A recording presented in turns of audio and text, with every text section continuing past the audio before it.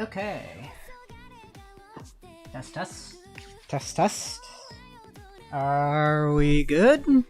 Everybody here? Good evening, afternoon, morning, wherever you are. How's everyone doing? Doing good? Sorry for the wait there. I just had to get things ready and everything, but it's here. God, I've been waiting for this patch for so long. So yeah, I am hyped to start getting into the thing of things. As for the music, is it a little too low or is it just fine?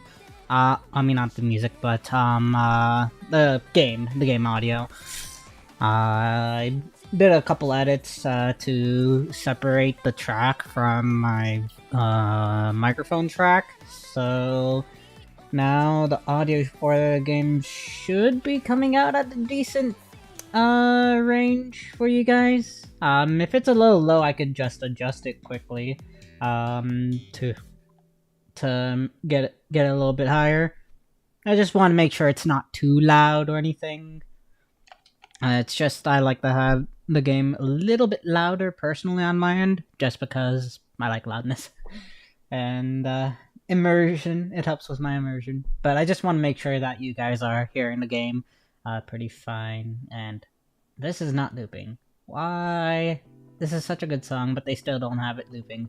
I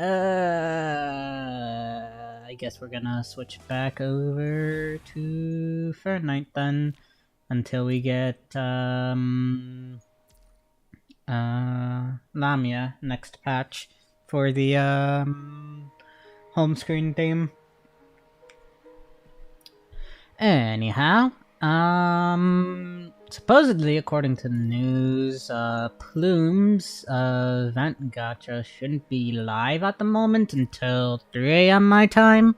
But looks like it's listed. Oh no, oh yeah, and that's a test for, right? Yep, that's a test for event transcendent cub. Yeah, has the thing even added? Drop details. Oh yeah, cub's already been added. I may do a poll on that. I have to wait until we get Vera and the skin gacha live first, as Plume skin gacha and just Vera. My luck with Vera might determine how many extra BC, whether or not if I need to if I have anything extra to do, like a single 10 pull, just so that I could get the new cub as well as get probably Frostos to double S. Who knows, maybe I get lucky and also get Tornerus to double S. If I'm super lucky. That'd be nice, but most likely not. Usually my average has been getting one copy of a S rank in 10 pulls for cubs, but of course, obviously, pity is 20 for that. So we won't be doing pulls immediately. If the stream ends up going on until 3 AM, then yeah, we'll do our pulls then. Outside of that, 330, 3K, interesting.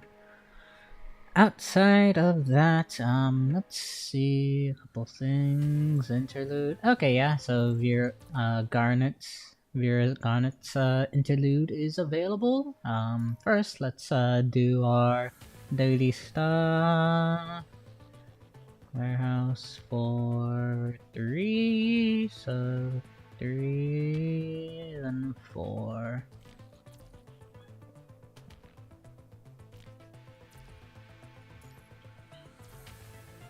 Two.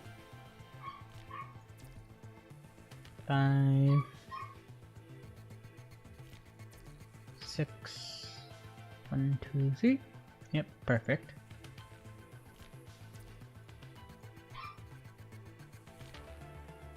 Oh, I already completed it. I thought it was 3. Oh. Okay, Guardians is done. Grab that. Yoink. This? Oh, event stuff. Ooh, more Darwins. That means more rerolls. At least more, rerolls for, what's it called? Not Hypertunes, Resonances. And nice! I wanted to farm a little more of these, so having more copies of, enhancers always helps. Always helps for the, funds for character exchanges. Okay, now with that done, dorm. Go do our daily head pats and stuff. No, Lucia. You go here. Cause Chrome wants it. Okay, you're good. Chrome, are you good? Yes. Okay. Okay, give this Liv a head pat. Where's Selena? Selena! Oh, you're in a corner. Why are you in the corner? You're good. Okay, 1, 2... Alpha. Okay, you're good.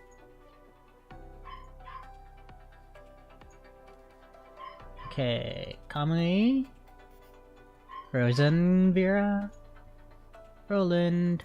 Give you a head pat. See, Liv, Lux, Watana, Astral's good, and Nightblade's good. Okay, Ember, her good. Veritas, you need a head pat.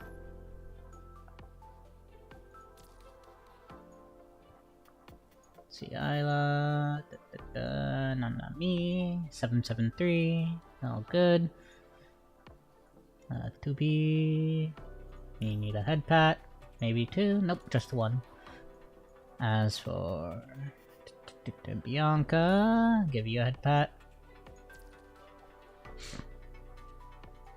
Okay. Give you a head pat there, A2. And Luminance is good. Changhu, you're good. There, and give Fireguard a head pat. Now, 21, you're good. And Nanami Pulse, also good. Minus, you need a head pat. And Strike Hawk. Y'all good, y'all good. There. Yeah, awesome. Now, do our daily building.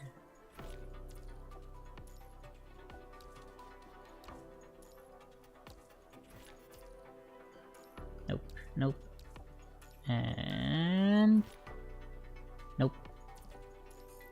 Recycle, recycle, recycle.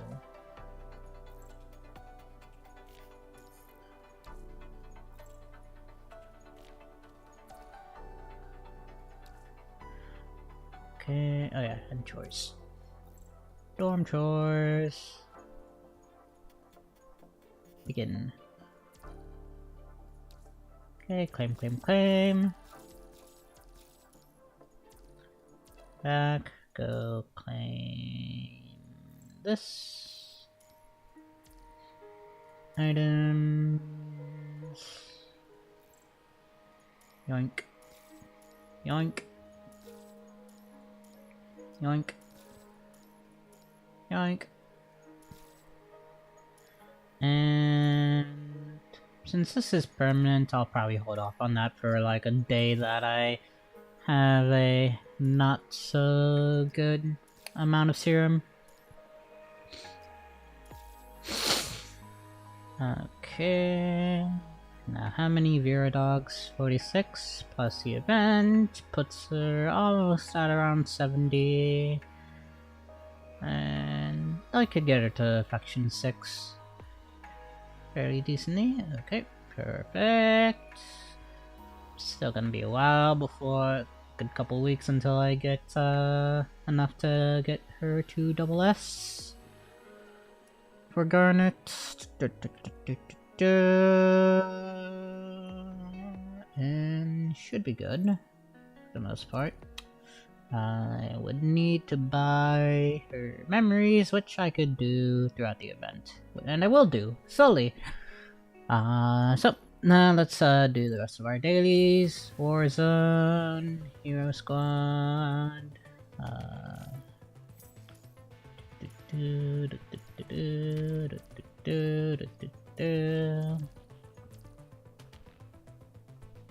And yeah.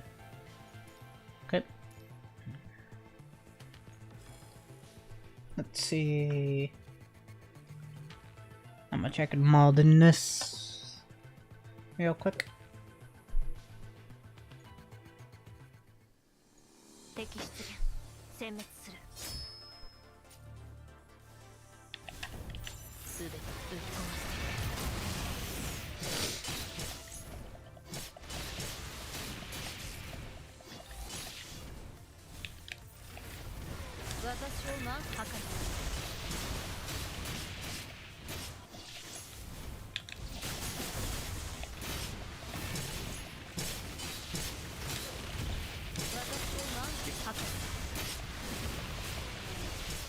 We gotta build meter up.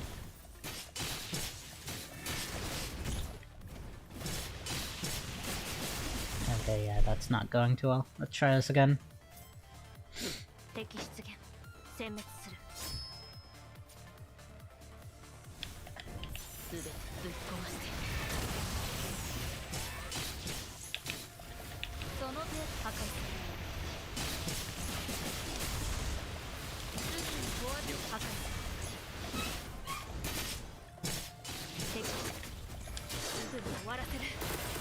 Oops.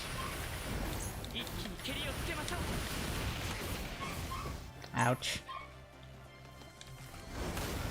Okay, yeah, I screwed that up.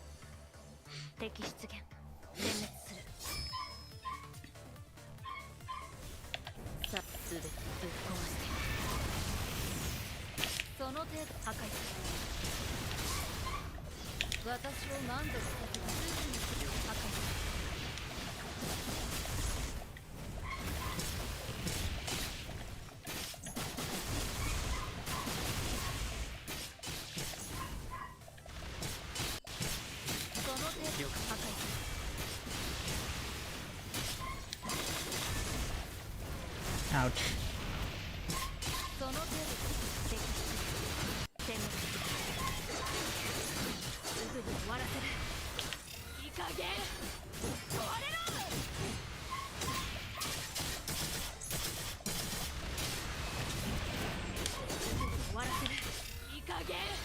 This.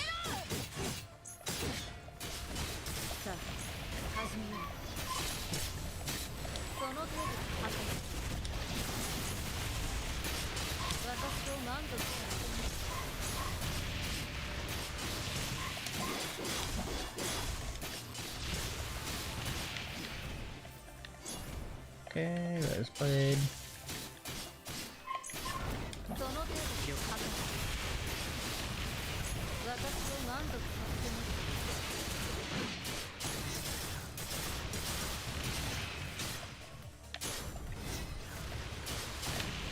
There we go.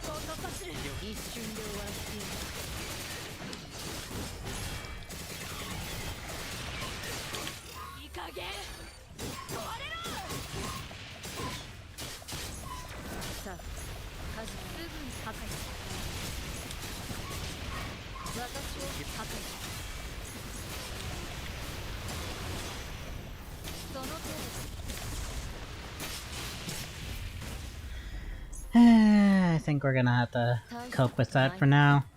Let's see how other people did. 370, so about 400. some people are probably gonna be coping a little bit later on into the wave, so we'll hold off until grinding super hard on this until what, today's Thursday? Yeah. Probably closer to like Saturday, Sunday, since we're on the second half of Weekly Warzone. Okay, Pain Cage.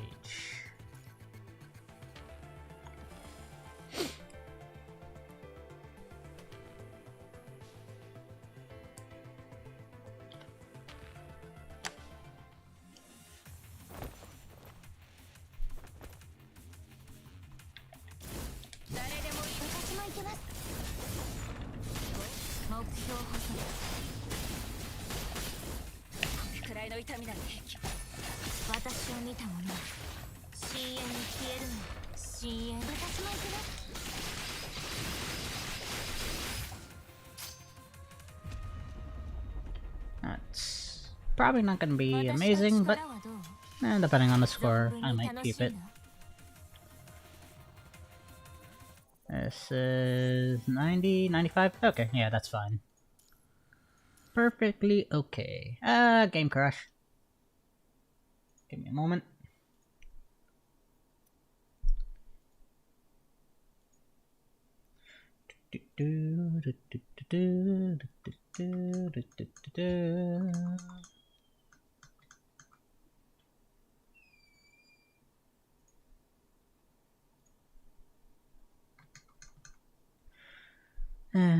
Logging back in, logging back in.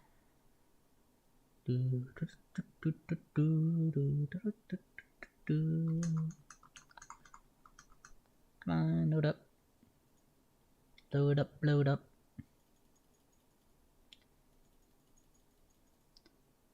Okay. There. Okay, not that.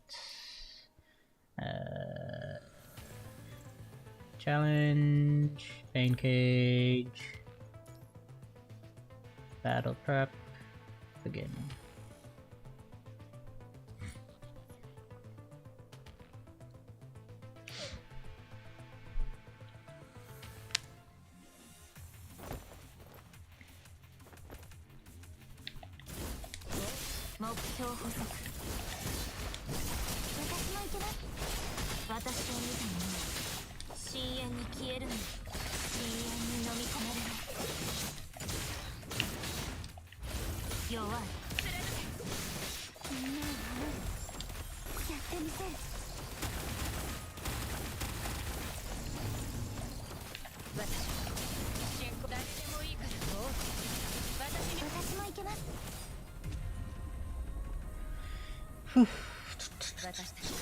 Took a little bit of damage, but should be fine. Let's see.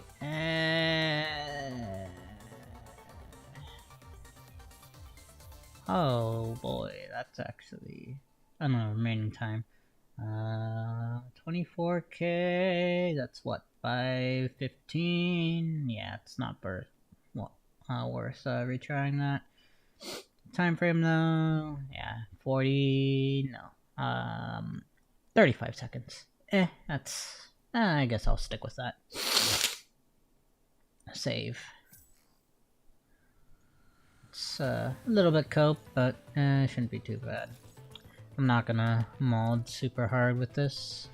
Okay, now 2 Iron Maidens, start team.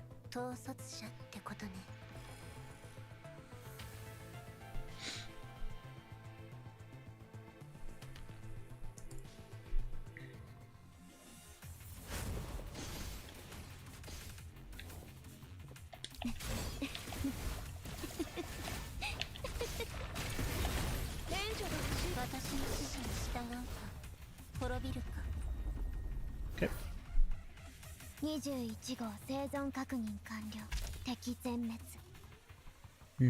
Becky Zenmitz. So adorable. Okay, and second one. And that'll be our 4 for the day.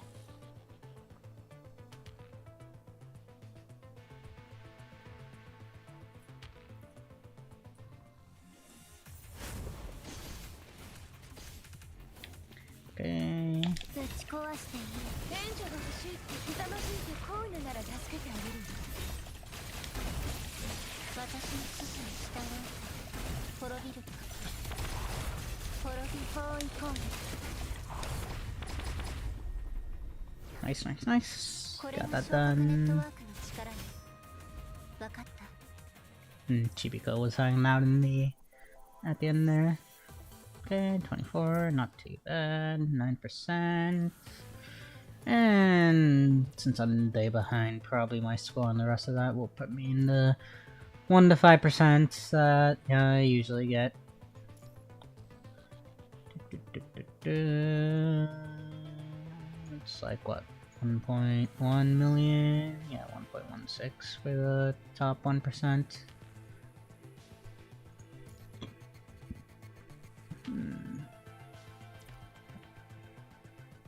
I'm about through. If I get here and stay here like I normally do. Last week I actually ended up dropping to the 5 to 10%. I think that's because of the fire team build, probably. But if I get here and stay here, then I'm 3 weeks away from having the 500 skulls I need for double Severa. Okay, so that's that daily stuff done. Yoink, yoink, yoink. And yoink all of this.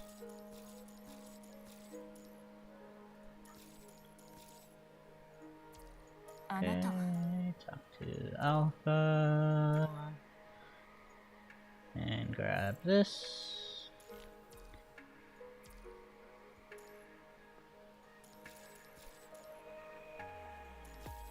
Okay, and the rest is on the story time stuff. So, with that, let's get started, shall we? 0点リアクター。かつては人類の進化の希望だったが、実際のところ人類の無知と傲慢の象徴に過ぎない。ここには旧時代の痕跡と未ださまよう骨董しかいないニコラ、何を探しているんだ？ ここ Is that 覚えてる。 Collins, probably? ラミアは Anamia, yeah. 全部覚えてる。 Poor ここ poor が Lamia. ラミアがずっと探してた帰る場所。でもどうして Terrible one day copium. 忘れてたの？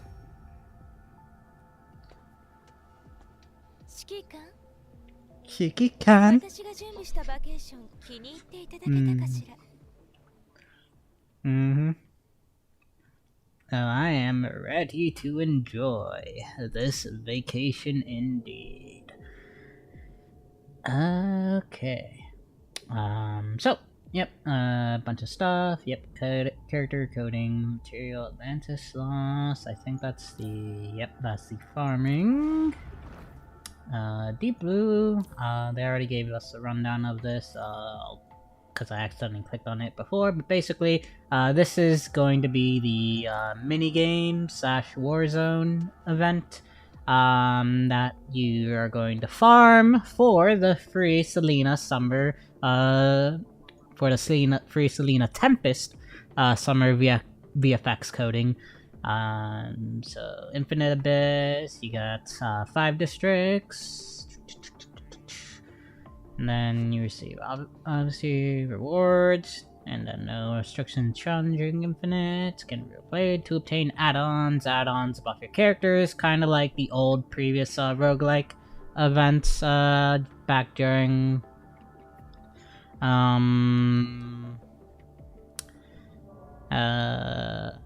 what's it called?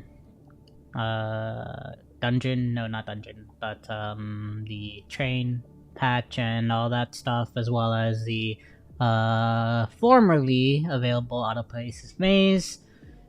Let's see more. Yep, stuff like that. Tactical supply can be your add-ons and add-on codex. Add-on inventory. My main curiosity with this is does this cost stamina? It doesn't look like it? Question mark.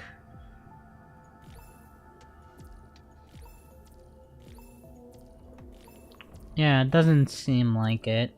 So that means we should be able to grind this out from whatever is currently available. I'm guessing we get limited time, limited stage tries daily is probably how this does it instead of stamina. So we'll have that, and basically we grind these out, and it allows us to, well, I can't go to any of those, but basically roll on the little gacha here for the Selena skin. A very nice skin for Tempest. Very, very nice. Ocean Secret, Aria of Nymph. Let me see though how many. So we got 250 there, 250 blue cards, nice. That's 500 yellow cards, and 250 on the weapon selector ticket. Okay, so it looks like about 500 yellow cards and some weapon selector tickets, and then a bunch of smaller mats to hoard and collect for upgrading characters, as per usual. But basically, yeah, farm this, get event currency, and then use that to pull on the little gachas here to get the new outfit. So we'll work on that after story. In the meanwhile, though, we do have a little demo trial test for Selena's outfit, so let's get this done.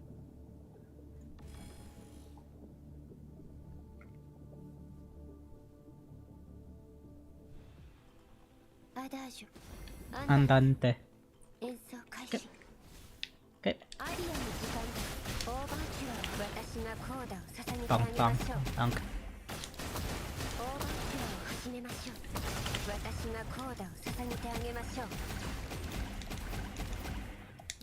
I like the sound effect though. Okay.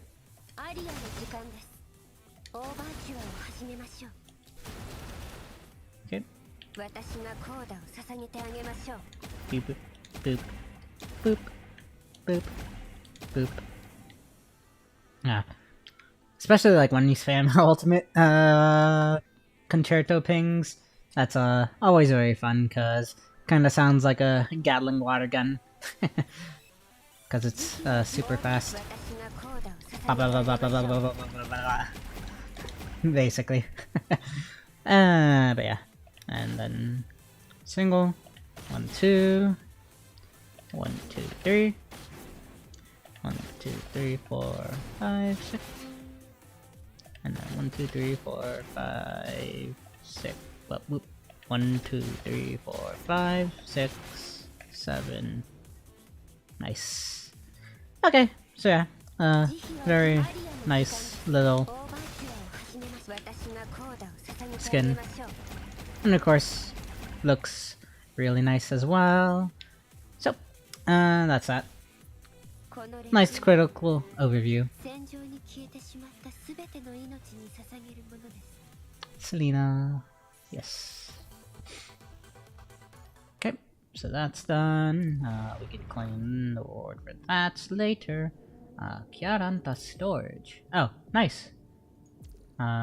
So, okay, I see where they're hiding. So normally, last batch, we had the shop listed in here, but it's good to see that we can also go directly down there. I didn't notice if there was a thing for that on last patch for it. I always just went here to event shop because it's literally right there, right in front of that. So anyhow, with that, let's start with Garnet's interlude, because as the official description mentioned for it, this Garnet frame is one of her older original frames that Vera's had. So that interlude will be pre current story content, which means it's the before rather than the current, unlike with Chrome, for example, which was mostly a current event sort of thing. This is a backstory sort of thing. So it's always good to get this done first, and then getting into the story. So let's start.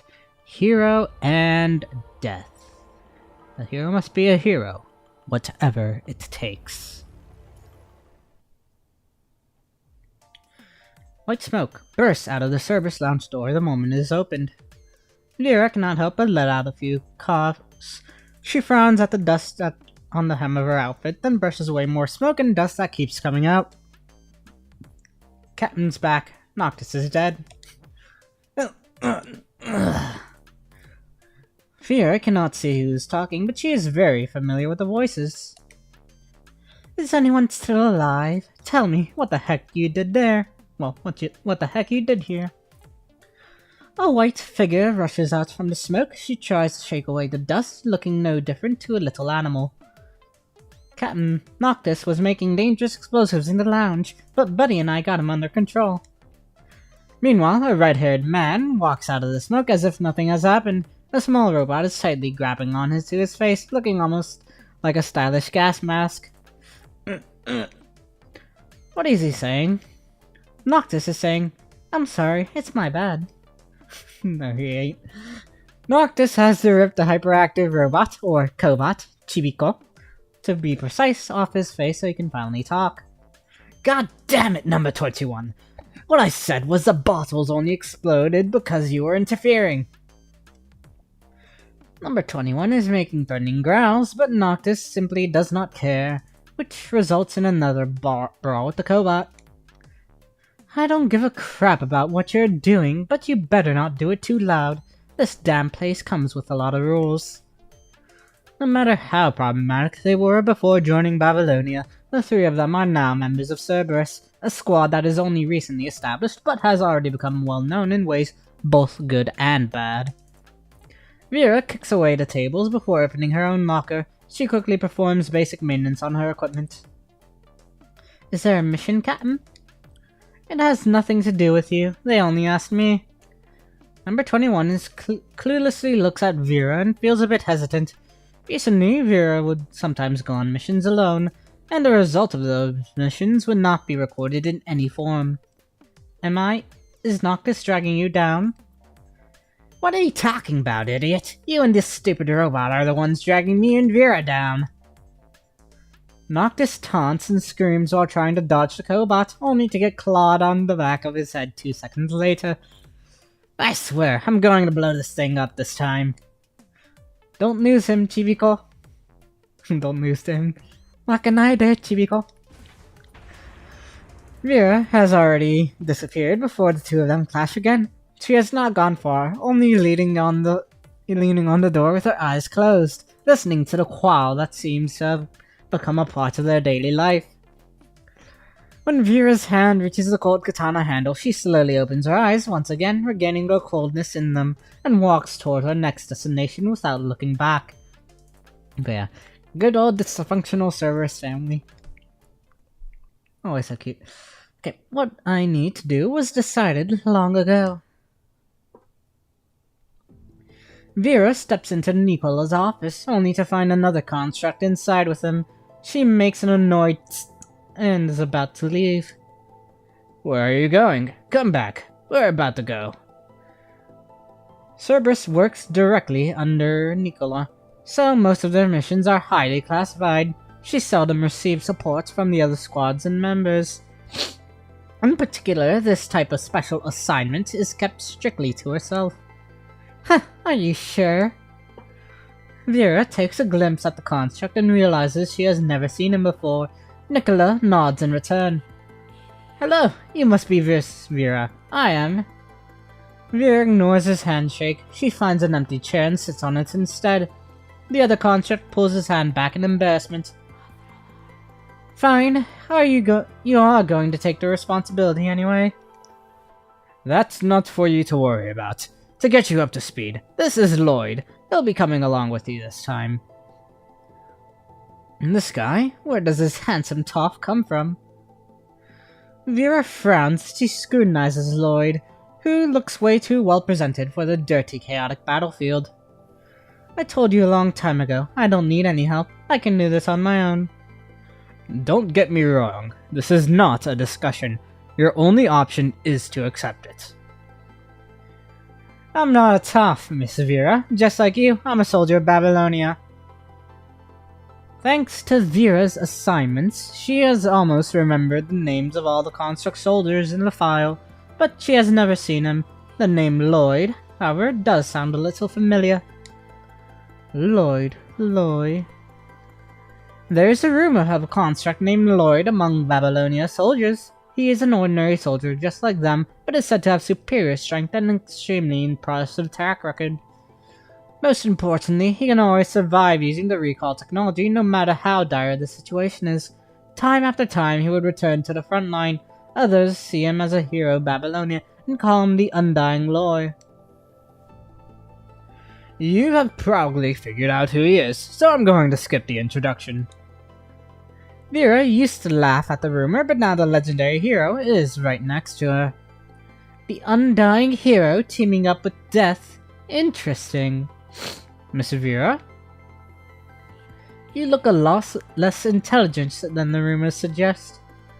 Before Lloyd can ask, Vera has already picked up her weapon. Whatever, let's go, hero. Nicola will send the mission details to our terminals. Lloyd looks at Nicola, who is apparently annoyed by Vera's attitude, but still makes a hand signal, asking him to follow. After both Lloyd and Vera are gone, Nicola looks back at the holographic screen with a global tactical map displayed on it. Lloyd must continue to be the hero that he is supposed to be. The situation of the task force all around the globe is displayed live on the map. The screen is flooded with notices showing the deaths and losses of construct soldiers. The information is so basic that even their names are omitted. A simple ID and a timestamp are all they have. No matter how he does it, or how high the price is. Interesting. Redemption in falsehood. Time to fight. A lie is always a lie. If you aren't a hero, you will never be one. Bzz. Does anyone copy? Squad. Bzz. Encountered. We need assistance. Please. Vera picks up a cracked communication device from the ground after the auto-playing message has come to a stop, as if the device has completed its final duty. Signal source found. This must be the target location, but... Vera looks around the remains of the Babylonia construct soldiers. They obviously did not make it. No survivors. We came here for nothing. Just when Vera is about to submit the mission report and head back, she finds Lloyd squatting on the ground, talking to a construct. That banner. Lloyd. Are you Lloyd? Yes, I am Lloyd. Lloyd nods to the construct soldier and helps him to sit up. Inside his horrifying wounds are some dark red stains, a sign of the punishing virus infection. Hey, this guy is already... Lloyd looks at Vera and shakes his head. Vera cannot be bothered to talk further. She quickly looks back, wondering what Lloyd is up to. Guys, the Undying Lloyd is here. We are safe. Hearing no response, the soldier glares around blankly, but cannot see anything due to his damaged visual senses. Everyone is dead except for you, not that you'll live much longer. Miss Vera! I knew it. Everyone's dead, and I will soon. Ugh. The mind boil over, caused by the worsening punishing virus infection, has reached the threshold, bringing him one step away from turning into corrupted. Vera grunts in disdain and presses the switch, releasing her katana from its sheath. It's okay, you won't die. Right, you can still recall. It's not too late to recall now. Recalling is the last protection for the Task Force construct soldiers to retain their consciousness. Once used, it will immediately cut them off from their frames and send their consciousness back to Babylonia. In a way, this process is no different from death itself. Recall? Constructs do experience a transfer of consciousness when they change into different frames, but this process requires highly trained technicians and special equipment. As an emergency option, recalling does not need those measures, but comes at a significantly higher risk. It serves only as the last resort. Lloyd's words seem to have reignited the construct soldier's hope. He makes a difficult smile. Right, recall. I once watched you battle from afar. When everybody was in despair, it was your banner spear that helped us out of the siege. Everybody knows as long as we follow the banner of the undying Loy, we can find a way out. Right, and you've made it again this time. We have come. Lloyd looks at Vera, who turns away impatiently. Can I recall back to Babylonia like you, and return to the battlefield once again? Knowing the construct soldier cannot see it, Lloyd still tries to make a gentle smile. Of course. It may take some time to repair your body and mind after recalling, but you will live on. The construct soldier nods at Lloyd and salutes with a shaking arm. I'll see you again on the battlefield. Yeah, matane. See you next time. The soldier falls into utter silence while maintaining a saluting pose. His consciousness has withdrawn from the body. The next instant, Vera's blade pierces his chest. What are you doing? We don't need this body after the recall. What if the virus infests it again? It will still be us doing the dirty job. I don't want to waste my energy on unnecessary work. Vera then completely slashes the construct soldier's body apart and swings the blade to get rid of the vital fluid on it. Right. After the recall, yeah. The consciousness will be restored in Babylonia.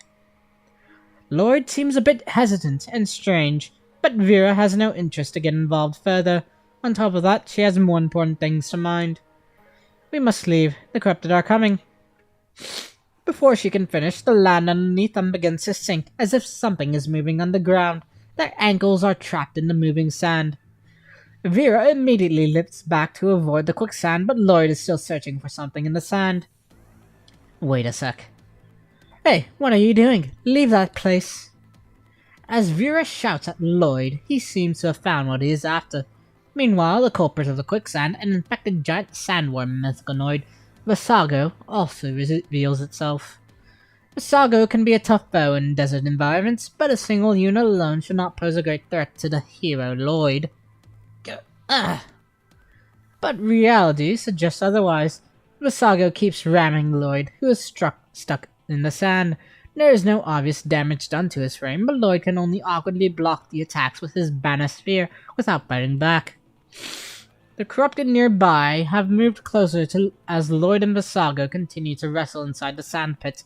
Realizing its attacks are not working, Visago once again dives under the sand in order to strike the immovable Lloyd again from below. Hey, you! Pass me the banner spear if you don't want to die.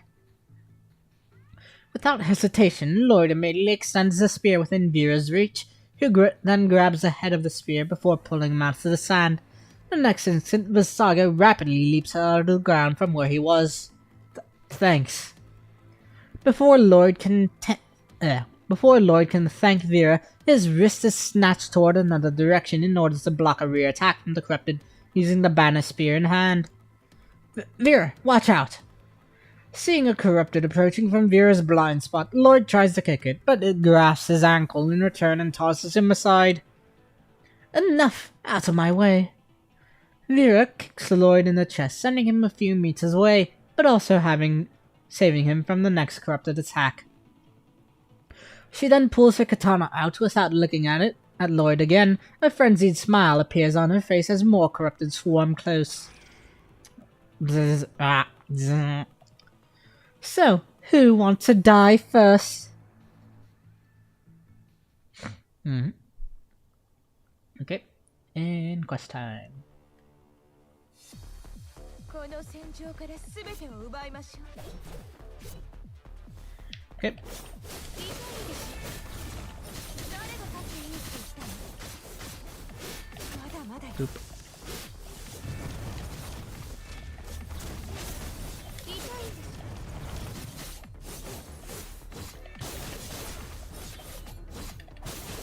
誰が勝っていいって言ったの？ Okay, next up.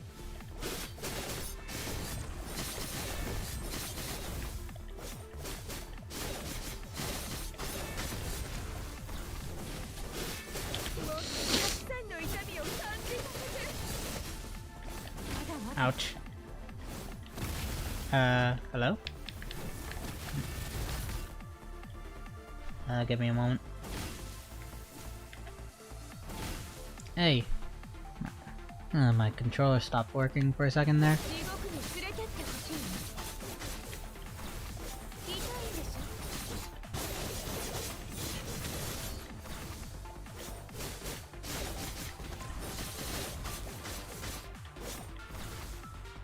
Okay. Next up. There's something underneath. Yep, Visago.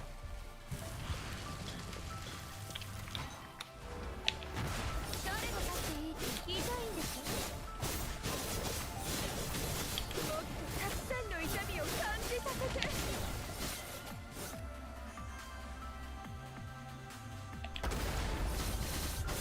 地獄に連れてって誰が勝っていいって言ったの？ Nice, nice, nice. 何の心配もない。完璧な勝利を収めて。指揮官。 Shikikan, indeed. Okay. Vera finishes off her enemies with ease. They did pose some threats, but she is used to this kind of chaotic one against many skirmish. On the other hand, Lloyd can hardly get up. He looks to be in pain. Hey, don't tell me you're hurt. Vera does not think the kick could have injured Lloyd as she was holding back. She checks him anyway just to be safe. This is the punishing virus infection. Still mild, though. Vera finds that Lloyd is equipped with a new model stealth invid device, so he probably will not turn into corrupted from such a mild infection. Why did you hold that soldier for so long? You know you're going to get infected. Are you seriously not afraid to die, or just dumb? Vera realizes there are still scratches on Lloyd's left by the excited infected soldier, some of which are deep enough to reach inside his artificial muscles. They probably have worsened his infection.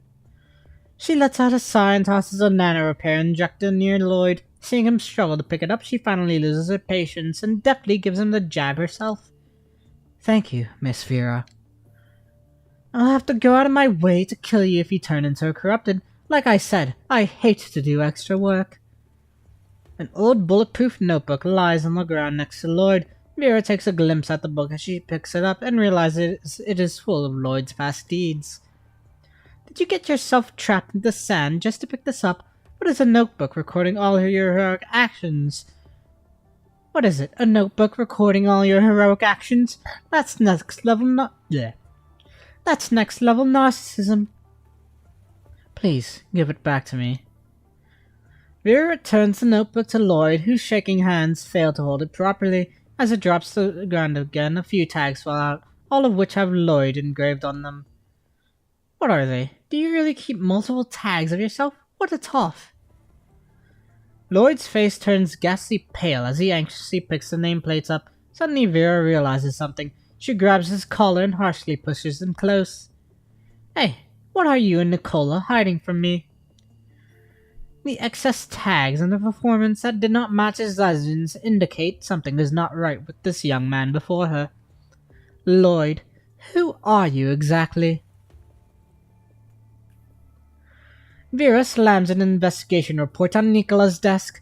He does not seem to care at all, only staring back into Vera's eyes. Did you complete the mission?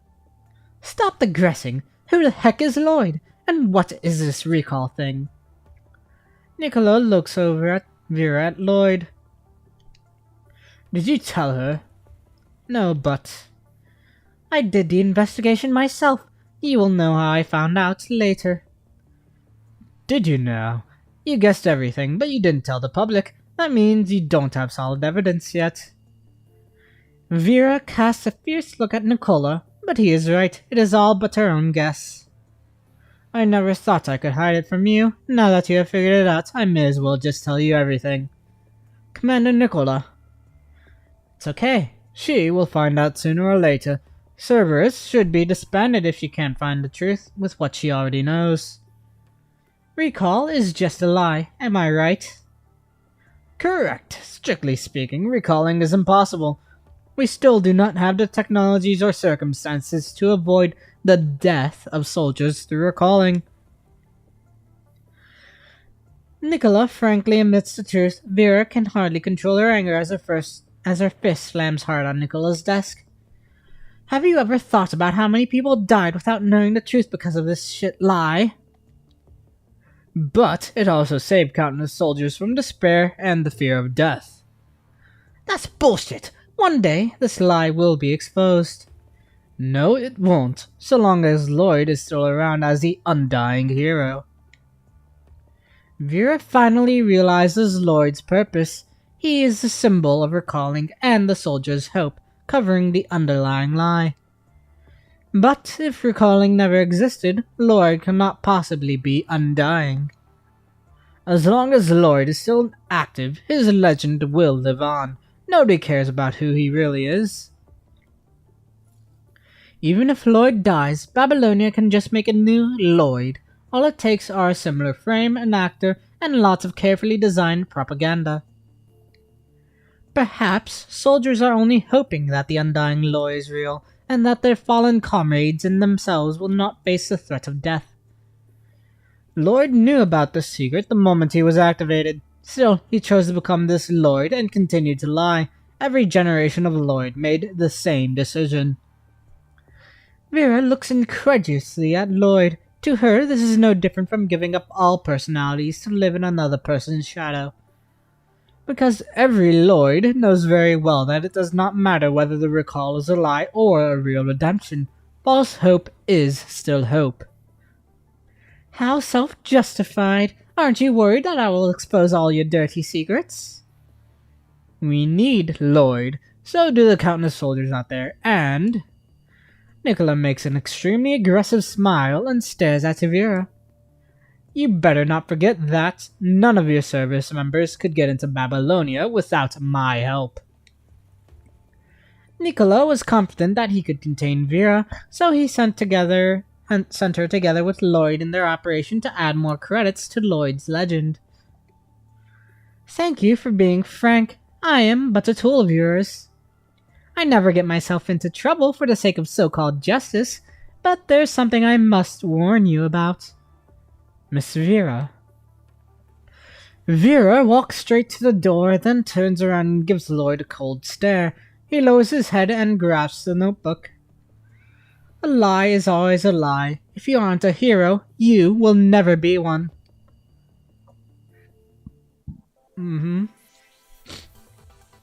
Indeed so. Okay. Cruel truth. Who will understand the truth in the cruel words? Help. Can someone help me? Still alive? That red, long hair. You are death. You're here to kill me. The construct soldier knows his fate and gives up struggling the moment he sees Vera. The punishing virus easily breaks his infection threshold, turning him into a corrupted. Yeah, you are right. So, farewell. Vera's katana pierces through the corrupted's chest, soaking her in vital fluid that is still warm. She closes her eyes and smiles in solitude. This feels terrible. But if he is here, at least... Captain, what do we do next? Nothing. You're dismissed. Do whatever you wish. Okay, also, don't get caught if we're doing bad things. Don't you dare run away, number 21. I installed the test weapon on your junk robot because you promised you'd help me move stuff. How stingy, Noctis. Don't grow up to be like him, Chibico. Huh? What's wrong with being like me? So mighty and strong! Enough! Get out of my sight if you have nothing to do. After sending them away, Vera realizes a crowd has gathered nearby. They all seem to be construct soldiers of the task force. Vera hates crowds. She has no interest in joining them until she hears a construct squad talking excitedly to their peers nearby. It's Lloyd! The Undying Lloyd is back! Vera looks at the center of the crowd and sees a hero that she once met. Ravaged by the punishing virus, the Earth is full of deadly infections and corrupted. We were forced to abandon the surface and fall back to Babylonia. But can we just keep running all the time? We can run to the moon, to Mars. Do we still have the guts to call ourselves humans after leaving behind everything that we've ever valued? Hello, Wendy. Hello. Thanks for coming by. How are you doing? Maybe we couldn't see any hope in the past, but now, things have changed. Vera slowly walks near the crowd. The soldiers seem to all be focusing on Lloyd's speech. None of them notices her. We are one step closer to reclaiming Earth. The HQ, the support force, the Science Council, and we soldiers from the task force. Everyone is doing their best as part of humanity. No problem. Yep. Good. Glad to see you're enjoying it. Taking a break. Yep. Always gotta have those breakers in between. Okay. We have begun to strike back. We are recovering conservation areas and destroying corrupted hives. One day, we will be able to return to Earth and recapture our homeland with our very hands.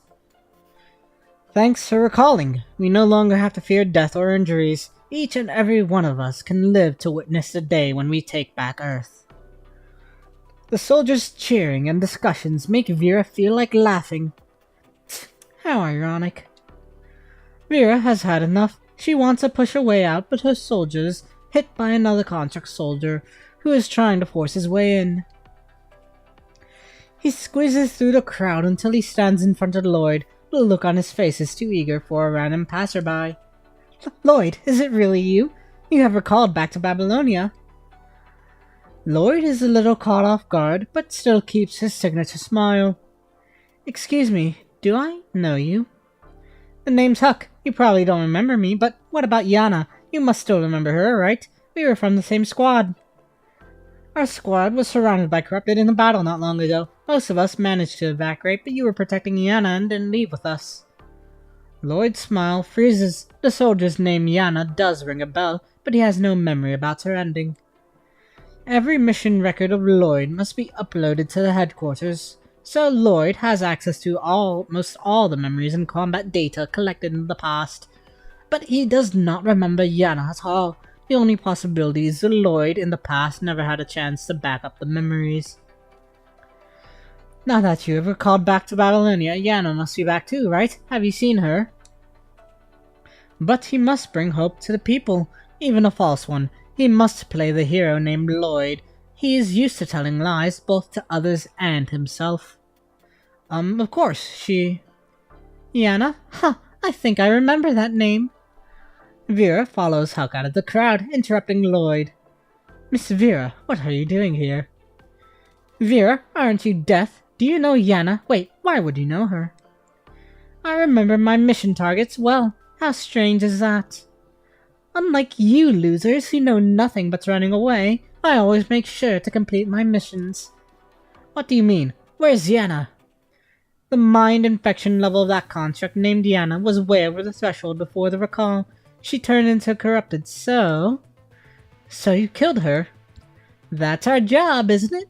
Are you saying that you couldn't do it if it was you? If that's the case, I suggest you leave the army. Otherwise you will get others and yourself killed.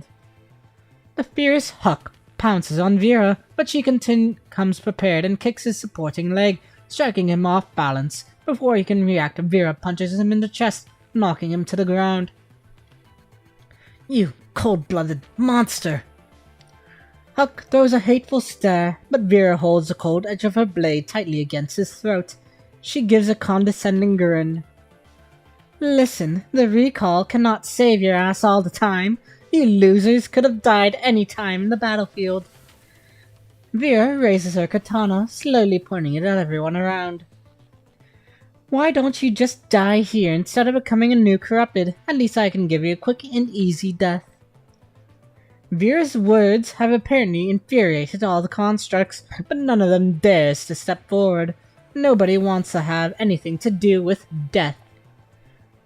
"Enough, Miss Vera. That's enough."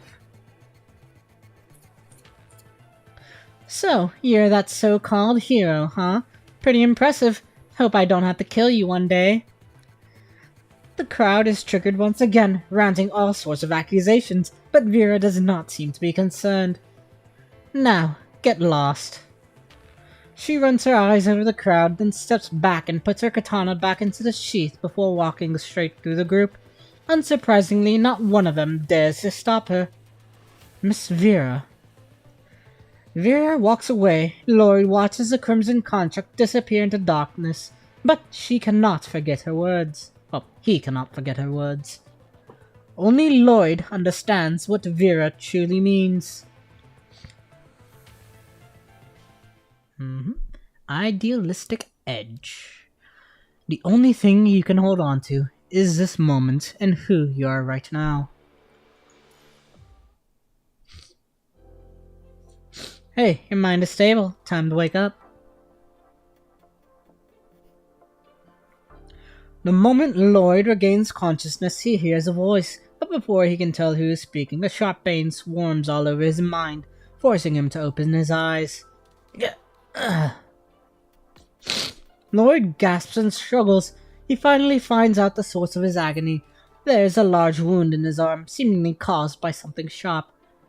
"Shut up. If you can feel the pain, that means you are not dead." Lloyd finds Vera standing next to the hospital bed, adjusting the machine with an annoyed look. "Miss Vera, why are you here?"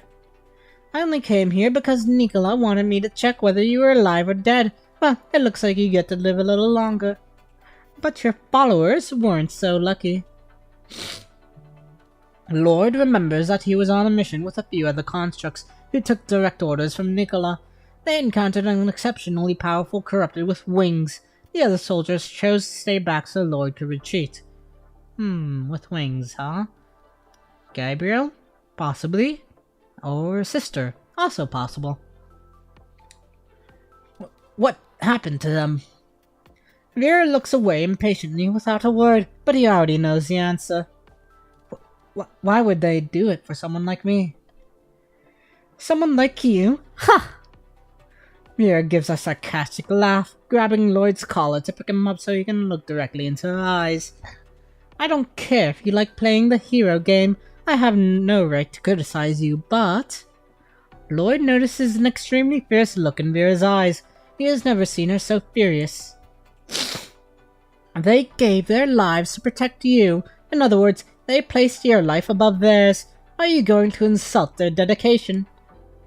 Get yourself together and remember your duty. The undying Loy and that so-called recall should become the soldier's final hope." Vera keeps her voice low, but it still weighs heavily on Lloyd's mind. "But do you really want to be a hero?" Vera thinks Lloyd neither has the capabilities to be a hero, nor is he prepared to become one. He is nothing but a good kid who has gotten carried away with his sense of duty. Once he truly understands the brutality of the battlefield, his naivety will be lost. Lloyd takes out a notebook, which Vera has seen before during her mission. It records everything that the Lloyd in the past has been through. "I have never thought about it, but perhaps you are right. I lack the strength to be a hero, and I'm not prepared to become one either. I am only playing Lloyd according to the stories in this notebook." "Miss Vera, I once thought if I could act well enough, maybe I could become a real hero in the end. Lloyd shakes his head and gives a wry smile. But, just like you said, I am not a hero, and I probably will never be one. The lies pile on every day, and they've brought me nothing but pain. What should I do? This pain will stay forever if you don't have the strength to be a real hero or tell the truth, but if you can't even stand the pain... Vera stands up and unsheathes her blade, pointing it at Lloyd. Then you should just die. Die like a coward and leave all your responsibilities to the next Lloyd. The blade is sharp, but Lloyd does not seem to cower at all. Miss Vera, will the next Lloyd be a better hero than me? Maybe, but you won't need to know because you'll be dead by then. The future has nothing to do with you. The only thing you can hold on to is this moment, and who you are right now. Lloyd clenches Vera's blade. Vital fluid immediately runs out of his palm, dripping onto his notebook and dyeing the empty spots blood red. It hurts, but... The excruciating pain is more vivid than the wound on his arm, left by the corrupted. The tighter he grips the blade, the more intense the pain gets. Right now, I still want to become Lloyd, a true hero. Maybe my story began with a lie, and it will end with one. Still, I want to try again, to fight as Lloyd. Lloyd lets go of Vera's blade and clenches his fist again, feeling the sting. Miss Vera, I hope you can give me extra combat training after the next mission. I want to have the confidence and strength to face danger like you. Vera puts her katana back into the sheath with a teasing grin. What if I say no? In that case, I'll try to ask Commander Nicola. Seeing Lloyd's serious face, Vera's smile softens. Not bad. You aren't as stupid as I thought. Do as you like, but... I bet you are going to regret it. Do you really want to be like me? I am the direct opposite of a hero. Vera looks at Lloyd before walking away with a chuckle. Lloyd shakes his head as he watches Vera leave. He runs his fingers past the cover of the notebook. That's not true. Maybe you are the real hero. Euda. Okay. Ovation in flowers and rain. The unknown hero fights to the last moment in flowers and rain. So, what's with this urgent assignment? Why did you summon me here halfway through my mission? This could catch unnecessary attention. Nicola does not answer her question. Instead, he seems to be lost in thought, hesitating, a rare sight for Vera. If you have nothing else to say, I'm going back. I hate wasting time. Nicola raises his head and looks into Vera's eyes. He slowly opens his mouth. I want you to eliminate a construct, a deserter who ran from the battle. Nicola sends the mission details to Vera's terminal. Such missions are usually the jobs of the Purifying Force, but Nicola would also assign certain special ones to Vera directly. What is this frame? Vera notices the information about an all-new frame in the files. Nicola nods and casts it to the holographic display. It's your new frame, secretly designed for anti-construct combat. With its power and armor significantly boosted, it hasn't officially entered service in Babylonia records, so keep it off the books. Have I made myself clear? Designed for anti-construct combat, a filthy executioner that specializes in taking the lives of their peers. It does suit me well, but... Why is there a need to use an unofficial frame with such urgency? Stop bluffing and tell me, who is this target? To kill a hero that has gone out of control.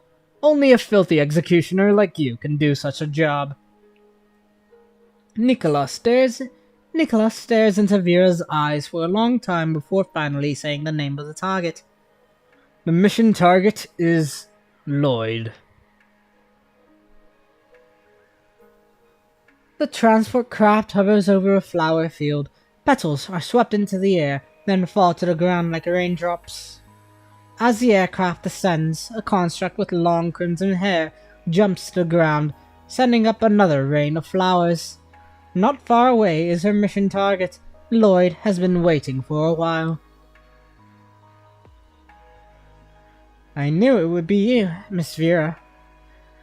Seeing Vera, Lloyd makes the same smile that he always carries. Despite his visible severe punishing virus infection, no one will be surprised if he turned into a corrupted soldier in the next minute. Give me a moment real quick.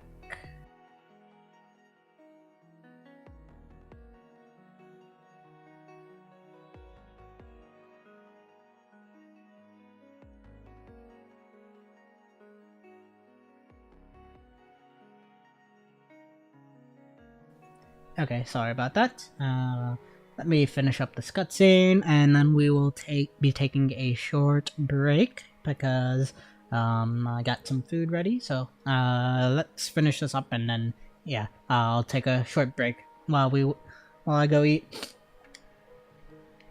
Okay, let me go back to this.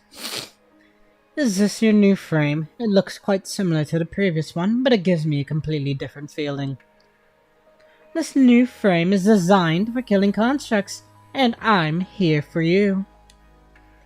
Vera speaks apathetically without her usual grin. Yeah, I know. Lloyd's calm response makes Vera feel annoyed for no reason. Why are you not running away? According to Nicola, Lloyd was leading a squad of construct soldiers in a regular mission, but they were surrounded by corrupted. Lloyd fled, leaving all the other soldiers behind. What the heck did you run into? It was just one corrupted, but it alone had brought despair to all of us. You probably won't believe me, but that corrupted had its own consciousness, along with superior strength. It called itself Gabriel, and it even had the ability to command other corrupted. But it wasn't after those soldiers. Its target had always been me. A corrupted with its own consciousness? When Vera was still working for Corona, she once heard about the special corrupted, the Ascendants. No matter how hard we fought, we could just barely hold off the attacks from Gabriel and the countless corrupted. Lloyd finally managed to break through the siege alone, but it was all part of its plan. I'd like to propose a deal. As a construct, you have qualified to become one of us. I can spare the lives of those soldiers if you accept the test of the Asnet. Do you want me to believe a corrupted? I'm not crazy. Gabriel shakes his head and closes the book in its hand. Unlike you humans, I do not lie, especially when facing a weak foe. Gabriel raises its hand, and the corrupted surrounding the soldiers far away immediately stop attacking, only to keep a loose circle around them. And you don't have a choice either. As Gabriel speaks, it reaches out a bony left hand toward Lloyd. Inside its palm, blood-red virus begins to form. As Lloyd's infection level rapidly goes up, his mind is devoured by an excruciating agony. Even so, Lloyd manages to stab Gabriel's arm with the banner sphere. He quickly leaps back and jumps into the forest underneath the cliff. I didn't see that coming, but it doesn't matter. My job is done. The Asnet will do its job now. I couldn't do anything except run. A punishing virus infection hurts more than any wound. But why do I still want to stay alive? No matter how awful I get, I don't want to die. Lloyd's right hand keeps trembling from the infection, hardly holding on to his banner sphere. He strips his uniform and ties it up. How terribly clumsy of me. I'm so weak and timid, but still want to fight until the last moment. There's nothing shameful about fighting to live. You didn't do anything wrong, but I'm still going to take your life. Vera gazes at Lloyd as she unsheathes her katana. The next moment it clashes with the head of his banner spear as she finally smiles again. Come, show me how much you have grown. Miss Vera. Lloyd Lloyd wars and strikes at Vera's leg, but she steps on the spear, pressing it down with her entire body. He is unable to pull it out. Die!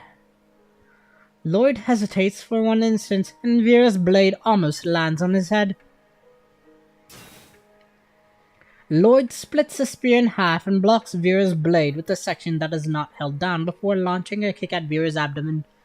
Vera pulls the katana back and blocks it, but she is still pushed back quite a few steps. You have been training hard over the last month. Lloyd has been asking Vera for advice ever since he requested her to train him. He managed to endure all the practices she gave him, no matter how unreasonable they were. If I was using the old support frame, I might actually be overpowered by you. Vera is using a standard katana to avoid exposing her identity. It is cracked from the kick, but Lloyd has lost half of his weapon. Like you said, I was working hard. The increasing level of infection makes Lloyd gasp for air as he holds himself up with the banner sphere. They are both well aware that the next attack will determine their fate. They tacitly charge toward each other and come to a complete stop in the rain of falling flowers. That's good. Thank you. Vera's katana pierces through Lloyd's chest. It serves its final duty and breaks in half. Lloyd falls to the ground. Miss Vera, I fought until the end this time, didn't I? Vera smiles and drops to one knee next to Lloyd, gently lifting his head up with her hands. Yes. Lloyd lets out a satisfying smile. He takes out the notebook from his pocket. Miss Vera, there's a secret I want to tell you. Vera nods again, quietly staring at the sunset across the horizon. Yes. I have been secretly writing down the stories of every past Lloyd into scripts and sending them to the WGA theater. The truth about Lloyd cannot be revealed to the public, but I hope perhaps one day people will remember our stories through these plays. Is that so? Lloyd chuckles with slight embarrassment. Compared with fighting, maybe I'm better at writing stories, but I never regret becoming Lloyd and carrying the destiny of a hero upon my shoulders. Lloyd looks at his right arm. It is completely out of his control and it keeps twisting into terrible shapes. Too bad I still failed. I didn't become a hero, and I didn't become the final hope. What nonsense are you talking? You saved those constructs and bought them time. You did everything you could. I hope so. Do you think my story deserves to be written down in this notebook? Lloyd's eyes begin to lose their luster. The energy inside him finally runs out as his vital fluid pours out from the piercing wound. But my story is still missing an ending. Lloyd hands his banner spear to Vera, who has lost her weapon. Lloyd, the undying hero, defeated the mighty enemy and saved all his comrades. Not even one life was lost. What a cliché and unrealistic ending. But I believe in you, Miss Vera. You can save everybody and lead us to victory. Why do you think I will do these things that won't benefit me at all? She hears no reply. Every single one of you is like this, putting expectations on me without asking first. She still hears no reply. I'll take the spear. It's a better fit for this frame. But since I have accidentally taken your deposit, I'll make sure to get the job done. You can rest. The aircraft takes off once again, blowing flower petals into the sky. They fall onto Lloyd as well as the new page on the open notebook. Okay, and next up is a time to fight, but we're gonna take a short break. So, let me go into this. I will... Okay, yep. And now, in the meanwhile, I will go back and put this back on.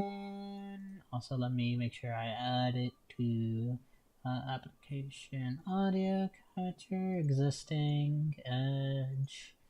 there and play that. And I will be back soon. I'm just gonna go eat real quick. So yep, join meanwhile, take a short break, and when I'm ready, I'll be back whenever.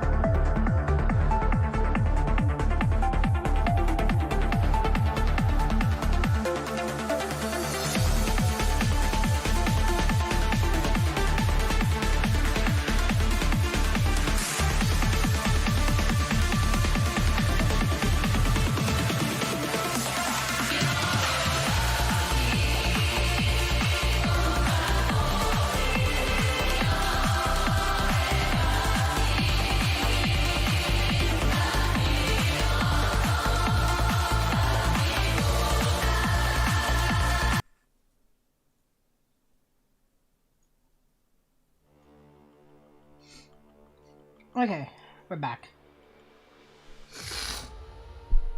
Sorry for that. Just had to eat dinner and stuff. So let me take a look.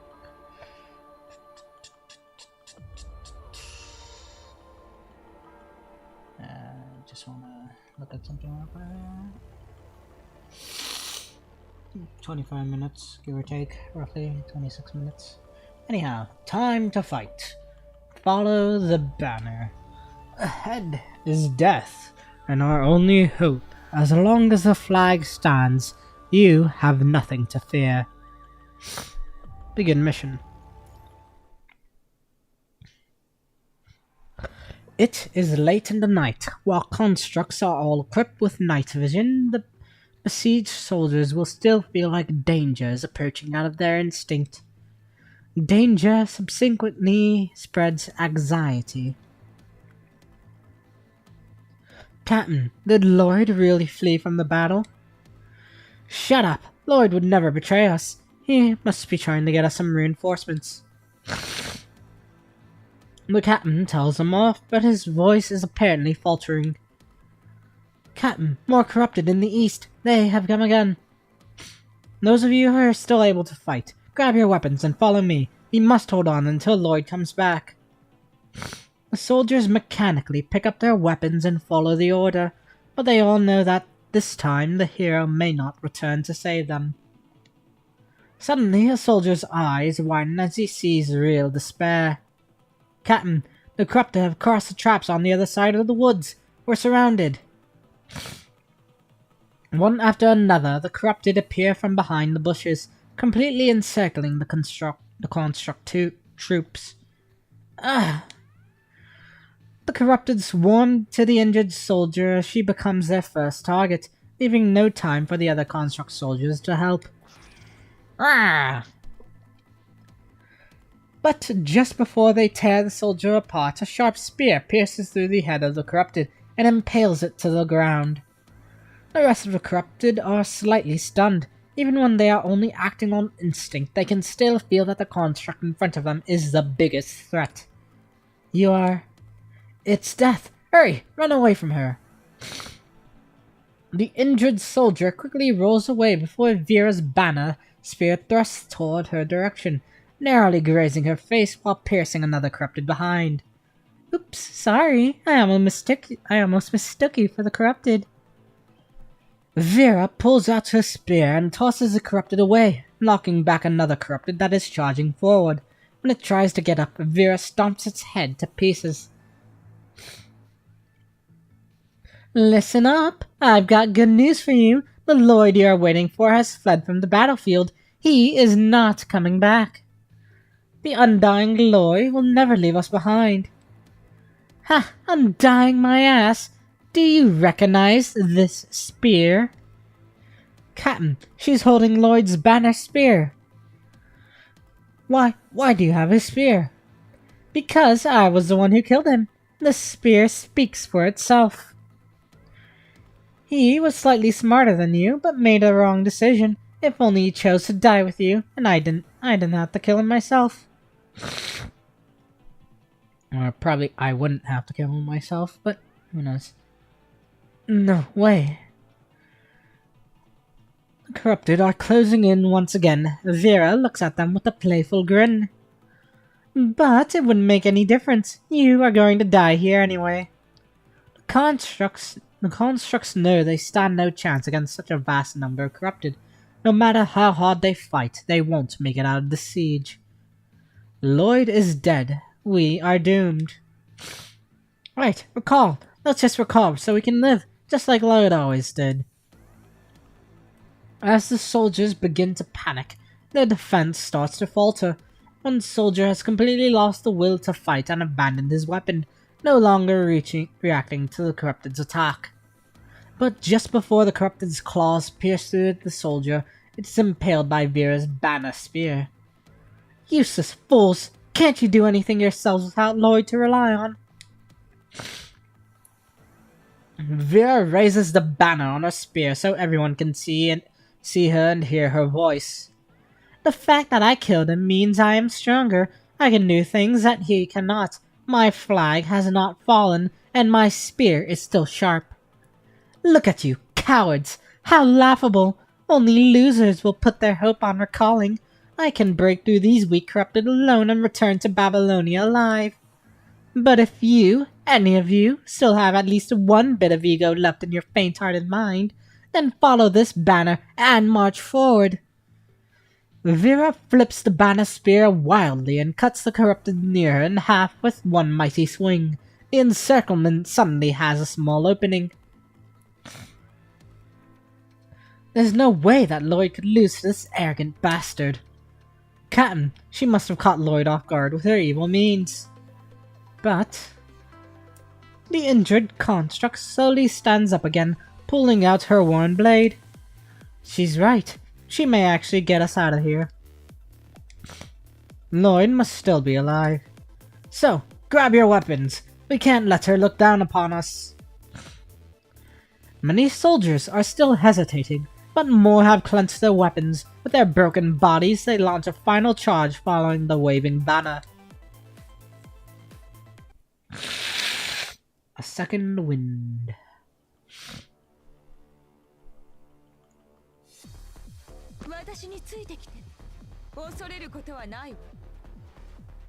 Okay.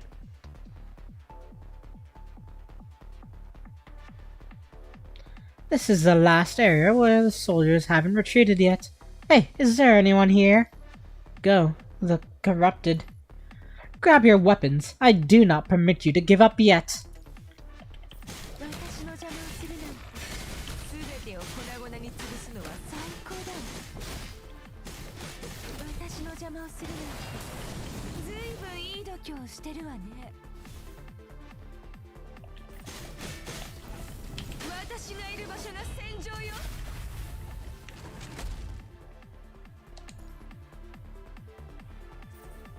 The spear, but why?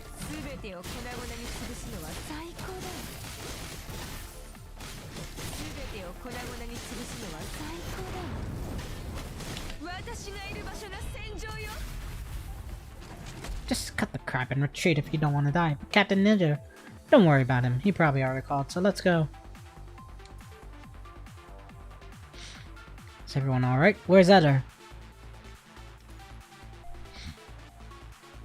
I'm still alive? What about the others? Captain, Carter, Eder. Okay. Next up.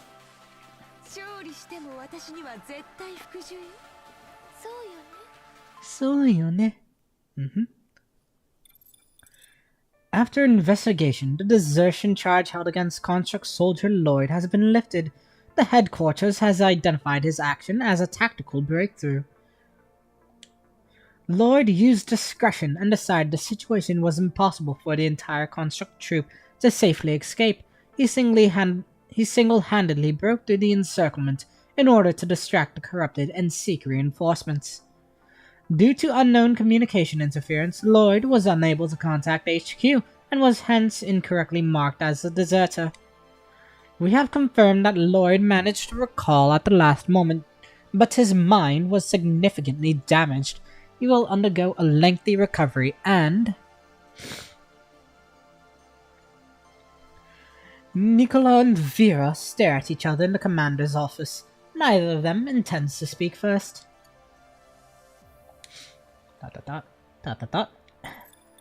Finally, an incoming communication cuts the awkward atmosphere. Nicola glances at Vera and picks up the phone. Nicola speaking. What is it? Commander, remember that guy named Collins, who looks like great trouble? He's here again. Should I tell him off this time? Nicola rubs his eyebrows. He looks extremely annoyed. No need. Let him wait in the meeting room. I'll be there in a sec. After hanging up, Nicola looks at Vera again, but this time he starts to talk. Your action was beyond the mission scope, and was completely unauthorized. Really? As far as I can remember, I only promised you to get the job done. Everything apart from the mission objective is up to me. I could turn a blind eye in the past, but this time you have crossed the line. I still need to clean up the mess you left.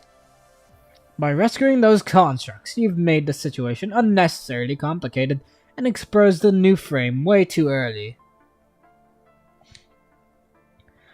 Vera's new frame is still unregistered. Ever since that operation, it was temporarily banned from service to avoid troubles. That's your job to fix, not mine. Really? You could have died there. Just why did you do that? Vera smiles again. She turns back and opens the door. Who knows? Maybe I just wanted to be a hero for once. Hero? Nicholas shakes his head and closes Lloyd's archive on his desk. He sighs and falls into a long silence. Vera walks out of Nicola's office and leans on the corridor. She pulls out the remaining half of a katana and starts laughing at herself. How ridiculous. What am I even doing? Nicola was absolutely right. Illogical actions would only lead to unreasonable consequences. Vera is completely unfit to be a banner to guide others, and nobody knows this better than herself. This banner only leads to a road to hell, full of thorns, pain, and death. But at least he took him back from death this time. This banner of yours never wavered. It saved everybody. Vera smiles and puts the broken katana back in the sheath. At least I'm not regretting my choice, for now. Even without that banner, you already have followers that believe in you. Right, Vera is no longer Death from Kurono. Now she is the captain of Cerberus. Better go back now. Those two may have already blown the lounge up. Many constructs are talking behind Vera's back as she walks to the back of the Cerberus lounge. Although not officially reported, the rumors about her killing undying Lloyd still become widespread. People mourn for the fall of the hero and condemn the ruthless death. However, some are also grateful to Vera. They are the construct soldiers that were trapped in the previous operation. Vera saved their lives. It is a fact. Miss Vera, please take these flowers. We'd like to thank you. A construct soldier hands Vera a bouquet of bionic flowers and nods with a smile. Without you, we would have been wiped out long ago. You probably also had your reasons to kill Lloyd. But Vera did not even look at them. She just takes the bouquet and throws it on the ground. You may have some misunderstandings. I'm no hero. I only saved you because that was my job. You don't have to fawn on me. Vera gives him a cold stare, then smiles. Killing Lloyd was also just a mission. Whoever appears on my mission list, I will not hesitate to kill them. Maybe you will be my next target. Vera's stare makes them cower and retreat. That's good. I'm not a hero, and I will never be. Vera walks away without looking back. Just when she is about to step on the bouquet, she picks it up and throws it back to the soldiers with a smile. Better save this for the real hero who saves you. Maybe one day another hero named Lloyd will show up again. Maybe he no longer remembers what happened in the past, but as long as he is carrying the name of Lloyd, he will make the same decision. Don't forget to smile to him and say thank you. And that's that. Did we get the hidden? No, we didn't. So let's cheat a little and see what the requirements are for that. Give me a moment. Let's see, Google Gaming.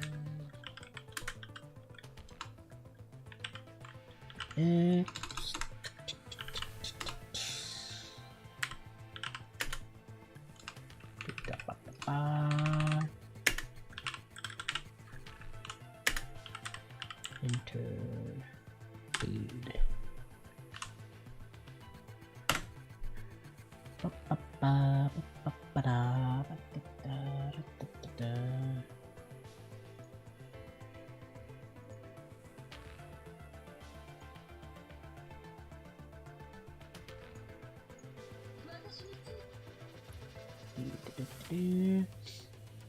More constructs 1 minute.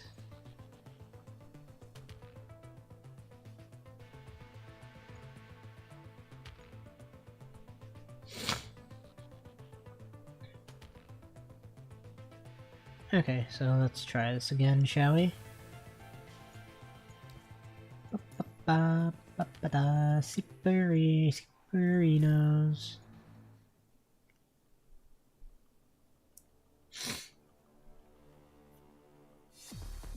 私についてきて。恐れることはないわ。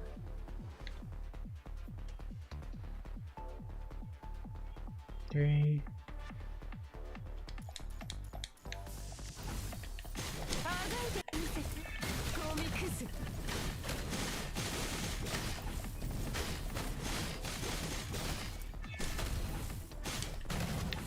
すべてを粉々に潰すのは最高だわ。私がいる場所が戦場よ。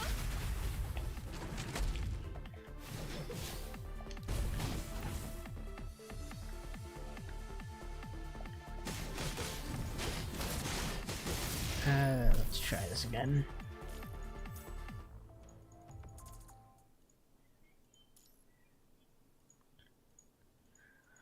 Skip.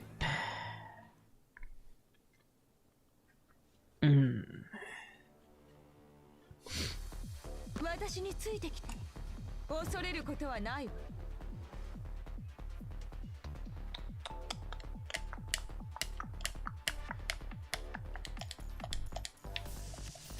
すべてを粉々であがいてみせて。コミクス。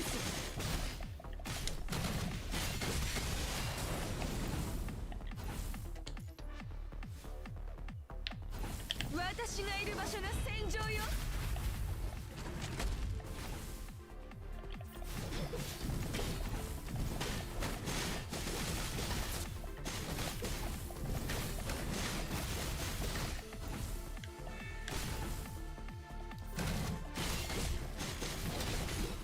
すべてを粉々に潰すのは最高だわ。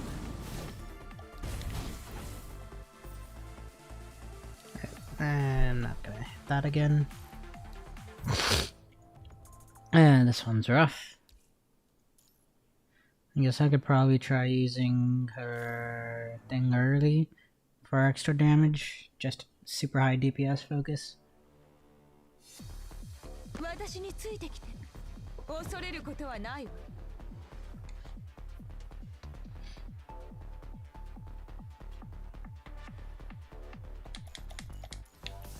私の邪魔をするなんてずいぶんいい度胸をしてるわね。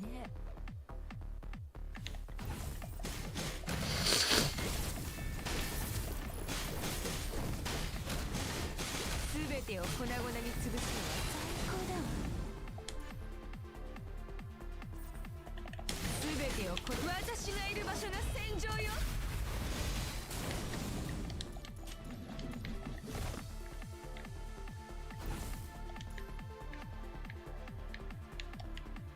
Okay. 勝利しても私には絶対服従よ。そうよね。 Okay.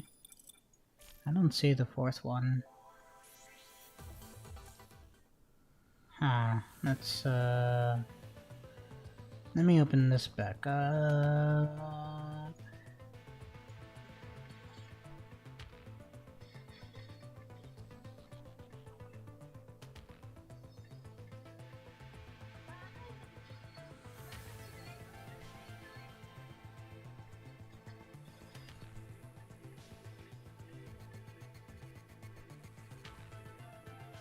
Oh, top right. Ah, that's why. Okay, let's try this again. Gotta go fast. Supersonic mode. 私についてきて。恐れることはないわ。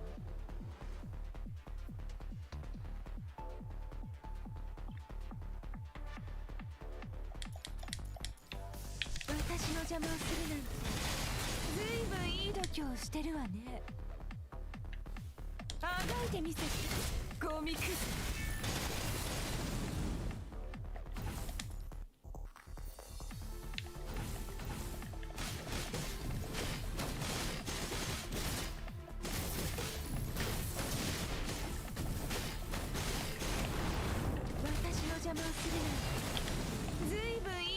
としてるわね。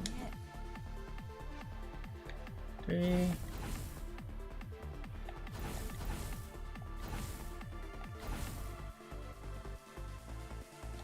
Found editor. Okay. Okay, that's a minute saves lives on bathroom. No breaking through. Come on. There we go.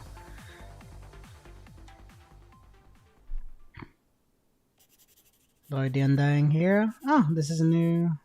Been saved all his comrades. Not even one life was lost. By Lloyd.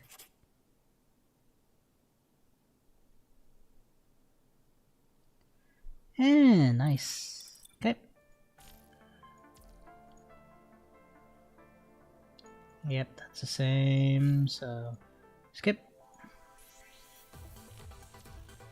There we go. Praise for the future. I'm leaving everything to you, the Lloyd of the future. The corrupted with dark wings slowly descends upon the hill. Its grotesque appearance sends shivers down Lloyd and Yana's spines.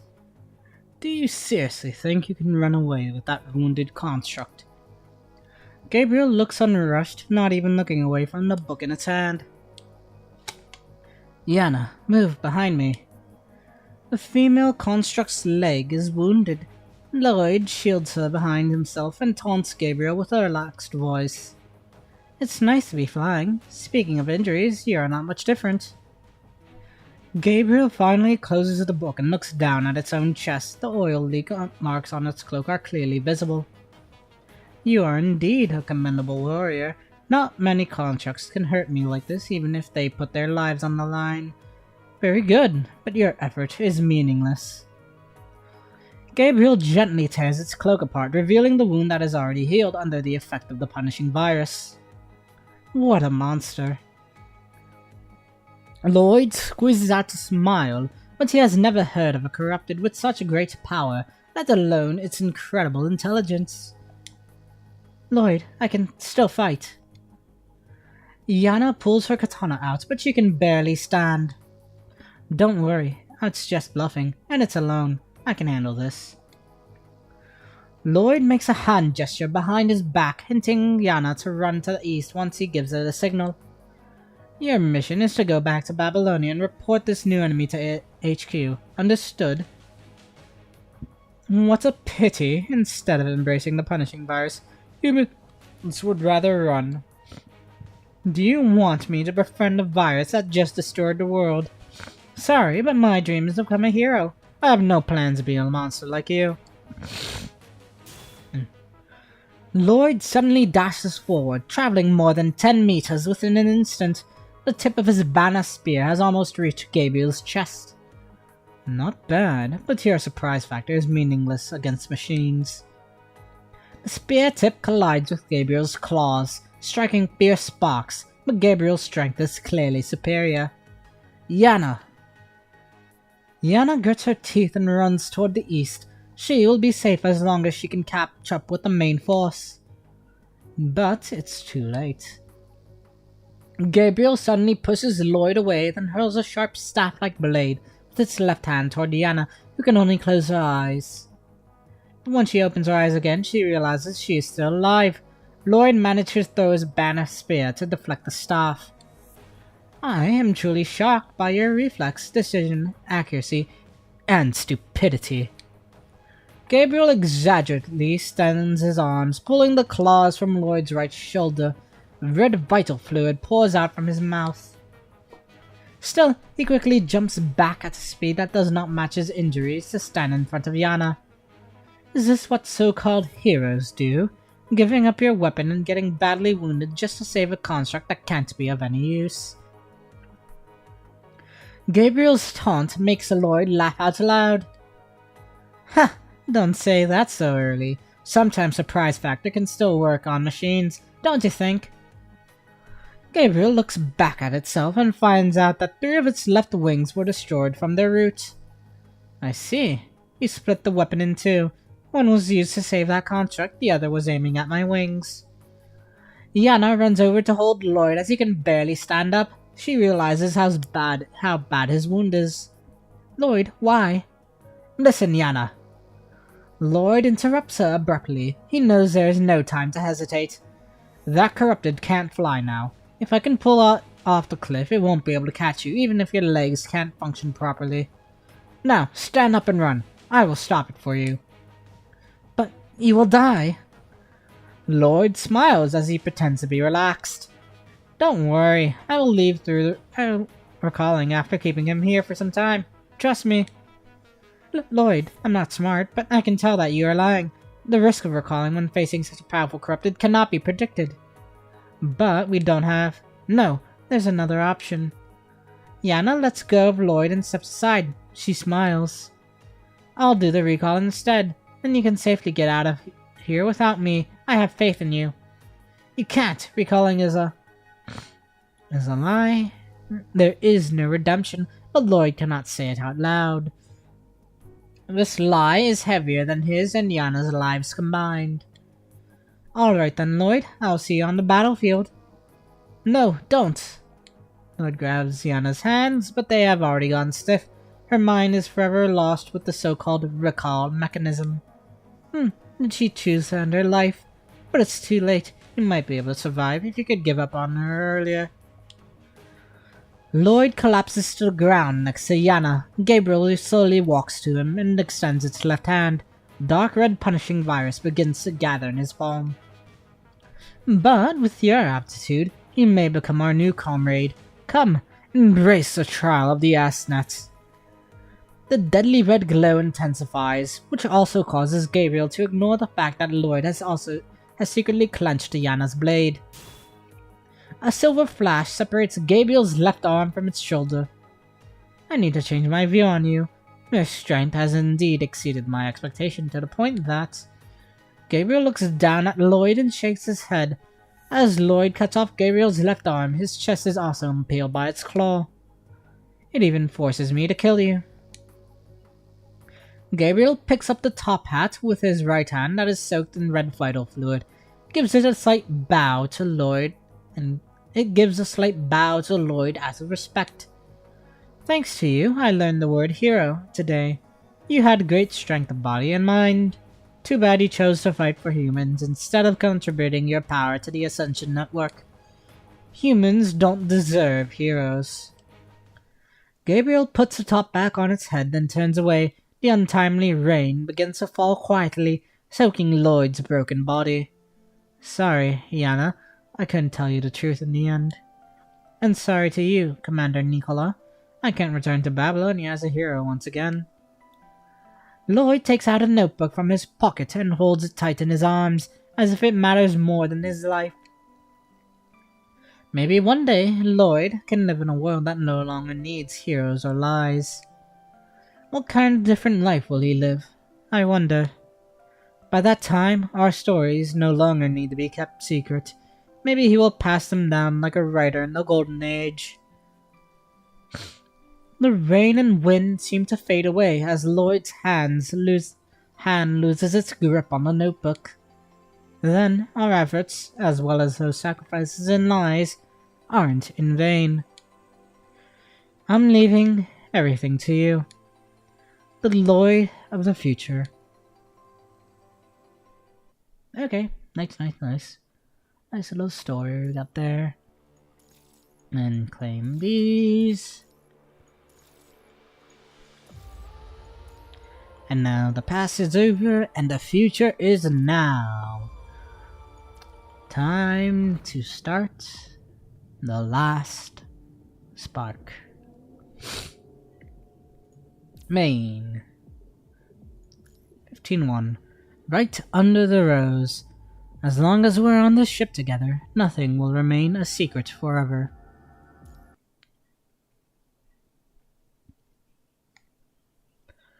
I know, of course, that Plato's Atlantis never really existed.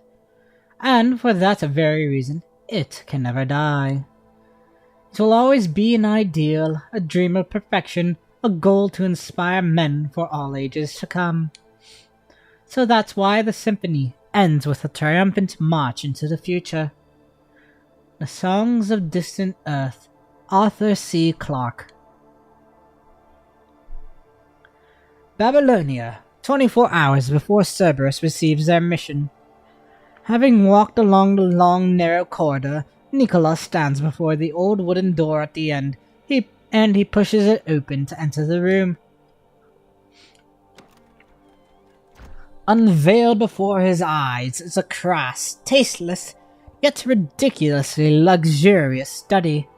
Nicola takes a look around the room and frowns. Velvet curtains, a chandelier, and a long black walnut table. These are all trinkets from ages ago. To have moved these unnecessary items onto Babylonia during an apocalypse is the cruelest mockery to those who were left behind. And the cause of Nicola's furrowed brows, the silver-haired man leaning back on the leather swivel chair has finally noticed his presence, and his body shifts. With his hands on the chair arms, Collins slowly turns around. Long time no see, my dear Nicky. Collins' tone is fervent with a sense of joy, as if the two of them are actually old friends who have not seen each other for a while. Nicola's brows furrow further upon Collins' intimate greetings. Time has passed, and Nicola's station and stance are far removed from where they once were. Still, the disgust and contempt he feels about the man before him have not changed from his days in Corona. Come on, stop staring at me like a mortal enemy. It's been so long. Take a seat and we'll catch up. Collins gestures to Nicola with a please motion, his tone frivolous and comical, as if he still is speaking to his subordinate from Corona instead of the chief commander of Babylonia. Not hiding his displeasure, Nicola sits down on the other side of the long table regardless. I'm not here to catch up, Collins. What Corona has been doing to Kane has crossed the Parliament's line. P for Parliament or P for President, huh? Collins savors every word he says.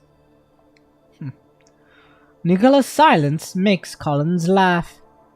Times are a-changin', and we're now playing in space instead of on Earth.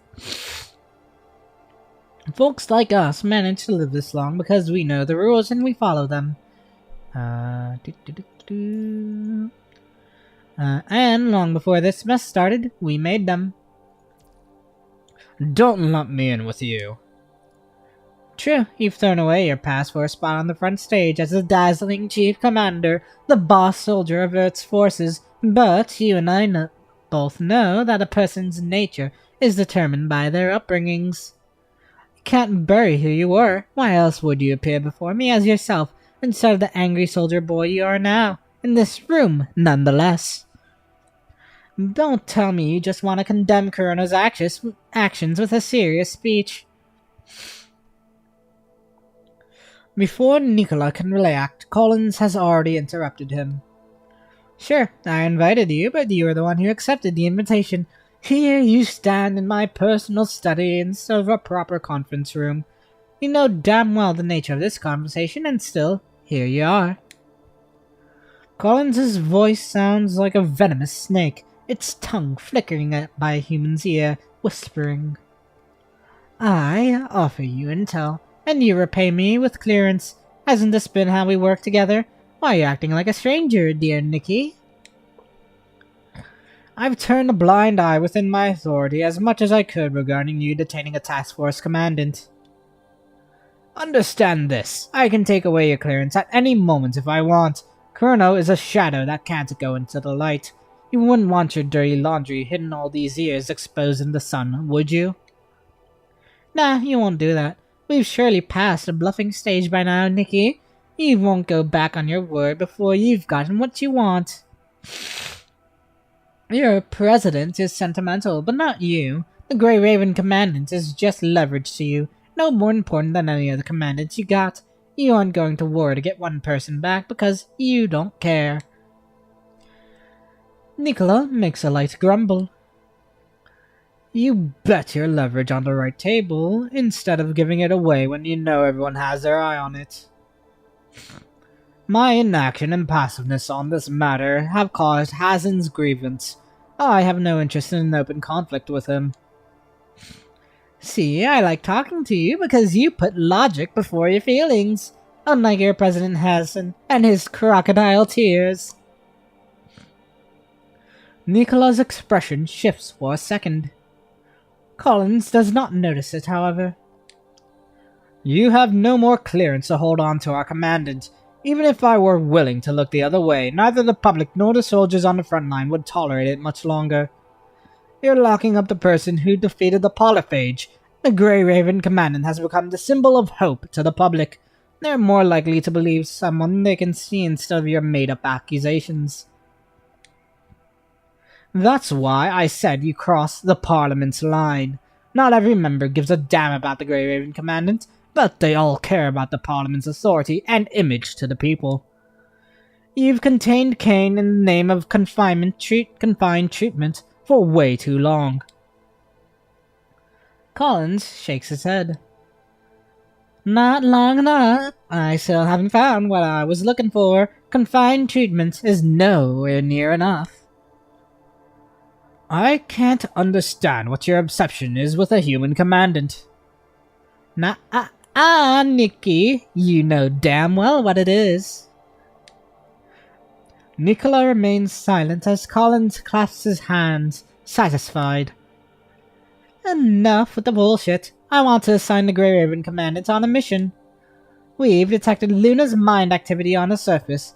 We need the commandant to track her whereabouts. Nicola's fists tighten. He does not agree with Collins's request immediately. What makes you so sure that it's Luna? The signal from Luna's mind activity is special, even more so than the Ascendant we once got. It's like tens of thousands of minds bundled together in the same place. She usually keeps hers pretty damn well hidden, but we caught a glimpse last time when the Polyphage was having her for dinner.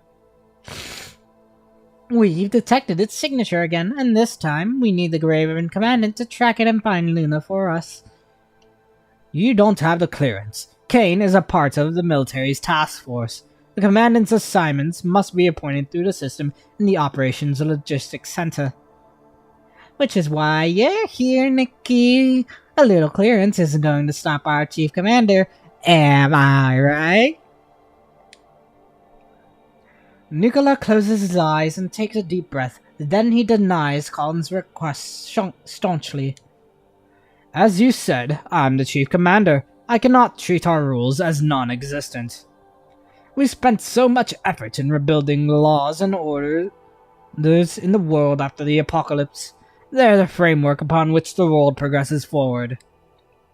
Break the rule once and you put a crack in the dam. It won't be long before it crumbles down and all hell breaks loose. You're starting to sound like your hypocritic president. But I know the truth. This is just my dear Nikki putting up a show. You don't give a shit about any of this. Neither you nor I am satisfied with maintaining this brief stability of the status quo. To be backed into a corner, the stability is just a calmness inside a coffin. Your ambition lies beyond this, no? Isn't finding a new way forward for humanity and destroying this false serenity what you've wanted? Collins takes out a folder from a hidden compartment underneath the table and speaks. It's an old brown paper bag. Its edges so worn down over time that it looks like it will fall apart upon the touch. Collins throws it onto the table before him carelessly. However, the scent of rotting paper fills the room. Besides, I found what you've been searching for all this time, dear Nikki. Nicola's gaze freezes when it reaches the words on the paper bag, and his pupils shrink slightly. Stamped in red on the bag is the phrase, Top Secret. Excuse me. Difficult to catalog and transmit. Physical means of delivering information have been abandoned by humans for the last 100 years, ever since entering the information age. except for classified information. Most people choose paper to back up their secrets unanimously. Digitized information is easy to leak, and hard disks and CD-ROMs have a much shorter lifespan than paper. The shortcomings of a piece of paper are the strengths when it comes to classified intel. Staring at the date on the corner of the paper bag, Nicola subconsciously reaches for it. But right as he is about to touch it, a finger presses down on the corner of the bag, holding it there. Nicola's eyes shift up from Collins's finger to his face. The slight raise of the corner of Collins's mouth reminds Nicola of how much he must have looked right now. Quietly, his hand withdraws from the bag. As I said, I cannot break the rules. The Grey Raven Commandant's assignments must be given through the Operation Logistics Center with an official contract squad. The mission details must also be approved and logged. Then we'll make it official, just the way you like. From what I've heard, you've got a task force directly under you called Cerberus.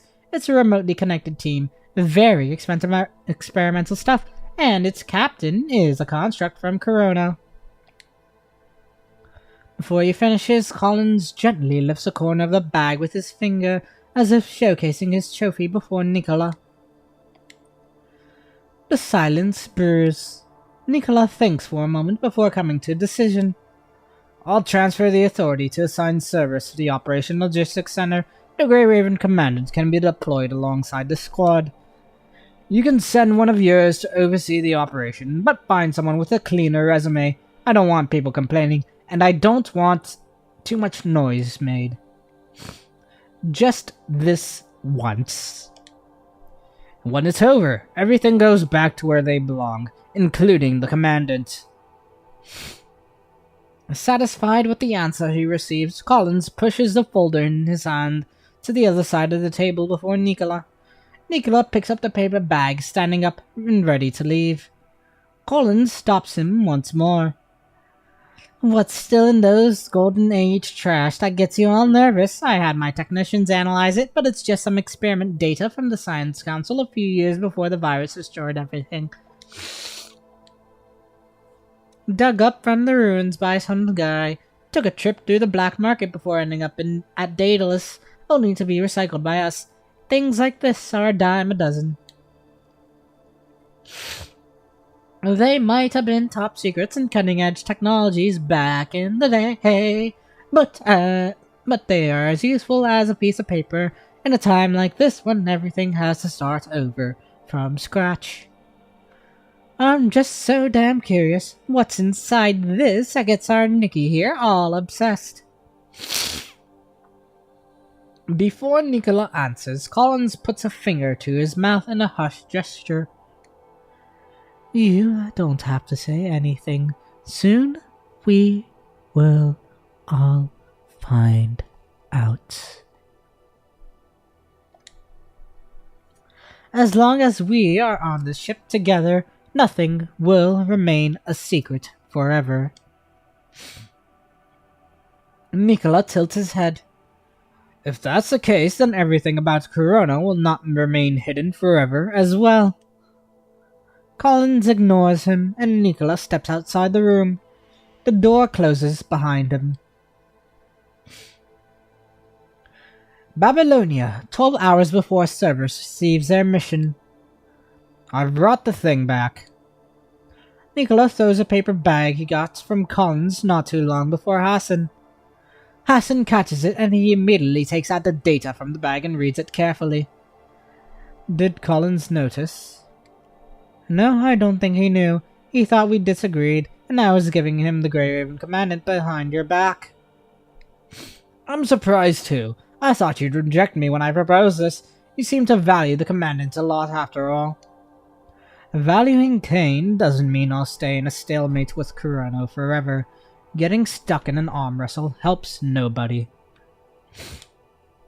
Not to mention, they've been acting desperate. Being high profile and blatant isn't their MO. I'm worried that Collins has got his hands on something big, something important enough that gives him leverage to escalate like this. They said they needed Kane to help track down an Ascendant, but given the way and number of people they're deploying, do you think they're truly hunting an Ascendant? Collins has his eyes set on Kane right now, which means Kane must be an important part of their plans. Connect the dots, and what do you think we'll find? Nicola's expression turns gradually more solemn as Hassan speaks. Something that's connected to Kane at this point in time. Why are you saying what they're after is... Nicola does not need to name what they are after, as he already knows the answer from Hassan's eyes. Indeed, it's exactly what you think. Of course, it's only my guess. Regardless, we can't prove that they got a hold of her, not to mention that we have no idea what they need her for. We need to know what this all means, so we must act. You were our best option. If I compromised on the Grey Raven Commandant, Collins might figure out that something is afoot. But not me. Is that so? Exactly. Your past makes him less cautious, and our usual disagreements has provided our best plan to best cover. Well, the best cover. I always think that you are more cold and logical than me in some ways. But I have to warn you, Collins is not a fool. Even if he didn't notice at first, the moment I revealed my interest in that data, he knew what a trump card he got on he knew what a trump card he got in his hand. He must have had a backup made before giving me the original file. I'm sure he had, but it doesn't matter. Collins' data is incomplete. He doesn't know the more crucial information hidden behind this file. And you're certain this intel will bring us what we want? I am certain. To avoid suspicion, we had Murray retrieve a piece of information from Gestalt when Horasu hacked it. That information is incomplete, and neither is the one in Collins' hand. It appears to be a report on the 0-point reactor. It is. These files are the regular data feedback sent to the Science Council by each reactor. But we've discovered that the data reported by one of the reactors is slightly different. Based on Gestalt's calculation, the data was encrypted to hide a certain set of numbers. What do the numbers mean, Mason? After we deciphered it, we discovered a set of coordinates hidden within. The coordinates of the 0-point reactor codenamed Atlantis. Because our information was incomplete, we only managed to get the latitude and the altitude of the reactor. Hassan waves the folder in his hand. We deduce that the longitude is hidden in the reports during the same period of time, which ended up being the one that fell into Collins' lap. I don't understand. Why would someone encrypt the location of their own reactor, only to send that information out? This is like the work of a spy. You are right. The world government was well established at that point. There are no borders or separate governments. Why would someone from the olden age try to leak this information? Just because there was only one government didn't mean that there were no disagreements. 0-point reactors represented the next energy revolution. Whoever controlled it could reshuffle the world and control everything. Which was why they had to hide the location of their reactor. Their union was just a temporary facade. As long as people are unequal and resources are not divided fairly, there is no true union in this world. It's almost tragic, isn't it? Whether it's the people in the glorious golden age or it's us on the brink of extinction, we still have the same struggle. We're still fighting the same fights. Part 2. Strike. The red-haired construct stands amidst them proudly like a rose above its thorns. Earth. 2 hours after Cerberus' mission is abruptly terminated. Canines prefer to move in packs. Once separated, their survivability and strength are greatly diminished. Right now, Kurono is treating Cerberus as if they are real dogs. Worried that they would make a mess together or collude with one another, Kurono construct stands amidst them proudly like a rose above its thorns. She has shown no signs of aggression. Her fingertips have not even moved an inch toward the hilt by her waist. Still, the threat she poses just standing there can nonetheless make one shiver with fear. The red-headed death. Someone whispers. Vera tilts her head toward whoever muttered her old nickname. She grins from ear to ear, almost in a teasing way. Ha! I haven't heard that name in a very long time. How nostalgic. Vera raises her hand and all the soldiers hold their breaths just from this one simple motion. Everyone is expecting her to draw her sword, but she does not. Instead, she slides a finger across her neck in front of the soldiers tauntingly. Do you want me to cut you down? Her tone is cold, unlike her expression. The Corona constructs interrogating her take a look at each other.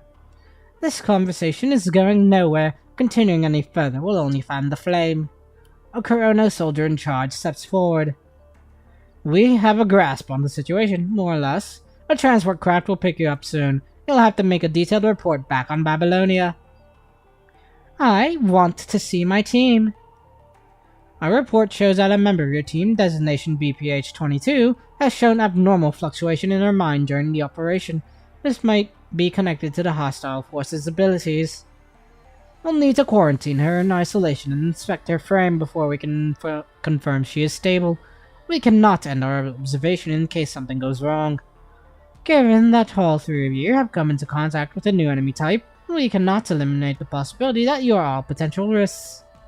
Each of you will be retrieved separately, and you will regain your freedom after we make sure everything checks out. Right as he finishes speaking, a blade that cuts metal like butter has already slid across his cheek.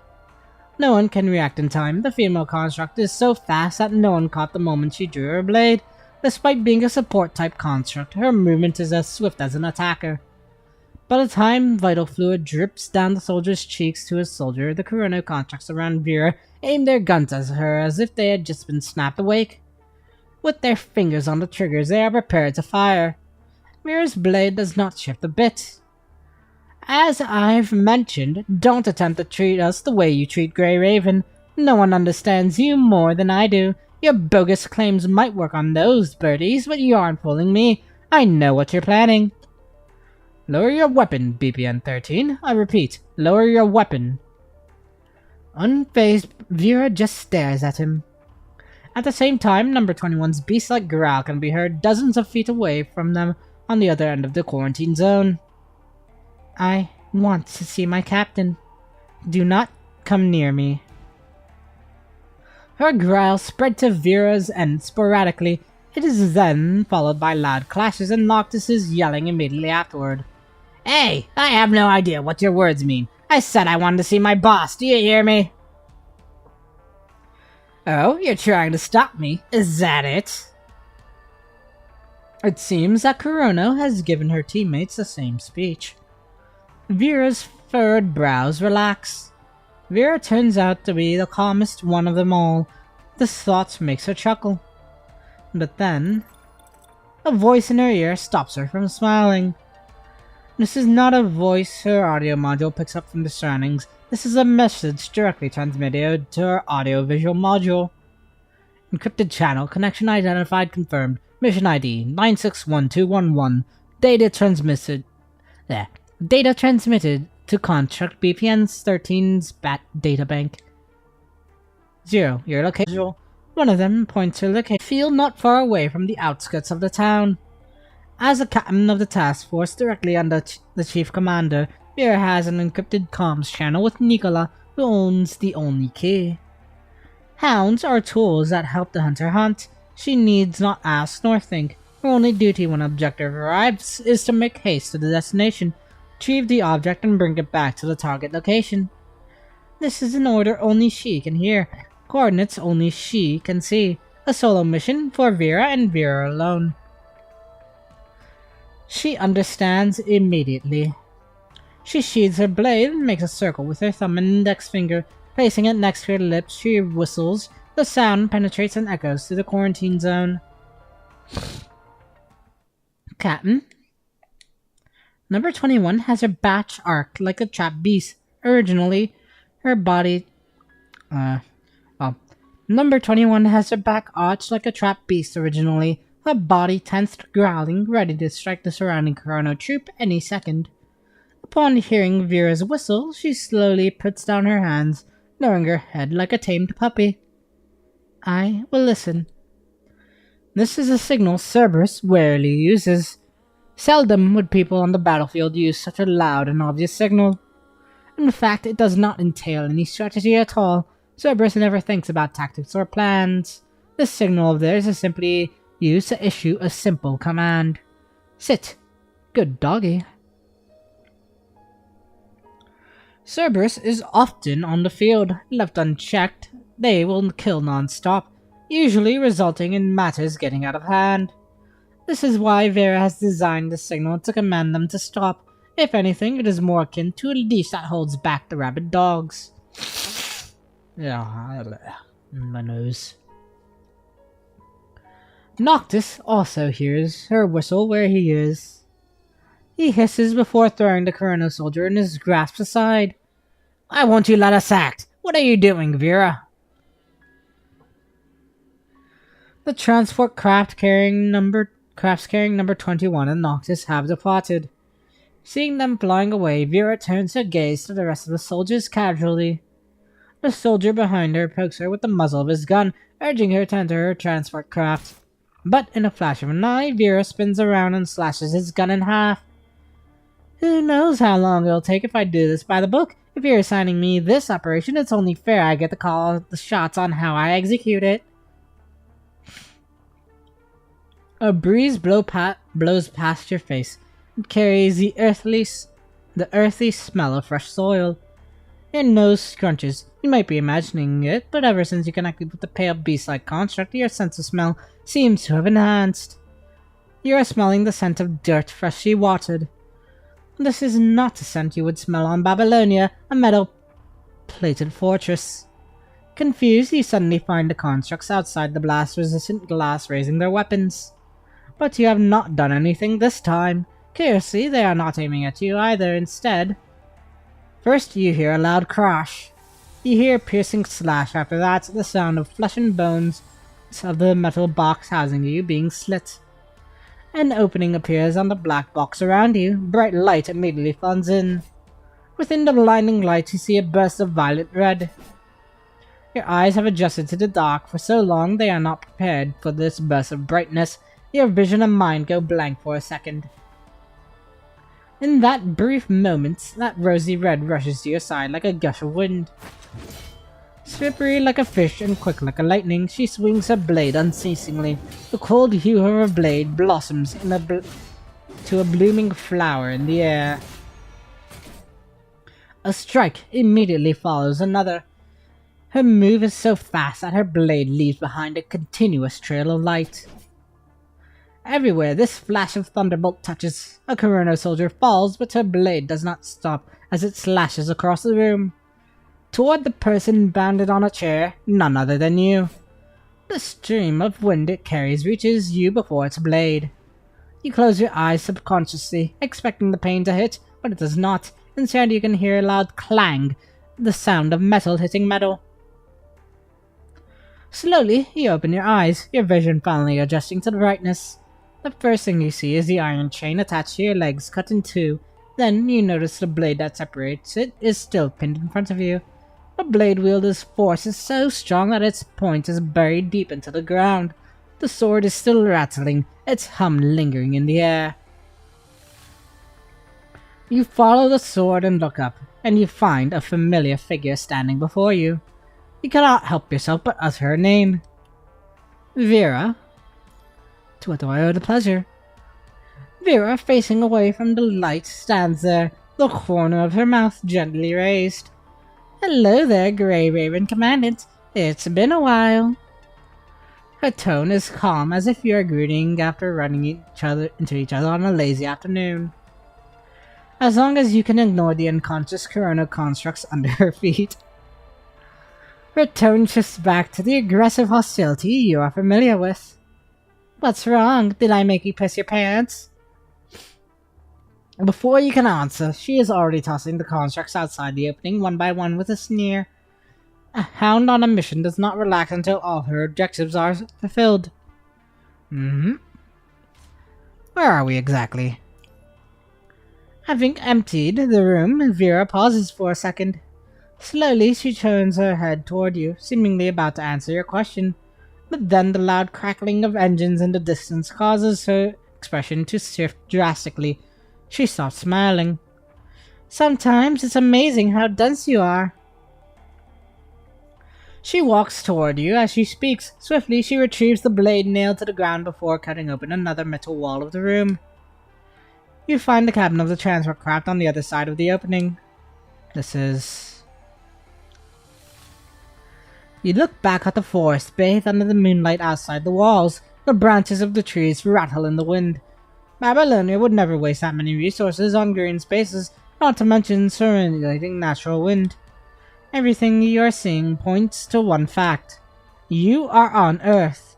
But why? You were on Babylonia before the remote connection. How are you inside a transport craft on Earth all of a sudden? Instantly, the sense of dissonance you have been ignoring finally adds up. The perplexing remote connection that took longer than usual. The fact that Rebecca was contacting you with comms after your first face-to-face meeting. And the intermittent quakes beneath your feet. Noticing your look of epiphany, Vera shows you a look of disgust. Only now do you notice it? Come on, Grey Raven Commandant. You have been transported to Earth since your first remote connection. They have replicated the dark room they caged you on this transport craft to create the illusion that you are not moved. I've taken down most of the current constructs on my way here, but their reinforcement will arrive soon. Go, close the rear door. I've only torn apart this room, not the craft itself. I'm going to fly the plane now. Time to bolt. With that, she steps inside the cockpit, no longer communicating with you. The red-haired construct has been blazing around you like a fire, only until she disappears from your side that you can finally smell the scent of crossing swords she has left behind. The door to the study opens. All Collins does is raise his eyebrows. Despite his guest arriving unprompted, Collins knows that his address is only known to a selected few, accessible to fewer.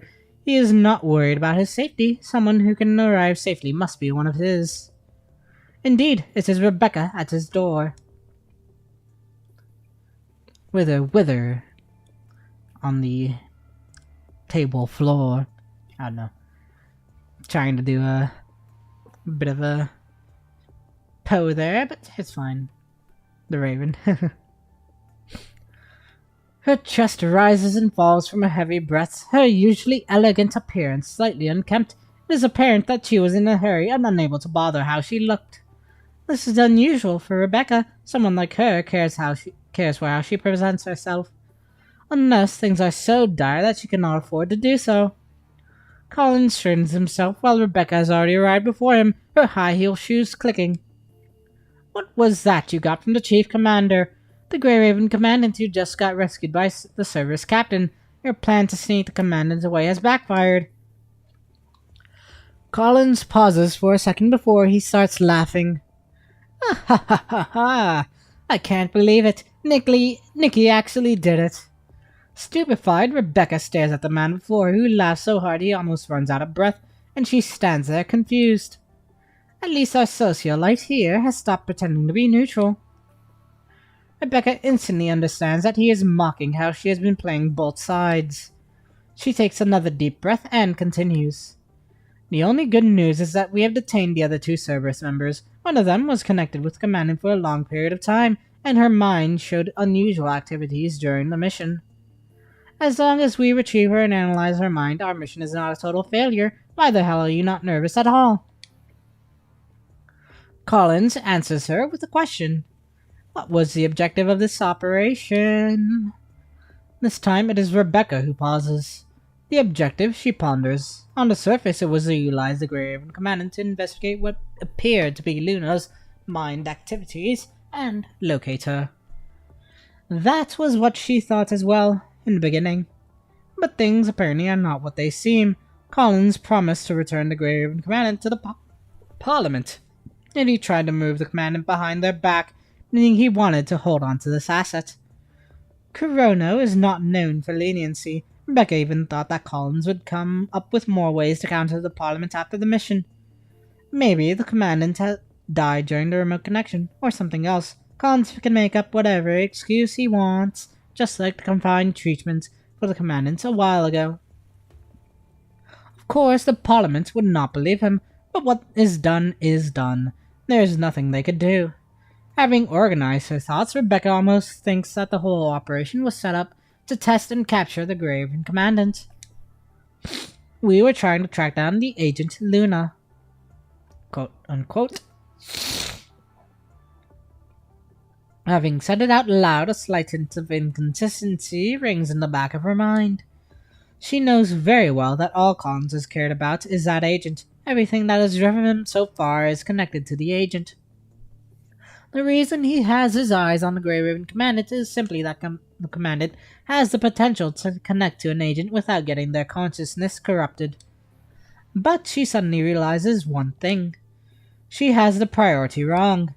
As important as that Commandant is, Collins still cares about the agent more, but right now he is ready to move heaven and earth just to keep the Commandant in his grasp. Sure, the more cards they hold in their hand, the better, but if they had to pick one over the other, they would have chosen the agent. And yet, Collins is in no hurry to track down Luna. The agent, even when her mind activity was discovered in that town, all they did was send a squad to the surface to investigate, almost as if he cares not about finding the agent, and instead the Commandant's ability to sniff out an agent's tracks. That cannot be right. The agent's whereabouts should be the most important thing, unless... Suddenly, Rebecca connects the dots. She raises her head, frightened, and looks at the smirking Collins. His smile is still comical, but you can see the vileness beneath it. Have you figured it out, our dear socialite? She tries to speak, and that is when she discovers her throat is dry from her realization. Give me a moment. Excuse me. I chose to tell you the truth in the past because personally, I believed you. Well, not that I believed you not to reveal our secrets to the Parliament. I believe that it wouldn't matter even if you did. Collins repeats to her their past conversation, word for word. As for the rest, don't think about it. Just keep up your appearance and play your part as the one that dances between Corona and the Parliament. It'll be beneficial for the both of us. Rebecca nods tentatively. Collins sighs. I knew Nicky has something planned. I just wasn't expecting him to burn this bridge of ours to get what he wants. This makes me even more curious. Doing so means they've gotten what they wanted, something so important that they think it's okay to mess with us. What is it, Nicky? Does it have something to do with that intel? Collins is mumbling to himself while simultaneously looking like he is talking to Nicola across time and space. Rebecca, finally having her voice back, interrupts him abruptly. Then, what is our next move? Track the transport craft, intercept it if we can, let them go if we can't. We're just going to let them leave. Say you have the key to a treasure chest, but not its location, and out of nowhere someone shows up with its location, but not the key. Why be selfish and hold on to the key? Collins stands up and straightens the collars on his shirt, preparing to head out. Before he leaves, he looks back at Rebecca. And when they unlock the treasure chest and bring it back, we'll just take it. Yeah? Your message is recorded. It'll be delivered alongside the supplies during the routine airdrop. But we don't have a forward operating base there. Dropping supply at entirely new coordinates could catch some people's attentions. I've tried to conceal it with other operations as much as possible. Thank you, Celica. Instead of joking about overtime pay like she usually does, Celica just looks tired. Rather, everyone in the conference room looks tired. Go rest, Celica. Celica opens her mouth, wanting to say she is fine. But seeing Hassan's look, she instead says nothing, departing the room quietly, leaving Hassan and Nicola by themselves. Transferring Cerberus has caused Murray's suspicion already. He was the one who retrieved the first part of that intel. Knowing him, he must have had a backup made. Aren't you worried he'd give it to Corona? He's a smart kid. He knows what's okay and what isn't. He won't take a risk with something non-beneficial. He's a merchant, not a dishonorable traitor. Nicola frowns. I hope you're right. Okay, 15-3. Seaborn Graveyard. That's right, the city you're standing in was once a 0-point reactor. The bell-shaped nozzle ignites as the oxygen-fuel mixture propels the aircraft. The transport craft lifts off at the speed of a rocket. The number on the altimeter climbs. By the time you soar above the clouds, moonlight floods the windshields, as if welcoming you to a whole new world. And yet, you are in no mood to appreciate the scenery or to celebrate being free. Your body is hit by a massive force several times your weight from the thrust. It presses against your chest, making it hard for you to breathe. The old wound below your chest aches once more, while your stomach feels like being tossed around. It has been quite some time since you last ate. Fortunately, you would have thrown up already otherwise. Vera might be an exceptional fighter, but an excellent pilot, she is not. The acceleration has barely affected the construct. Glancing at you, Vera sees your pale, wrinkled face, and instead of her usual mockery, she makes a quiet before pulling up the craft for an easier climb angle. She has not slowed down the aircraft, however, the dots representing your pursuers are still behind you on the radar, the Mach number on the monitor rising with a clattering sound. Tough it out, we're fleeing right now. I don't have time to worry about your physical conditions. Where are we heading? That is what you wanted to ask Vera, but you barely have the strength to open your mouth right now. Your pursuers' dots on the radars, however, are disappearing, one by one. It seems that the Corona forces are not persistent as you have thought. Something does not line up, but you will have to worry about that later. You tilt your head slightly and notice Vera's striking profile. Unlike everyone else you know, she has never treated you with kindness. If anything, she has directly or indirectly clashed with your team on occasion. Still, helpless and alone, your only option right now is to trust her. Close your eyes. Everything will be fine. Fatigue and pain swallow you whole, and your mind gives in to the darkness. You must have passed out once temporarily, because you find yourself lying down in the cabin when you open your eyes again. Vera kneels next to you, her hand holding up an IV drip. Tube connects the bag in her hand to the needle attached to the vein on the back of your hand. You feel a breeze over your chest. Looking down, you find Vera's other hand resting there. She seems to have been examining your conditions while you are out. Noticing that you're awake, she lifts her hand slightly, her fingertip gliding to the side along your ribcage from the center of your chest before pressing down with a slight force. Ooh la la. The piercing pain makes you curl up involuntarily. Immediately, your body shoots up, and you sit on the floor, Vera's hand sliding off you. You look perfectly fine to me. Hold this yourself. She throws the IV bag to you before heading back to the cockpit. The fluids in the IV bag are almost empty. You must have been injected quite a while ago. Removing the needle and wiping away the blood where it was attached, you find yourself much more spirited when you stand up. The plane is on autopilot right now, and the low hum of the engine gently rocks you in a way that feels comforting. The radar is clear. Vera seems to have shaken off your pursuers long ago. She is sitting on the pilot seat now, polishing her long sword quietly. You perform first aid on me? She raises a brow, seemingly surprised that this is your first question. I did, yes. What's with the look? Do you not believe that I'd do it? Or do you think I'd do a piss poor job of it? Don't worry, I didn't put a bomb inside you, if that's what you're wondering. Well, we'll table that idea. Thanks. Vera's eyes widen for just a little bit. She narrows them again immediately and teases you. Do you think a simple thanks is enough? I saved your life after all. You should present me something more important as a token of gratitude, shouldn't you? Something more important? Her blade swings toward you right as you stop speaking. She holds the spine of her sword to your neck, lifting your chin ever so slightly.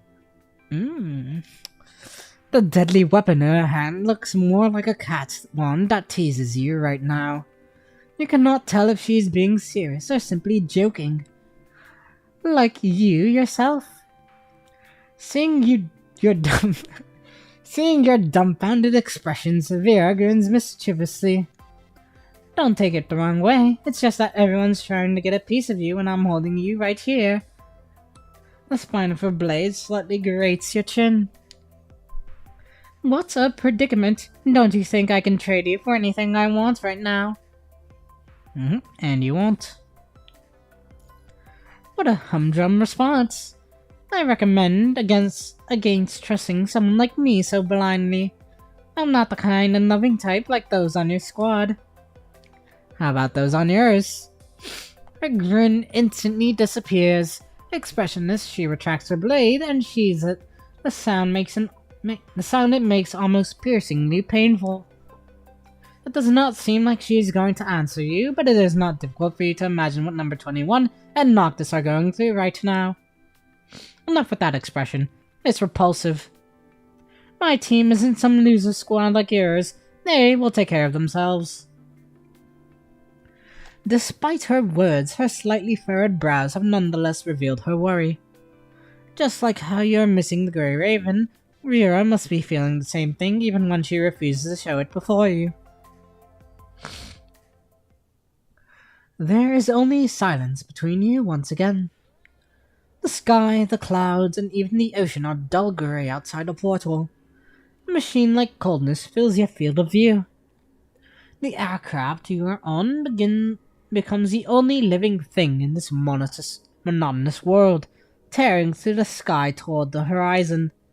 As your vision gets tired from the unchanging view, a small spike-shaped shadow pierces through the ocean surface in the distance. It appears so abruptly that the shock has you fully awake.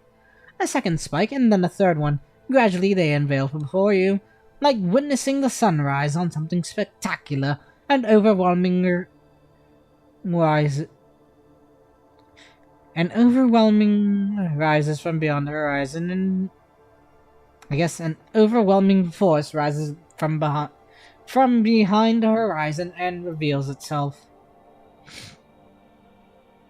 What rises is not the star, however. It is a man-made structure so breathtaking that it might as well be a miracle.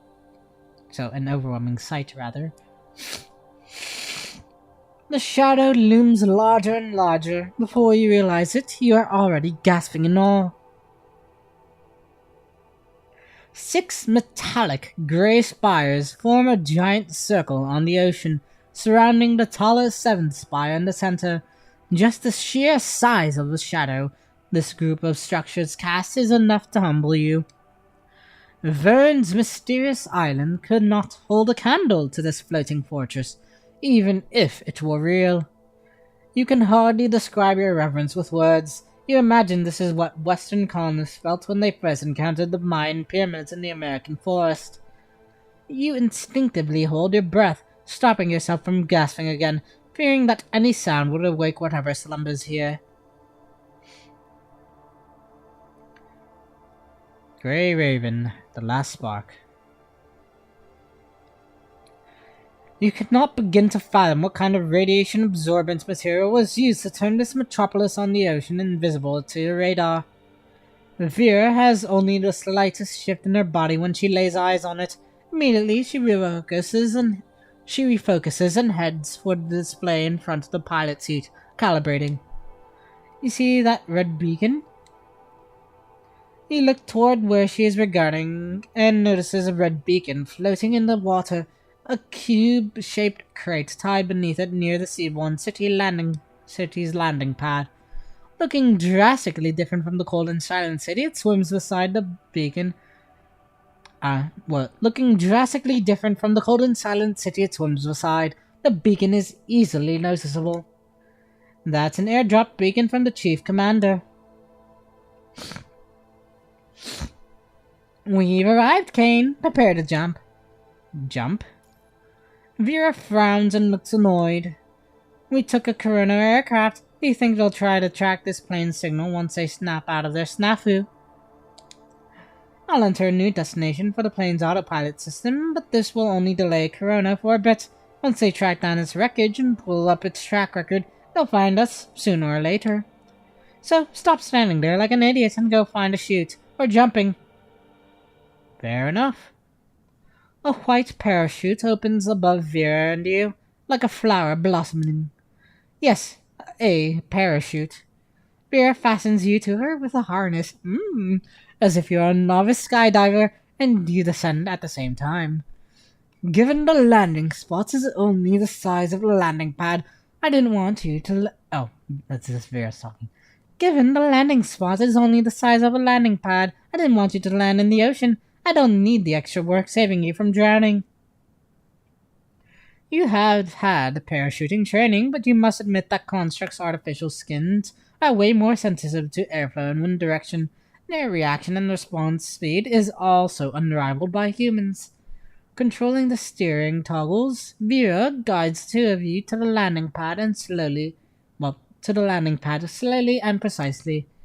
The city was impressive when you observed it from up high in a distance. As you descend, its shape becomes clearer and clearer. It is like an amalgamation of a fortress, a pyramid, a city, and a mountain range. But it is also so much more. There is nothing in real life that can compare to its majesty and mystery. It looks more like a myth realized by humans with science and technology, a legend that has come alive. Atlantis, resting upon the Atlantic Ocean. Like the lost city in those stories, it is a ruin without a sign of life. There is no activity you can detect here. No sound, light, EM waves, radiation, heat signature. Absolutely nothing. Far to the east, dark, menacing thunderclouds are heading toward you. It blocks the sun with its enormous mass and casts a giant shadow where you are. A better metaphor appears in your head. A grave. It is a grave on the sea. When your feet finally touch the ground, you feel a sense of relief. Vera releases your straps the moment you land. She ties the strings in front of the parachute to her waist and swiftly dives into the ocean, swimming toward the red beacon.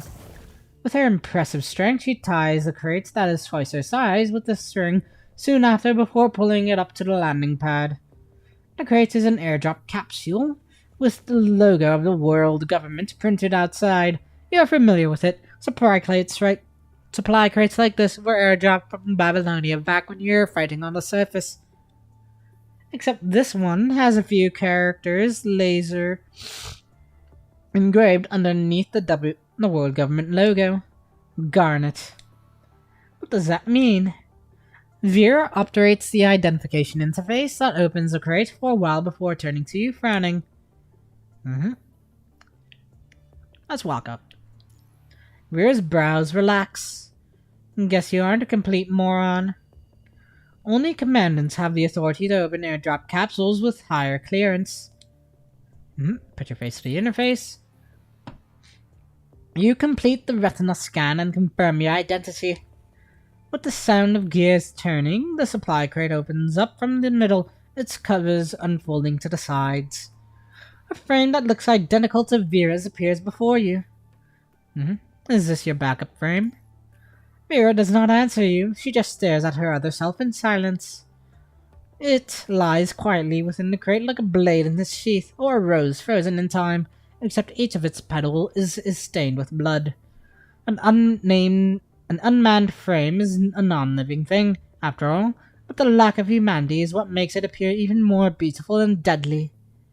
We're using this frame, huh? How generous of you, Chief Commander.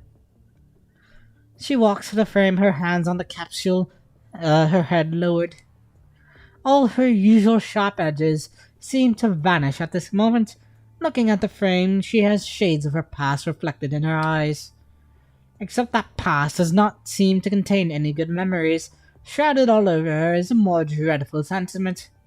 Vera's red hair drapes down, tangled with the red hair of the lifeless construct in the capsule. And then... Are you going to keep staring when I change?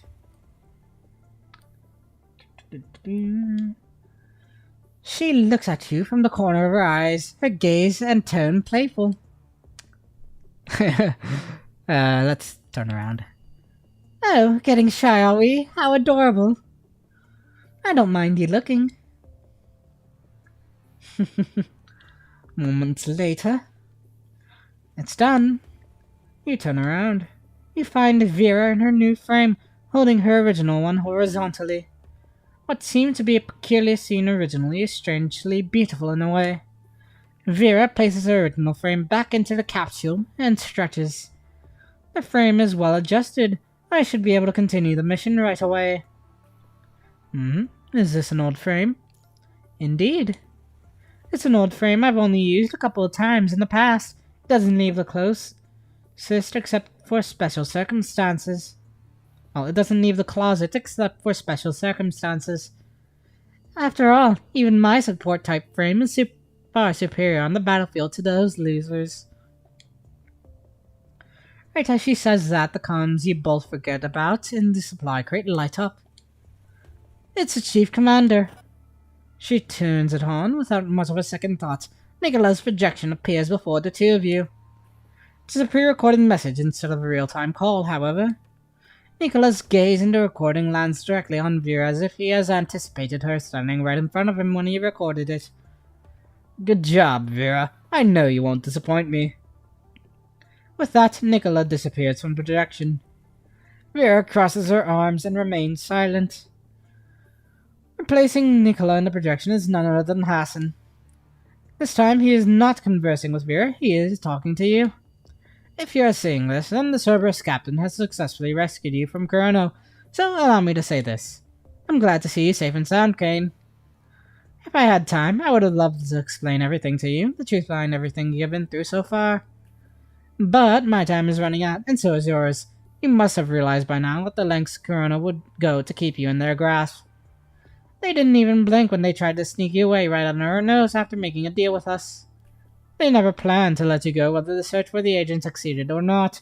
We have anticipated that, of course, and I apologize for not cluing you in earlier.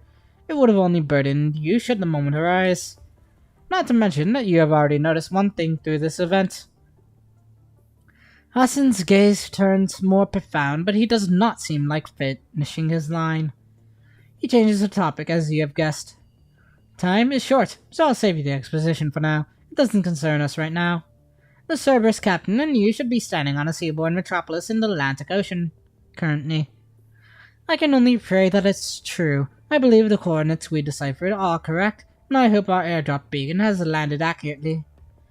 If you are indeed where I think you are, please take a look around you. You are standing on the greatest legacy left behind from the Golden Age right now, Kane. Or maybe one of the greatest wonders of all human history, even. This was where that glistening era ended. Then the dark age of the punishing virus started. You can probably guess what I'm about to say. He sighs. That's right, the city you're standing on was once a 0-point reactor. 15-4. Atlantis. Okay. Vera, rumbling advance.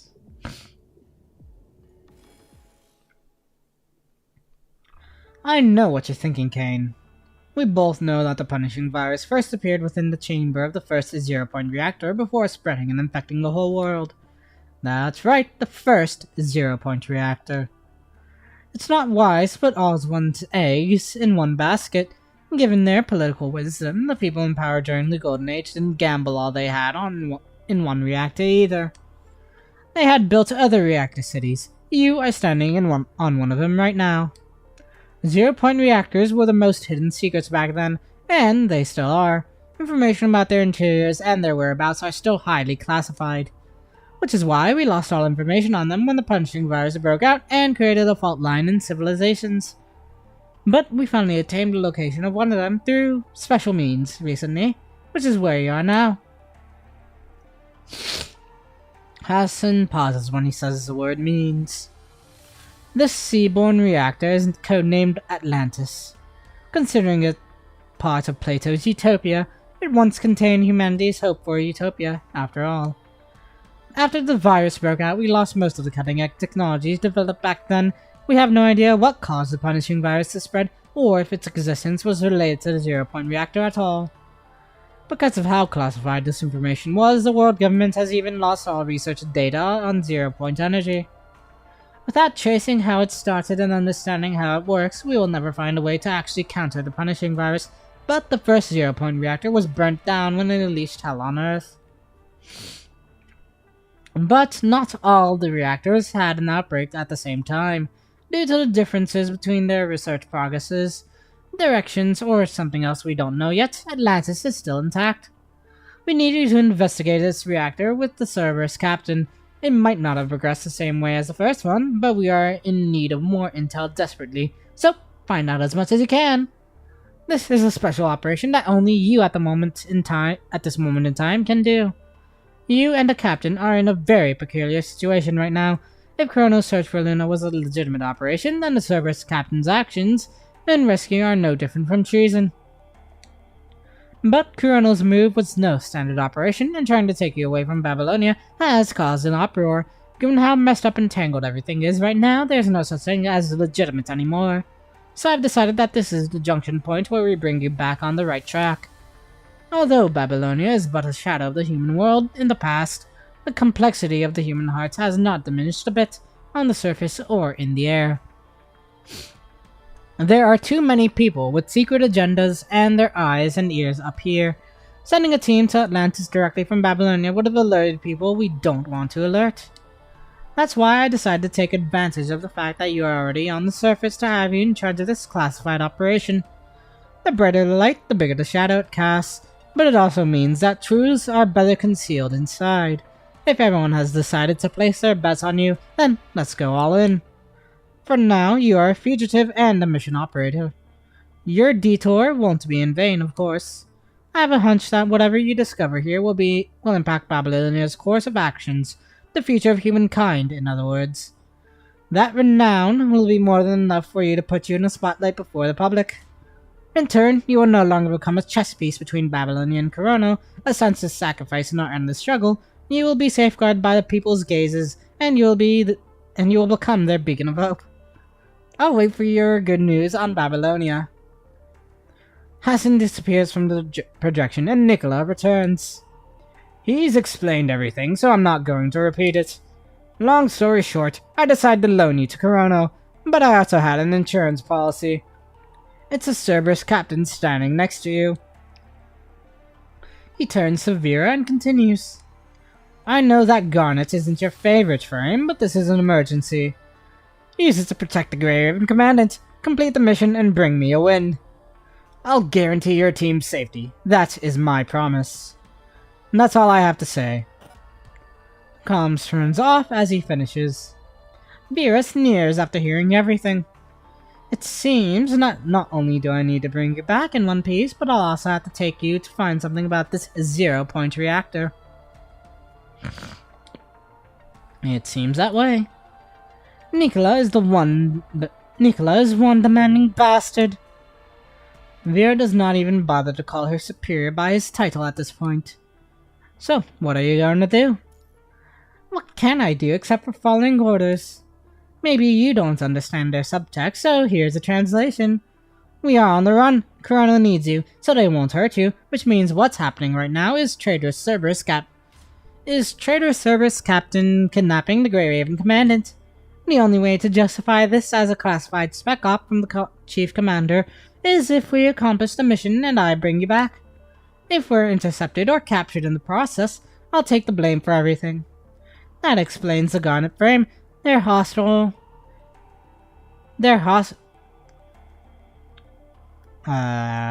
Words and English. They're hostile, they're anticipating it. Oh. Okay, yeah, I get it now. Brain took a second to understand. They're hostile, they're anticipating is... Vera closes her eyes, seemingly remembering some unpleasant memories. Referring to herself. She sneers. No time to waste, we need to get going. But right as she says that, you feel an intense quake beneath your feet. It is no simple tremble, it feels like an earth-shattering quake, and for a second you feel like the whole world is spinning and shaking. As if an endless herd of wild beasts is sprinting on the surface, or a giant is waking up from its slumber to stretch. The calm surface of the ocean is now replaced by violent waves. More precisely, the city underneath your feet is now sinking into the sea, and it is drawing the wrath of the ocean with its descent. Water is now invading the city. What's going on? Vera does not answer you. She just grabs a hold of your arm and pulls you behind her. Her body is tense like a guard dog, sensing danger.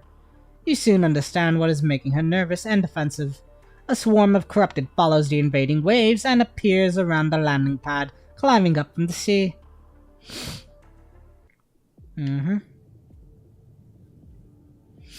According to quantum mechanics, there's unknown background energy known as zero-point energy, blah, blah, blah, blah.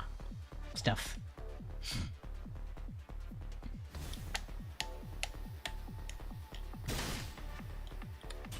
Fun. Nice way to introduce. Okay.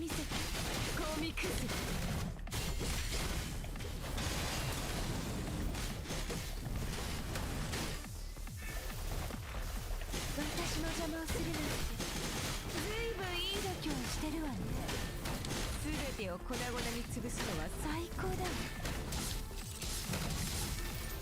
あがいてみせ、私がいる場所が戦場よ。Okay, next up.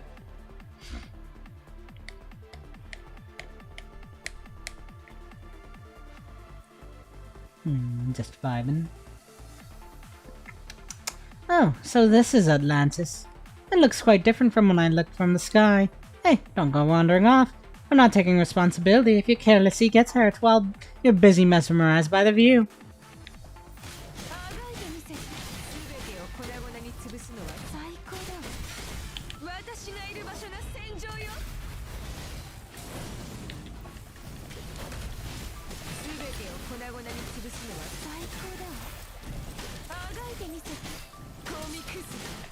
Okay. And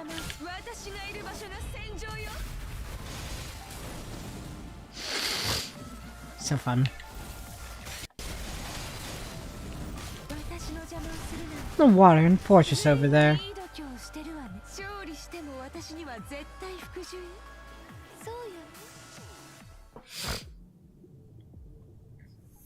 After defeating the last corrupted on the landing pad, Vera relaxes for a second. But the city does not stop sinking when the last corrupted is defeated. There is only one possibility. The city sinking is not related to the corrupted attack. Vera takes a look at the design of the landing pad and the structure of the city around you. I see. I was wondering how such a large structure on the ocean could hide so well. Optical camouflage, radiation shielding, radiation absorbent material, and a submerging mechanism. What a bunch of mad scientists! Submerging mechanism like a submarine? Exactly like a submarine. But what has triggered it? Is there someone else here apart from us? Enemies? Those crab-like corrupted should be industrial underwater mechanoids. But I don't think they're smart enough to trigger the mechanism. That means someone else has visited this place apart from us. The sensation of being observed in secret sends a shiver up your spine. Vera glances at you before stepping on the passage ahead, her red ponytail swinging across the air in a graceful curve. Stay close, whoever they are. We're going to drown and die here if we don't find the entrance into the city before it fully submerges. Oh, I forgot. I'm not going to die, huh? Duh. Can't promise the same for a frail human like you, Kane. I'll find our objective before that happens. I hope you're not all talk. No longer reacting to Vera's provocation, You turn to the seaborne city in the distance. Deep inside, you suspect that this will not be a simple and quiet investigation. 15:5. Enter the city.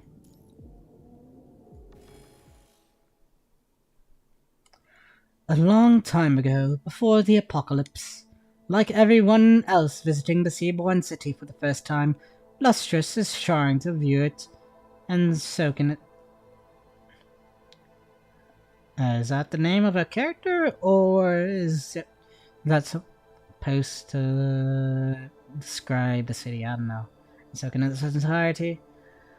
If the Golden Age is a crown, then this is one of the brightest jewels on it. The main island glitters under the sun, pearl white and astonishing. It looks holy, as if it is from another time. When the Phoenician merchants passed the Aegean Sea in their purple-sailed ships and witnessed the sacred flame burning in the Acropolis of Athens, they must have felt the same way. What a beauty, isn't she? Lustrous does not respond. Okay, yeah, it is a character name. She is completely focused on the city itself. Foaming waves crash and roar around the island. Every second, billions of gallons of water rush underneath the island as designed, driving the massive tidal stream generators. The generators power the scattered tall buildings on the island. Windows light up in dense rows like stars falling on water. The traffic between the city center and its borders is constant. A light beam is shot into the sky from the ring-shaped, submerged satellite city, disappearing before reaching the clouds with the help of optical camouflage. Supply ships from orbit land directly on the launch platforms everywhere. With radiation shielding, infrared is undetectable 2 kilometers from the city. Freighters and ships pass by the city, completely unaware of the wonder right next to them. It hides in the ocean, but it also illuminates it. A lighthouse beckoning humanity's future is standing right here, completely unknown. Lustrous thinks herself someone who is unmoved by wonders. She has always been rational, so much so that she has been called cold by others. But the moment she sets foot on the landing pad standing before the seaborne city, she finds herself reconsidering her stance. Give me a moment. Excuse me. Her heart is thumping quietly. She recognizes that she is emotional right now. Adrenaline is pumping out in her body, making her heart beat harder and increasing the rate of her blood circulation. Blood rushes into her heart like the water rushing into the tidal stream generators. The gears are turning at a remarkable speed, both inside the city and inside her brain. It is not astonishment that she is feeling right now. It is something else, something more particular. Her guide has misunderstood her brief silence. He thinks she is dumbfounded by Atlantis like every other newcomer arriving here. Stop gawking. Catch up. Pretty bad luck that you arrive on Submergence Day. It's the fishing season, so we're getting more boats hanging around this part of the sea. Optical camouflage won't be enough, so the city will submerge for a month. I'm taking you to the main city. Most of us will work inside the chambers there during submergence. Don't worry, this place is so much bigger than you could ever imagine, and supplies are well stocked like usual. You won't feel any different. I recommend looking at the sun one last time. It might be the only thing you'll miss when we're down there. Lustrous does as he said and turns to look at the sun one final time. The giant ball of fire hangs at the edge of the sky. Lustrous does not feel a thing when she looks up at it. She knows how people usually refer to it. Earth-gracing, life-giving. More or less, there is nothing new about it. But to her, that has always been a ball of energy. Inside, nuclear fusion is constantly happening. The energy it generates every second is enough to sustain the entirety of Earth's civilization for nearly 100,000 years. It is unfortunate that humans cannot conquer the sun the way they did the moon. The distance between humans and the sun is way too far. But they have a more daring option now. More ambitious than conquering the sun. 0-point energy. The source of the sun is simply nuclear fusion. After all, it means that it requires a fuel source at the end of the day. But not 0-point energy. They can extract it. It will revolutionize humanity's understanding of energy. All matters can become energy. She is about to become one of those who seek this path. That is why her heart is thumping. Humanity no longer has to conquer the sun. Humanity is about to surpass the sun. Luscious retracts her gaze, turning it to the sap waiting by the ferry before her. She walks toward him, no longer turning back. Next to the landing pad is a canal connecting the satellite city and the main city. A boat commonly used to transport goods is parked right next to it. Vera takes a look at the boat, surprised to find that it can still run. The equipment here is surprisingly well preserved, unlike the ruins left behind by the furnishing virus in other cities. Vera jumps onto the boat and you follow suit. Not long after you start the boat, loud noises appear around you. Corrupted, coming from the sea. 0-point reactor 2, during the Golden Age, a number of 0-point with countries in order to reach subliminal travelers as an explanation for 0. Anyways, water effects, and they're pretty good, and don't look muddy. Looks like we won't be bored on this journey. Hello, SSG Meanderer.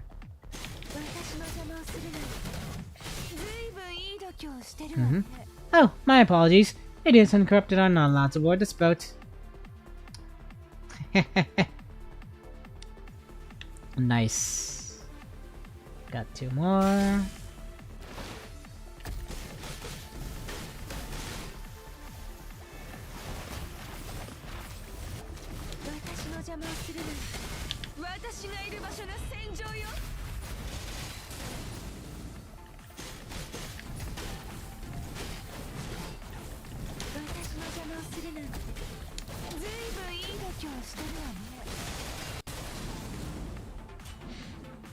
Okay. Hit this guy.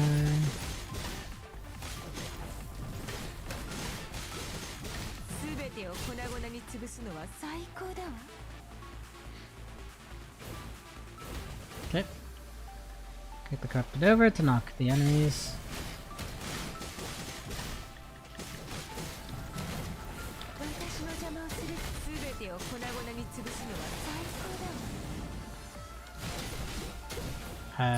Oh, yeah, there we go.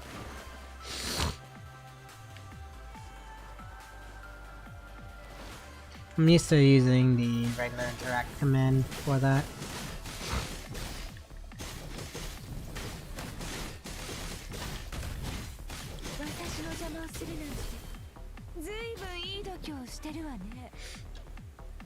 Okay. Whee.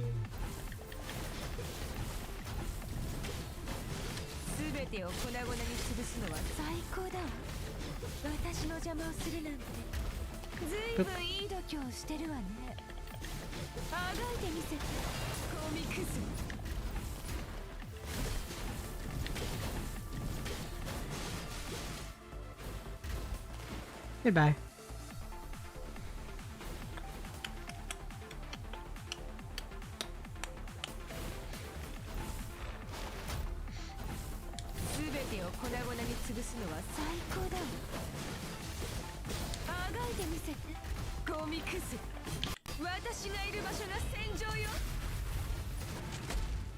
Oop. Goodbye.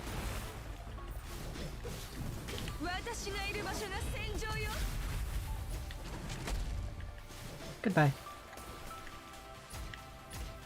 Come on. There we go.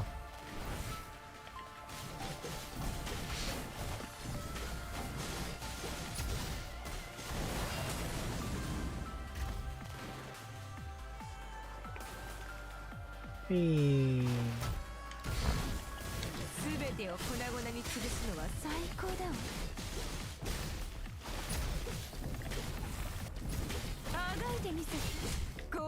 Goodbye. 全てを行う私がいる場所が戦場よ。あがいてみせゴミクズ。私がいる場所が戦場よ。 Boop, boop.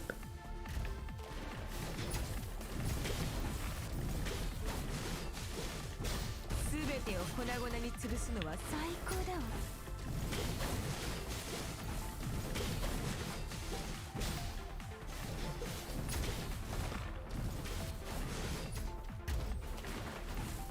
私の邪魔をするなんてずいぶんいい度胸してるわね。 Boom, boom, boom.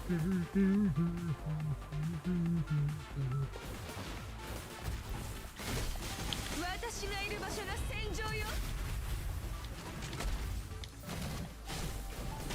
私の邪魔をするなんてずいぶんいい度胸してるわね。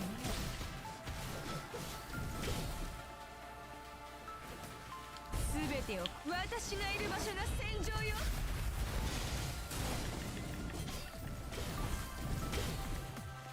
Okay. Okay, come on. あがいてみせてゴミ全てを粉々に潰すのは最高だわ。 Goodbye.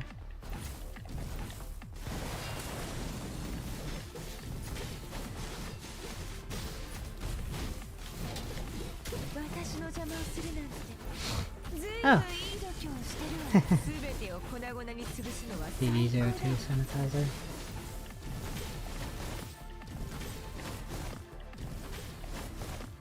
私の邪魔をするなんて私がいる場所が戦場よ。全てを粉々に潰すのは最高だわ。 That guy's cool. He's literally like one of the 私の邪魔を mechs する from Eureka 7. 私がいる場所が戦場よ。 Trailblazing Surfer. Basically, Mirage. Me likey. Oh, is that it? Whee.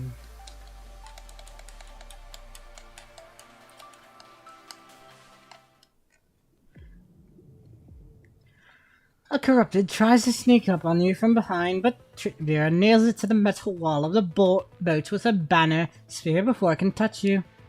Having made sure that it is no longer moving, she kicks it off the boat. These corrupted. Some of them are not mechanoids native to the city. That's strange. If that's the case, where the hell did the corrupted we've encountered come from? Swarms of corrupted are approaching the city, surrounding it orderly. Just the sight of it is enough to make one shiver.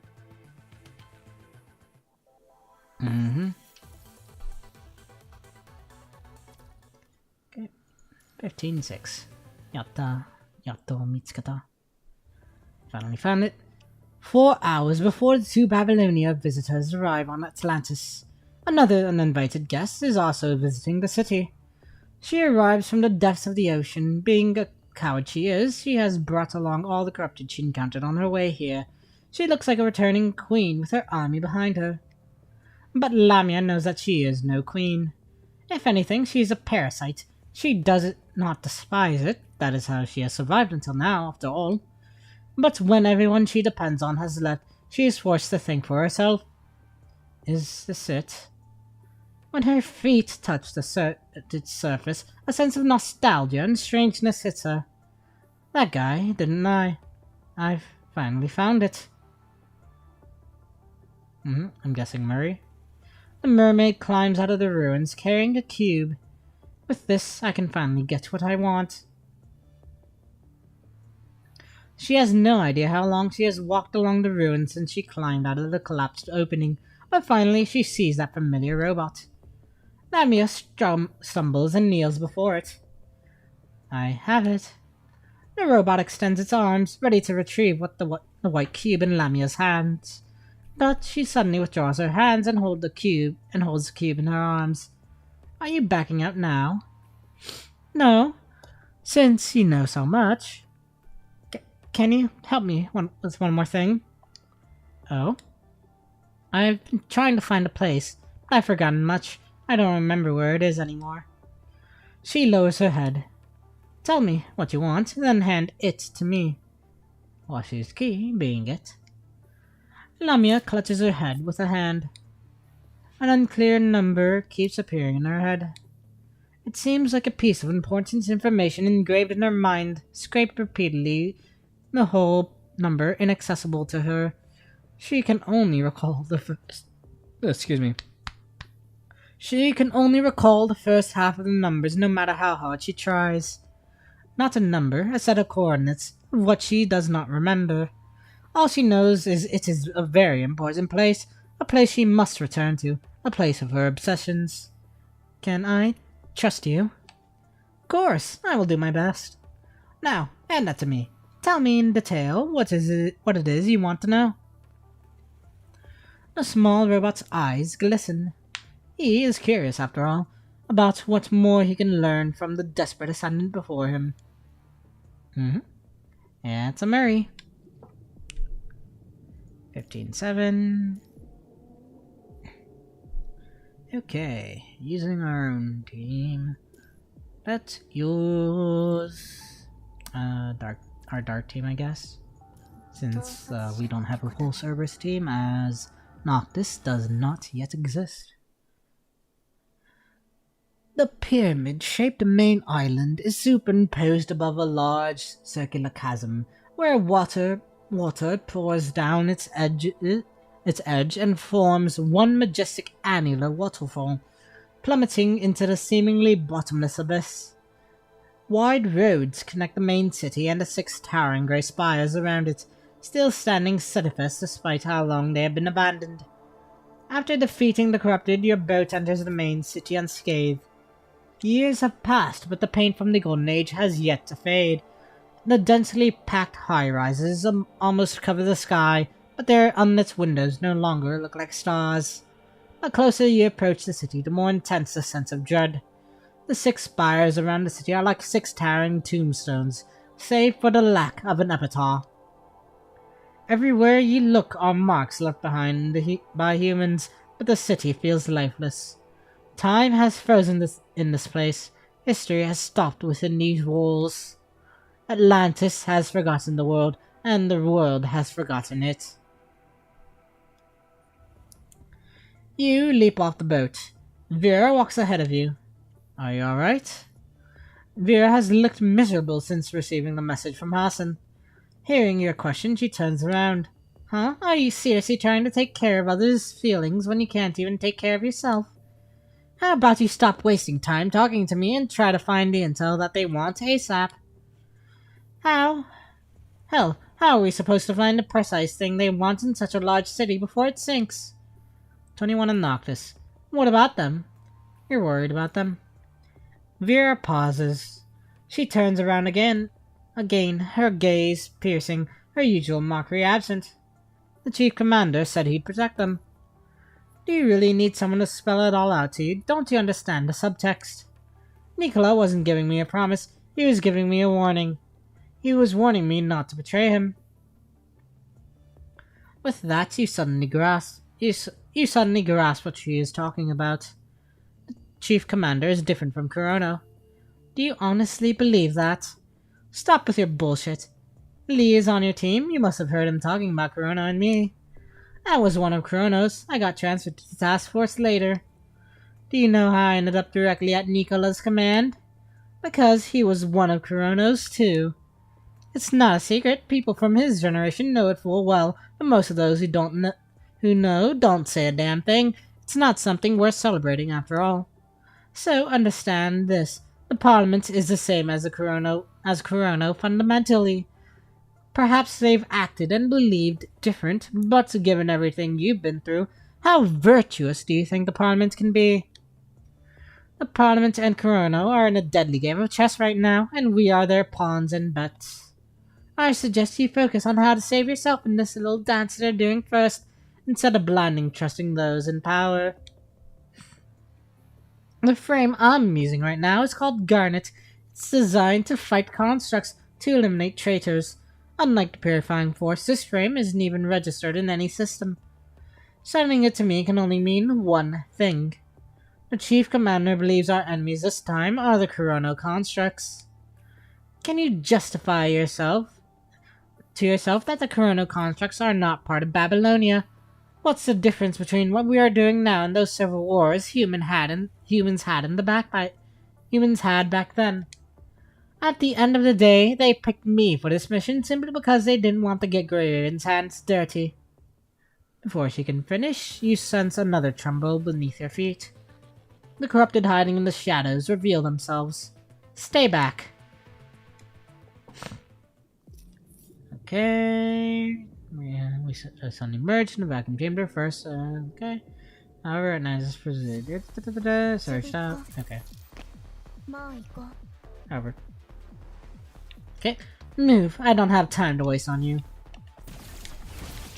ち壊していい援助が欲しいってひざまずいてこういうなら助けてあげるよ私の指示に従う滅びる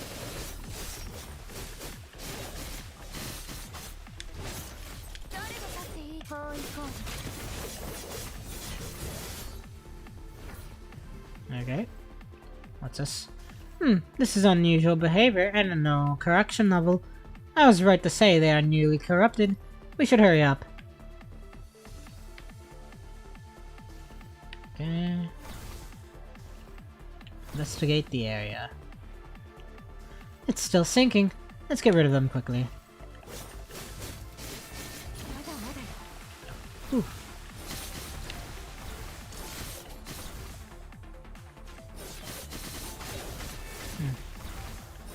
地獄に連れてこう行こう Okay. Next one.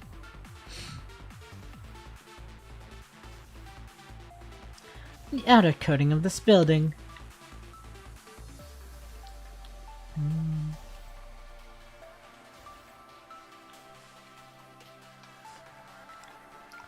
This is a nicely designed map. Looks like these isolation devices are still working. You guys too. 誰が立っていいって言ったの私の指示に従う滅びる Ouch.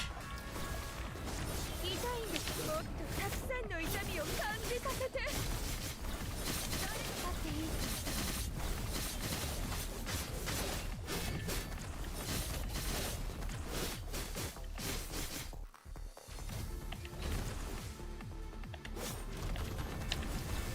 There we go. こう行こう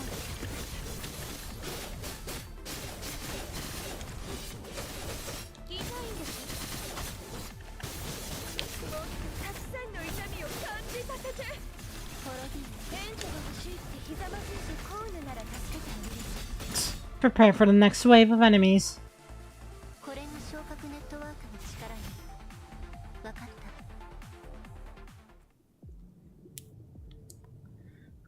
This isn't ending anytime soon. The two of you take down another wave of corrupted and Vera's frame is overheating from the continuous intense fights. Get indoors. Vera immediately understands what you mean. She picks you up and carries you over her shoulder, leaping into a building. The corrupted pass by the building, unable to detect your signals. As you have guessed, almost all buildings here are covered with radiation-absorbent material and built with special substances that isolate most usual signals. They are nearly invisible to a machine's eyes. Having gone through this immediate danger, Vera relaxes her tense up and sits down, leaning on the wall. There is a deep cut on her arm, vital fluid slowly dripping out from the wound. She got it earlier, protecting you. She keeps saying she does not care for your safety, and yet you are unharmed.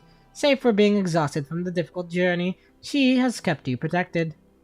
Are you okay? Do you think I look okay? Now shush and let me cool down. She leans on the wall, her artificial skin starting to turn red. You. Before you say anything, Vera gives you a stare. If you ask me if I'm feeling alright again, I promise I'll throw you into the ocean. You remain silent for a long time. Having cooled her frame a bit, Vera takes a deep breath and starts treating her wound. Unlike humans, most of Construct's wounds are not lethal, but also unlike humans, their wounds do not heal themselves. You look like an expert. Huh, you have no idea what I used to do. Having said that, it does not seem like she is going to elaborate. Vera quickly stops the bleeding, and you're surprised to find her technique no less delicate and skilled than Liv's. She fixes herself in no time. I can help if you need me. Is the true measure of her teeth being relentless or having incredibly thick skin? She looks at you, and this time she speaks unprompted. I just think that everything we're doing now is stupid and meaningless. The Parliament, Kurono, and this mission are all stupid to their core. All those calculated men are so damn stupid. They will not stop fighting each other even when everything is at stake. I am stupid too for telling you this. You think this mission is pointless? Rira looks up. What do you think the point is? If you understand the Parliament and Kurono enough, you will understand why they are all dancing around you. Kurono wants to lock you up for conspiring with the enemy, and Parliament wants you to sacrifice everything for the fate of humanity. They're both trying to rob you and bleed you dry. One of them is blatant with their intentions, the other one decorates it with righteous causes. Everyone knows a punishing virus comes from within the 0-point reactor. We are already paying the price, and look where we are. How ironic to have us investigate a place like this. Don't they know how the world ended? Do they want a sequel already? She closes her eyes. The soldiers crying on their deathbeds, the comrades falling before her eyes. Her memories of the past and their plan flood her mind. I thought the Parliament would be better than Corona at the very least. Surprise! They're all morons. They're also morons who tempt fate. Poking at something so dangerous just to counter the opponent. You think we should leave the 0-point energy alone? I don't think. I know it for a fact. Can you deny that it was what started all of this? You cannot refute her words. That is a fact, like she has said. Humans have long died on the road to their ambitions, and this city is just a graveyard for their arrogance.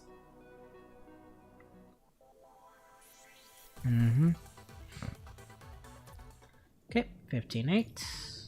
Another journey. Atlantis lived, and so did they. What did they? In the 19th century, a textile factory in Manchester kick-started the Age of Steam and the First Industrial Revolution. And Illustrious believes that the 0-point reactor in Atlantis will kickstart the next Industrial Revolution. The beds in Manchester were never cold. When the workers woke up to work, the previous shift returned home and slept. Similarly, the lights never dim and the machines never stop running in Atlantis. Researchers travel between the laboratories and their dormitory in a straight line. Congratulations on becoming the research director, Illustrious, but if I may, you're already 3 minutes late on your first day. The voice recognition of the system AI was way too slow. It stopped me at the door for over 10 minutes. You should reprimand the logistics staff for this. The base is a brain built with metal and flesh, with the devices here being cells. The wire veins, the optical fiber nerves, the server's hippocampus, and the endless streams of data and codes as thoughts. This head lives proudly in the middle of the Atlantic Ocean. The humans inside are but the nutrients it needs to work, and the sugar and amino acid it requires to think. The research does not stop for anyone. To Atlantis, the 0-point reactor is bigger than the world. Anyone who cannot advance the research will be shipped back to the mainland, living the rest of their lives monitored. In a few hours, those vacancies will be filled. Lustrous has never seen anyone return after departure. It's like a metabolism, but cruel and cold. Entering the conference room, she already notices a few familiar figures gone.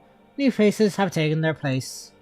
She's used to it by now, never showing a hint of hesitation. They are not humans in her eyes, but gears of the city. Let's start our morning meeting. Are all departments here? Everyone nods. No one sitting there ever thinks that the research at the time would lead them down anything but a path of light. Two sides of the corridors are lined with unlit laboratories. Equations written years ago still linger on the yellow-tinted whiteboards. Dried ink turns to dust with the slightest touch of flaking from the boards. The empty offices are tidy and organized as if waiting for the departed researchers to return and work. A thick layer of dust on the tables and the floor suggests that it has been a long time since someone last visited. There is but the slightest rustling of the air in the ventilation ducts. Inside the data center, the servers grow on the clean, smooth floor like cubic trees, unaware of the time that has passed. Only the red low-wattage energy emergency lights are on. Dimly lit yellow arrows point at the evacuation route and the crossroads. There are no footprints. Everyone in the city vanished one night, like Pompeii. Something's wrong. Vera frowns and says after searching a room. There is no one in the corridors and the rooms. The massive network of wires and pipes on the ceiling is still intact. There is no debris, no ruins, no bodies. It's clean. It is way too clean. The dark corridor extends forward, unending. You look back at where Vera and you came from. You have left behind the two sets of clear footprints as if trekking through the dark brown snow. Footprints, only our footprints are here. The prints are fairly level, meaning the thickness of the dust is similarly even. With that, you can infer that the city has not been disrupted since it was abandoned. No one has visited here, which is how the dust could pile up evenly. I might be a little bit impressed right now. The emergency lights are still on, which means emergency power and the electric circuits are still intact. The other facilities are likely functional as well.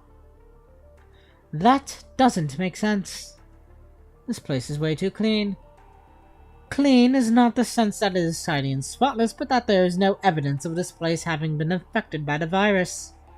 The dust and facilities would have been disrupted if the corrupted had invaded here. One more thing. One more thing indeed. There is no one here. She has not spelled it out, but you understand what she meant was there are no corpses here. Where the hell What the hell happened to everybody? They all evacuate before the shit hit the fan. She mutters to herself. There would not have been supplies after the outbreak. I don't think that's the case. Vera falls silent. You do not elaborate. This kind of city was not designed to be self-sustaining from the beginning. If they had stayed here, they would have run out of food eventually. Neither of you is willing to continue this conversation. You have both realized that the truth might be too brutal for you. Silence returns between you, but it does not last as Vera draws her spear and destroys a large door nearby. What are you doing? Getting their attention, duh. There must be a large number of mechanoids and drones here to support a city this big. If the punishing virus had reached this place, then there must be a corrupted here. But all the corrupted we encountered on our way here are outsiders arriving with the water. Maybe that was because we were on the outskirts of the city. Yet there are still no signs of corpses, battles, or corrupted here, deep inside. If they have been hiding, now's the time to get them out here. You would expose our location. We might get surrounded. That's what a commandant would think. Not me. Be honest with me. What is it that you sense the most strongly since you set a foot here? Fear. Good. Honesty is a warrior's virtue. Fear, on the other hand, is a warrior's lifeline. You're scared, but have you considered what you're scared of? The unknown. Fear of the unknown is the greatest fear of all. Once the enemies reveal themselves, that fear will go away. Instead of blundering around here blindly like a fly caught on a web, I'd rather hit the web, piss off the spider, and have it come at me. I understand. It's fine if you don't. I'm not asking for your opinion. But your plan does not seem to work. It has been some time since Vera caused a commotion. You even chatted for a while and the place is still eerily quiet. A broken door to the office looks like a scab under the red emergency light. She turns toward the room next to her, the office of which she destroyed the door. Let's take a look inside. The desks and chairs in the room are orderly placed and folders and files are still organized on the desks. The coffee mugs can be found next to some of the monitors as if waiting for their owners to return. Nothing in the cups. Nothing in the fridge or the pantry either. The food is all gone. These all point to one thing. Not only was the city not infected after the punishing virus broke out, but it also remained operational for a period of time. Did they take all the food to their hideouts? If so, where is the last place they stayed? Vera asked the two questions that have been bothering you since you have been here. You walk toward the largest desk in the office. The nameplate on it spells out its owner's name. Research Director Lustrous. What a strange name.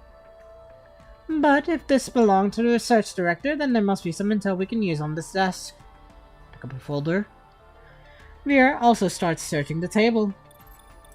You accidentally hit a button and the projection screen on the desk lights up. It has been a long time since it was last used, so the image and the sound are both fuzzy. You can only vaguely identify the projection as a blonde woman with blue eyes. She must be the research director, Lustrous.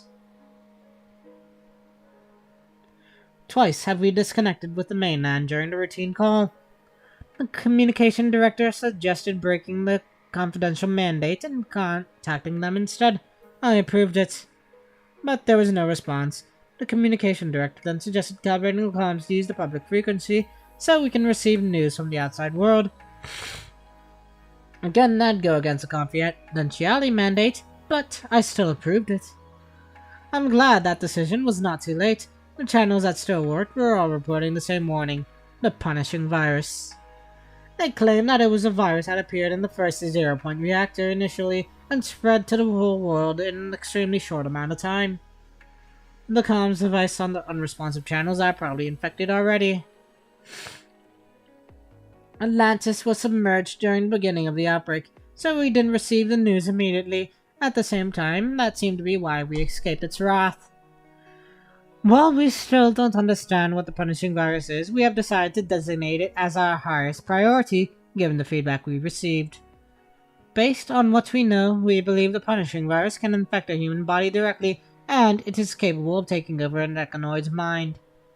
In which case, our base is in incredible danger as well. Therefore, our mission is to stop Atlantis from getting infected by the virus. The logistics director reported that the next supply ship from the mainland would arrive soon. We tried to contact it when we saw it on the horizon, but instead of answering us through the radio, they sent a signal flare. I didn't understand what it meant. The logistics director said it was asking for help. I ordered them to sink it. I couldn't risk bringing the virus into Atlantis. 4 submarines were monitoring the situation underwater outside the base, and I ordered them to sink themselves. 2 obliged while the other 2 tried to crash into the harbor. The defense system took them down. I hosted a brief meeting to hear the director's reports after taking care of these inconveniences. The decision we had made during the meeting was simple. Where does Atlantis go from here? Not much effort was needed for us to come to an agreement. There were, however, some disputes when the message was passed down. Someone proposed that we should broadcast to nearby areas and take in refugees. I turned it down. The location of Atlantis cannot be revealed. We are not a refuge, and refugees might carry the punishing virus with them. Some suggested leaving the base immediately for the mainland to join the effort to save humanity. I also turned it down. A few drops of water won't extinguish a wildfire. Our research is research. They don't save lives. I reiterate my stance. Atlantis will not open itself again until the warning on the punishing virus is dismissed. My answer was clear from the start. We'll continue our work and keep researching the 0-point reactor. I explained my reasons to my colleagues. Firstly, both the base and we are here to serve the reactor. Secondly, this base is powerless to save humanity. Thirdly, there is no better place to understand how the virus came to be than Atlantis. I want humans to survive, so I must not let Atlantis fall. I've adjusted our research direction, trying to replicate the environment of the first reactor and figure out where the virus came from. This is the closest thing we can do to save the world. The different reactors would routinely communicate their progress. I have a 2-month-old report from the first reactor and nothing else since. I can only hope that they didn't get too far. I should be working now instead of doing something as trivial as journaling, not to mention that I've never done this before. The reason I am doing this is that twice I asked myself, have I done the right thing? I said yes both times. My reasons and rationale were as clear as always. My action was the logical conclusion. But it still feels wrong somehow. I once heard a saying that you should toss a coin when you can't make up your mind. If you want to toss it again, you have your answer. Which is why I usually ask myself these kinds of questions. Or this kind of question these kinds of questions once only. Still, I can't deny that this was the first time I tossed a coin twice. So I decided to record everything that happened today to remind myself that I've done everything right. The projection dissipates in the air after the record ends. Vera breaks the brief silence between you. And I thought the outcome would be different. They still chose the stupidest option. How mad must they be to try to replicate the first reactor? Maybe they deserved it when they wouldn't change it. After it had already blown up in their face. I guess the saying is true. The only thing we learn from history is that we learn nothing from history. Vera is clearly teasing the researcher, but for some reason you can hear the self-mockery in her tone. I don't think they thought it was a lesson. Oh, that's fair. You're one of the president's lackeys, after all. In other words, you don't think what you're going through is a lesson you should learn from, do you? Wait, what? Did I say something wrong? What's with the face? We both know you and the Grey Raven defeated the Polyphage, and the Red Tide was destroyed with your help, yet no one treated you like a hero. Instead, you were on the gallows, feared, questioned, strived, exploited. This is what I don't understand about you. You've seen the Parliament's true face. Why would you still be ruling to risk your life for them? That's not what I'm doing. What are you doing, then? What about you? Answering a question with a question? How brazen of you. That won't work on me. I've never been with someone who's virtuous. Or, I've never been someone who's virtuous. Yet, I disagree. If that was true, you wouldn't be so angry about all this. Vera, I know the Parliament members aren't the saints they appear to be. But you still chose them. I didn't choose them. I chose humanity. Vera bursts into a belly laugh. Unlike the mockery before, she really is laughing this time. How do you say something so shameless with a straight face every time? Was that funny? Why don't you say it again and listen to yourself? I chose humanity. My god, how fascinating you are to say something like this so seriously. She finally stops laughing and recovers her piercing gaze. Good, I'll remember this. I hope you can still say something stupid like that when you see more true faces in the future. I'll try. I feel like I have to spell it out again so you understand why I said it was stupid. Say you light up a torch and find a detonating cord between your feet leading to the dark in the distance. Shouldn't your first reaction be putting out the flame? You answer a question with a question again. And would you put it out? The same trick won't work twice. I just don't think you're someone who will extinguish a flame. Maybe. Okay. 9.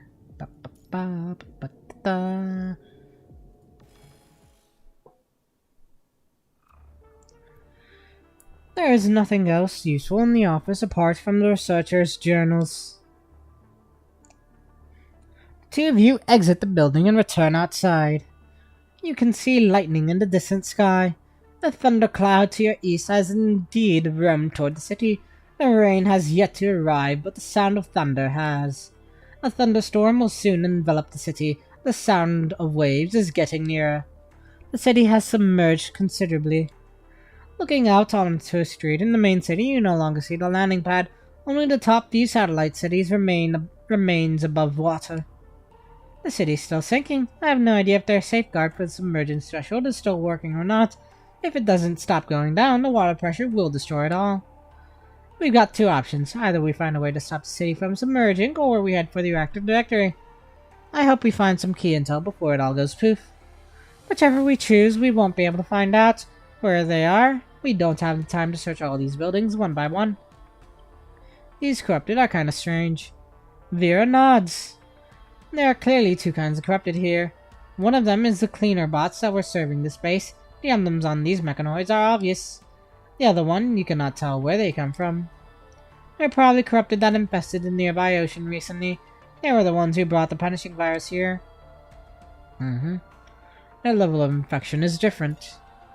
Vera takes a look at the corrupted remains scattering on the ground. Machines from the base are only faintly infected. The abrasion from seawater is barely noticeable. They have not been infected for long, thus their desire to attack humans is more restrained.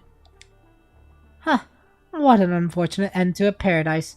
Having been isolated from the punishing virus-infected world for so many years, it is still going to fall. It's a shame. Did you think I was feeling sorry for it? Don't be mistaken, I don't give a shit about this place. I don't care if it's destroyed or not. All I want to know is where this 0-point reactor is. Do we need to search every single room here? God damn it. If the humans are all gone, why are these electromagnetic barriers still working? We can ask those mechanoids.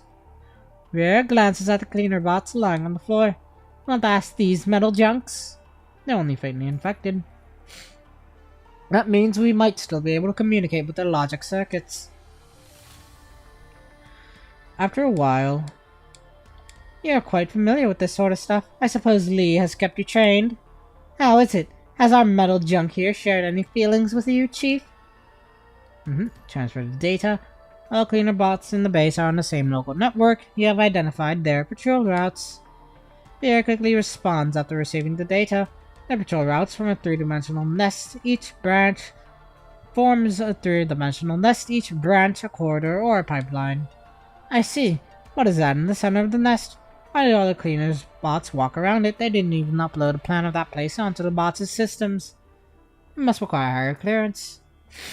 Do not allow this level of mechanoids in the 0-point reactor. Good. Then we should head up or down. Then should we head up or down now? Down. Of course. We're out of time. You don't have to remind me, but right now we need more. We need to breach these barriers.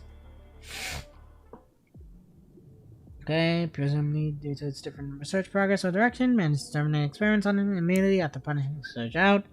That remains to this day.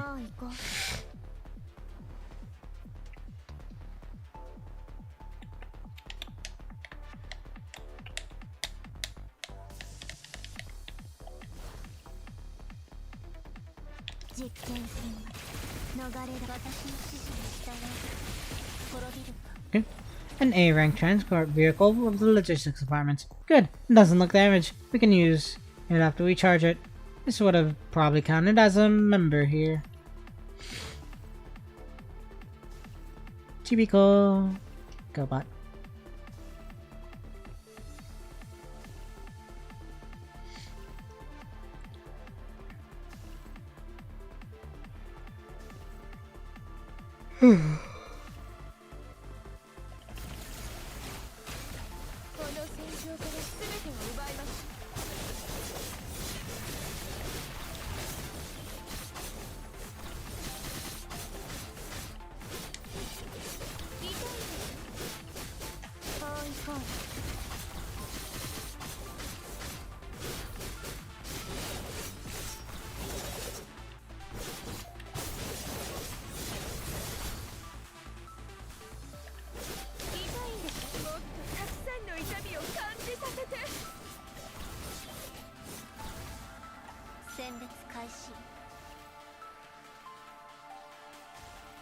Okay, Logistics Department A rank certification detected, access permission granted.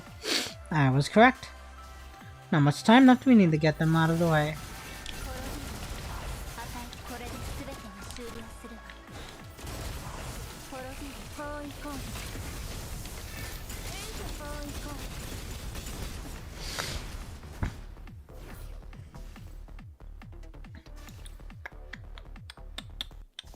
Okay, yep, permission granted. ちびっこもう行こう。実験援助が欲しいってひざまずいてこういうなら助けてあげる。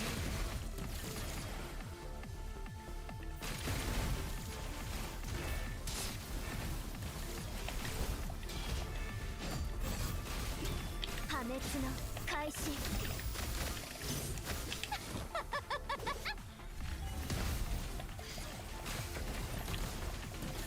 戦列開始。生まれ変わりましょう。滅びる。あ、これで全てが終了。包囲攻撃。懲罰がここに降臨する。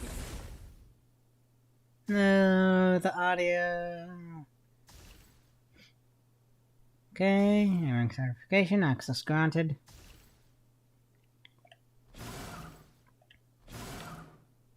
Boop, boop, こ boop. の戦場から全てを奪いましょう。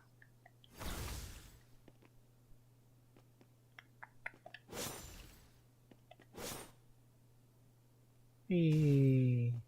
Mission accomplished. Barricade the barrier, enter the central area. 何の心配もない。完璧な勝利を収めて。指揮官。Why? Why? Now we have to do the mission over again.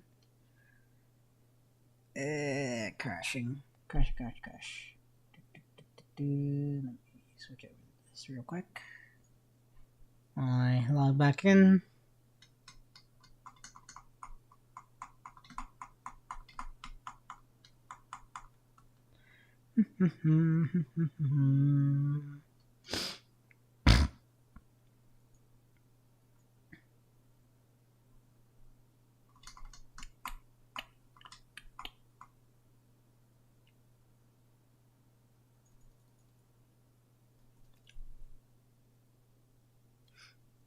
Okay, back in. だからあなたには私がいい風で言うまでここに留まってもらうわ。 Okay, back here. Wait. Oh yeah, it did clear. So 10 overclock 1.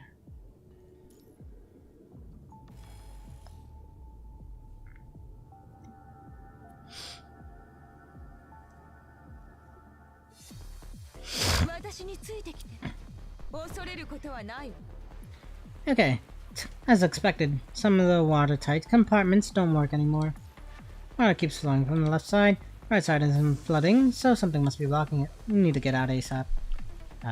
We don't have any of the leftover information, so let me see if I could look at that real quick from the end of that. Go to here, codex, story.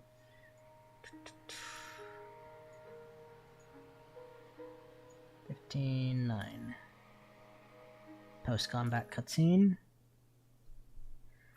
These electromagnetic barriers are the only set up to counter outsiders. It seems like a basic defense system on the base.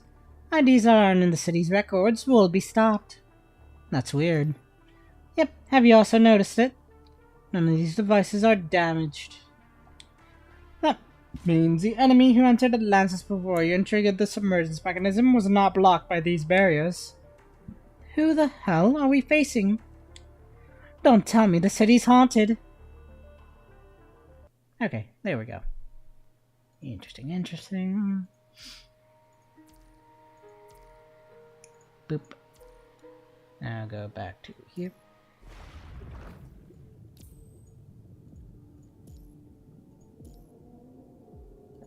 Okay.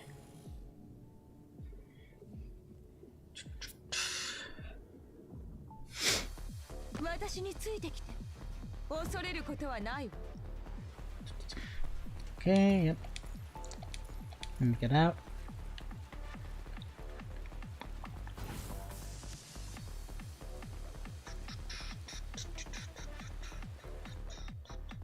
Okay, the exit's over there. Let's go to the other side.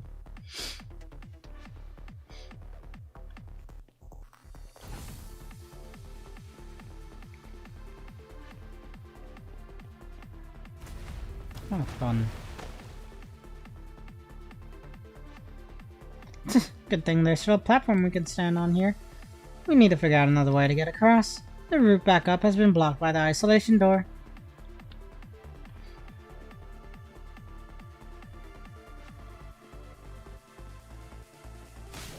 Ah, I see. Power source found. Isolation door unlocked. Water level of the laboratory is increasing. Return to the upper floors through the isolation door.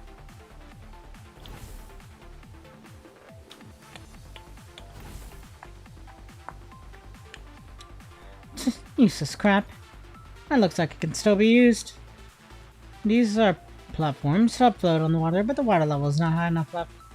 More water is needed for the platforms to rise.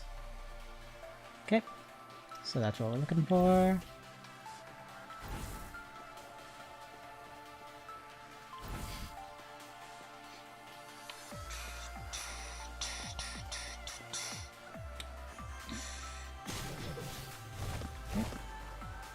Return to upper floors, the path on the side.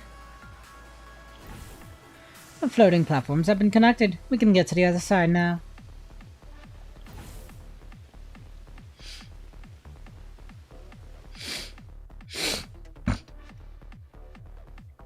Move. 全てを粉々に潰すのは最高だ。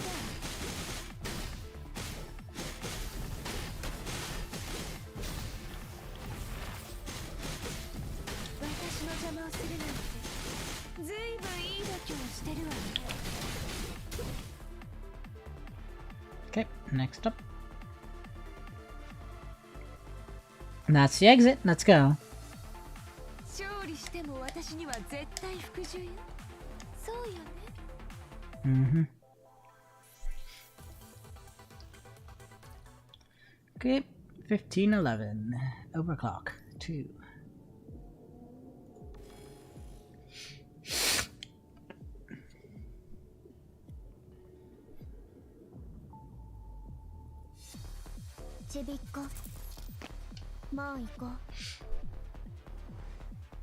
Okay. Those blasted corrupted are here already.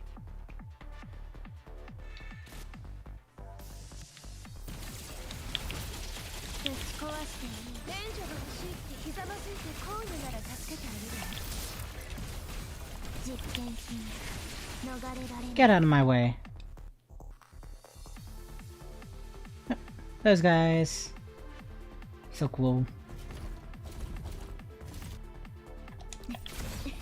私の指示に従うと滅びる。援助が欲しい。私の指示に従うと滅びる。ぶち壊して破滅の開始。私の指示に従うと滅びる。この戦争から全てを奪いましょう。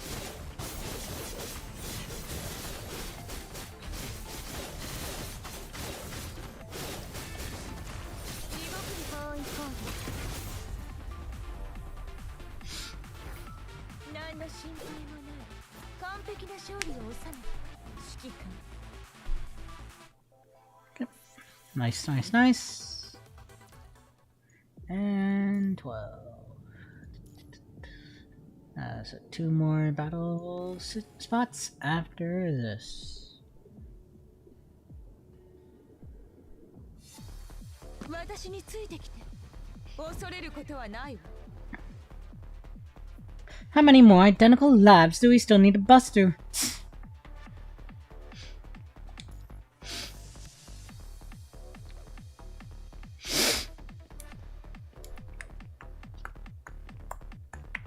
Incoming attack. dodge the enemy attacks. もっと来てよ。 And to find a way to take care of him.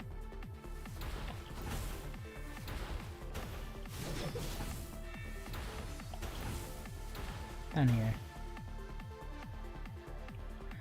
This should be able to take us up if it's activated.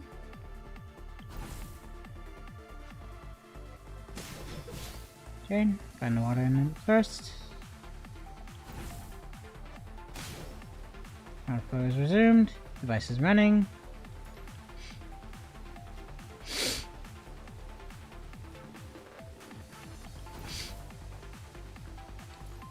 Follow me. Let's go up.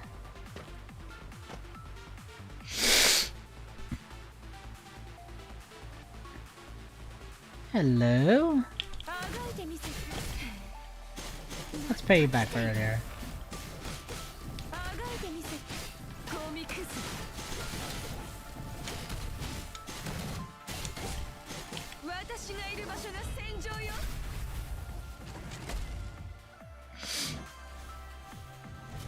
Yep, more of these guys.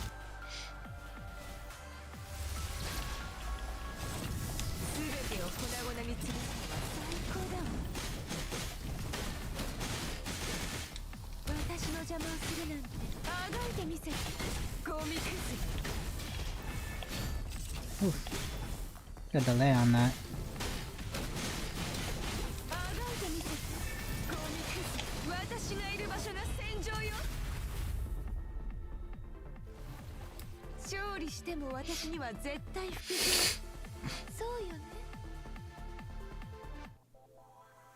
Okay.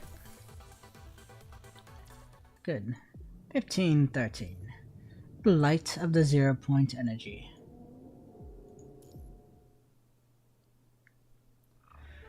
After following Vera, breaching several laboratories with force, you have finally arrived at the inmost area of the city.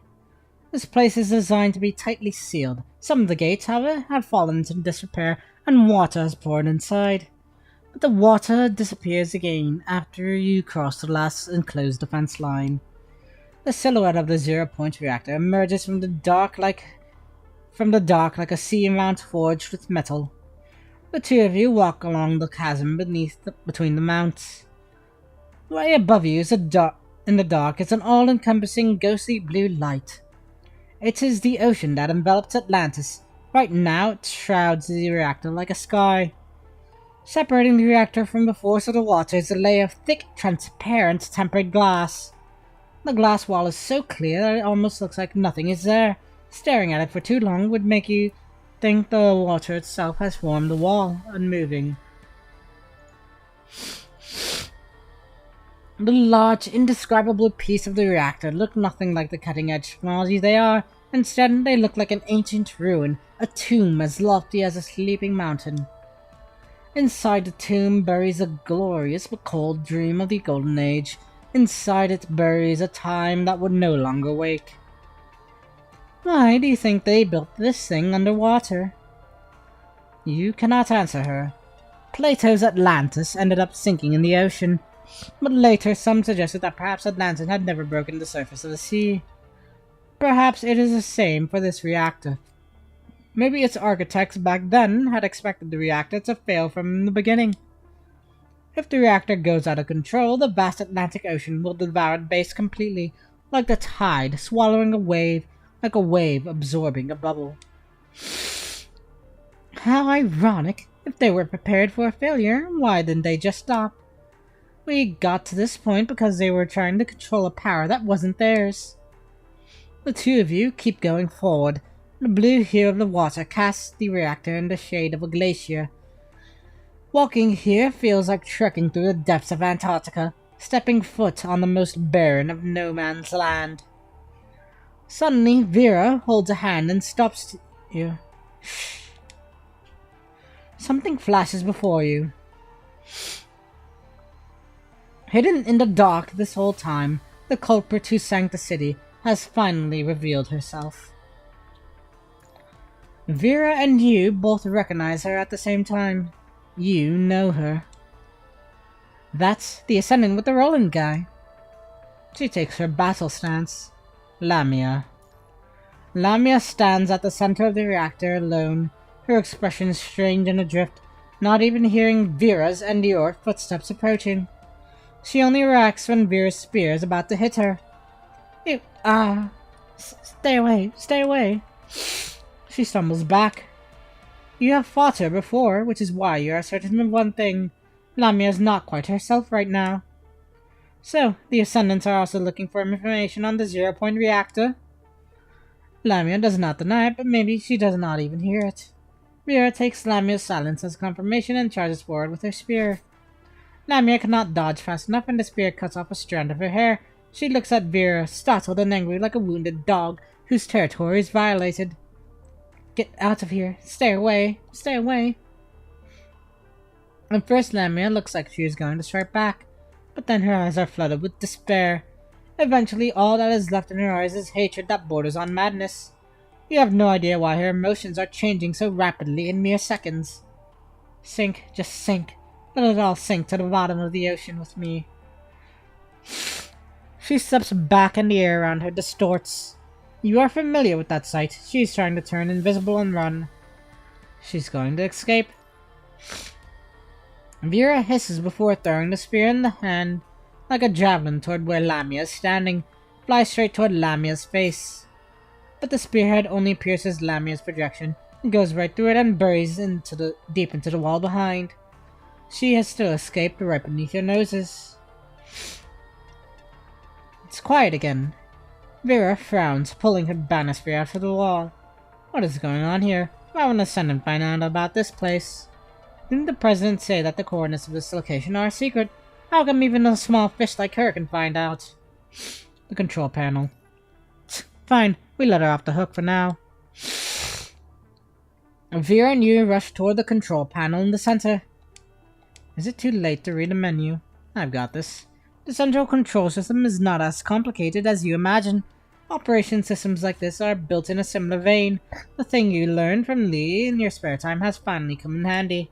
But biodata identification has failed. You cannot operate it. Oh. The connection error that appears on the screen afterward completely shatters any hope you've got.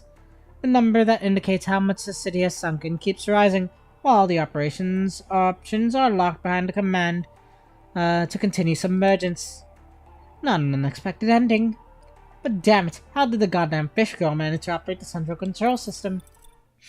But as she says that, another screen appears on the monitor. It is the record footage of a meeting. Probably that's just his Lamia? Question mark? Start reporting. You first.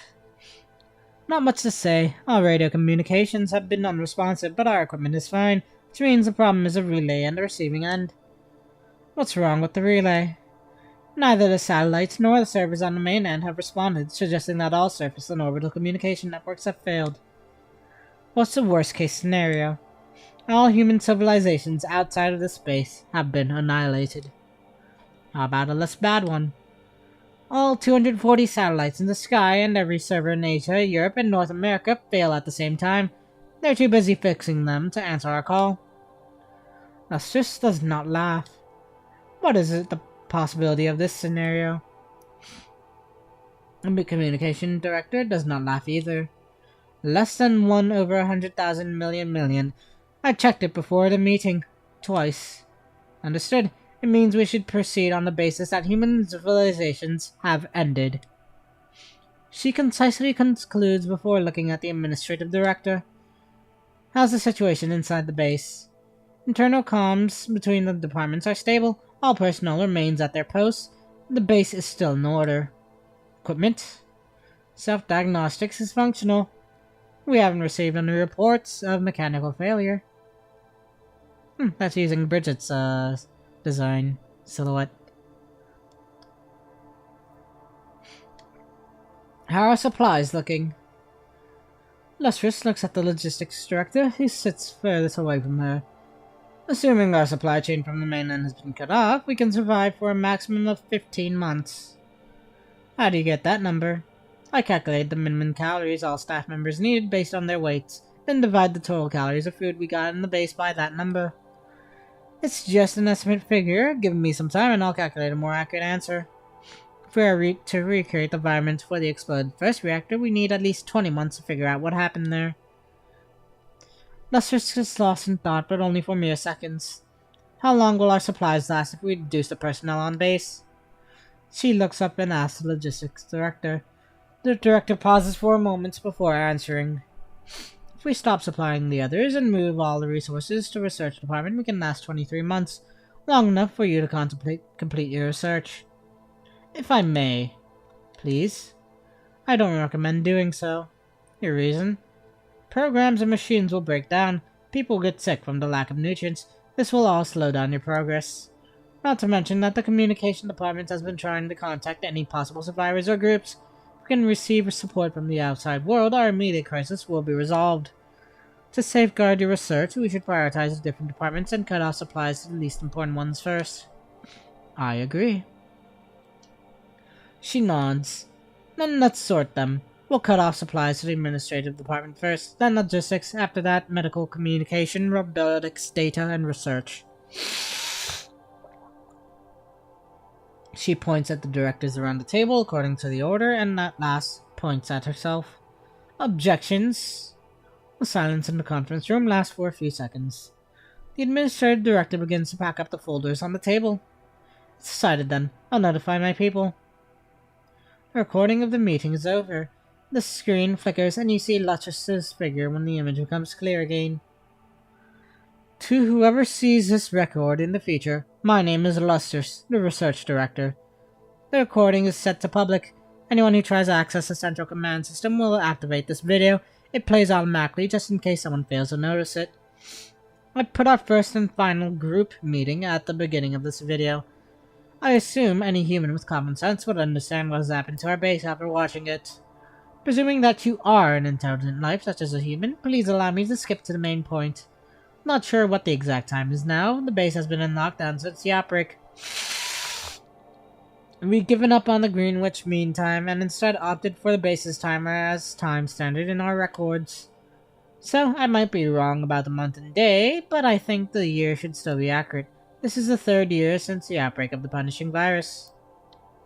We have run out of food, so no one's coming to save us. The most logical conclusion is that the human race beyond this base is extinct. I'm not good at recording history, but if you're here and you found this, then you must be a seeker who's curious. You're like me. I feel obligated to satisfy your curiosity. Let me briefly describe what happened after that meeting. We started rationing the moment we initiated the lockdown. The plan went well, and it allowed us to last for a very long time with very limited resources.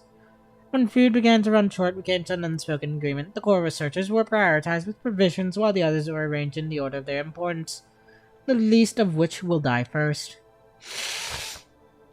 The first one to go was the administrative department. We didn't have any higher-ups to report to anymore after all. This island wasn't designed for our situation, so it doesn't have any corpse disposal facilities. We decided to administrate burials at sea to avoid the growth of germs and bacteria from accumulating bodies. Logistics was next. After that, I had to spend an extra 25 minutes each day between the office and the storage to pick up the canned food and hard tracks. I had to learn how to organize files and do other trivial stuff. It was the medical department afterward. They left behind detailed medical guides before they died. Those who remained were all very grateful for their generosity. They were followed by the communication department. They have been diligent in their roles, trying to establish contact with the outside world, but it didn't work. Her voice gets cold and colder, as if she is just a machine with a warm human body. Robotics, without those mechanics and engineers, I can only hope that nothing major broke before research saw some results. Data, similarly, without the programmers, I could only pray that servers and databanks wouldn't fail. Research. It was our last and most essential department. The one under my lead. We made a list, and the one on top would die first. Since I was the key personnel here, they put me at the bottom. One's on top. Right, I also placed the non-staff members, such as children, in the middle. Given that they consume less food and energy, and factoring in ethical concerns, I didn't place them in the first groups to go. Some of our colleagues had values that would have clashed quite strongly with the alternative. That could possibly stall our progress. This is the first time I've done this kind of visual documentation. I've never had to bother with this kind of trifling work in the past. That's about it regarding the base after the outbreak. The data department server room is still intact. You will find our activity logs for the past 3 years there. Now, I'm moving on to what we have achieved. Zero-point reactors are highly classified, but if you're watching this right now, then you must already know that there is one such reactor in this facility. After the lockdown, we tried to recreate the first reactor's failure in order to figure out how the punishing virus first appeared. Long story short, we failed. We repeated some of the steps from the last log of that reactor and managed to create a similar environment, but the punishing virus didn't show up. Correction, not that it didn't show up, but it appeared, but it was unobservable. I don't know who is watching this right now and whether or not you have any knowledge regarding it, so I'll try my best to put it in layman's terms. Reports from around the world on the first reactor told us what the physical effects would be when the punishing virus appeared. We didn't observe the virus directly, but our equipment detected those phenomena. They disappeared soon after they manifested. Like raindrops, we couldn't see the virus, only the ripples it caused once it hit the water. In other words, some kind of energy absorbed them. If my department and I had another 2 years worth of food, we might be able to figure out why it happened, but all my staff are dead now, and I just finished the last hardtack. We've gone as far as we could. I couldn't catch the raindrop, but I found the water. The water that absorbed the punishing virus. It'll take me way too long to explain the details, but I call that technology the Omega File. I put it in my pocket. I'll be heading for the observatory at the highest part of the city after this recording. I don't have samples and equipment to repeat our experiment, so I can't guarantee that the Omega File will work outside of the space. A cold machine shows into warmth for a second, with sadness buried underneath it. Regardless, Seeker, or Seekers, if you have traveled this far, this is your reward. I think we've completed our parts remarkably. I hope you will complete yours too. Now, seek our legacy. Blusters, let's add a sigh. Right, I wasn't planning to say the following in this record. Sentimental words always affect a person's rational judgment, but I think I should give all of us one last opportunity to be capricious. After that meeting, there were some among us who questioned if we had done the right thing, while others were resolute in their answers. They believed we made the correct choice. To be fair, the virus that destroyed the world was born from the first zero-point reactor. That did make many of us doubt the decision to continue our research, but we still decided to carry out our duty till the very end. We did not regret anything. We did what was right. We would have chosen the same even if we could do it again. I think our colleagues in the first reactor would feel the same. She closes her eyes. The only thing I regret is that this is as far as we can go. But I hope any human that sees this remembers one thing. Don't forget your desire to reach the stars. Don't lose your hunger to trek forward. Don't lose the courage to go further just because we are being plundered. Seize it, conquer it, fall, and stand again. Keep going. I believe humanity will have a bright future. I'm putting everything we have in your hands. Now I'm going to see my colleagues. Goodbye. Okay. 1514.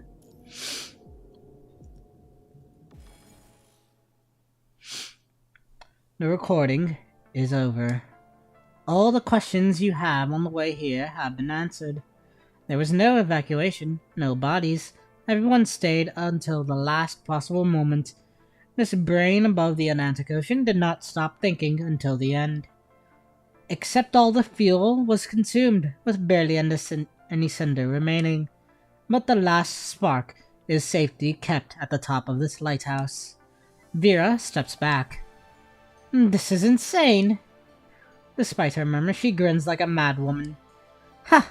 These people were out of their minds like me. Absolutely unhinged. Vera? You were right. They didn't take what they went through as a lesson. They could have a second chance and nothing would change. They only treated it as a failed experiment. Experiment, fail, experiment again, and fail again. This was but their daily lives. Vera wipes away the tears at the corner of her eye. She suddenly remembers why she was recruited by Nicola in the first place. Kill, survive, kill again, and survive again. That was the whole of her existence. She was always the one who remains, carrying everyone's pain. She could not tell what could possibly await her at the finish line of this endless cycle. So that man showed up and offered her a way out. He told her it would be a path filled with obstacles and pain, but he promised there would be a light at the end of the road. I see. Vera closes her eyes and mutters a few words that only she can hear. Then she turns to look at you. Do you remember what I asked you? About the torch? Yeah. I wouldn't put it out. I wouldn't because I want to find out what is there at the end of the darkness. I want to find the person who planted the detonating cord and kick their ass. Don't lose the courage to go further just because we are being plundered. Seize it, conquer it, fall and stand again. Keep going. Then we're just like them. So are the president and the others. That's why we're standing here now. The story of humanity is the story of the fight against fear and the unknown. At first, humans were afraid of beasts. Then they feared fire, and the gods after that. But then they have driven away the beast, harnessed the flame, and discovered secrets withheld by the gods with science. Everyone is afraid of punishment and death, but no one has ever stopped because of them. If they have, humans would have believed the earth to be the center of the universe. They would have thought the fire and lightning were the gods' wrath. They would have hidden in the trees from the predators. Newton said humans were playing on the seashore next to the ocean of truth. Or perhaps we are standing in the dark, fearing the unknown in the dark, but we raise our torch higher every time, because we are curious. That is the purest, most primal kind of courage. The greatest gift our 2 million years worth of evolution has given us. There lies a mountain, thus our will to climb it triumphs over our fear of falling. We would choose the same, even if we could do it all over again. You're out of your mind too, you know. Takes one to know one. A sudden crack interrupts your conversation. You look toward the sound and find the glass wall breaking, but the crack has yet to go through. The water pressure is too high. We have to find a way to stop it. Lamia. Right, the goddamn fish. I don't know why she can control the system, but she's the one with the clearance. We'll just grab her and take her here, and force her to.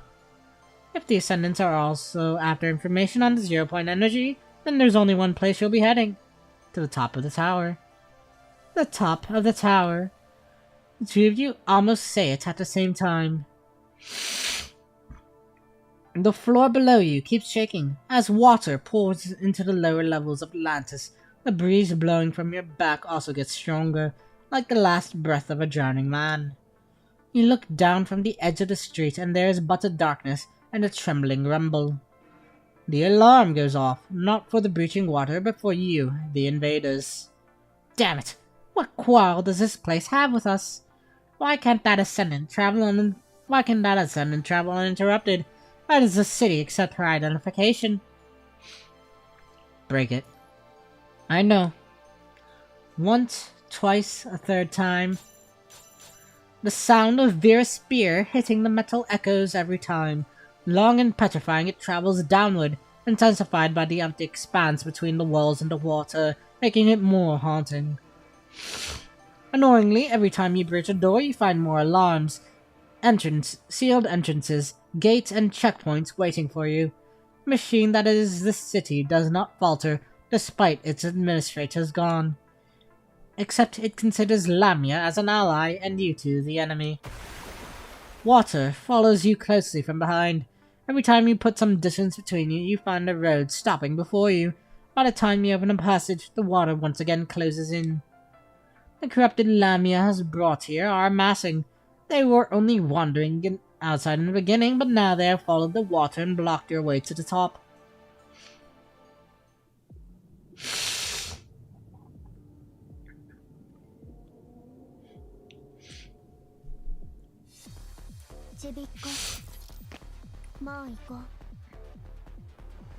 Okay. Get out of my way.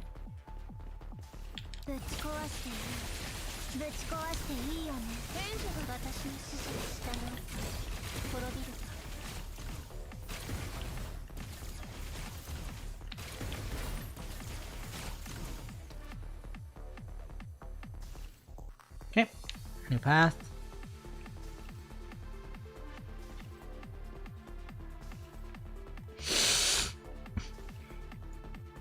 Atlantis E02, restaurant area. ぶち壊していいぶち壊していいよね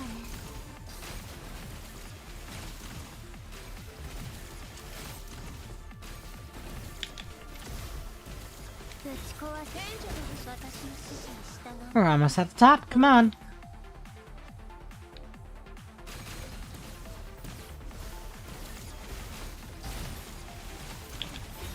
ぶち壊していいぶち壊していい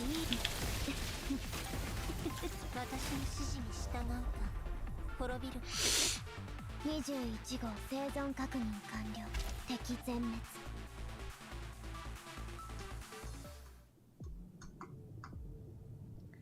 Having removed all the obstacles in your way, you have discovered Lamia's tracks on the way to the observatory.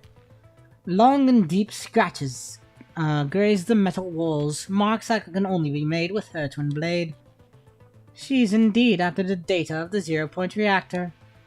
Is she? You cannot help but ask yourself, except no one can answer you now. And here we go.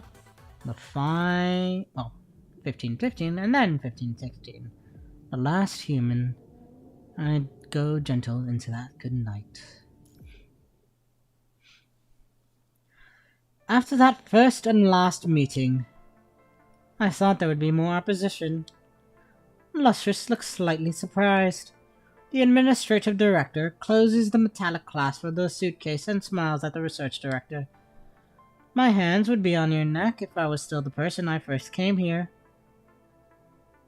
When I first came here. Remember the first night you became the director? I dragged you out from your lab and hosted a dinner with the other directors. I asked you what you think of the base when we were eating. You said this place is like a brain, constantly metabolizing. I did say that. It was a good metaphor. Does it matter what carbon dioxide and sodium think when they're created from metabolism? Lustrous does not hesitate. Not at all. The only thing that matters is the thought. That's why the nutrients go to your part of the brain.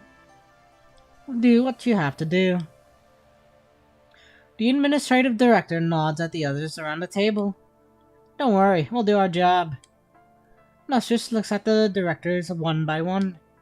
She lets out a barely visible smile. I'm glad to have you as my colleagues. It's an honor working with you all. The honor is mine. I look forward to Atlantis leading the next industrial revolution, but if I won't live long enough for that age to come, I'll die where it sits. She stands. I'll go first. Try to stay away as long as you can. We're sorry that you had to be the one who carries it all at the end. Lustrous stands in front of the window of the observatory, looking out at the lifeless seaborne city. The more one thing has shown, the more forsaken it looks when it falls. Too long has passed.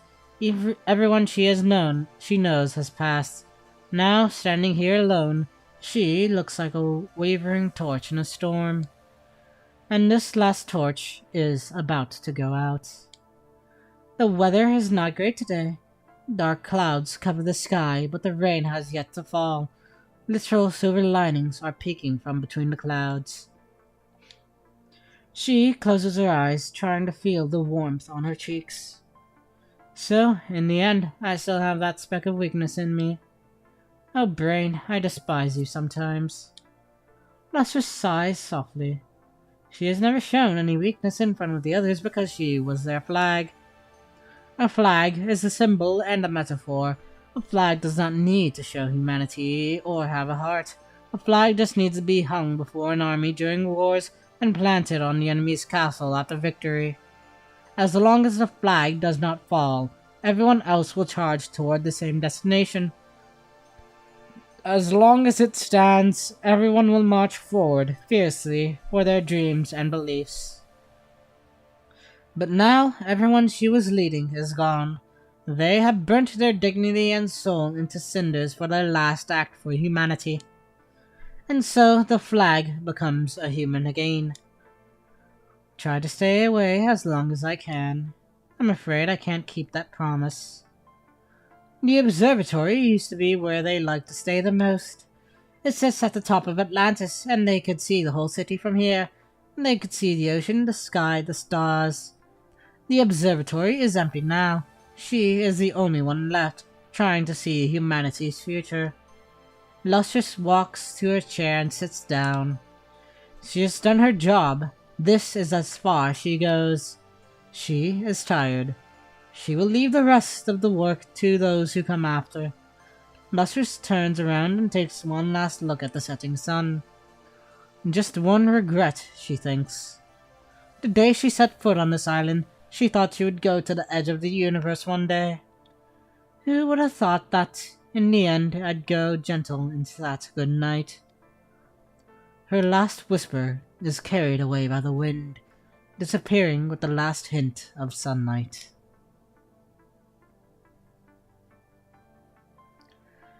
In the moment you open the door to the observatory, you feel like you have just pressed the play button on a snapshot of the past.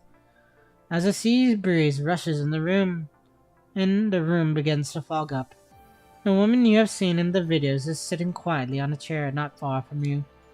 Her body does not look rotten. It has dried thoroughly under the same clothes you have seen in the records, easily identifiable. A heavy sense of sadness suddenly brews and fills the room. Silently, Vera walks towards the woman and kneels down on one knee. And then she discovers something. The supply crate next to the body is filled with food.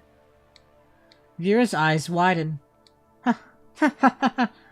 For a moment there, she can even picture the woman's last moments from what has been left behind in the room.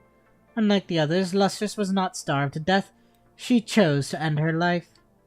Realizing that, Vera laughs hysterically, as if to cover another feeling deep inside. This is as far as she goes. And what the hell is this? You tricky bastard. In the end, you couldn't take it. Well, then, I'll seize it from you. Vera opens a pack of hardtacks and stuffs them in her mouth. Constructs do not need to eat. What she does is technically pointless. But Vera just starts stuffing the hardtacks into her mouth one after another like a ritual where she is picking up the baton. A flag being passed from Lustrous to Vera. If you can't take it, I will. I will take your dreams, your future, your desires to live, your lost pain. I will take it all. She stands up, reaches inside Lustrous Tokes, and takes out their legacy. She gives it to you. I'll keep it safe. She nods. Stay here. I'm going spearfishing.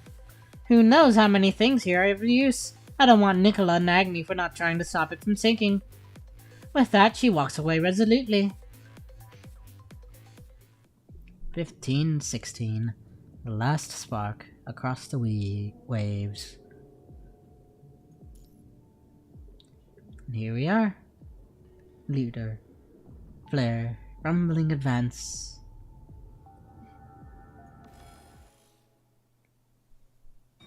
The sky opens up and rain pours down as if water from the whole world is converging here. Vera jumps onto the roof and finds a humanoid hybrid ascendant standing not far away. Lamia lifts her head slightly, looking at the sky, noting the rain hit her face. Despite not expecting her to listen, Vera still raises the banner in her hand and points it at Lamia, threatening her loudly. Hey, fish girl. I don't know what's your deal with this city, but you better disable the submergence command right this second, or the spear goes right through you, you hear me? The mermaid ascendant turns her head toward Vera slowly. A strand of hair, wet from the rain, falls aside with her movement, revealing her hollow-looking gaze. Vera is stunned. Vera knows that gaze intimately. The look of total desperation was once in her eyes as well. On that rainy day, after all her companions died, she also stood there, looking at the rainy sky, letting the rain hit her, hiding her tears in the rain. I'm not going to give it to anyone. Lamia draws her twin blade, the edges of the curved blades looking like the arcs of comets flying across the night sky. This is mine. Stop bothering this place. Sink. She's a meh. Lamia cries, sorrowfully, and charges at Veer with her blade held high. And here we go. The experience I've been waiting for a long time. Time to banker. Okay.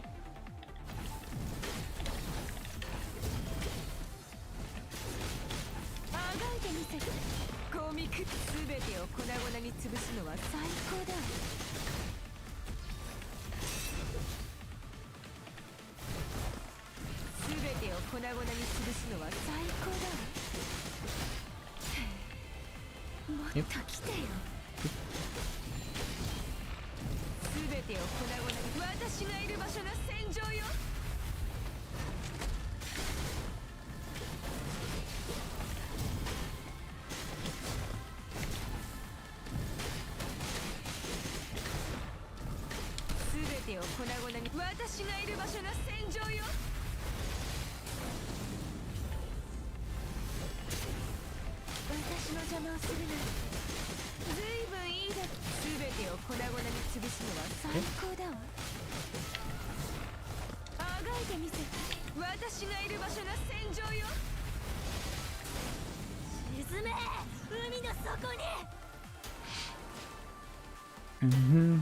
Phase 2.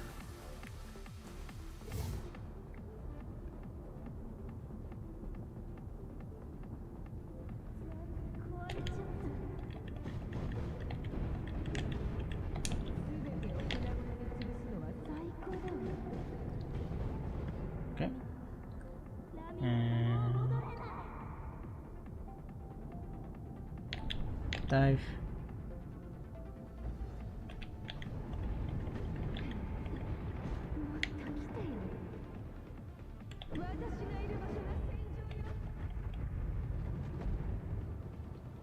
Okay.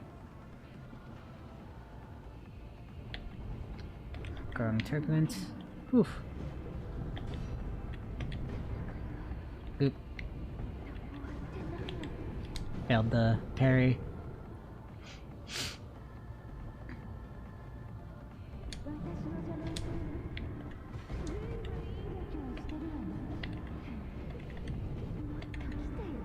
Oof.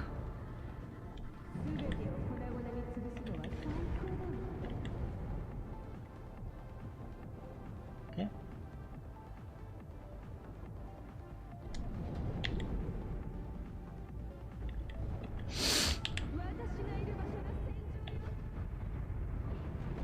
Oh, right. I messed it up. Fun. I'll get there.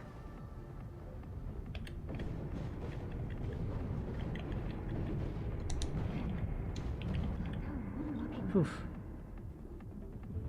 Okay. Already at the phase shift.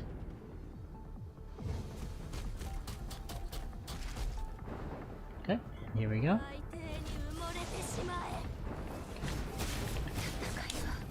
Oh, I messed it up. I think I gotta buffer it a couple bits early.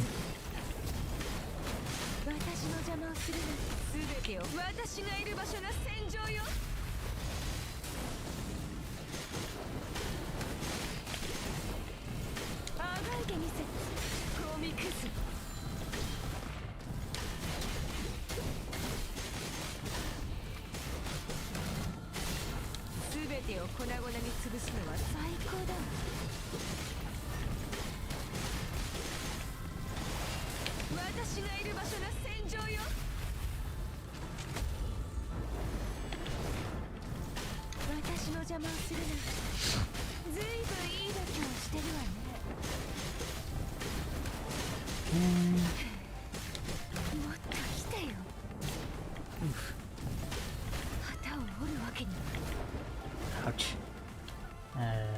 That's oh, there. Go.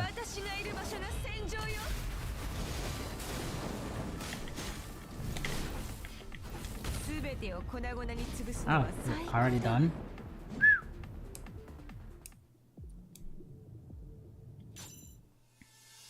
The twin blade and the banner spear clash with each other, creating an ear-piercing ring. The air seems to be humming as well. Invisible ripples extend outward in the rain every time the blades meet.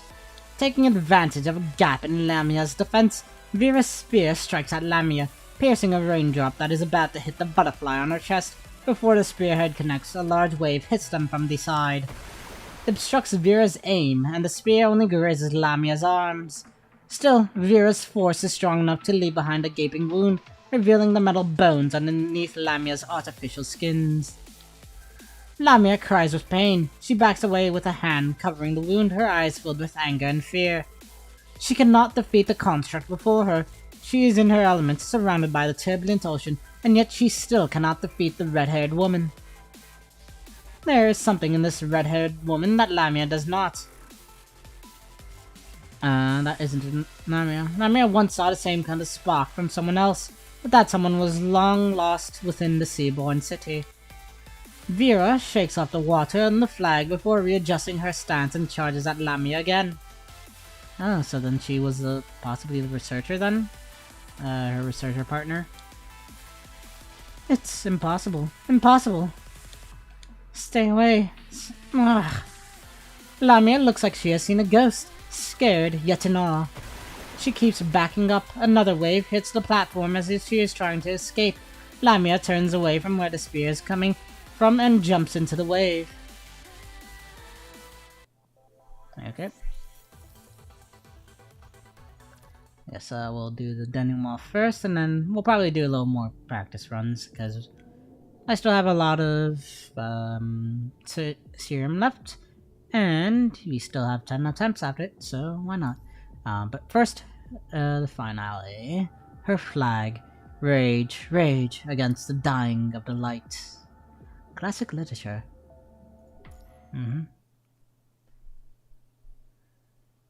The city is about to sink, and this is when the storm stops. You look out and the city is gone. The horizon reverts to a flat plain. The top of the 6 spires, now tiny dots, barely noticeable. Even the tallest main city is fully submerged, save for the roof of the observatory. The wind howls and the waves rumble. With one hand on her banner spear, Vera half kneels, half sits on the floor. She was going to overpower Lamia and subdue her, whatever it took to drag her back to the control panel, so she could not force her to disable the submergence command, but Lamia still ran away in the end. All Vera feels now is tiredness and frustration. How strange she was willing to go this far, she thinks to herself. Uncharacteristically, she does not have an answer immediately. This is very unlike her. She has not been this apprehensive for a long time.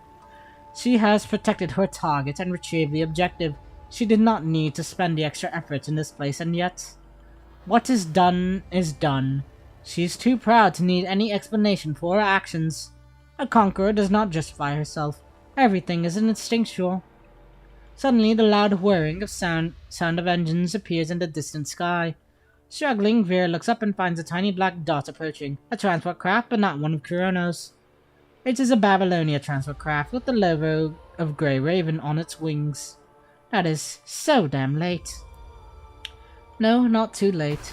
Another quake from beneath her feet. Just like the first time when the city started sinking, this one is also earth-shattering. Guess the command is still... oh no, I guess it's coming back up. So Lamia disabled the command.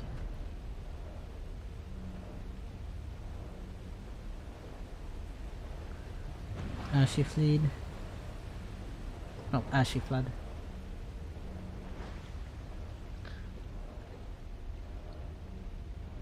I kind of expected, since she knew she couldn't take on Vera and just let everything end there.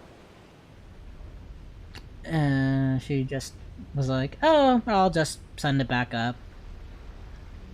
Because otherwise they would pursue her. Man, poor girl.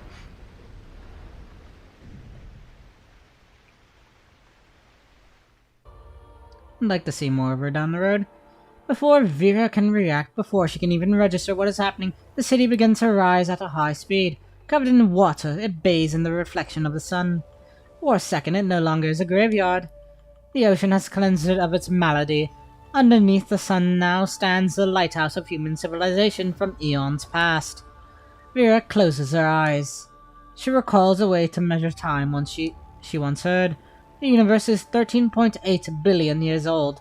If you compress this period of time into 12 months, then the history of humankind begins on the last night of the year. On that last night, which is 3.5 million years ago, the first hominin stood up, and instead of looking at the earth, it looked to the stars. It takes 60 seconds from humans understanding seasons by observing the stars to the first astronaut planting his flag on the moon. And humankind's current obstacle, the punishing virus, is but a blimp in the grand scheme of things. Showered in sunlight, Vera walks up, her eyes open wide, looking directly at the sun. She can almost see the woman's figure against the glare of the sun. She reaches out a hand. She can almost touch it, the world a second in the future. Like the astronaut on Apollo 11 planting his flag on the moon, Vera plants her banner spear by her side. It is an act of ancient primal instinct, claiming her territory. When their first ship entered orbit, they declared Earth theirs. When their flag was planted on the moon, they declared the moon theirs. Humans will not stop conquering. Centuries after humans conquered the moon, those from Babylonia, they have conquered the Earth again.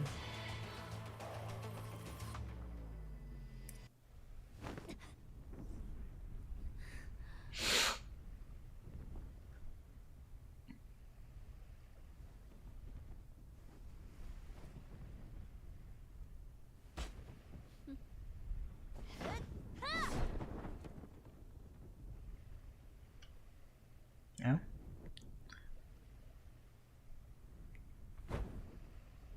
See invoice. Nice, nice.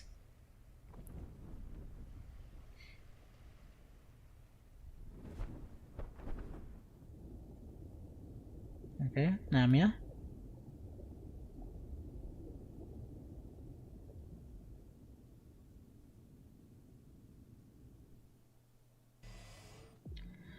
One more thing, this is just my view and some guesses. I didn't want to leave in this recording at first, but a good educated guess is no less valuable than a clear conclusion. Unfortunately, I don't have time to prove its validity, so I'll leave it to you, seekers of tomorrow.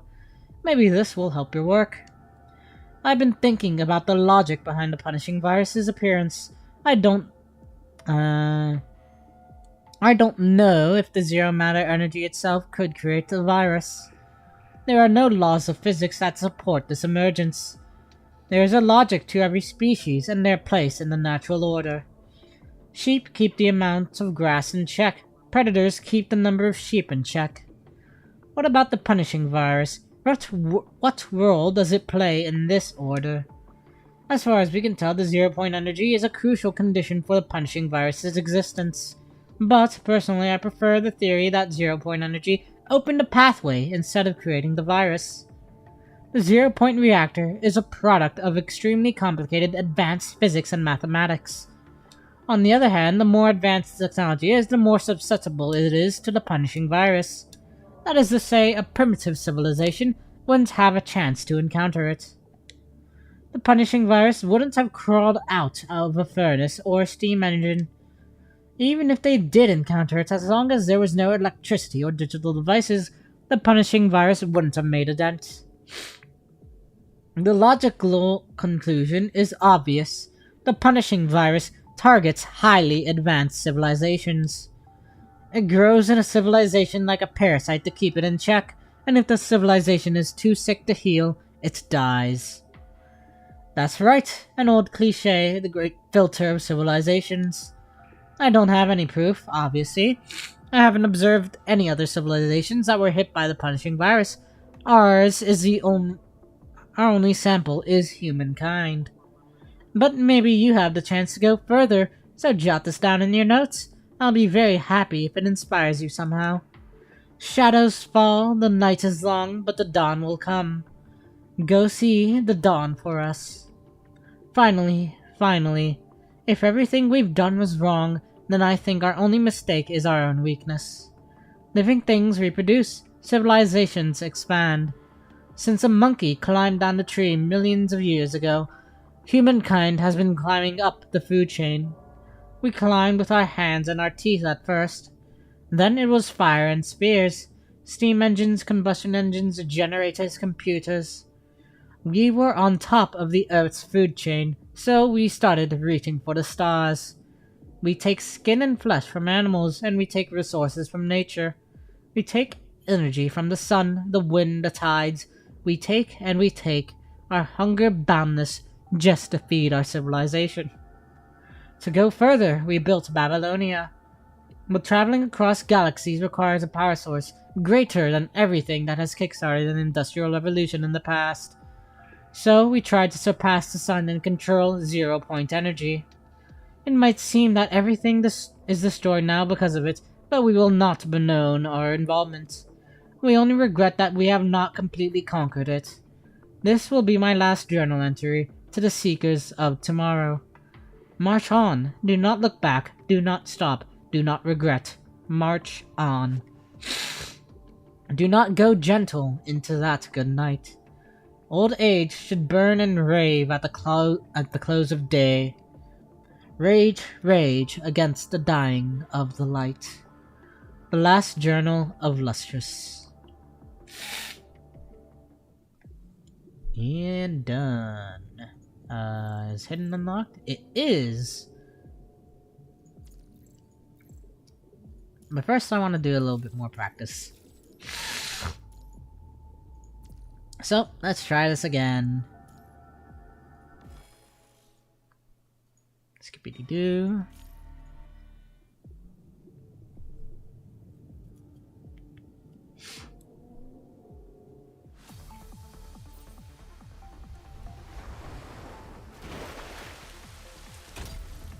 Let's give this another go.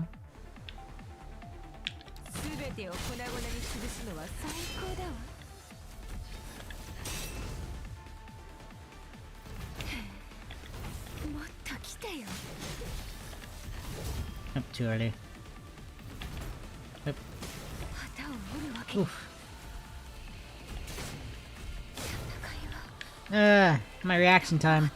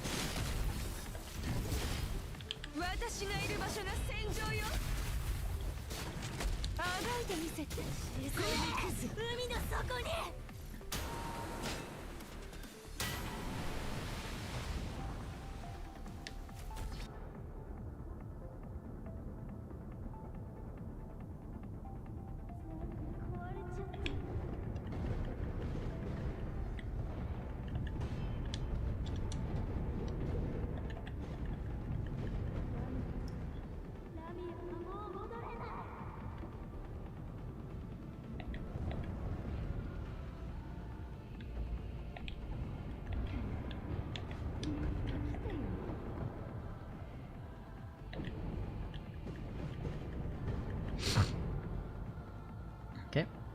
Come on. Water's growing turbulent.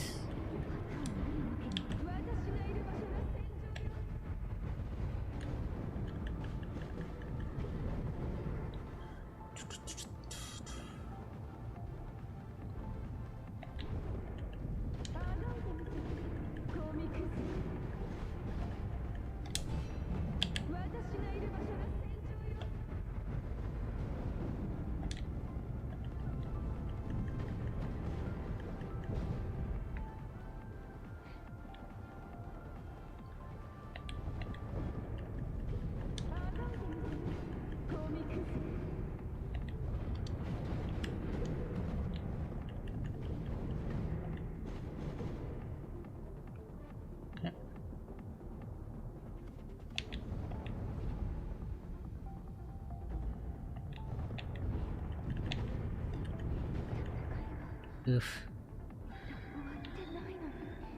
So the blue is, she uses a mix of red and blue at that moment. And the blue is unparable.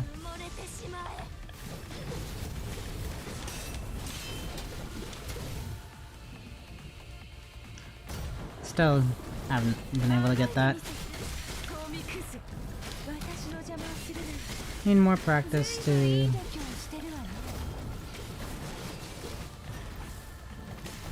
really get that down to make it so satisfying.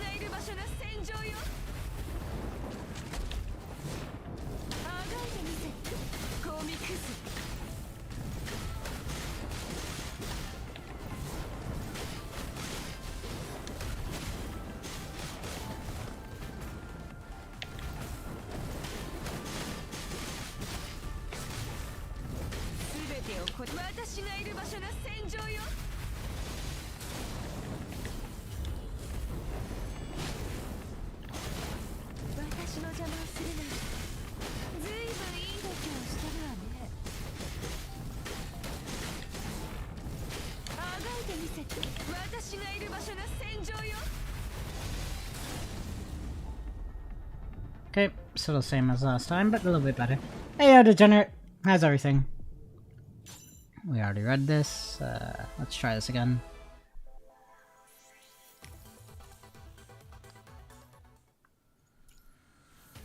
Give us another go.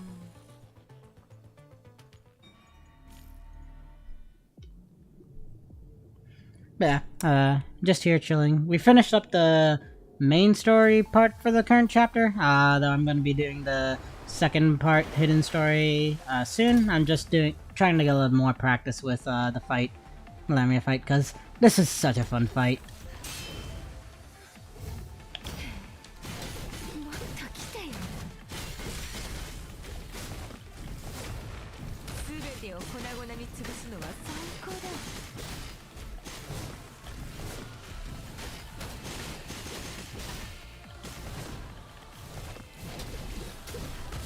Yep, too early.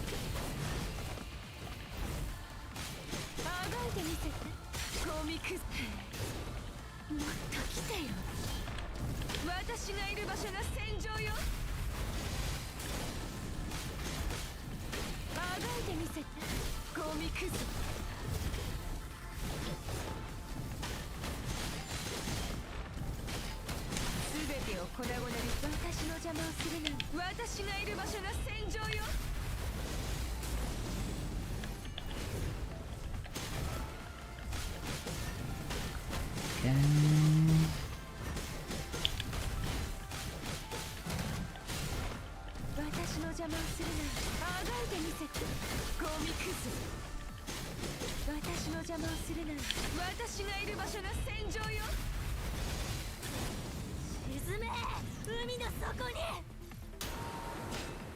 So far, so good. Messed up a little bit, but okay. Oop. Oh, she used a different start.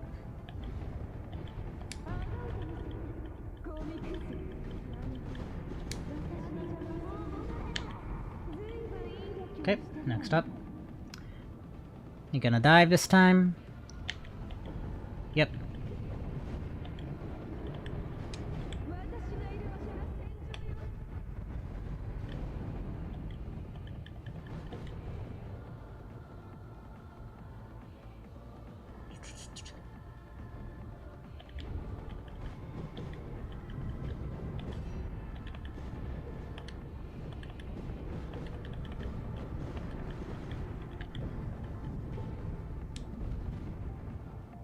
Okay, next up.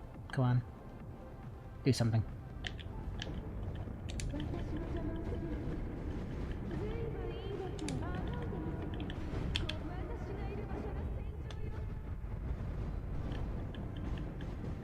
Mm-hmm.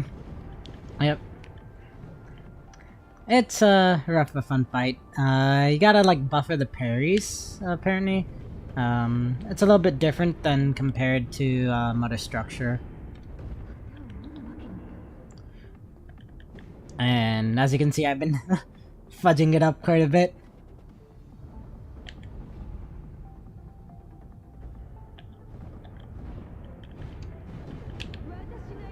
But basically, when you see red, is pretty much a parryable attack of hers.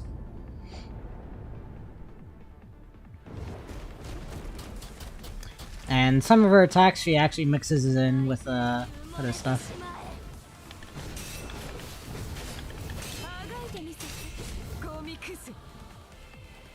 Almost.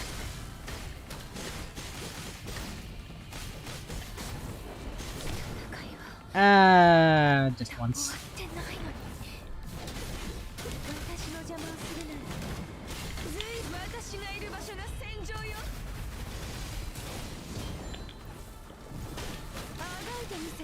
So, better than the first 2 times.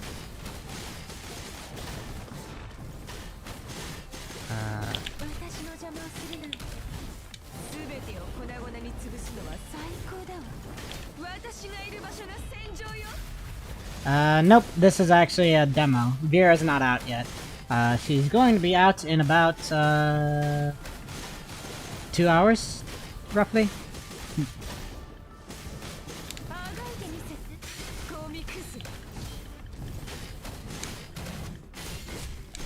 Ooh.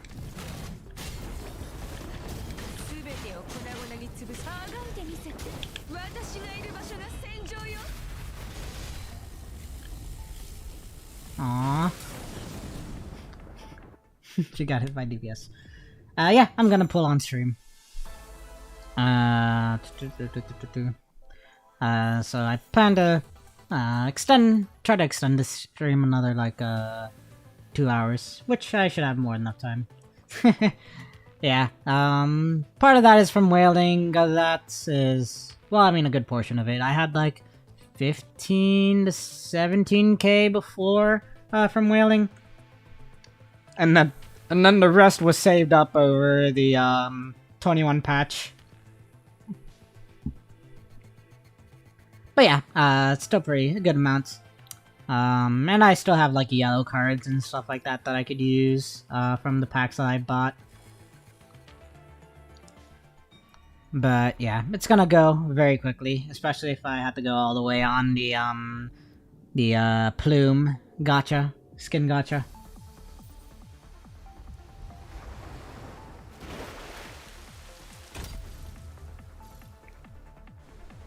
Okay. Nope, too early.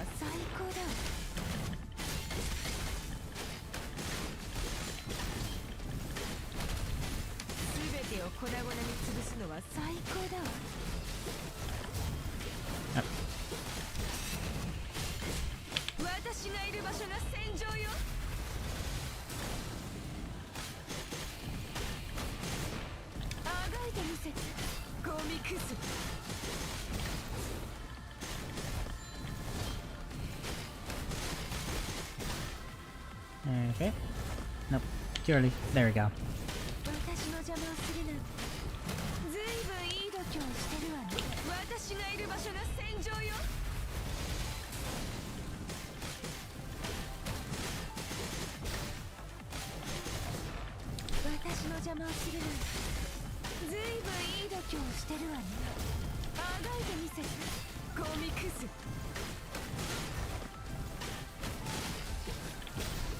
Nope.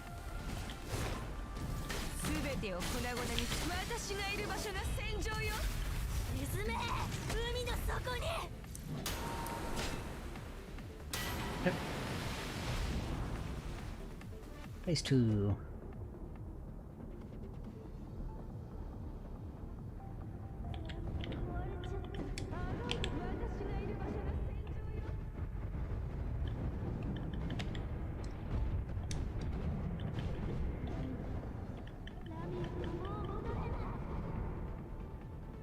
Yep. And boop.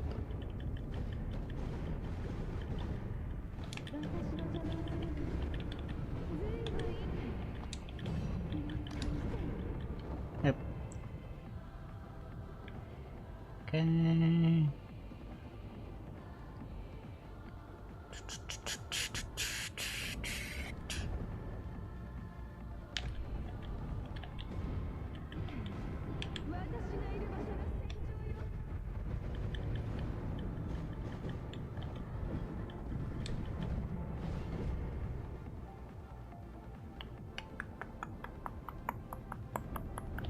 Oh.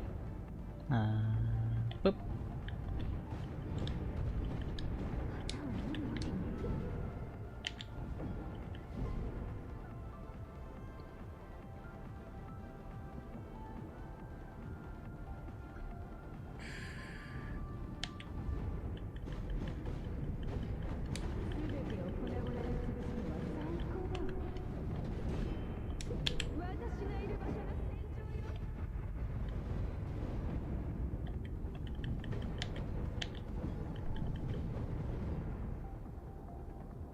Yep.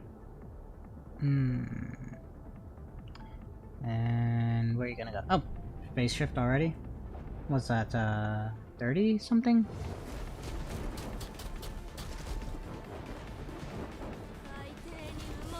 I don't have any.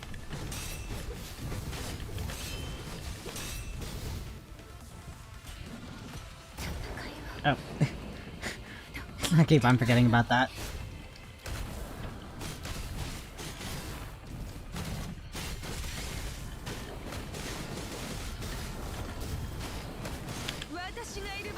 And bump.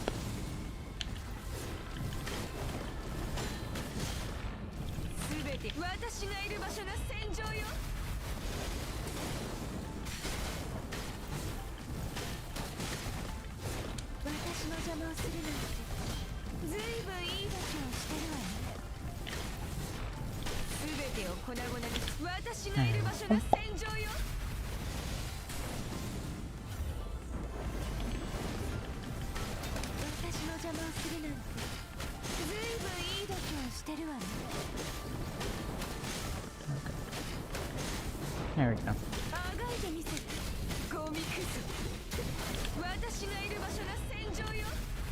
I guess that's a knife.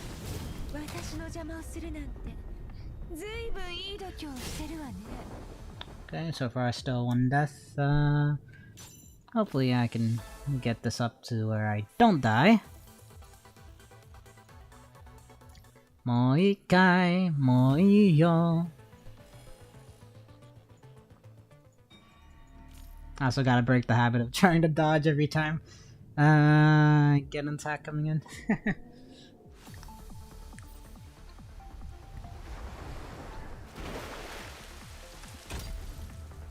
Especially on the variable telegraphs.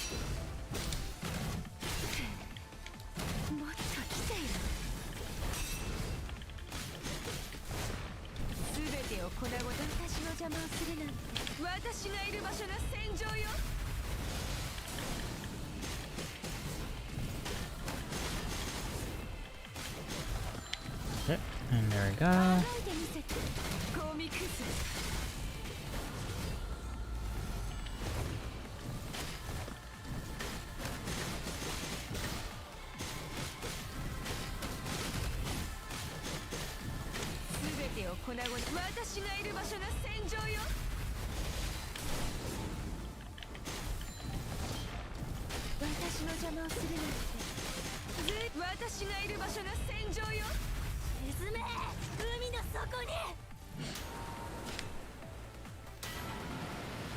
This phase is definitely like the one I get flubbed on the most.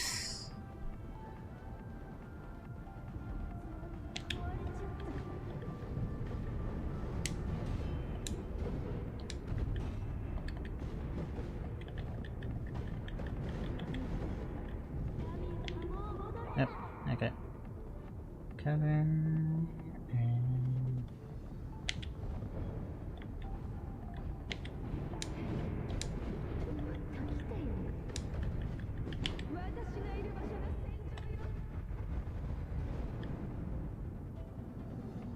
okay.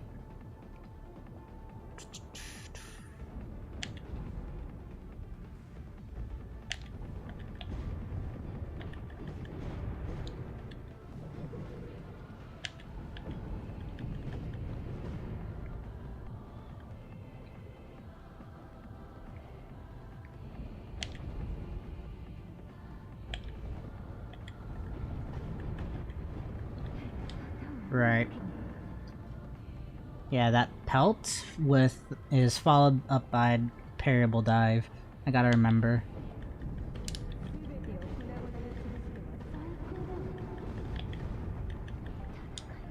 Mess it up again.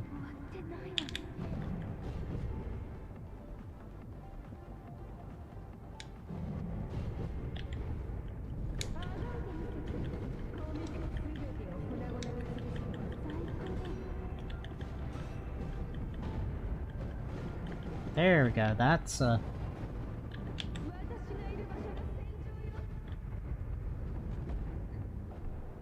was actually a pretty nice compilation there.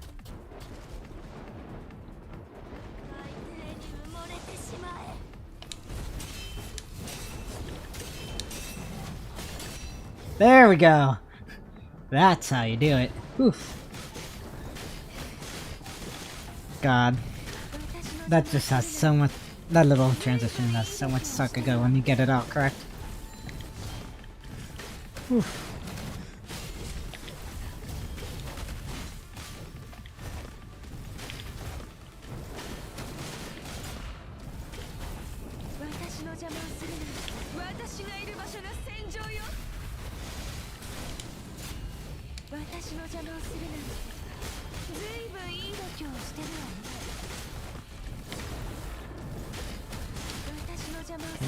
There.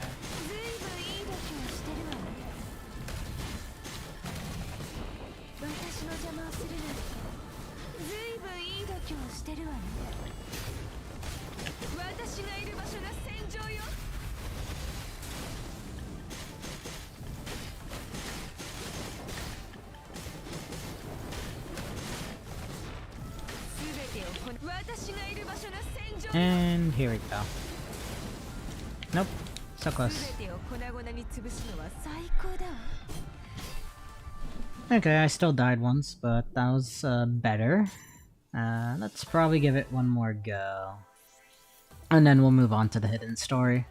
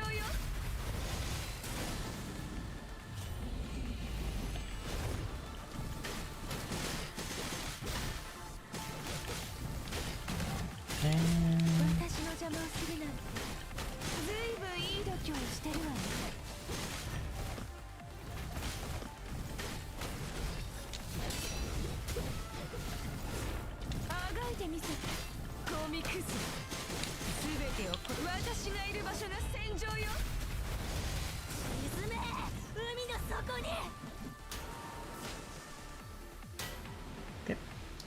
Phase 2.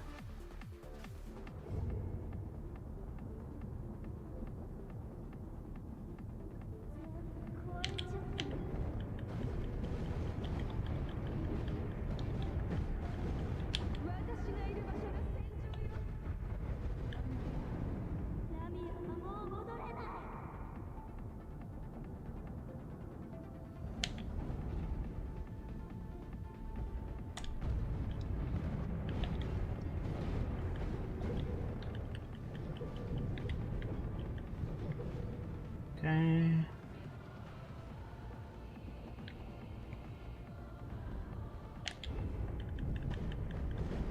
It would be nice if I had the deadlight timing resonance. Oh right, yep, that's the unblockable part.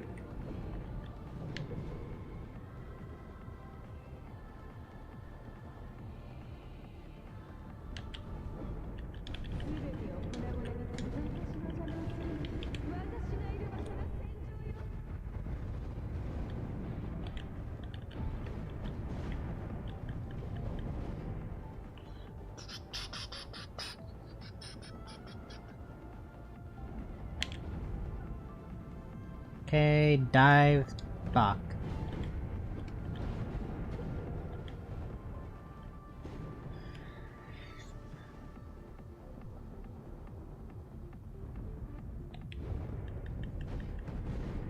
And then it's gonna go into a...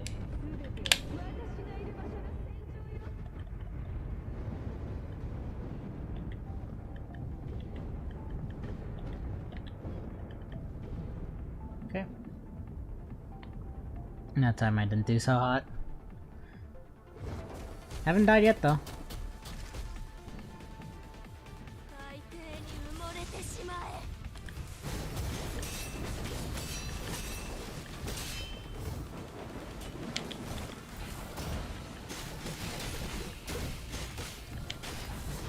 私の邪魔をするなんてずいぶんいい度胸をしてるわね。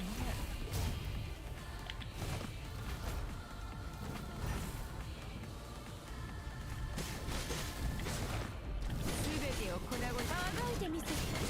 私がいる場所が戦場よ。あがいてみせて。ゴミクズ。全てを粉々に潰すのは最高だわ。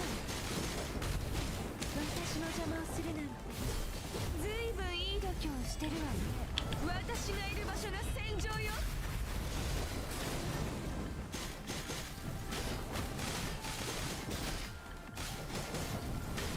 Okay.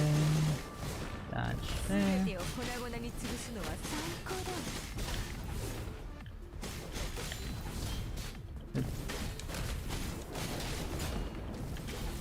私の邪魔をするなんてずいぶんいい度胸をしてるわね。私がいる場所が戦場よ。 There we go. I didn't die this time, yay! I still fudged things up, but I'll get better as we get more possible fights with like the overspeed and stuff with her. But that will be that for the normal story. So now let's go on to the hidden story. We got 3 battle stages and probably like 3 story stages. Orphan of Science. Let's just call her Lamia then. A huge explosion has caused the entire sea to tremble. It sends out a large circle of rapidly expanding waves with Atlantis as the center. The monitoring system has quickly located the source of the explosion. It comes from an undersea level where the zero-point reactor is located. The logistics department is already cleaning up the reactor site. There is debris everywhere, but no signs of burning near the reactor. This is not surprising, considering that a zero-point reactor does not rely on the primitive combustion reaction to release energy. Lustrous immediately arrives at the scene. She seems to be totally untouched by the disaster and begins asking questions.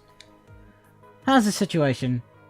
The disaster prevention system was activated in the first moment to cut off the power supply and isolate the radioactive beams. All facilities and personnel above the reactor level remain unharmed. How many casualties? 2 deaths, 1 seriously injured, 15 lightly injured. The medical department has taken over the injuries. Get the robotics department here to investigate, then upgrade the disaster prevention equipment. Who's in charge of the experiment? It's Libya from the research department. Remove her from the position, then send her back to the land in the next supply ship. Is there a problem? She's a seriously injured one. I'm afraid she won't last long. Would you like to see her, ma'am? Lustrous closes her eyes. I have no interest in fools, but she doesn't deserve to die of stupidity. Make sure the medical department does all they can. A comms terminal suddenly lights up. Hello, yes, she's here. I'll let her know. Ma'am, it's from the department. Medical department. Libya has passed. Why bother me with such news? The admin team will handle the conversation and the funeral. Libya was pregnant. The medical team couldn't save her, but managed to keep her baby alive. They want to know what they should do with the baby, as we have never had a newborn here. Why is there pregnant staff on the island? Libya was supposed to return to the land with the last supply ship, but she couldn't leave her ongoing research until her due date was close. As far as I can recall, you approved her stay. Tell me where the baby is. Okay, so then this is, I guess, the identity of Lamia. The light in the corridor of the medical department is extremely pale and bright. It even seems the shadows have faded a bit. The ward is divided by a green curtain. On the bed in front of Lustrous lies a small curled up infant. Another bed is barely visible behind the curtain, with a lifeless figure lying on top of it. Lustrous frowns. What is this, a monkey? Where's Olivia's child? Ma'am, this is her child. It's a girl. I'm not familiar with physiology. Is this what a normal baby should look like? No, the lower half of her body was crushed in the accident, possibly due to explosion. We gave her basic first aid treatment, but... How can we cure her? I'm afraid we can't, ma'am. We did everything we could to save a premature newborn from death. Honestly, I think this is a miracle she is still alive. Lustrous lifts her eyes to glance at Libya's body under the green cloth, and she frowns. Is it a common thing that the mother has died but the baby is still alive? It happened a lot in the old days. Back then, women could possibly die from excessive bleeding during obstructed labor, but modern medical science can save almost all mothers nowadays. What's with this child, then? Just pretty incredible. Libby had a contraction on the brink of death. She was almost passing out, but she seemed to be determined to have the baby born, and she sort of succeeded. Well, it was us who took the baby out of her broken abdomen eventually. Is this a result of the so-called maternal bond? I don't know, but I remember a story I once read. A pregnant woman had her head cut off in a car accident, but her baby body managed to give birth to a healthy baby on the spot. One of the supply ships arriving. Send her back to the land with the next shipment. I'm afraid we can't do it anytime soon. The submergence day is just around the corner. Lustrous frowns again. Just keep her for now. Would you like to give her a name? Whatever, just give her a code. Don't waste my time with such trivial matters. Names are but an identifier. Lustrous lets out a sigh after a long time, as if she's making a compromise. Her mother's name is Libya. Let's just call her Lamia then.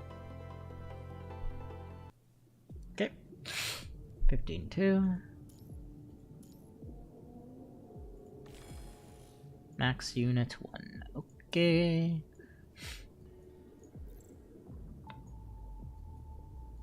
I'll put Rira in.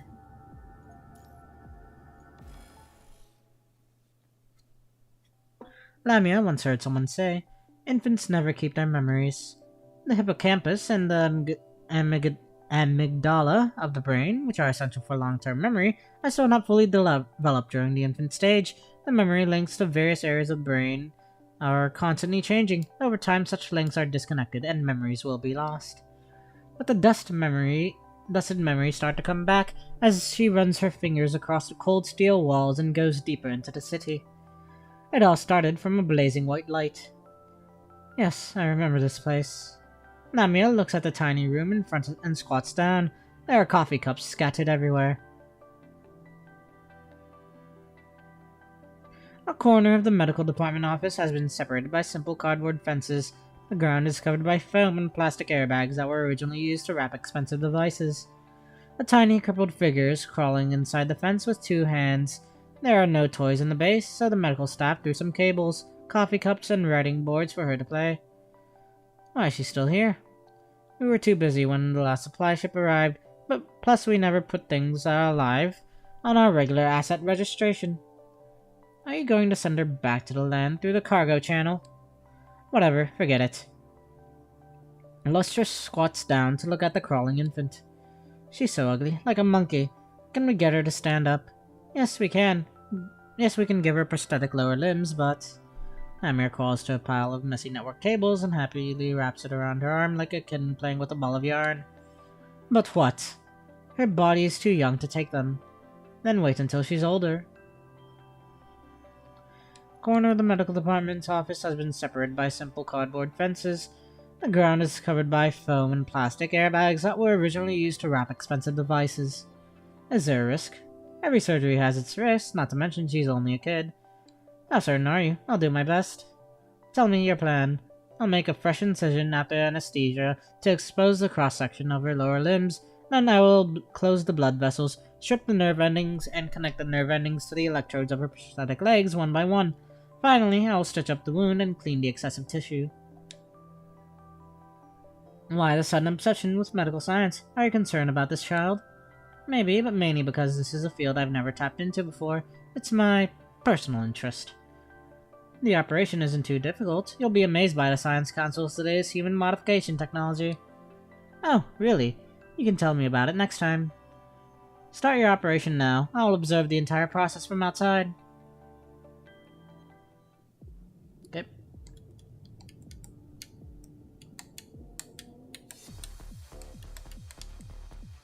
As I say, infants never keep their memories.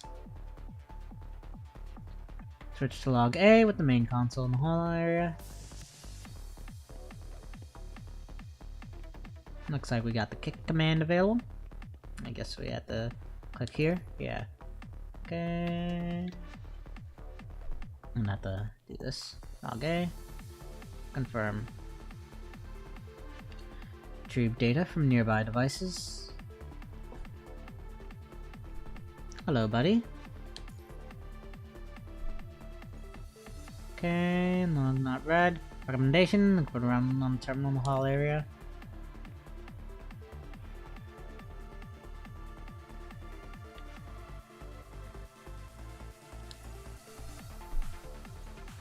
Loading memory, don't have permission, query rejected.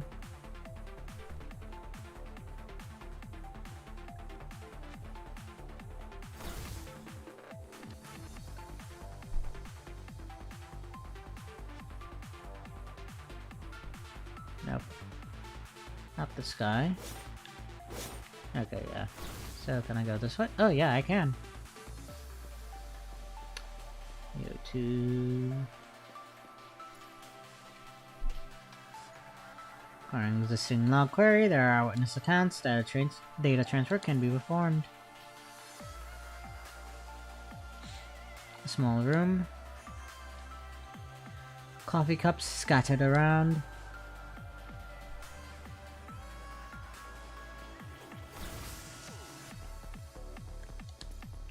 Okay, interact with this one.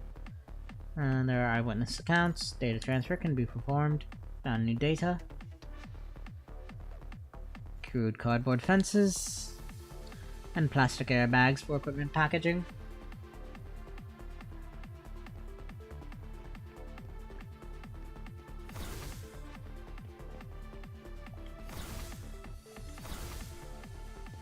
Okay, other side.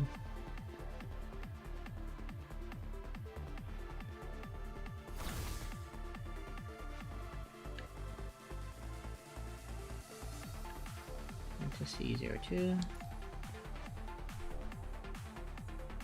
Assessment according to existing files. Inscription terminal in restaurant area. I already did.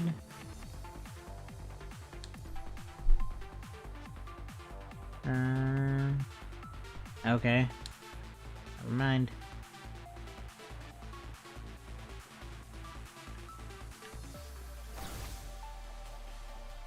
And I probably missed one.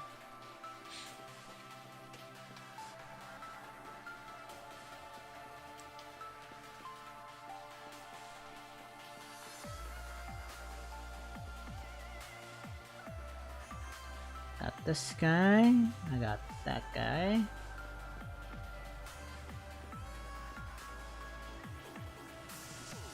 There's probably something here. Something else I could interact with.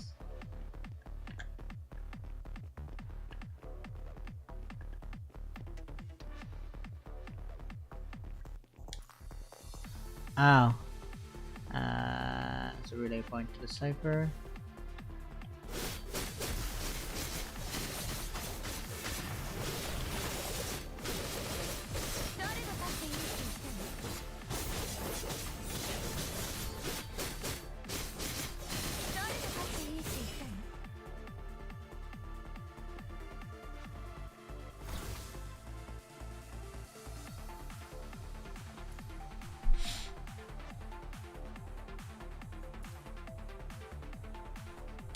Okay, so then let's see.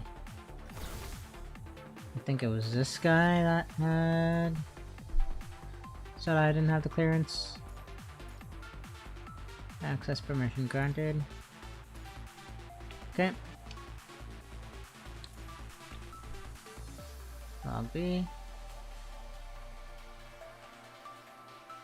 Round coffee cups, square writing boards, together with curly network cables.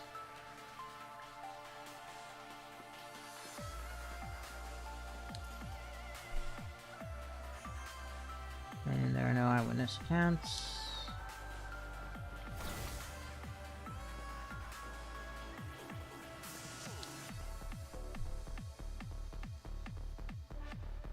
And I saw a new vending machine. Back over this way.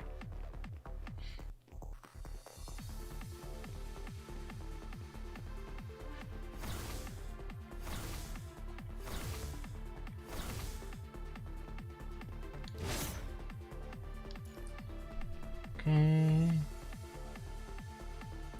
That transfer can be performed. I'm going to send her back to the land of the cargo channel. Okay, and this guy over here.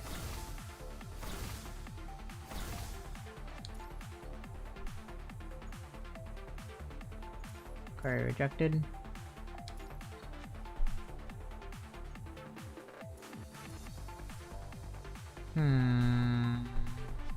Not allowing me to brute force.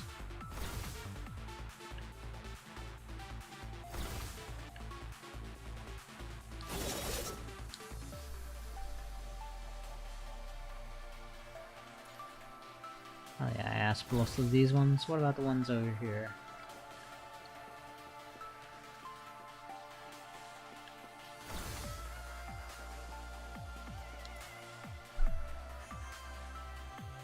Failed to read. Nope.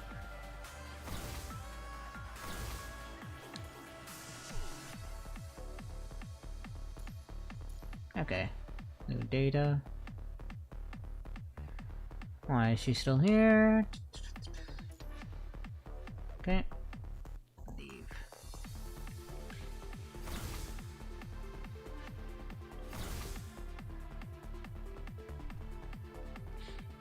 Now let's see if I could decipher the first one. I mean, well, the one that's over here that we gotta go and grab, or if I could at least brute force hack it.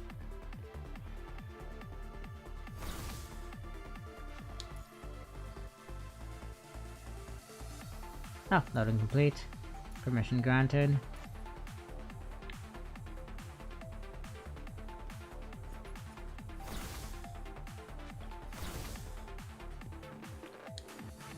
Okay, log C. Is there any way to make her stand up? For such an intensive surgery.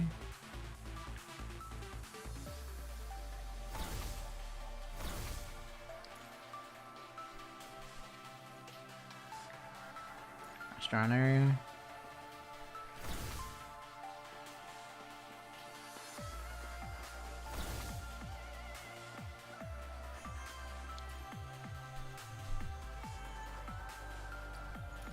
Data transfer performed. Eye surgery has its every surgery, not to mention shield linked. Yep.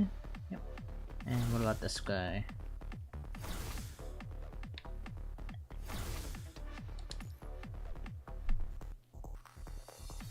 Okay. Begin transfer. Send the session. Yep.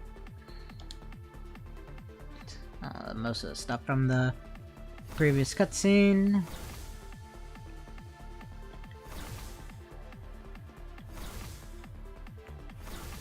Let's see. Got to read.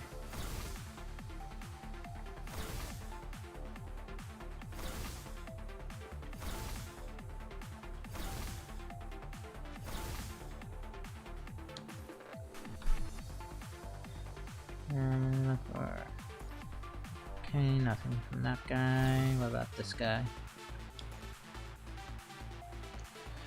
Roxy, loading complete. Data loading complete. Please return to the terminal.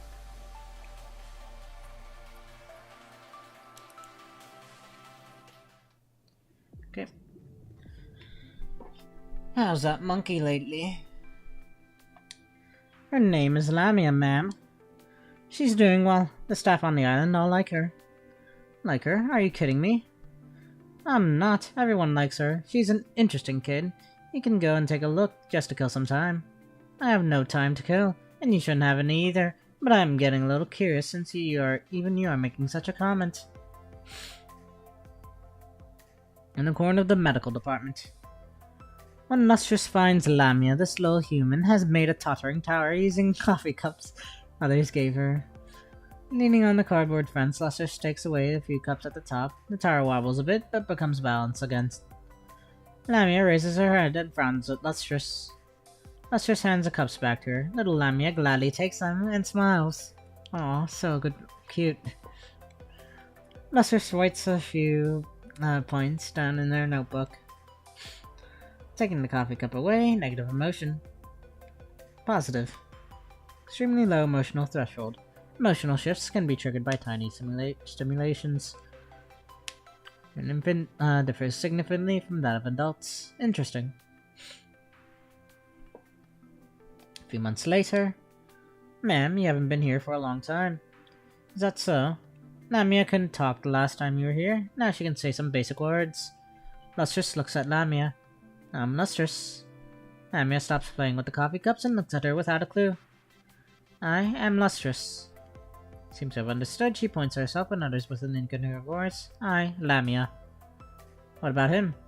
Uncle. What's this? Cup. And this place? Lamia shakes her head blankly. Atlantis. Llamas. Atlantis. Shatlantis. Lustrous shakes her head and makes a few notes. Hearing, normal. Vocal cord, normal. Language development, slow. Lustrous lets out a sigh.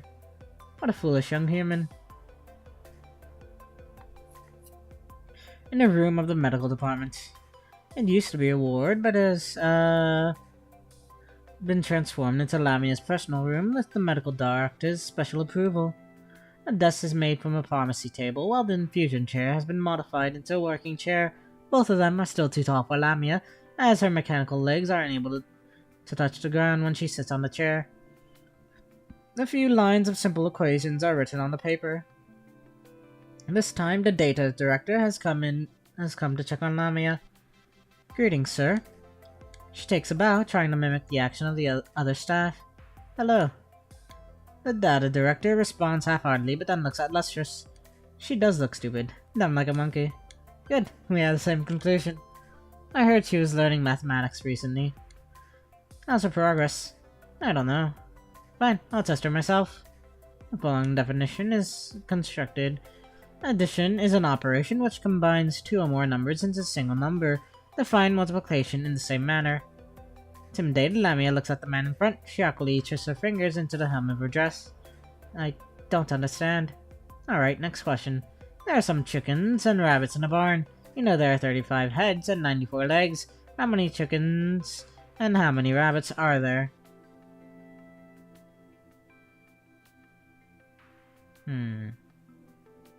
That's actually a good question.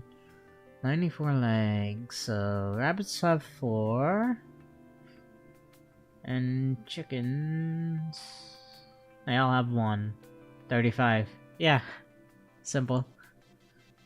That's a good idea. Like, none of those have 2 heads. Question is too difficult. I don't know. Turns to Lustrous. She lowers the IQ of the whole Atlantis. I have never witnessed such a foolish creature. Lustrous doesn't realize, but her lips have curled under her mask. I'm glad that we have reached the same conclusion again. She writes down another 2 bullet points. Comprehension, poor. Reflex, slow.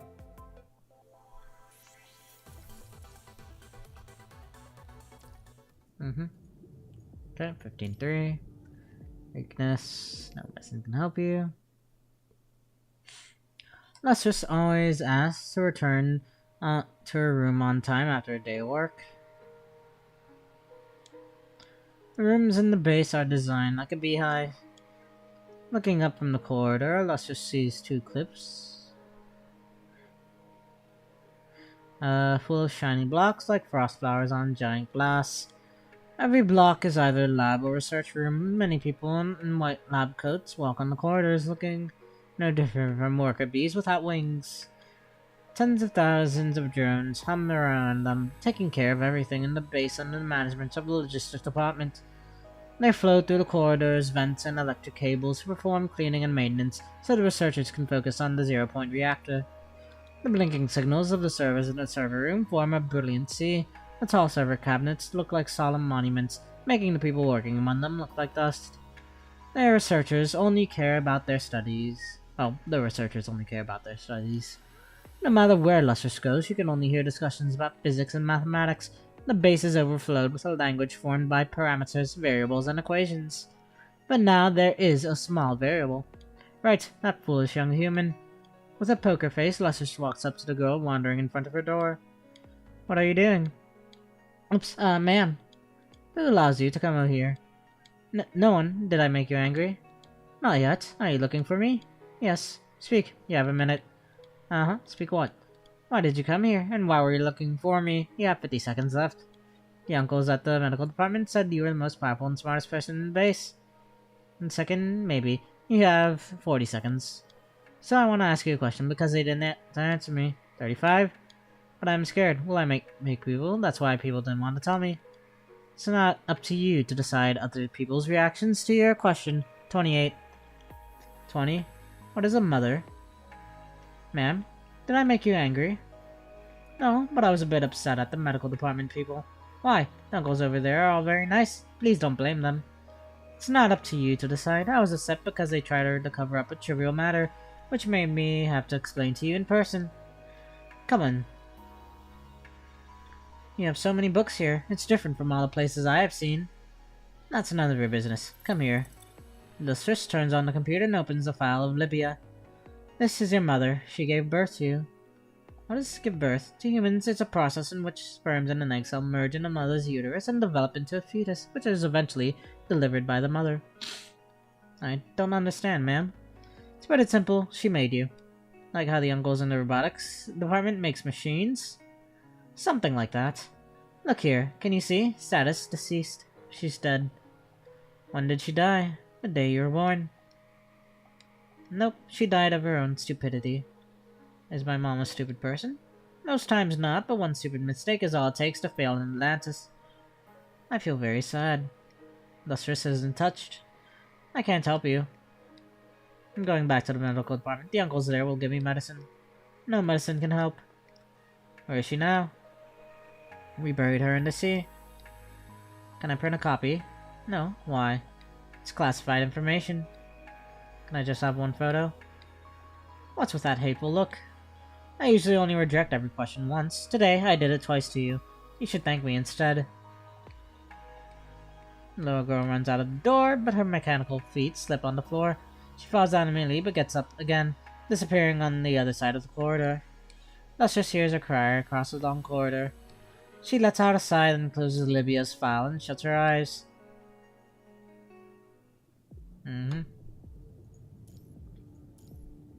Part 2. Lamia remembers everything. How she was born and grew up, all the time she spent in this city and the sea. Everyone looked and laughed at her as if she was a monkey. Lamia always thinks she is too foolish for Atlantis, an unneeded presence. From then on, Lamia becomes constrained and introverted, fearing that her actions would annoy anyone. That woman, named Lustrous in particular. She never showed her a good face.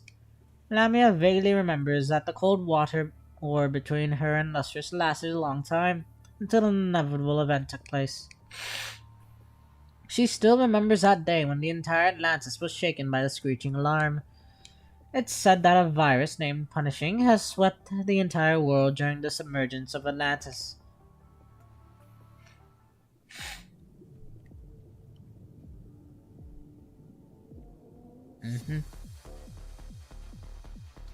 Who allows you to come over here? some of the repeated stuff, I guess, from before. Use the log again. And same deal as before, I imagine. Okay, log A. Confirm. Okay. Okay. Interact. Okay. Action not detected. Standing on standby mode.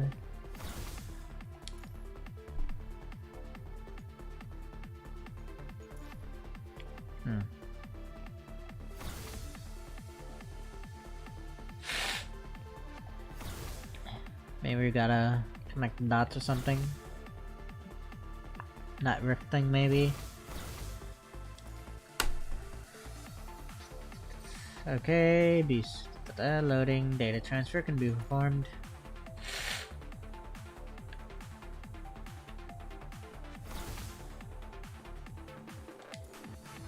Okay, so then the rest is in the kitchen. Confirm.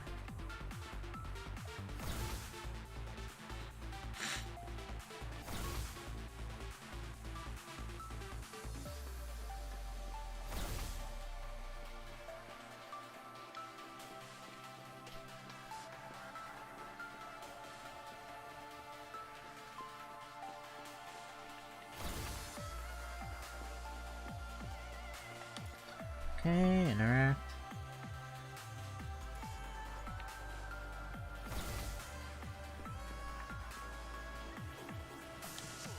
And interact. Okay, read log D. Daikidai. Device to calibrate the lift. Wasn't this?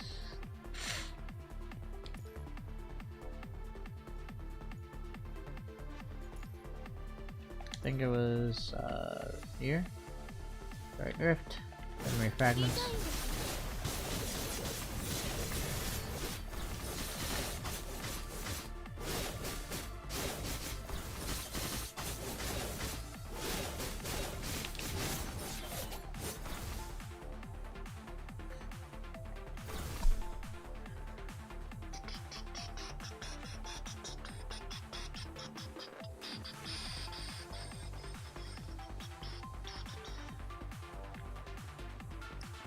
Okay.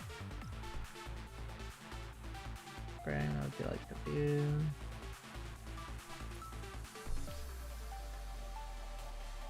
Which terminal? This one? Hey, wait. This is splashing. Or not.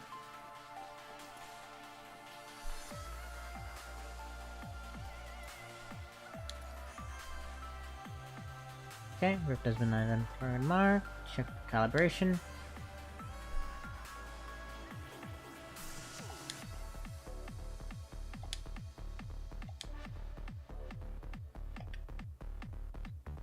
Okay.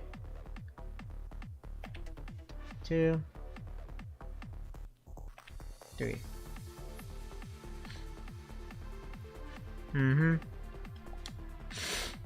Trained introverted. Afraid of annoying others. Okay, to the main console.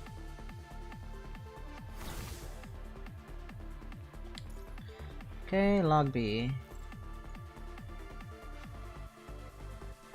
Send. Okay. Interact. C.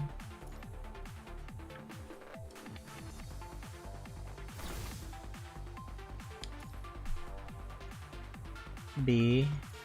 So I gotta remember this guy on the left of the main hall.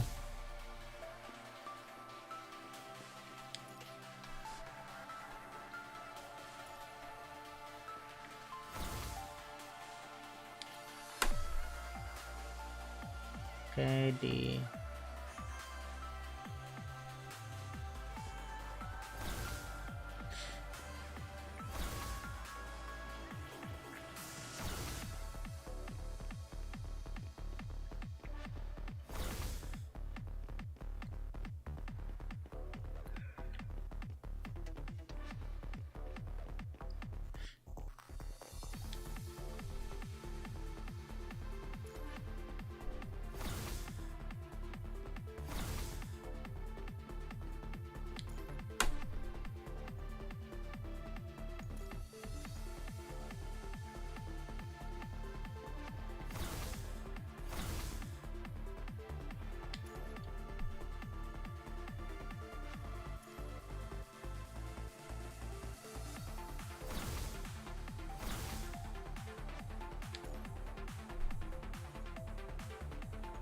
Tracking failed.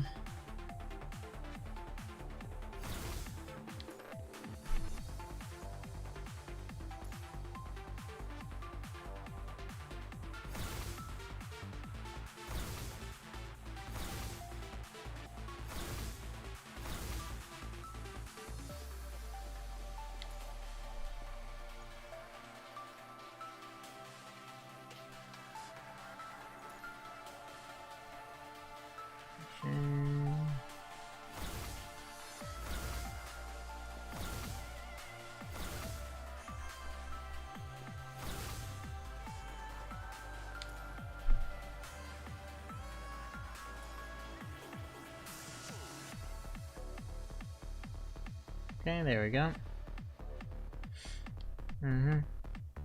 Those rules are colder than seawater, harder than icebergs. Since this was B, should be... Nope.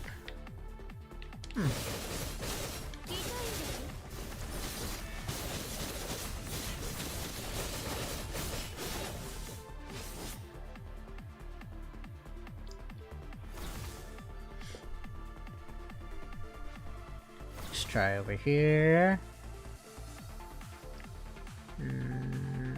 Nope, doesn't look like it.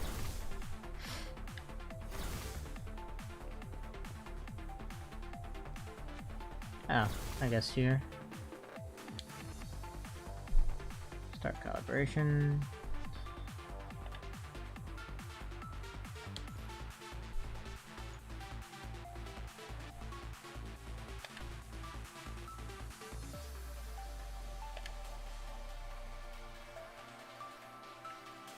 Okay. Switch logs. Log C.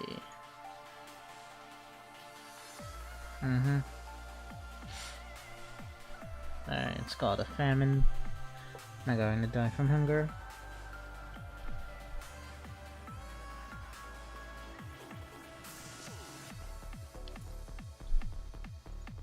Track. C needed.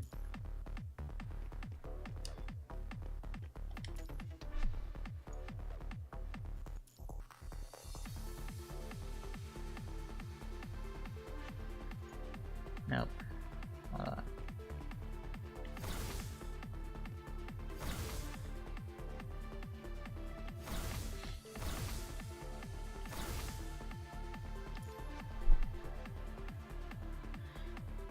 Okay, confirm.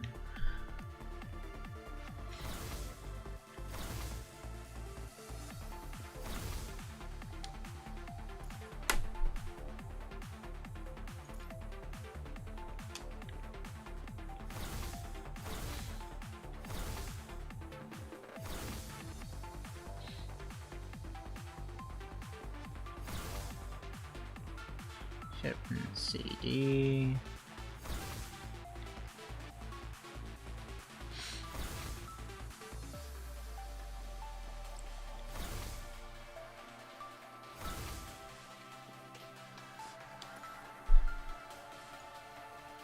Okay, B.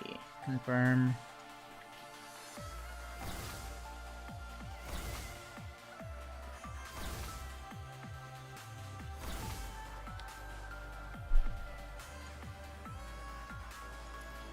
Huh. So then let's try going back here.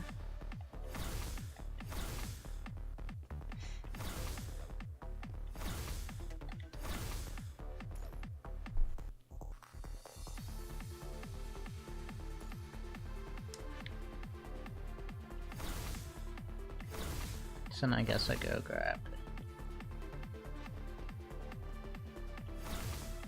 this, and then I go over that way.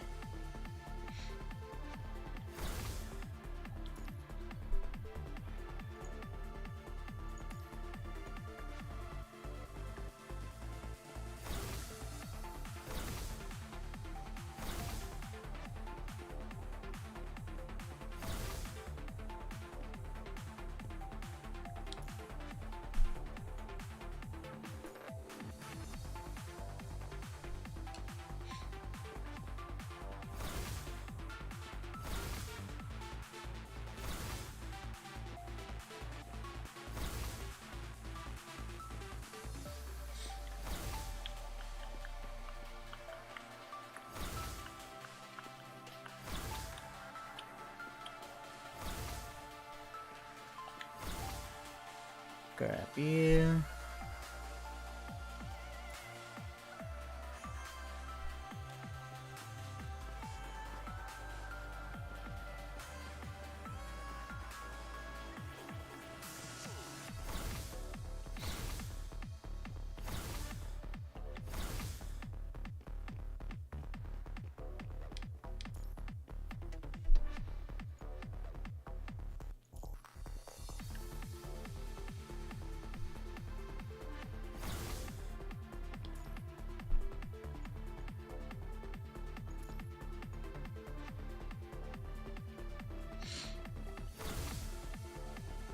Huh. Interesting.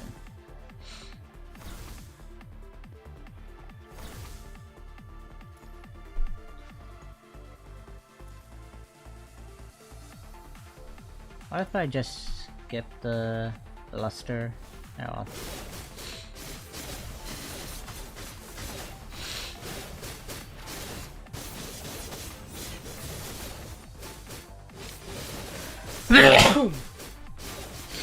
Excuse me.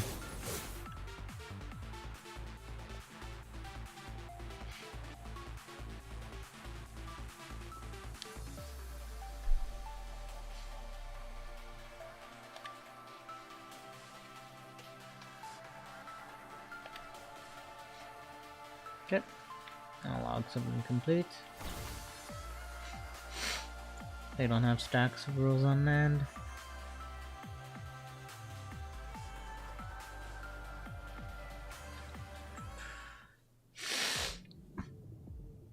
Researchers have lined up in the corridor outside the canteen. The queue is incredibly long. Lamia cannot see its end. A researcher seems to have remembered something. He exchanges a few words with the colleagues nearby and leaves. He leaves the gap behind, but is almost consumed by the moving queue. Lamia looks around. No one seems to have noticed her tiny existence. She immediately cuts inside before the gap and disappears.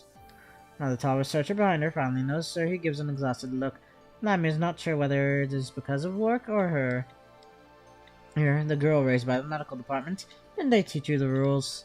Lamia cowers. Of course, she knows the rules. Colder than seawater, but harder than ice. Lamia shrinks to her shoulders, trying to make herself look weak. She opens her eyes wide to give an innocent look.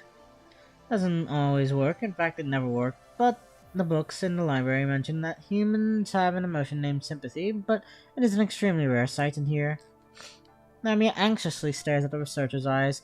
The white light reflected on his glasses sends an inorganic chill up her spine. He finally looks up again without talking. It isn't out of sympathy, he's simply lost the interest for further interaction. Great, Lamia feels relieved. The queue continues to move slowly forward. She finally arrives at the wait table after a long time. There was always lots of food here, for everyone to take. The canteen used to be very noisy. But right now, the atmosphere feels dense and heavy. A row of logistics staff sits behind the table, each of them holding a writing board in their hands. Beside them is another line of fully armed security guards from the admin department, keeping the order. The logistics staff hasn't even looked at Lamia. She only stares at the roster in her hand. Name? Lamia. He is still not looking up. His fingers run down the roster and finally come to a stop. Calorie intake is limited to 1,164 calories per day. Okay, these are your rations. Puts 2 biscuits bars on the table. Next. Lamia gulps down some nervous saliva and tries to gather courage. There is nothing wrong with trying. A failure can be tolerated. Can I get another biscuit? No, rations have been strictly calculated based on age, height, weight, and daily activity level. This is all you have. Them children are treated as adults without any special privileges. Take queries about the expiry date or nutrition values. If you have other concerns, make a complaint to the admin department. There are lots of people waiting behind. Leave. Leaves canteen. The base immediately starts to limit food supply after punishing outbreak. In the beginning, the basket containing rations was placed on top of the table. The cans and biscuits were stacked like mountains. The basket was moved next to the feet of logistics staff. Lamia had to stretch her neck to see it.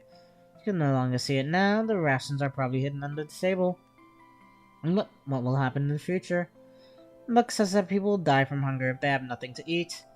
When many people die from hunger at once, it's called a famine. Will there be a famine in the base? Lamia thinks. She has never seen the outside world.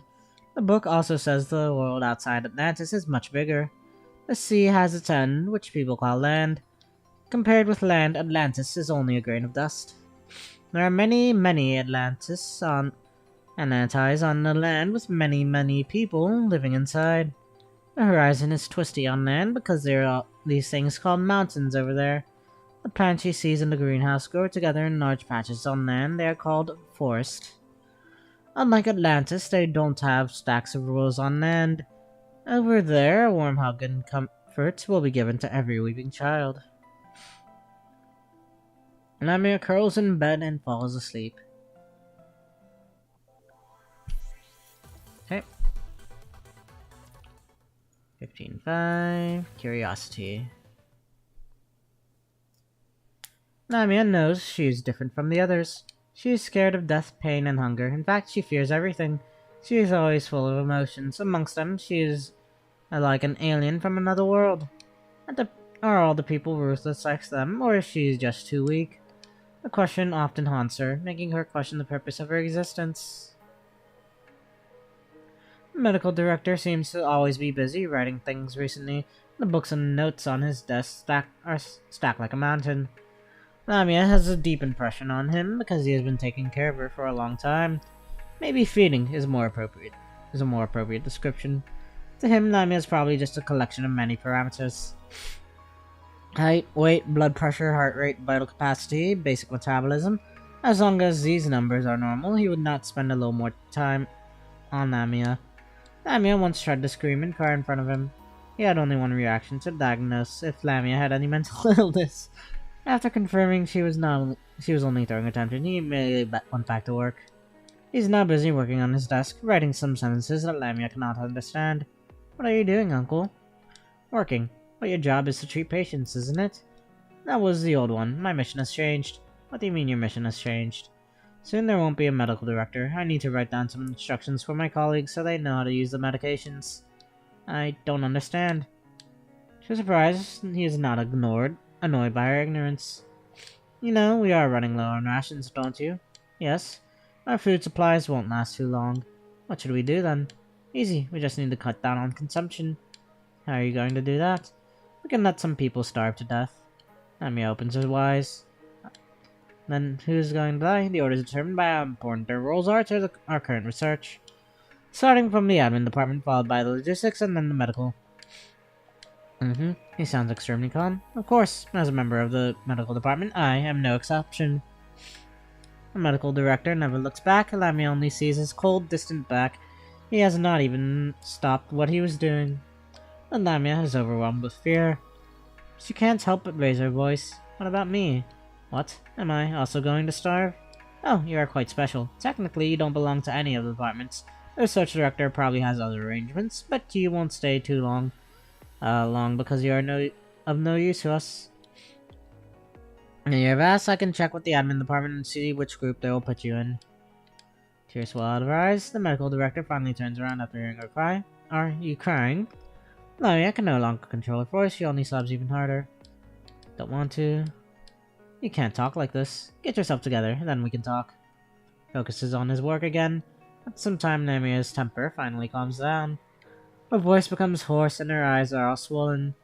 Her sleeves are a complete mess from tears and snot.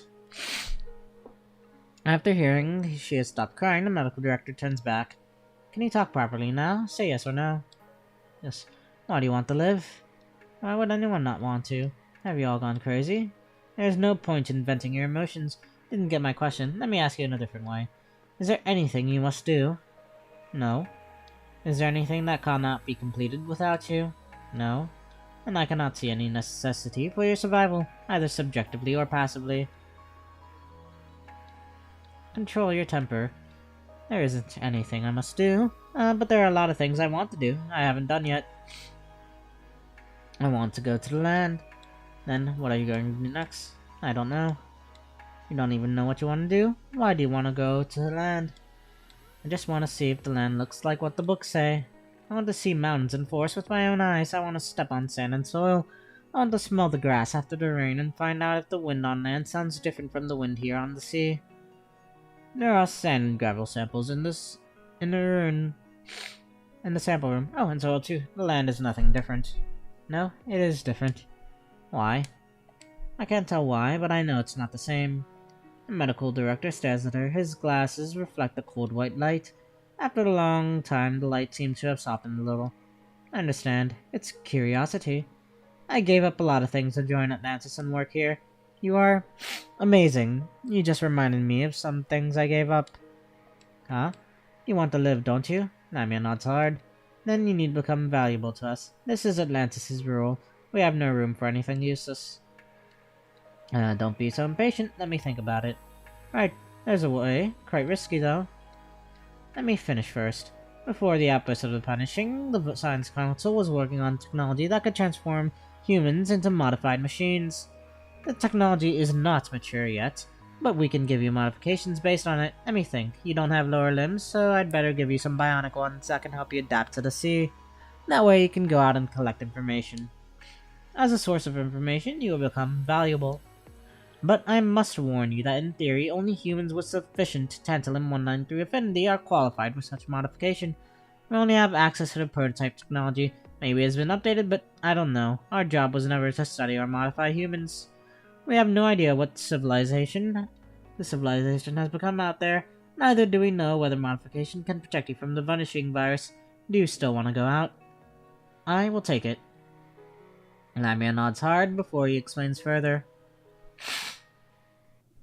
And thus, how she became a construct. The first birth. How did the operation go? Lamia cannot remember. All she knew was the medical department was swamped with people. Even Illustrious, who she had not seen for a long time, was there. She glances at Lamia on the operating table with an apathetic face. Did she ask for this? She requested it. Illustrious nods and leaves the room without looking back. The medical director then looks at Lamia. I'm about to operate on you. A word of reminder, the pain will be insufferable. There's no way to go back once you've started. Okay. Lamia finds herself on a clean hospital bed when she wakes up. Her arms have become metal. The black shell and red joints glow under the pale white light. There's a large black pate on her head that looks like the head of a hammerhead shark, made from the same metal used in her arms. She cannot see the lower half of her body as it is covered under a blanket, but based on the metal parts on her waist, they are probably also replaced by machines. Her brain gradually starts to recover from the anesthesia, as if it has finally accepted the reality and realized it's not a dream. Where am I? Lamia feels lost. She forgets why she ends up here. Could it be a post-surgery complication? The medical director mumbles to himself. There are some minor problems, but it's a success nonetheless. Can't ask for much more for the first trial. Lamia moves her limbs. She struggles to walk as she's still not used to the extra parts on her body. Stop dawdling. Come here. We have to make you adapt to your body right away.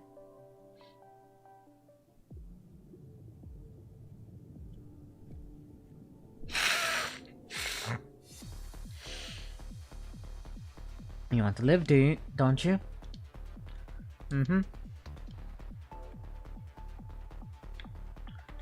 Start the simulation. The department was swamped with people.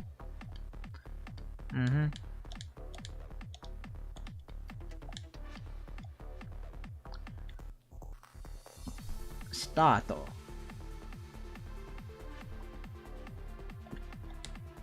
I guess I have to use this.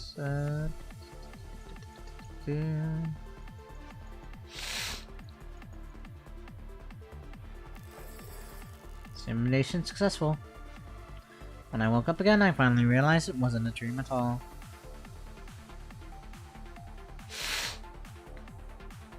Okay. Next simulation.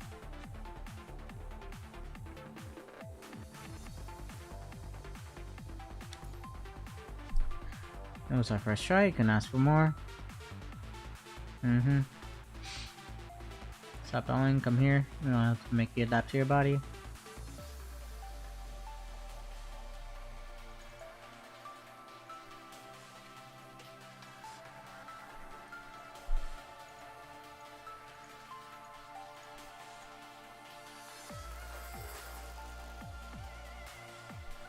Okay, as if something was trying to crush my heart. How do you feel now? Better.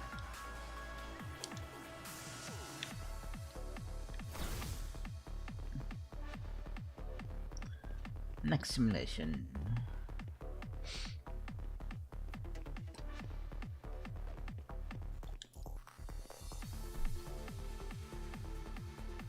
Okay, Namia's body finally adapted to hypergravity effect caused by the intense water pressure.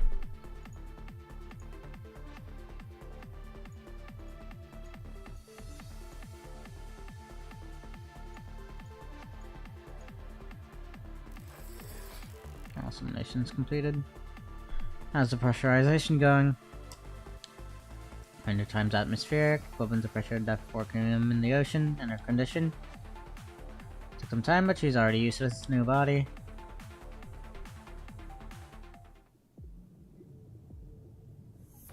There's a giant water tank in the medical department.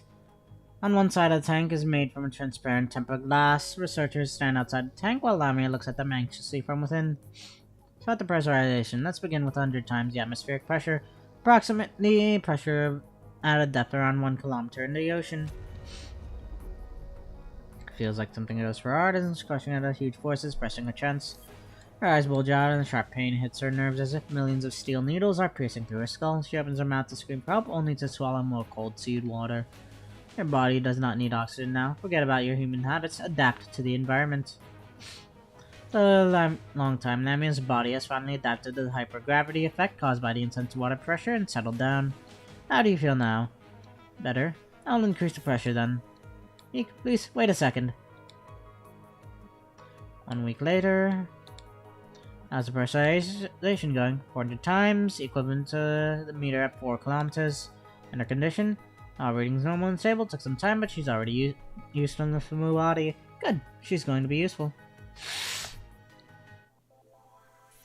The last remnant of the research facility.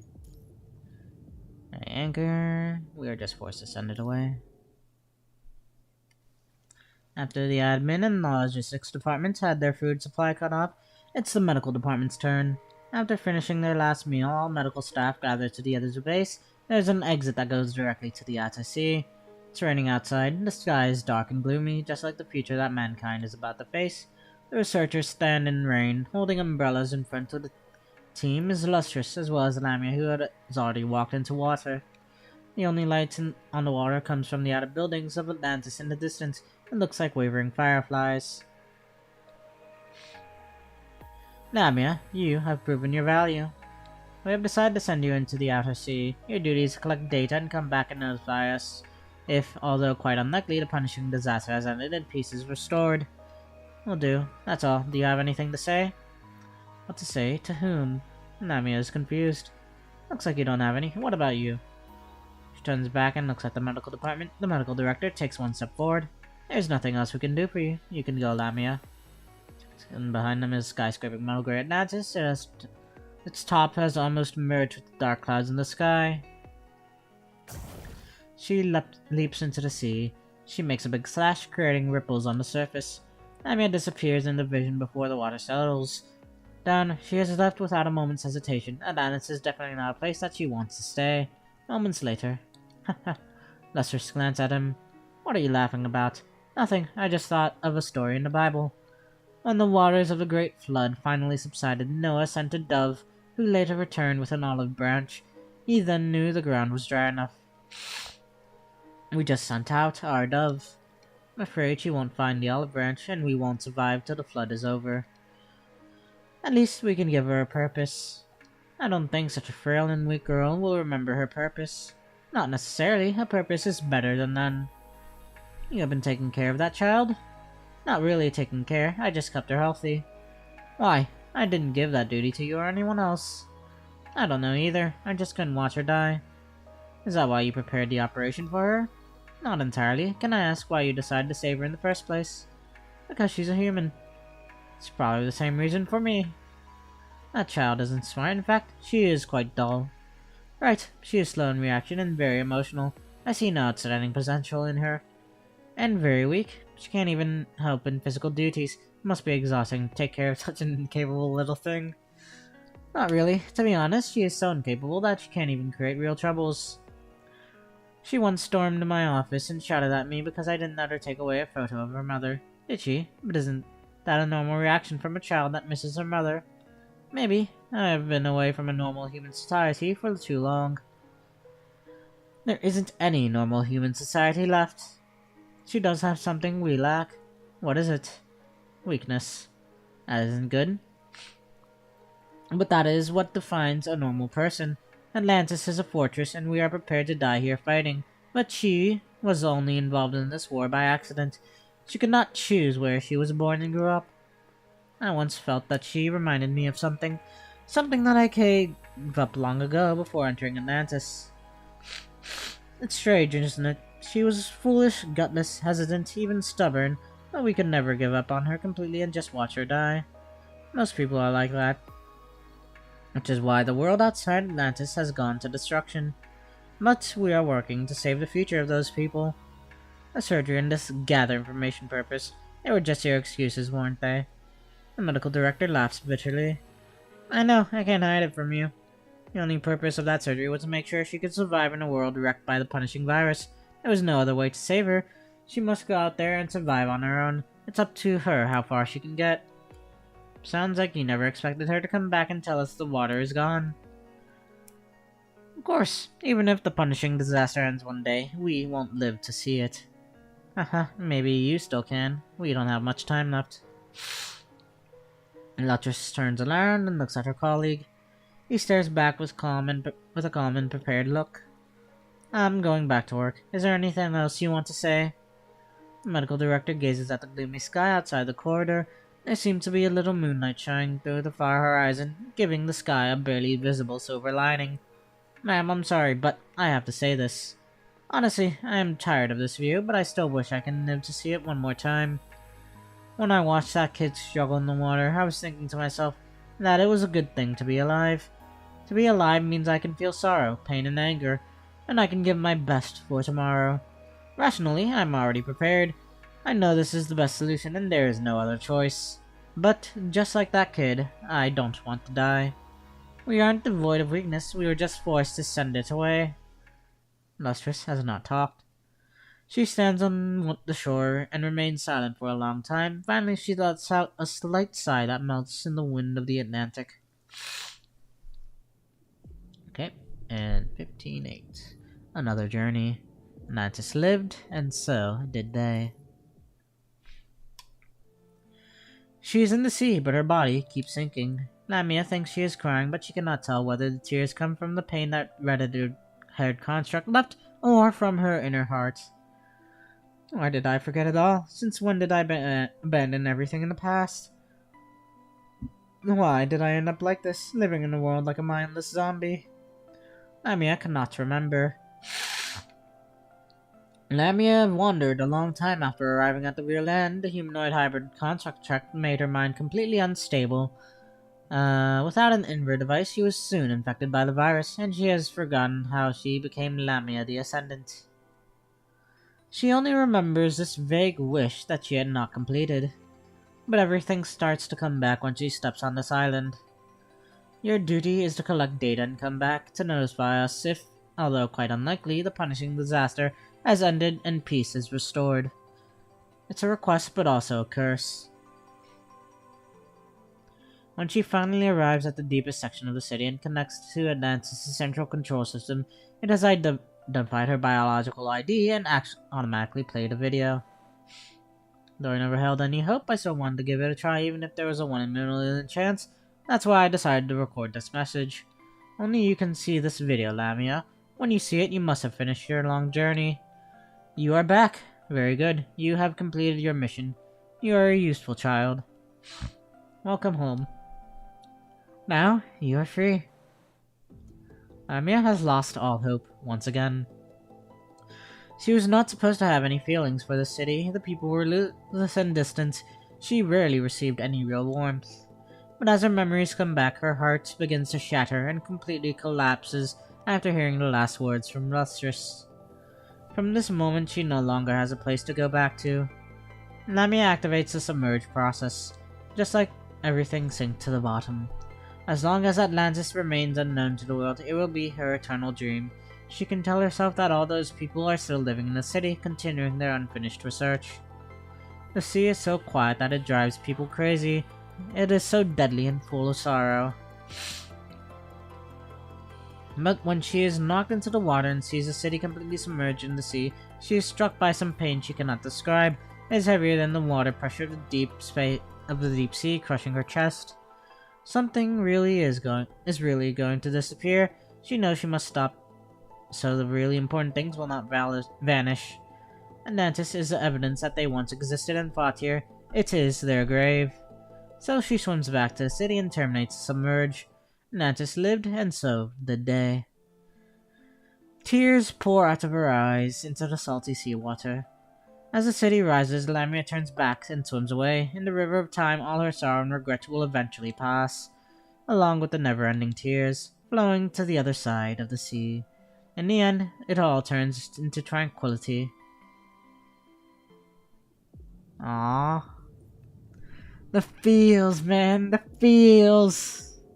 Damn. I really hope we get to see more of Lamia down the road. Anyhow, that is the story. But now, we have a new mode to try out. And farm. And farm. And farm! Because we get a free costume. As mentioned before. So, let's get started, shall we? Battle prep. Okay. Low viral intensity. Also, characters. Nope. I guess we'll use our near team as per usual.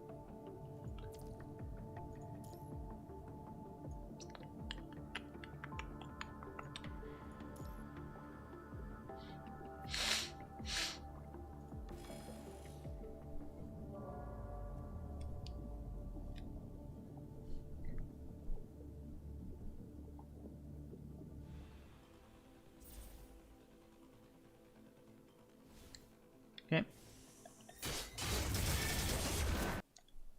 And crash. Give me a moment to get back in.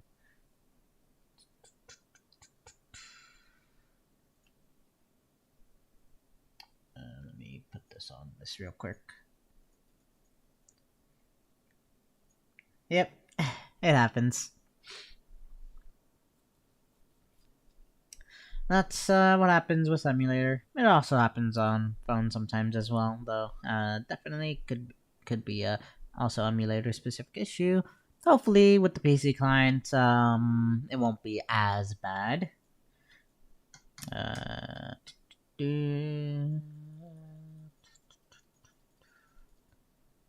Again.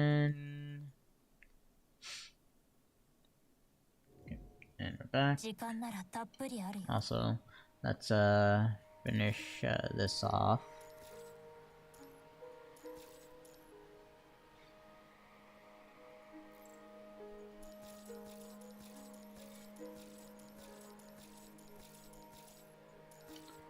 That's and that's there. Yoink, yoink, yoink, yoink, and yoink. Okay. And actually, since we are 15:30, let's do one. Not that. Back material. Let's do one run here, just to finish dailies. Because reset's gonna be happening soon, and we might take the rest of the time between now and reset doing that blue war zone stuff. 殲滅する化け物を倒すすべてぶっ壊して大したことないな Okay.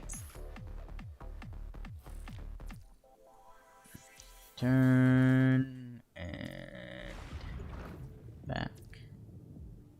Yoink that. Last bit of experience. It always helps.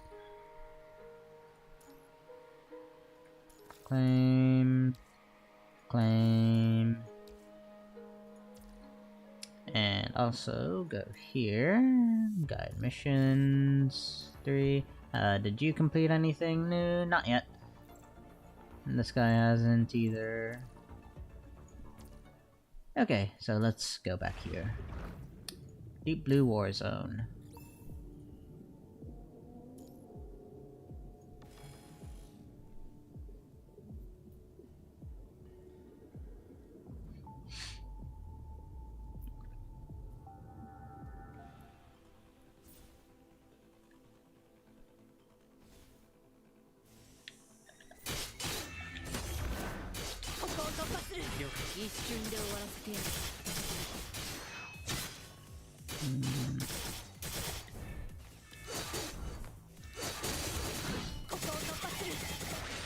Can I get any red?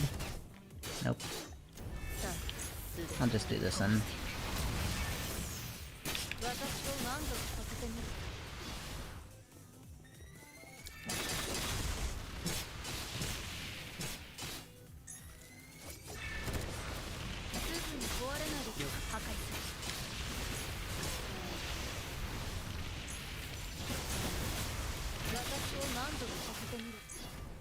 Okay, next up.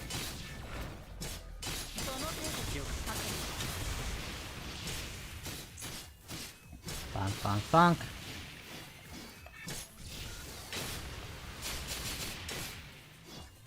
Name the current area.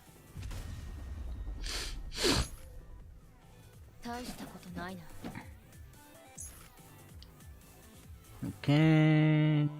Nice 100 data tracks and tactical pouch. Claim. Okay, expansion items used to increase inventory. 2.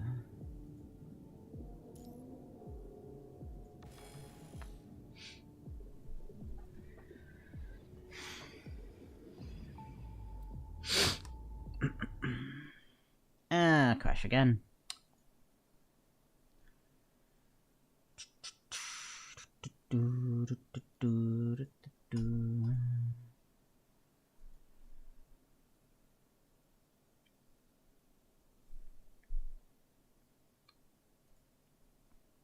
Give that a moment real quick.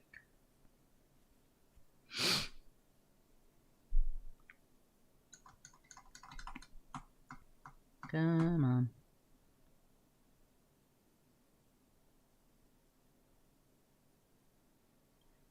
Initializing.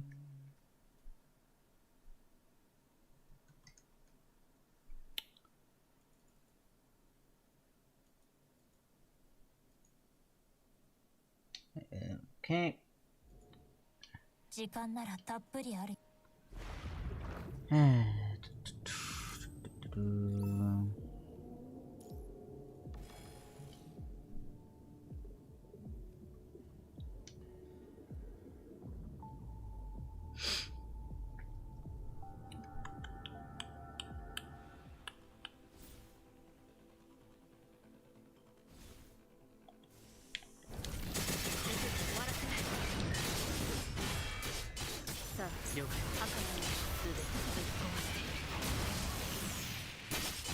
私を満足させてみる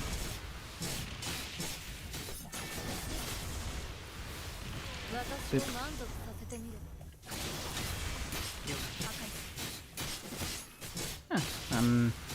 Iron Maiden.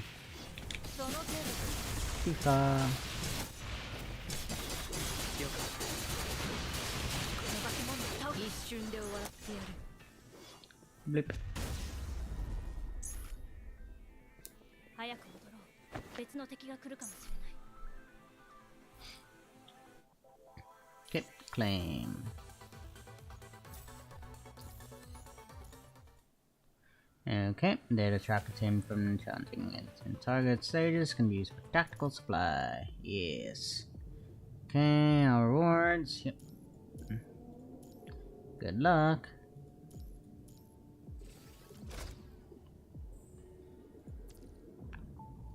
Okay, and now back to this. 2, 3.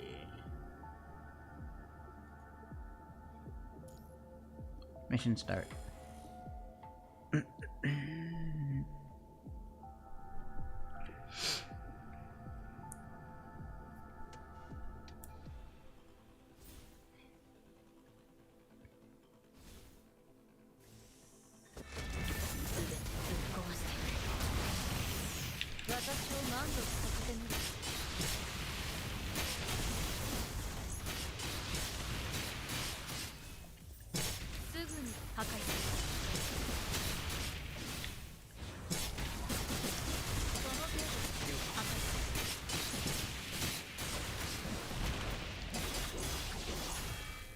Beep.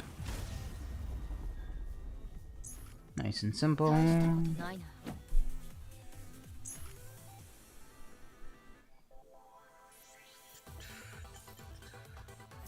Confirm. Add-on fusion center. Okay. Purchase add-ons with add-on essence. Can be tamed by scrapping. You can refresh and apply. Refreshes changes. Restore over time. Or you can manually refresh by spending cogs. And this is to, I guess, increase power for your characters. Interesting, interesting. I probably shouldn't have to worry about that until much later into the mode.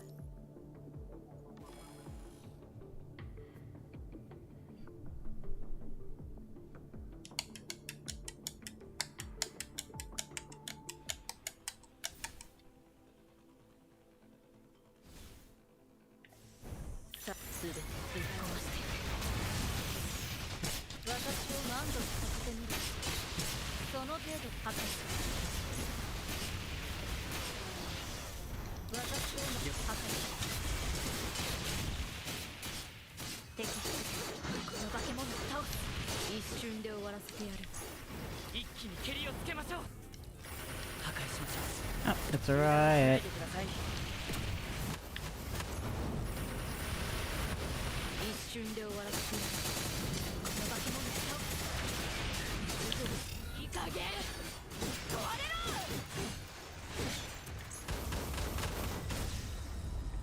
Nice and easy.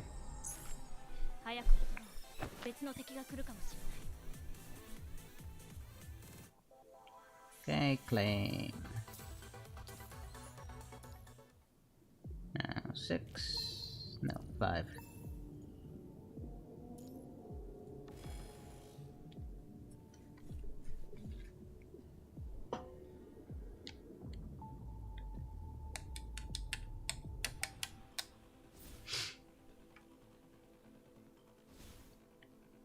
Okay.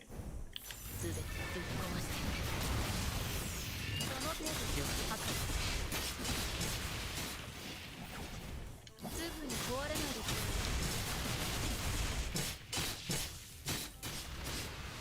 Bonk. 私を破壊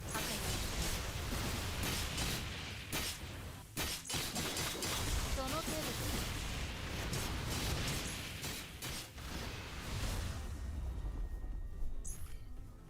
Okay. 大したことないな。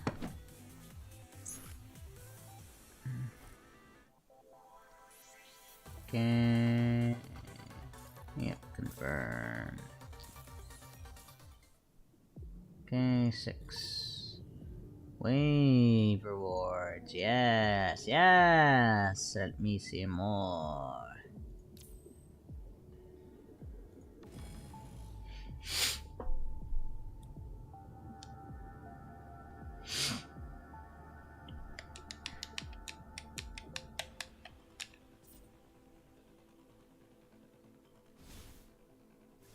全てぶっ壊して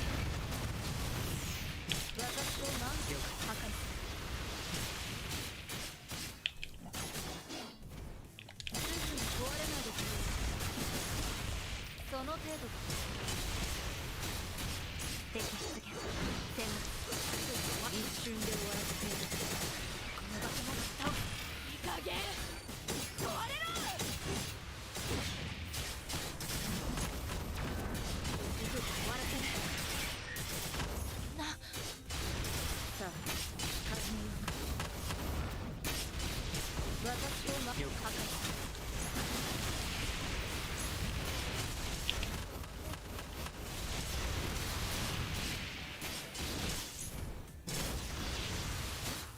Okay. Nice and easy. 大したことないな Okay. Reach. Claim. SP character. Tweak some characters will receive damage bonus and ultra limit stimulation by using add-ons. Privilege, expansion items, character. And can be strengthened using multiple limits is shared between characters and trials. Increasing character ultra limit by consuming add-ons. Interesting. Specialty. Today's specialty. We got physical team and 2 of 3 transcendence.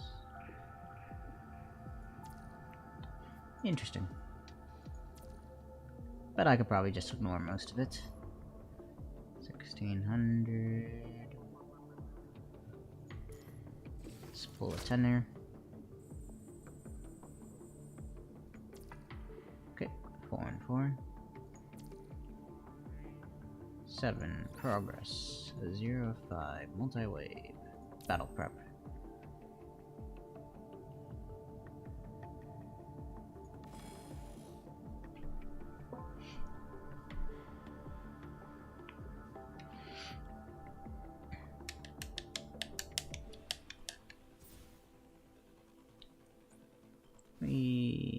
Okay.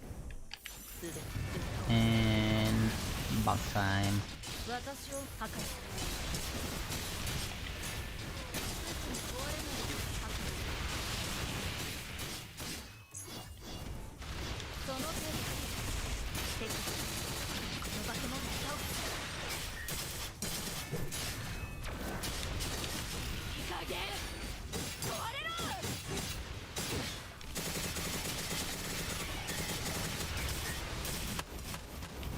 いい加減さあ始めよう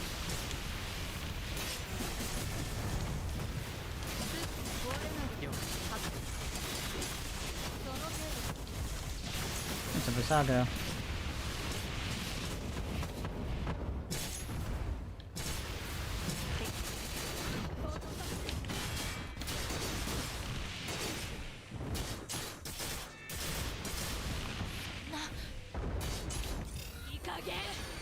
I lost my buff. この化け物を倒すさあ始めようすぐに壊れないでくれよ Can I ult? Here we go.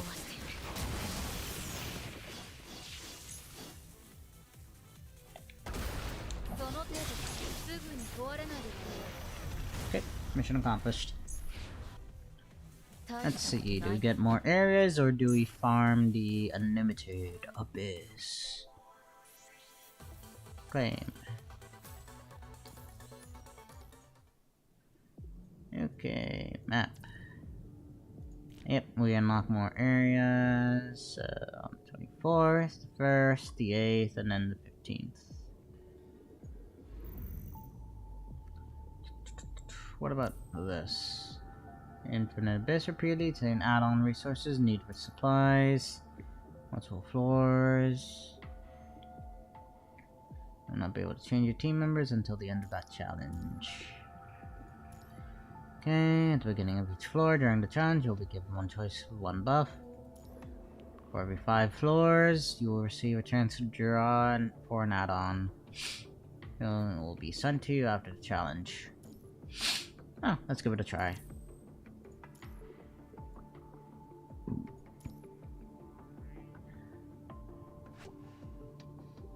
Okay, perfect.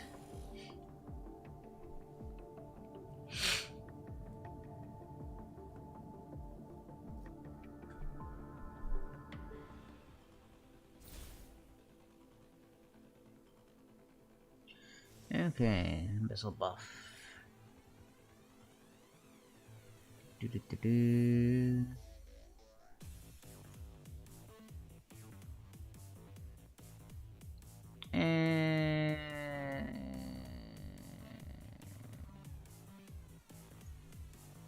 Yoink. さあすでにぶっ壊してすぐに破壊する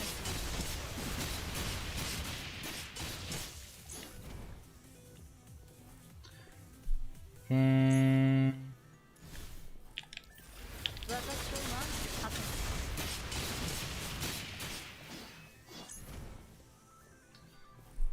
Do do do do do. Yoink. る私を満足破壊する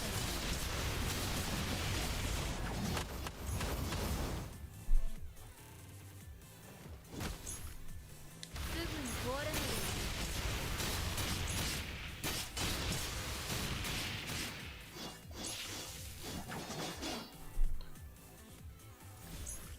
私を満足破壊する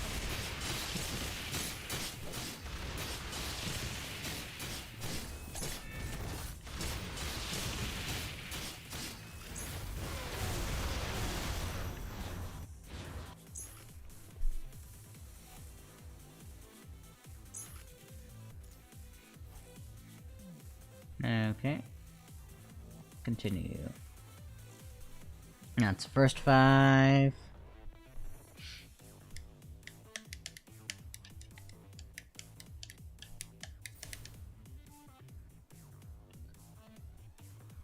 Do-do-do-do. すべてぶっ壊してすぐに破壊する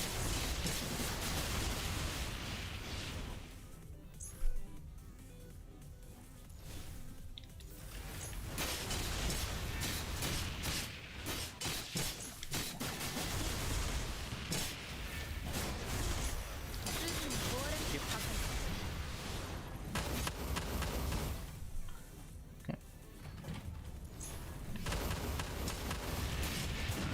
その手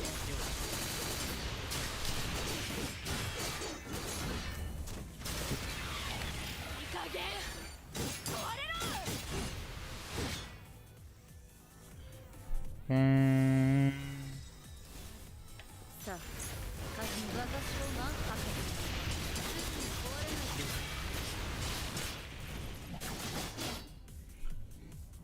Ba-ba-ba-ba-da. その手すべてぶっ壊してすぐに破壊する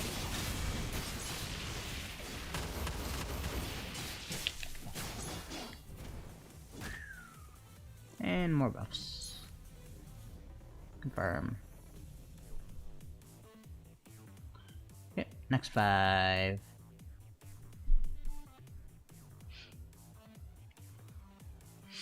I guess the idea basically with this is just to probably grind this abyss for add-ons to turn into buffs or something like that. I don't know. すべてぶっ壊して私を満足させて了解破壊する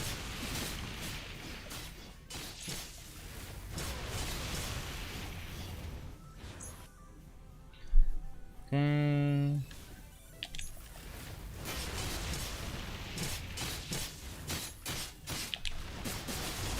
その程度か破壊する Du-du-du-du-du-du.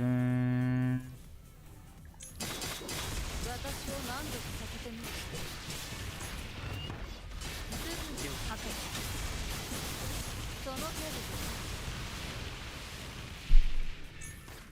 Oh, one guy alive. Die, please. Thank you. 20 minutes, or probably an hour and 20 minutes. Reset is going to happen in 20 minutes, but it's, from what I remember, UTC, I'm about like 5 hours behind, so it could be an hour and 20. At least the UTC that the server time is on.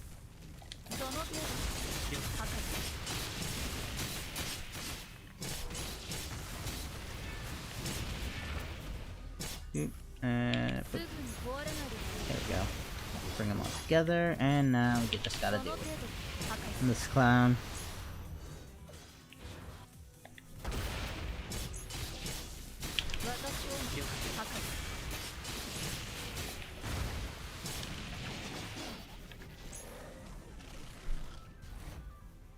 Okay, 15 and 20.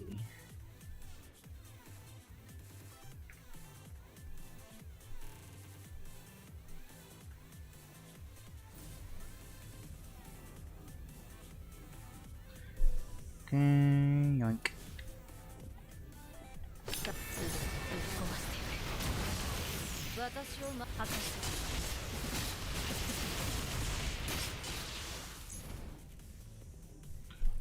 Yoink.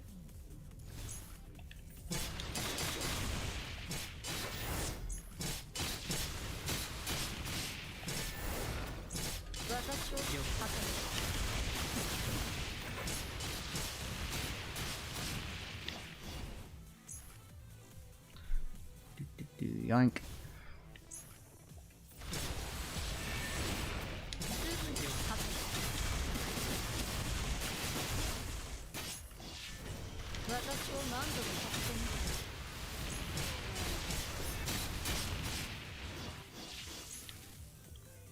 And yoink.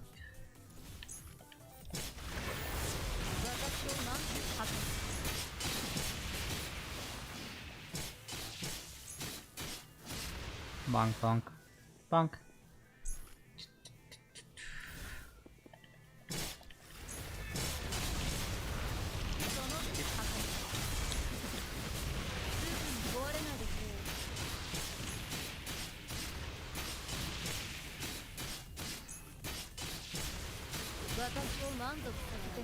And there we go. That's all that.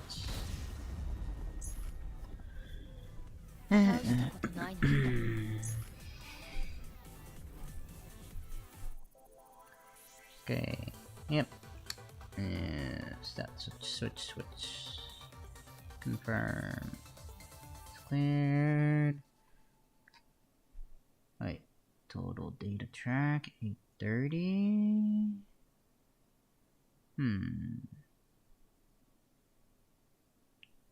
30 highest. Okay. Leave.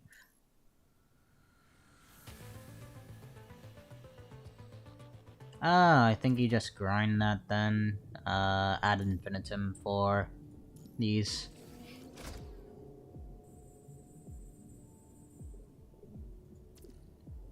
So like I'm at 840 now.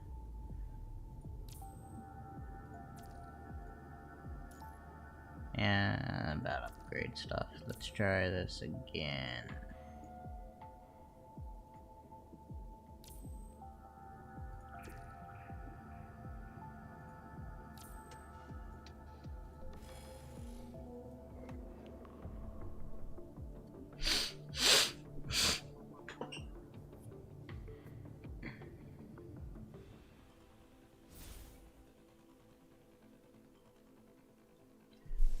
Okay, confirm.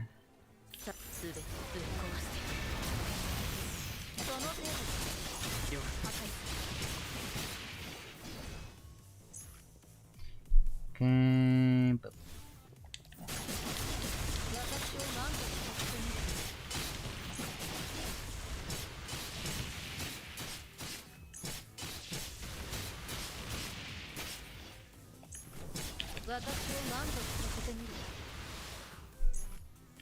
yoink.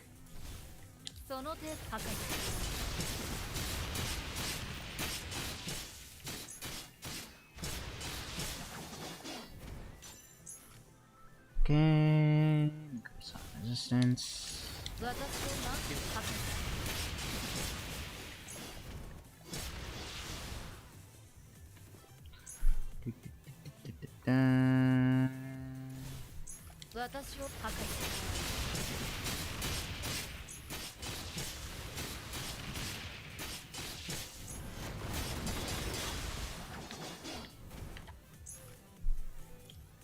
Okay, next 5.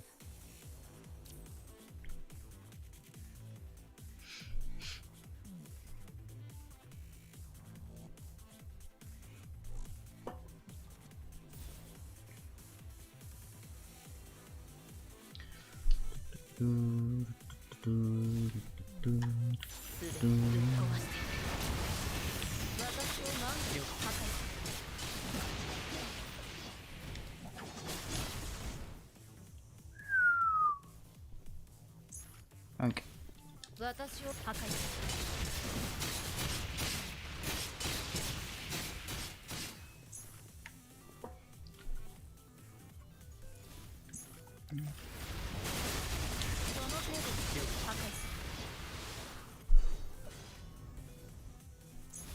Doing that.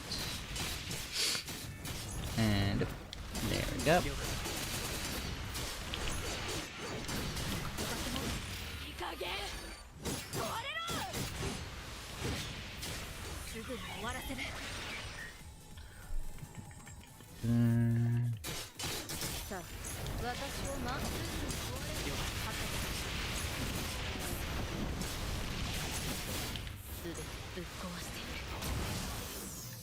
Boop.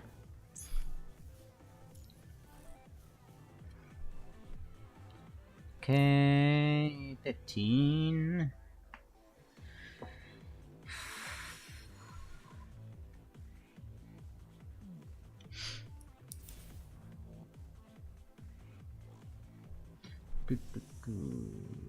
Oh, I'll take that.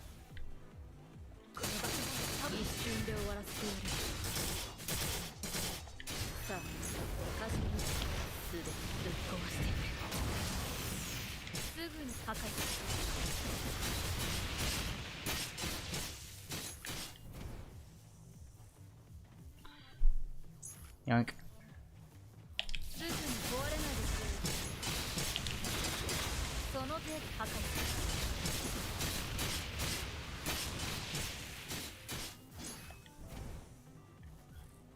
Okay, take 10%.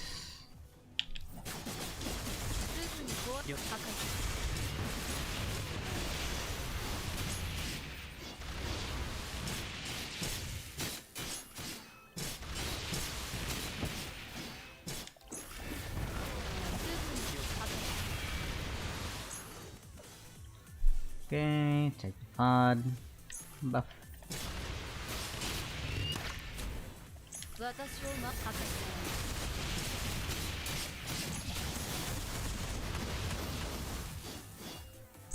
Okay.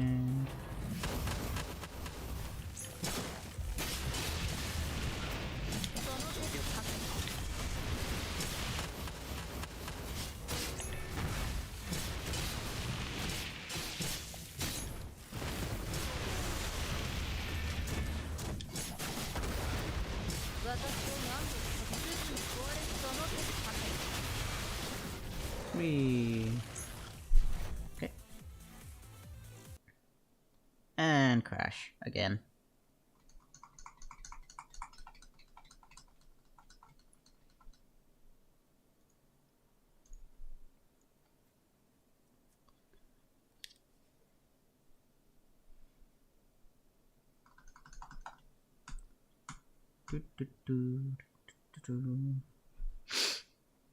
Good stuff.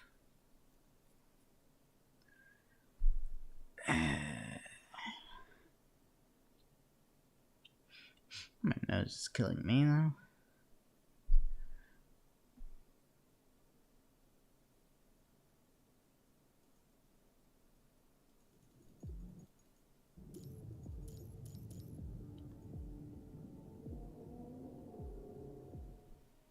Okay, go back here. Blue Warzone. continue. Well, at least it registered the last interaction.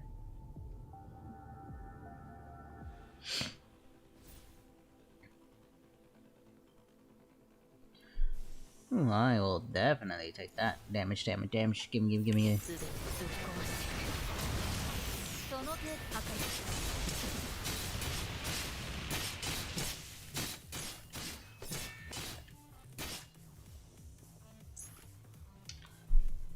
Do. 私を破壊その程度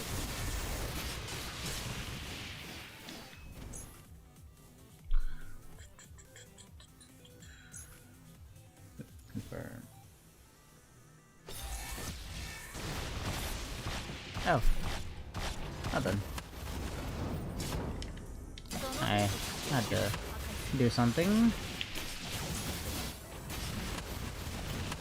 全てぶっ壊してそのいい加減壊れろ Bonk. ここを突破する一瞬で終わらせてやる Okay, this. さあ始めよう私をその程度で破壊しよ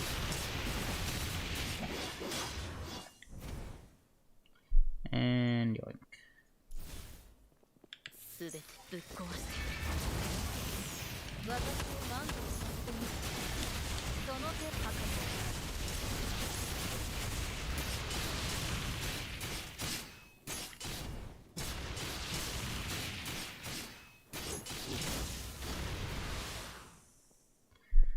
Okay, let's see the readout.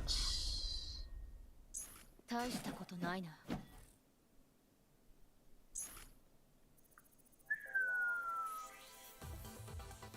30 still. Leave. Okay, that did not give me any more data tracks, which means you don't farm that ad infinitum. Good to know, good to know. Jolly day.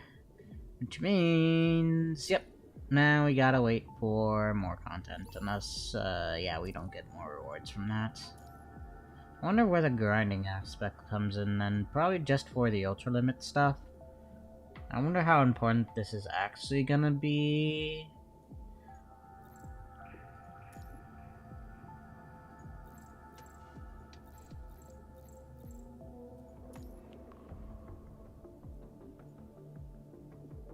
Hmm, 6. I'm curious how important that'll actually be towards the later stages. First stage isn't too bad though. 1, 2, 3, 4. It might get worse. Oh, we'll grind infinite abysses if we need to. In the meanwhile, I'm gonna go grab a snack, and so we'll just go on to a quick break. Go pull this back up. Play that, and I will be back in about 6-ish minutes, give or take, as reset will happen by then, and then we'll be spending our serums, doing our daily stuff again, and then seeing if we get any banners early or anything. So, I'm just gonna play some music, and I'll be back in about 6 minutes. Millions find a low-cost health plan ads, at though. healthcare.gov so they can enjoy more visits ad. and have less to worry about. Feel like a million and find your plan during open enrollment. Healthcare.gov is here for millions, like you. So fat. Brendan, you're not fat. It's the shirt. Look at Nate. His true. Skip. Let's also move that back to the top. Okay. So, I will be back in a bit.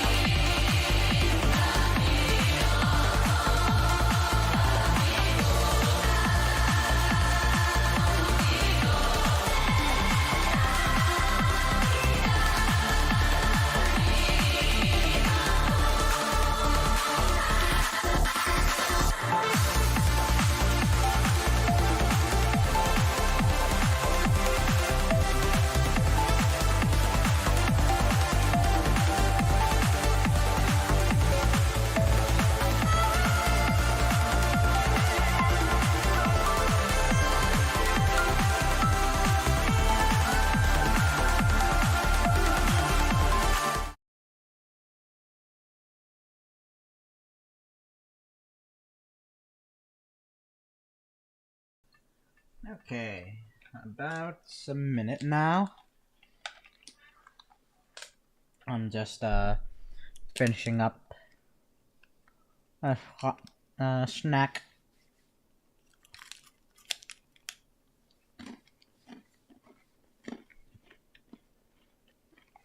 And reset.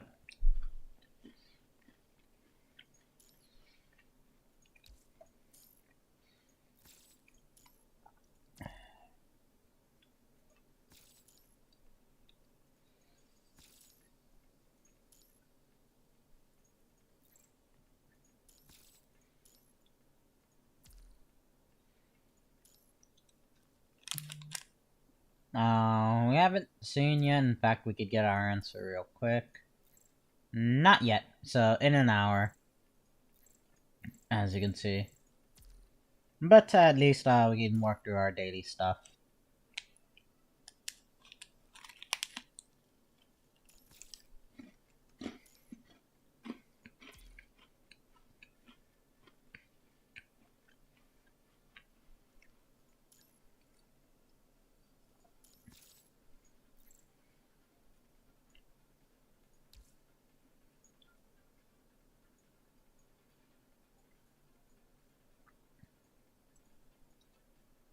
Yeah, 800. Which 5 hours, so that's 300 for me.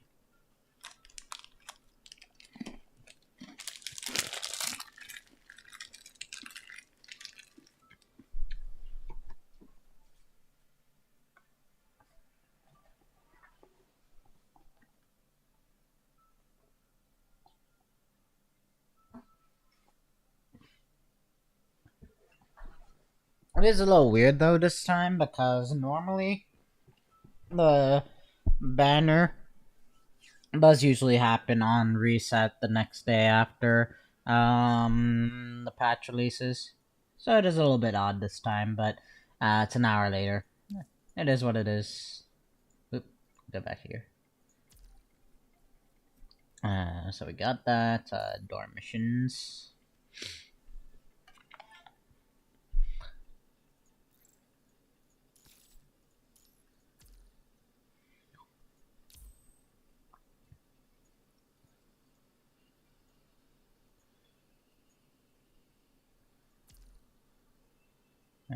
Oop.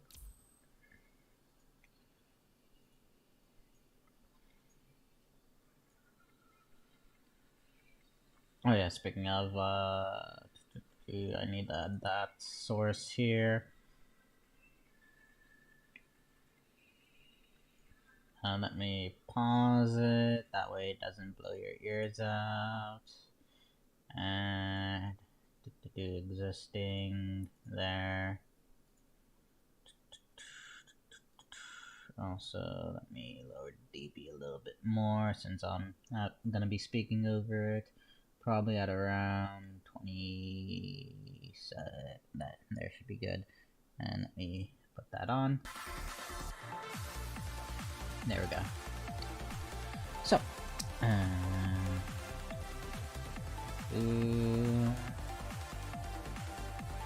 Selena, Liv. Is the volume on the music good? I'm just wondering. I'll make sure that I got this right and that my voice meter settings don't override the application capture settings.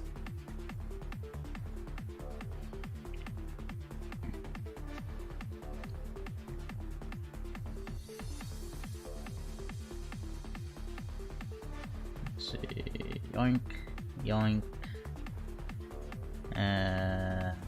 Astral, you good? Yes.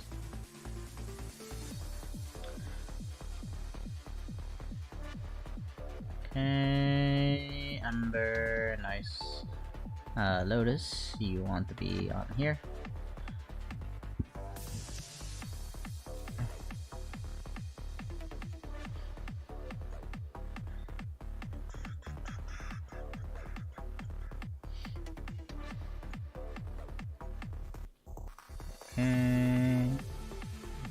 Okay. Okay.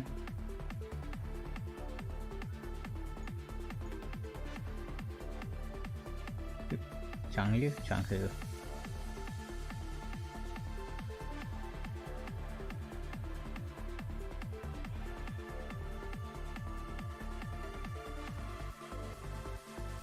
Okay.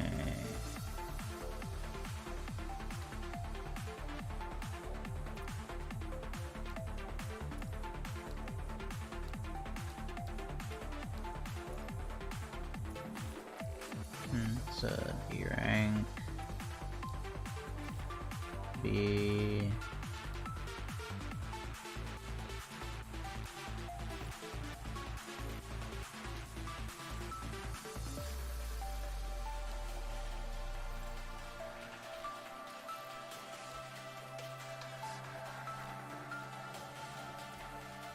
And chores.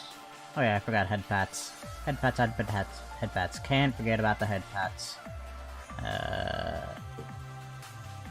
Fix that.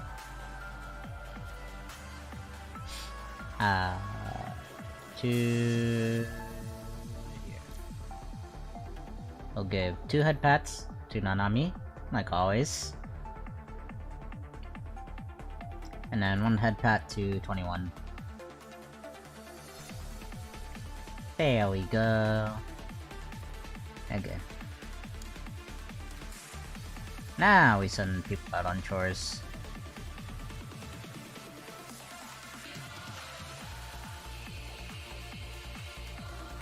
Yoink all of those.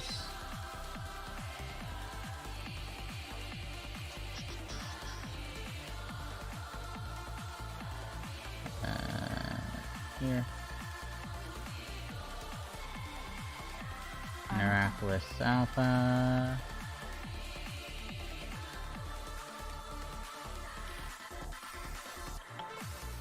Yeah, done there. Just reach commanding level. Okay, so challenge.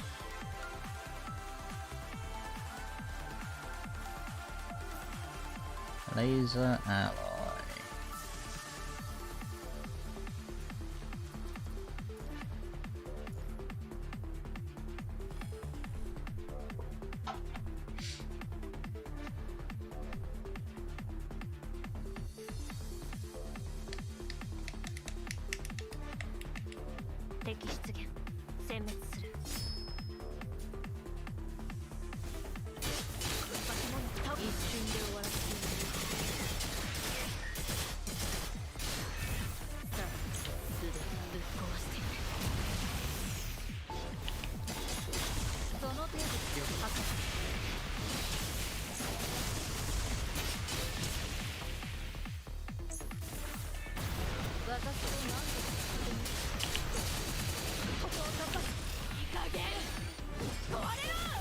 Oh, I whiffed.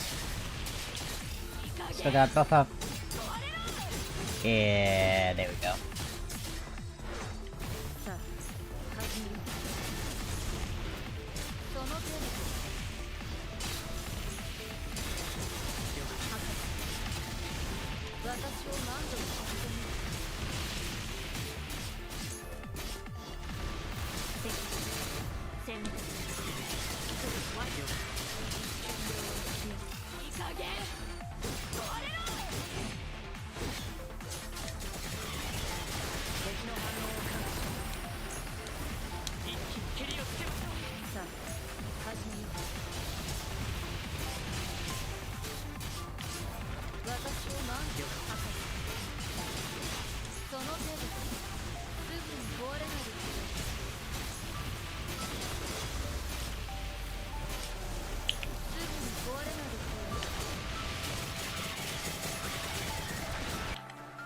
Ah, crash.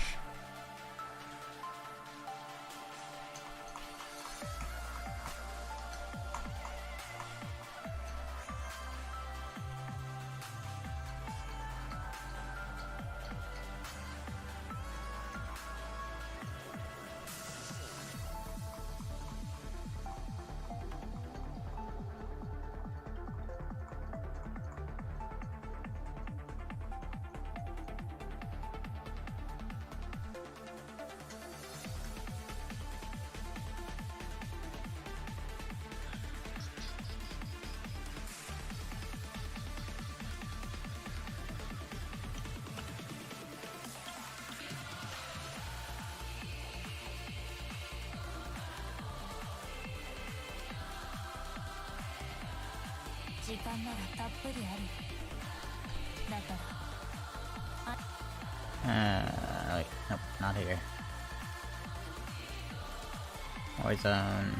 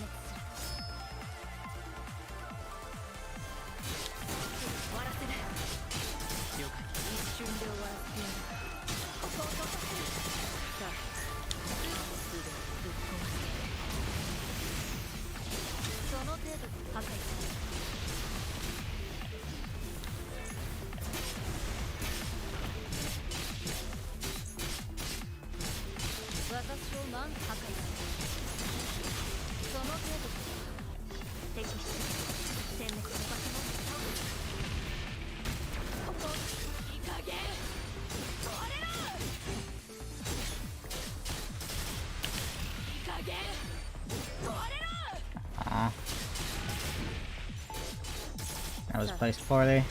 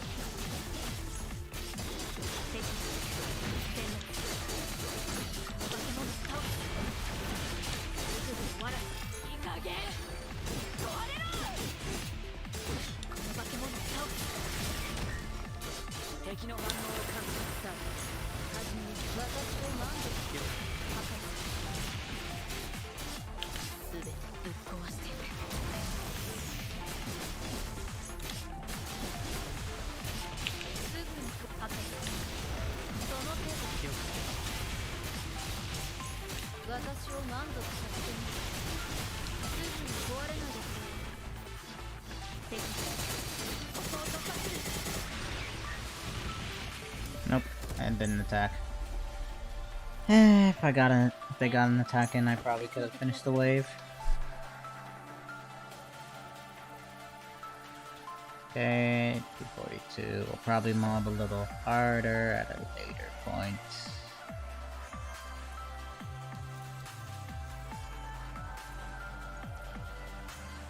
Okay, Pancake. Let's finish this up.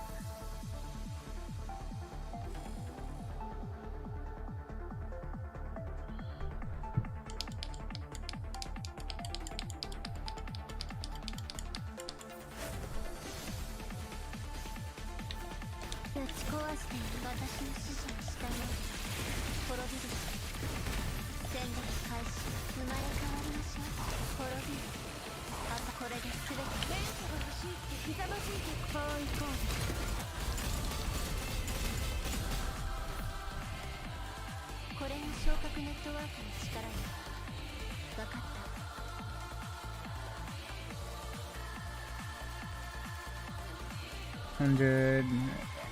Not bad.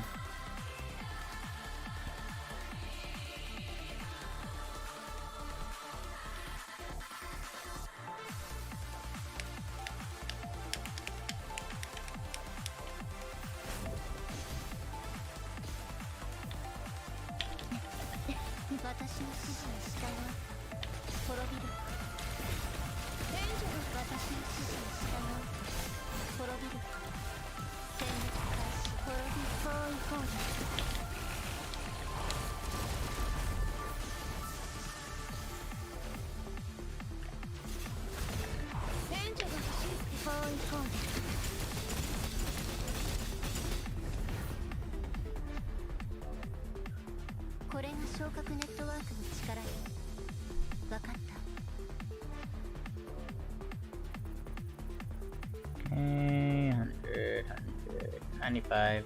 Not bad.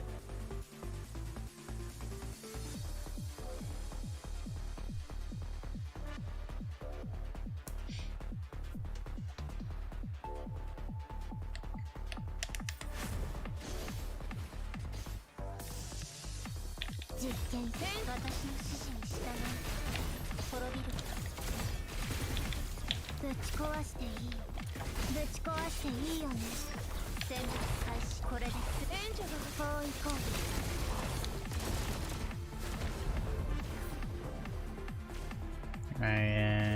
Yep.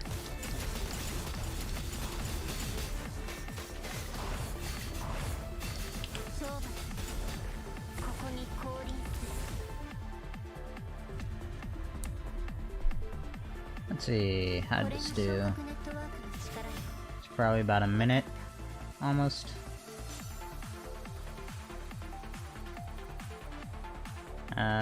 Nope, 40, almost 40 seconds. Yeah, that's fine. 114. Well, 114. Okay, that's done.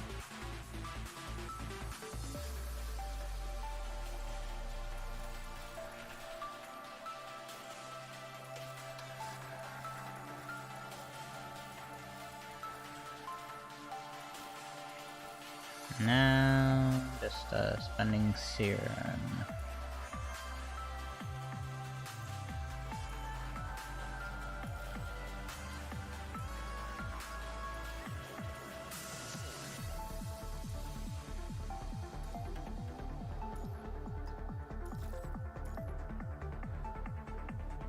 $30.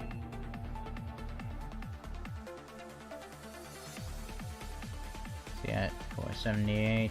Yeah, not enough.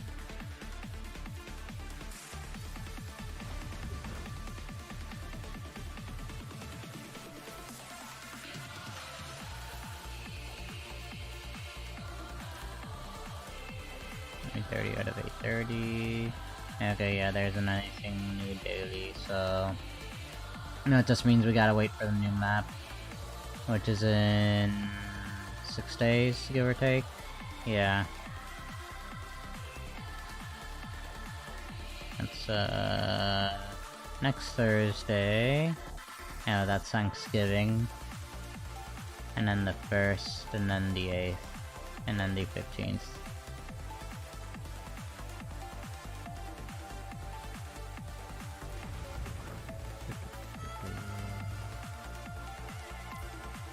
Not here.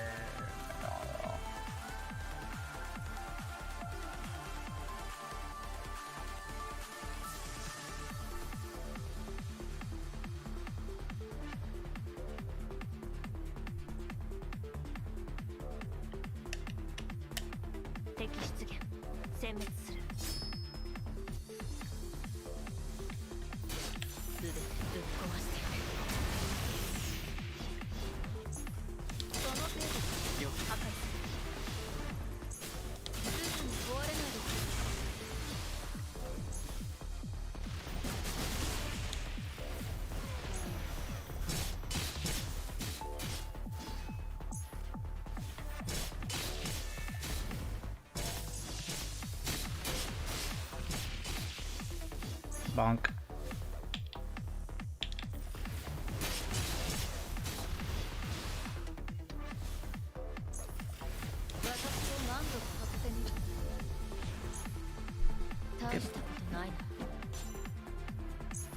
Another one down.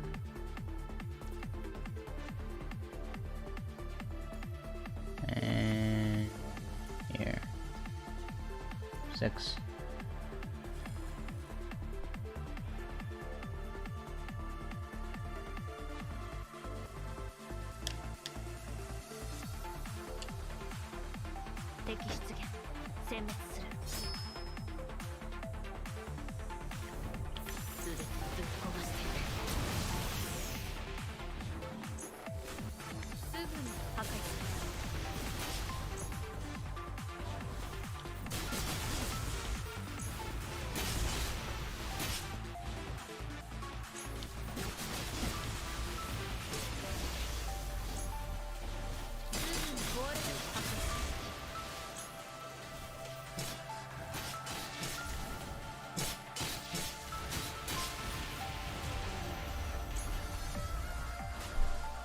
大したことないの。 Okay, nice. About 890. Claim. Let's see. So 2. First of all, let's make sure I know which one's a buy again. Memories. Einstein. So 1, 4, 5, 6.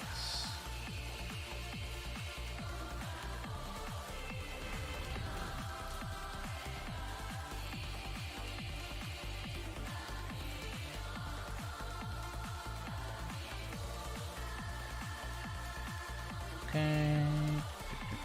Tifa.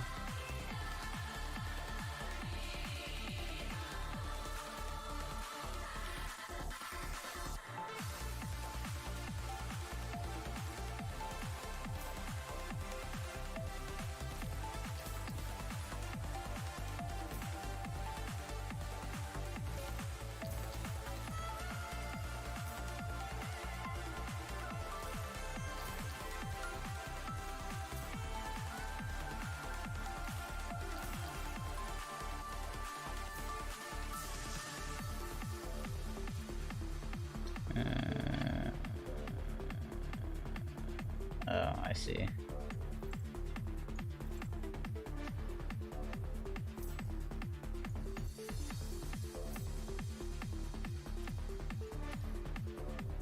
Okay, enhance.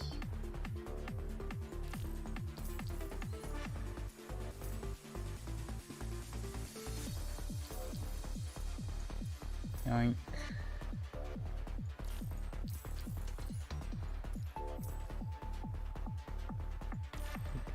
And there. Okay.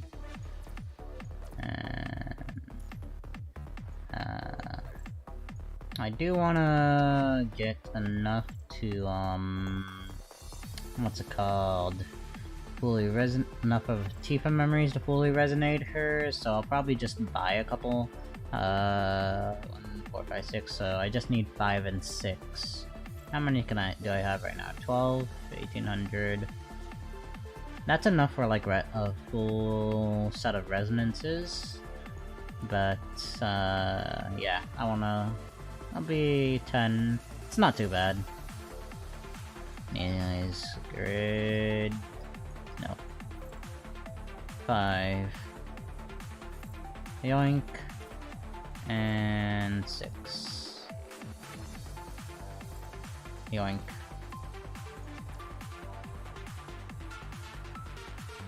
Okay, items. Tifa.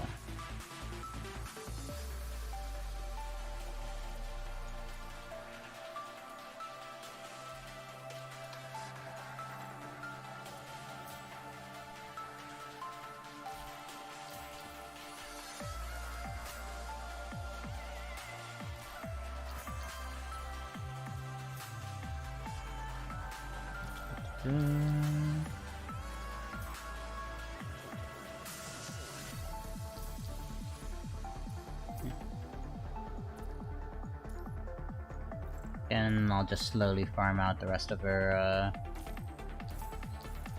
memories needed for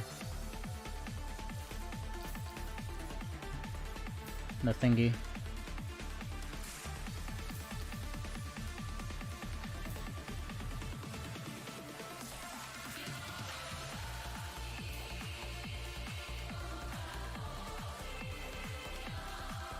Okay. Now, let's go back to modding in Warzone. Battle, challenge, Warzone. Let's try to shoot for a higher score here, and then the other one of the daily as well. Because since this is in Hero, we're probably looking at like a 1,000,000 score. Like 1 to 1.2 million. 敵出現殲滅する。すべてぶっ壊してその程度。了解。破壊する。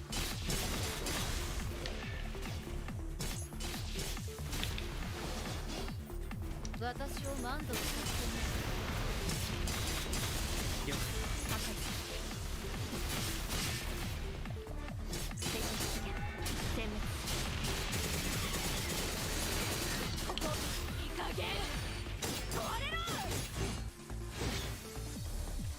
すぐに終わらせる。さあ始めよう。すぐに破壊する。その程度だ。すぐに壊れないでくれよ。私を破壊する。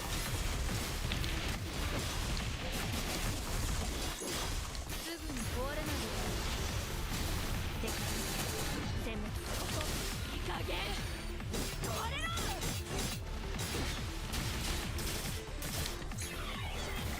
お化け物といい加減壊れろ。さあ始めよう。すぐに破壊する。敵の反応を破壊しましょう。一瞬で終わらせて一気に蹴りをつけましょう。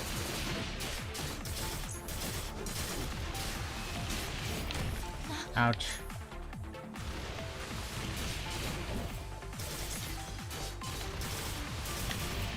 お化け物と一瞬で終わらせてやる。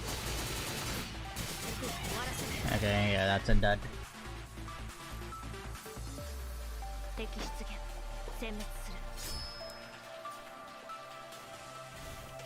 すべてぶっ壊してすぐに壊れないでくれよ。私を満足させて。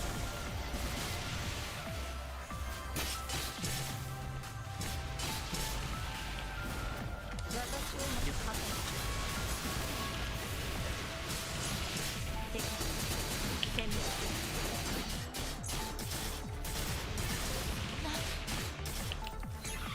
すぐに終わらせる。了解。一瞬で終わらせてやる。いい加減壊れろ。さあ始めよう。すぐに壊れないでくれよ。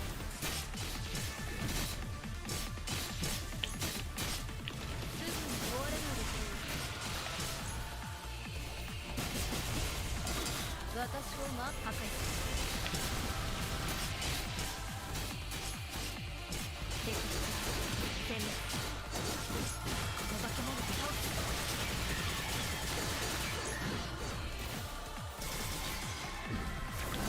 いい加減壊れろ。さあ始めよう。その程度で私を破壊する。了解。すぐ破壊する。敵すぐに終わらせる。いい加減壊れろ。すぐに終わらせる。ここいい加減壊れろ。さあその程度破壊。私を満足させてみる。 Oh, I got the next wave. 大したことないな。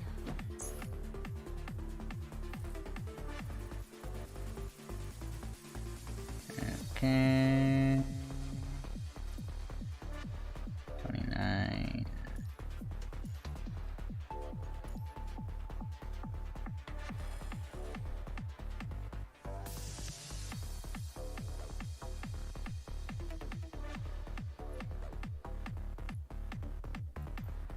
Oh, crash.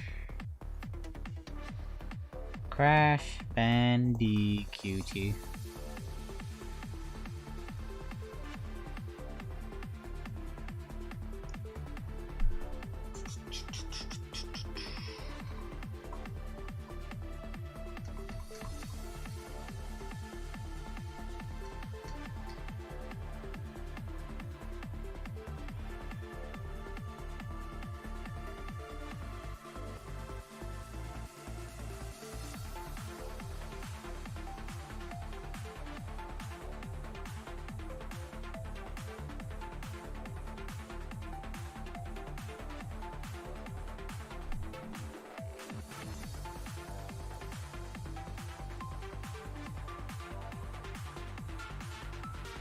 時間ならたっぷりある。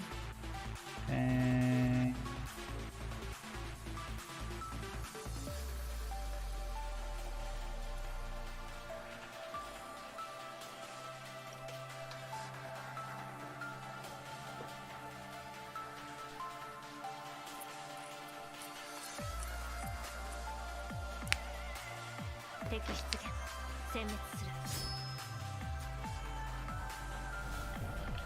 すべてぶっ壊して私を満足させてみる。了解。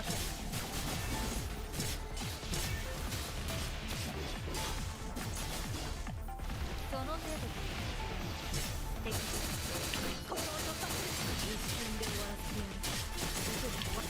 加減止まれろ。敵の反応を油断しないでください。破壊しましょう。さあ、はじめに私を破壊。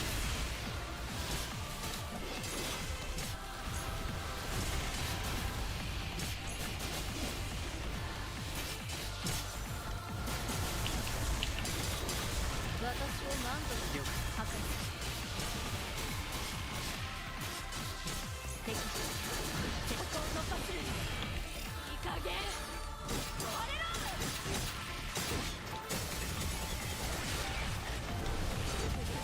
一瞬で終わらせてやる。いい加減止まれろ。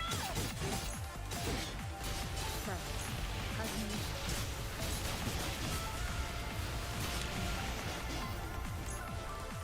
私を破壊。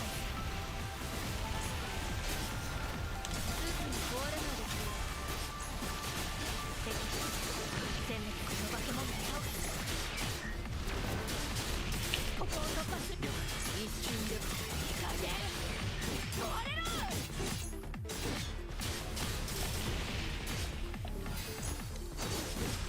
敵の反応をさあ、すぐに破壊する。私を満足破壊。私を満足させてみる。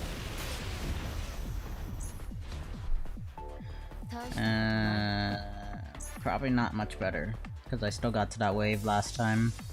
A little bit better.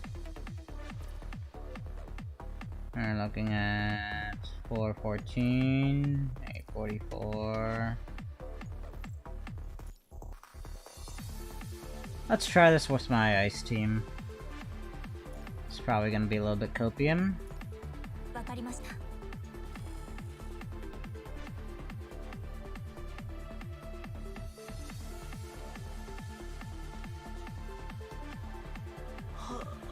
さっさと解決しないといけないね。長く眠れる。見つけましたよ。天神のカラスがこの程度じゃカラスは私の刃になってください。勝たなければ無理。私の視界を捉え行かないでください。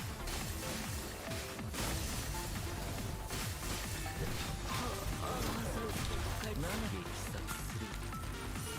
目を閉じて安らかに眠れ。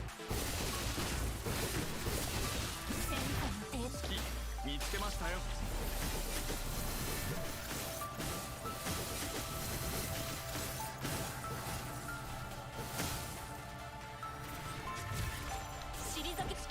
見つけましたよ。もう寝る。 Oops, I messed up a little bit. 目を閉じて安らかに眠れ。予想通りの攻撃ですね。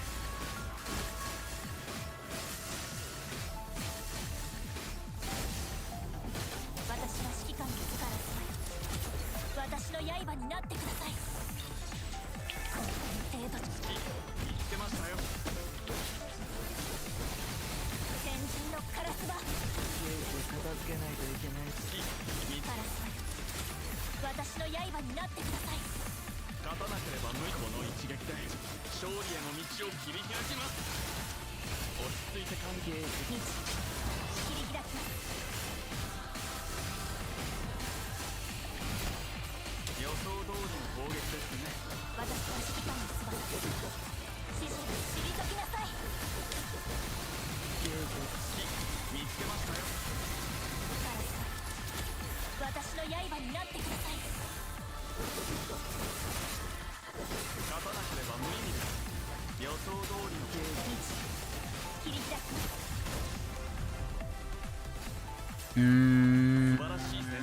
About the same.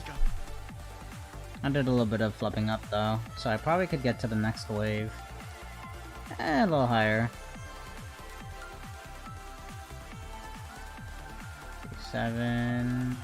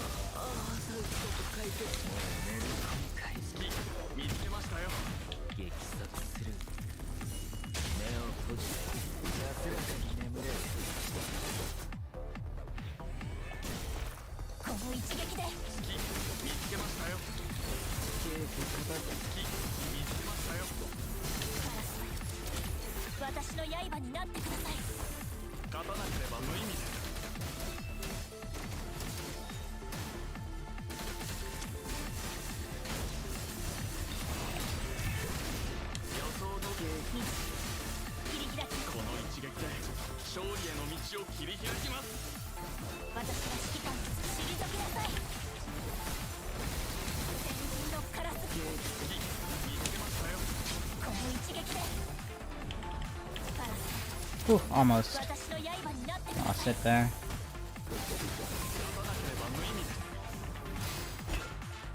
Ouch.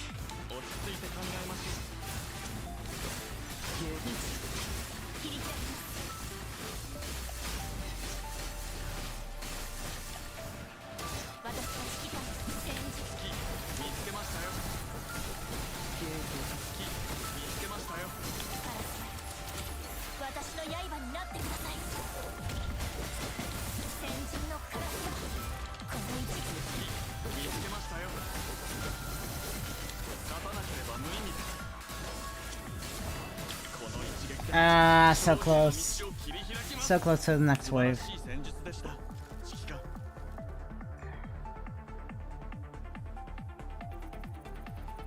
A little bit higher though. 400k.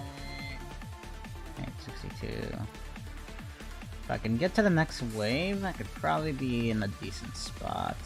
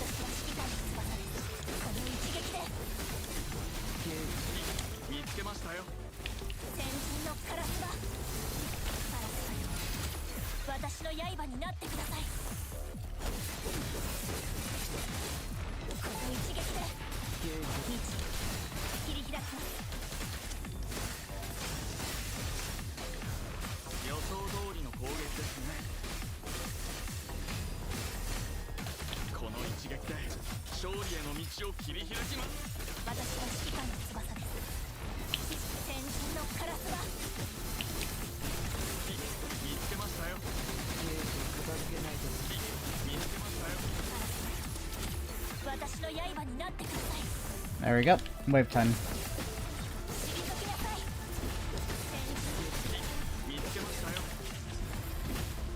Whew. That took a lot of effort. 最後の戦いだといいですね。指揮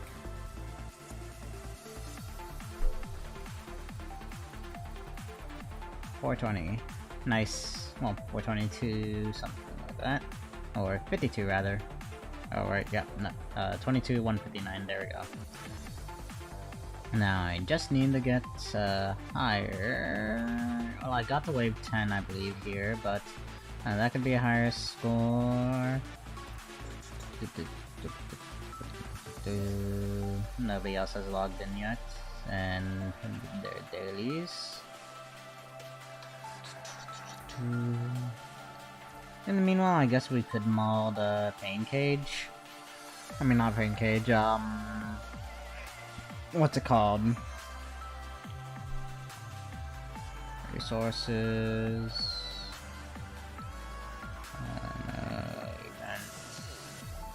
Events. Not that. Like, this is. Oh, yeah, that's that. They haven't gotten the other one yet because 18 minutes. Oh yeah, trial zone. That's what it was. Trial zone. Let's see. We could mod co-op Nightmare Gabriel. Let me. Yoink. Okay. Let's try this. Because I've still never beat Nightmare Gabriel yet. Oh, meet Starfall. This Star co-op Starfall Gabriel, rather. 全てぶっ壊してやる。すぐに壊れないですよ。私を満足させてみて。その程度です。すぐに壊れないですよ。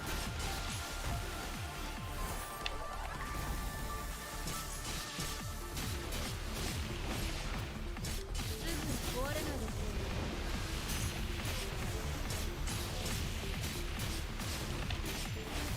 私を満足させてみる。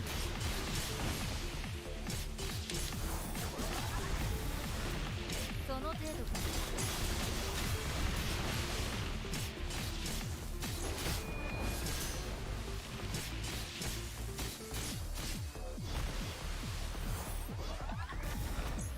すぐに壊れないですよ。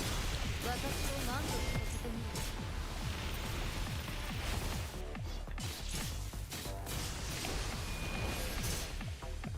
すぐに壊れないですよ。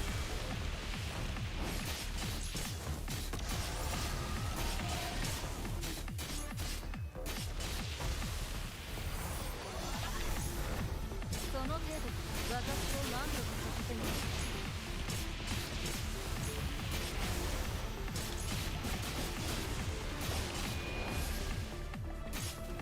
Oh, I thought it would be another attack after that. すぐに壊れないですよ。私を満足させてみる。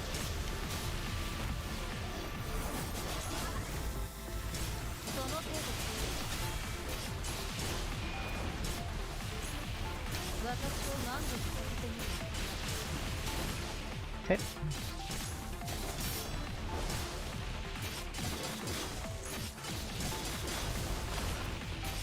ぐに壊れない私を満足させてみる。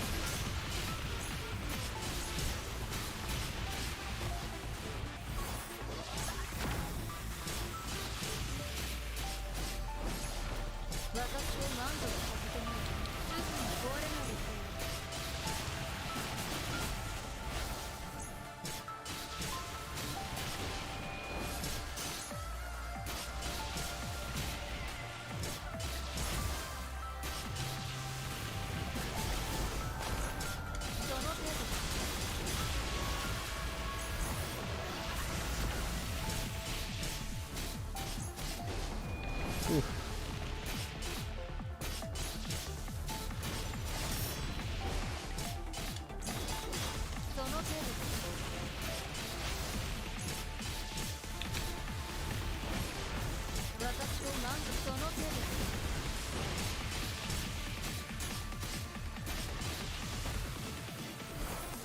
Okay, I think it goes into the phase change at 20.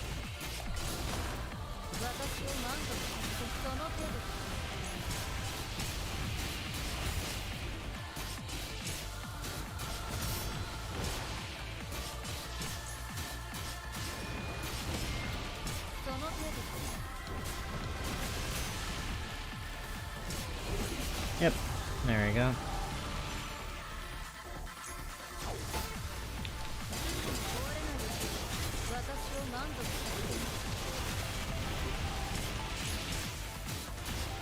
Attacks are getting more dangerous.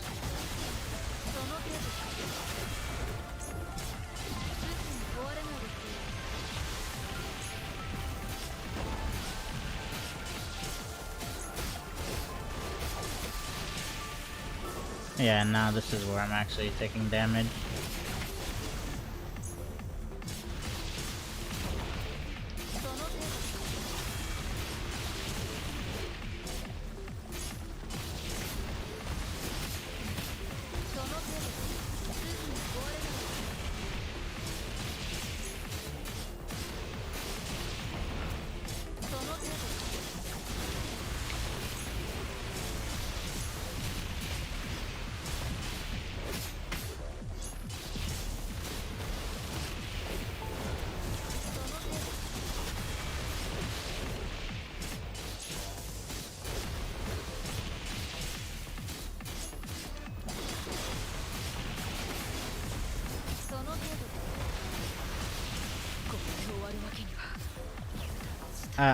Yeah, the meteor exploded and that's what killed me. Still don't know the real mechanics to that.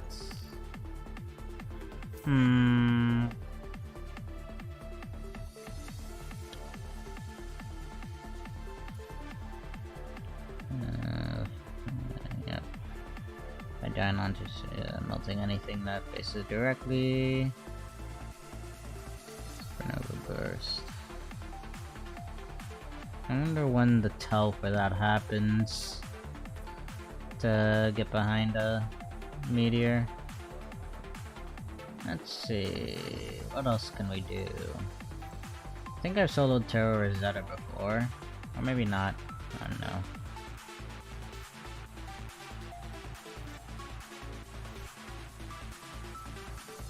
Ah, no, this is the Rosetta I haven't done.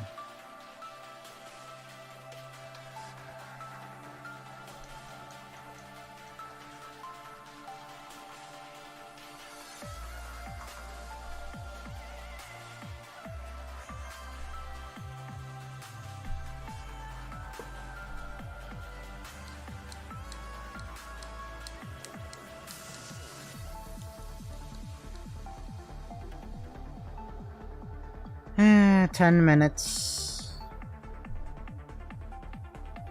We're almost there.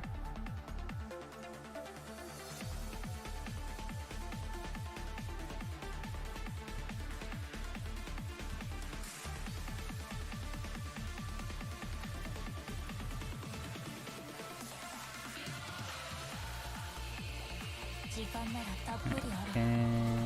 Oh, you completed some missions. Yes, you have. Yoink. Yep, level up.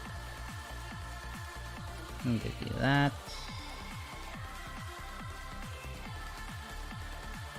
Oh, we got more serum to spend.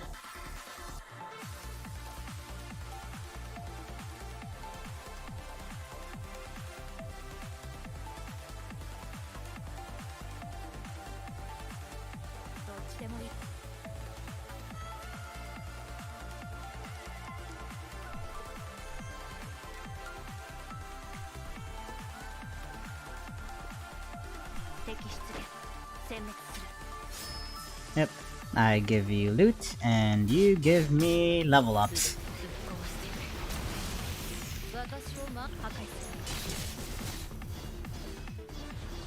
It's equivalent to trade. その手で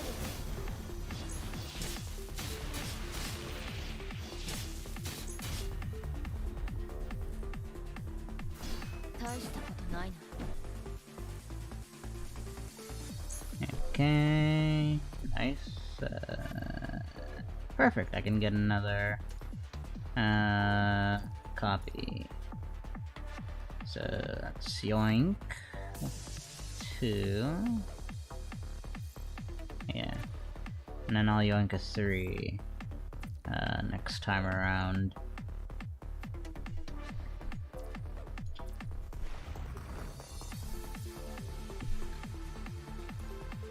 Okay. Complete that. 500. Ooh, nice! Building up my blue cards again.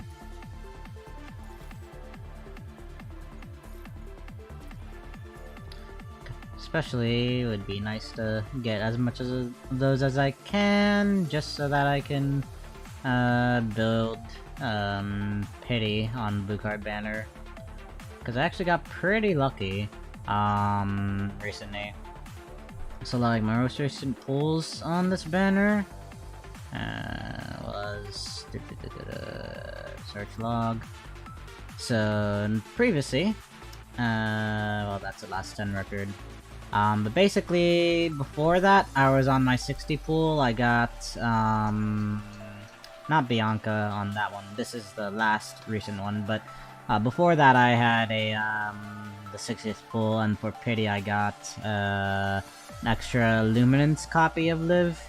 And then since I had extra cards as well, extra blue cards, I did another 10 pull and got into Veritas. I got really lucky with that, because that was literally on reset. I didn't have any pity builds on this banner at that point in time. And now it's just a matter of saving another 56 more pulls on this, hopefully to get more characters that I do need. I didn't really need an extra Luminance, didn't really need the Veritas, but it's nice because I now have Red SS without having to buy her Pain Cage shards. Mainly I'm hoping for eventually, like, next pity I get, like, either a copy of Alpha or Plume. Glory would be nice to have, but not necessarily. Alpha and Plume are the main priorities. And Laurel, yeah. Luna. Alpha, Plume, Luna are my priorities currently from this. So I hopefully get lucky when I get pity next time. Okay, 5 minutes. You completed another mission. Nice. Boop. Send.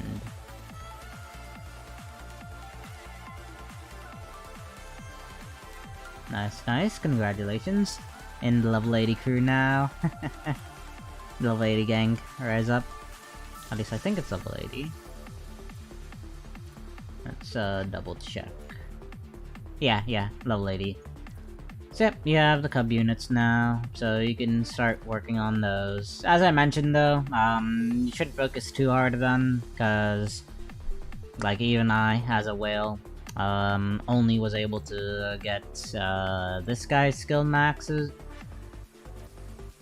Like, I haven't even touched any of these other threes as skills. And as you can see, their levels are also fairly low. Which, they're also capped at, I believe, 45 as well, like most equipment. So yeah. Again, don't focus too hard on them. If you have any extra, like, free cub, gacha tickets, that you end up getting, which there will be, some events down the road and stuff that will give you, like, free cub gacha tickets. And I think, well, Battle Pass, you have to pay a little bit, of rainbow cards for. It's not too expensive, but you could also do, like, the Cub Battle Pass to build tickets, and then you could use those to pull. So yeah, again, I wouldn't say focus, don't focus, that hard on them.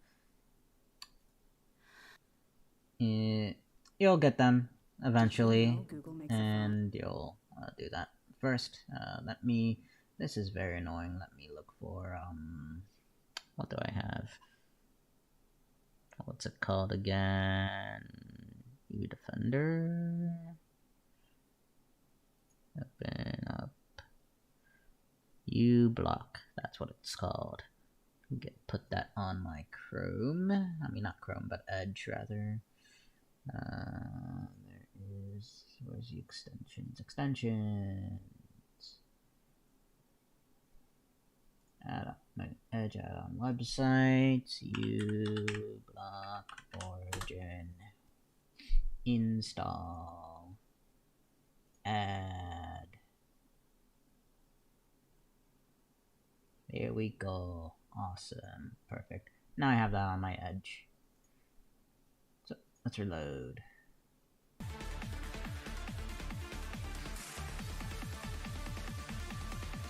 Okay, so 3 minutes. Might be enough to try one trial Nightmare Rosetta. Real quick.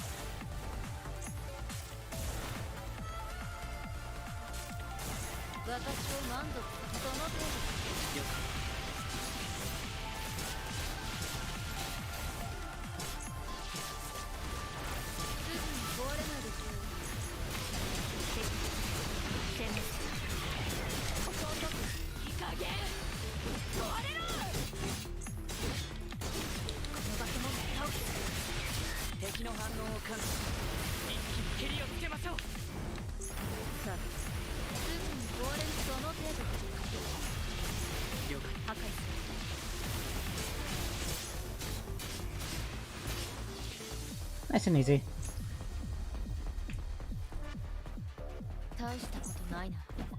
Yeah. Mother structure I can fight. It takes a little getting used to, but you can deal with her. But yeah, otherwise she is pretty rough. Even if you mess up, you could still kinda get by sometimes, but yeah, it's a pretty decent fight though. That I'm able to do. I can't do it perfectly all the time, but I can do it.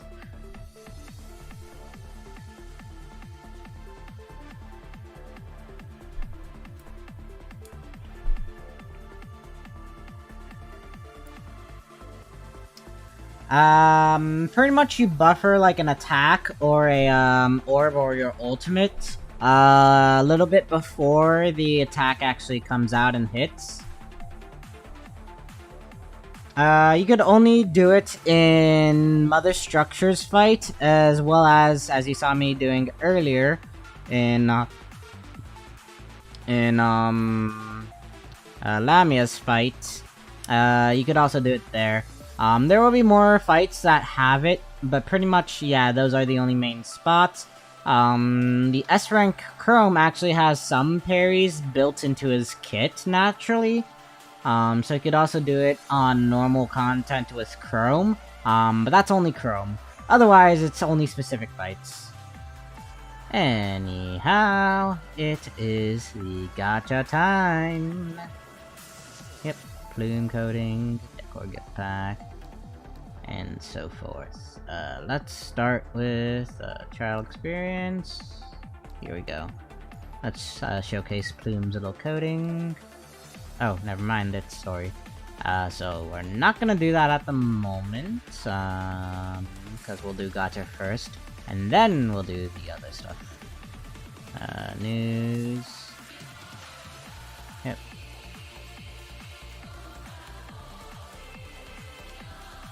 So pretty much the difference between Fate is, if I pull, or here we go. So if you look at the rules and you look at the drop the event rules, no, research log. Oh yeah, basic rules here. So pretty much, pity is at 80, between 80 and 100. It's random, so it could be as early as 80, 85, 86, etc. To 100. But basically the main difference is rate to notice. So you have a 1.9% constructor rating, including guarantee, which in the case of the 100% banners, it's always going to be Garnet. Well, in this case, it's always going to be Garnet, but in other cases, it would be other units if it's the debut banner, and then a base drop rate of 1.5%. So overall, higher drop rate, but also higher pity rate.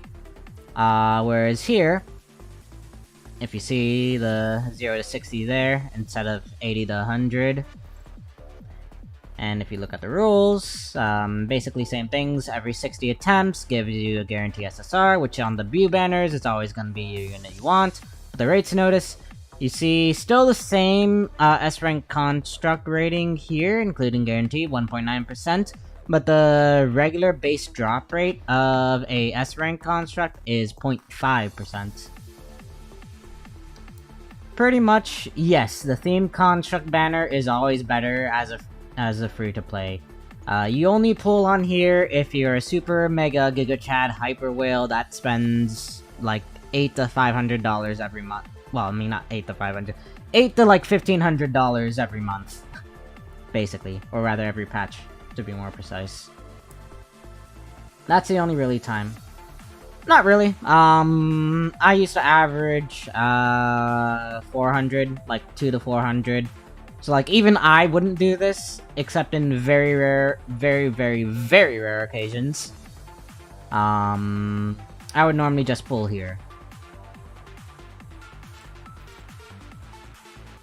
Anyhow, so first, we're gonna start with coding gacha.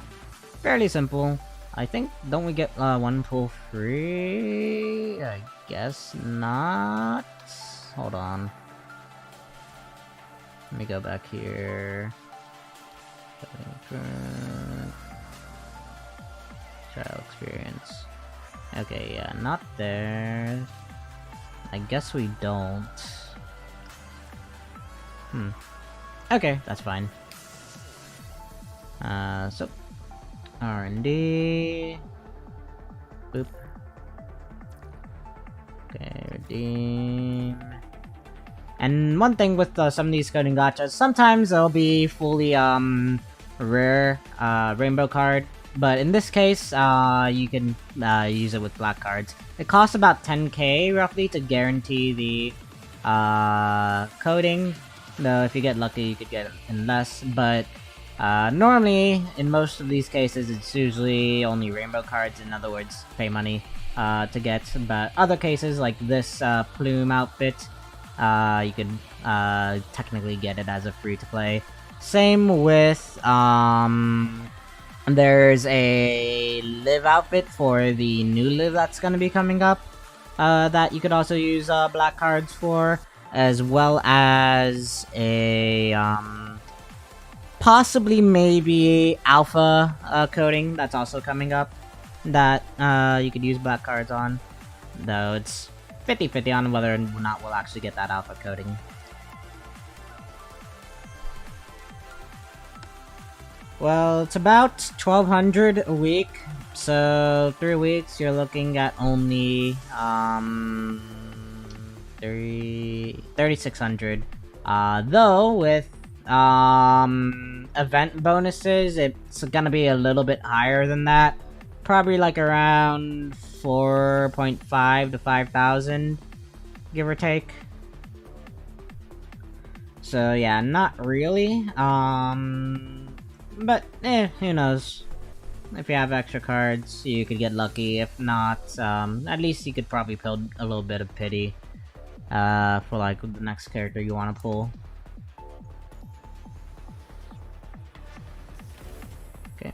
skip.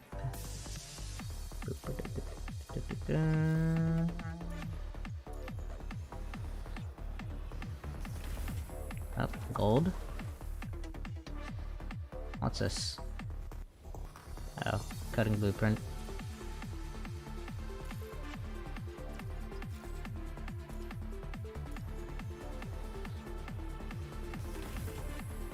Skip-a-dee-doo.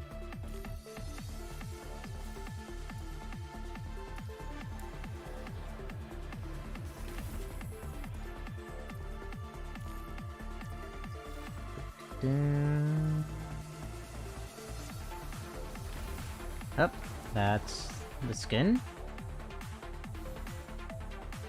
Nope. USB. I'll take that though.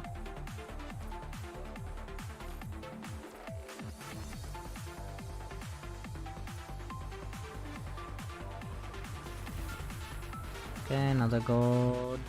Supply tickets.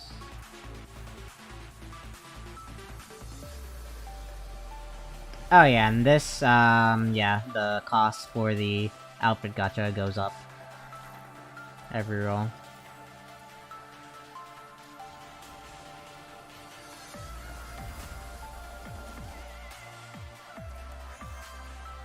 Oh, nice. Wait. What is that? Oh, progress, that's why. Lol.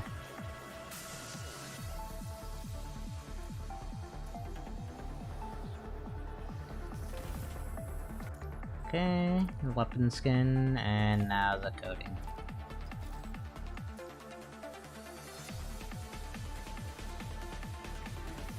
Beep boop, guaranteed.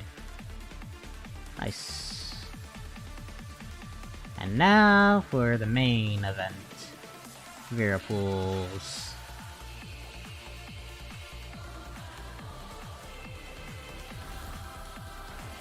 Okay. Also make sure, now that I think about it, am I drawing on the right banner? Yes. Okay. 2.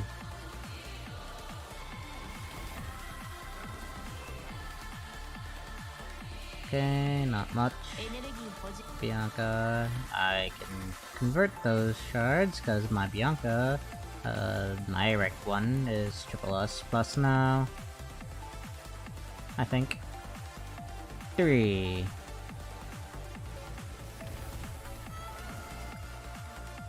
Isla, not nice. Astral. 4. Okay. This, I think we're... Let me double check. Yeah, we're at 4. Okay, so 5,000. Okay, 5. Okay, looks like we're pretty gaming. And 6.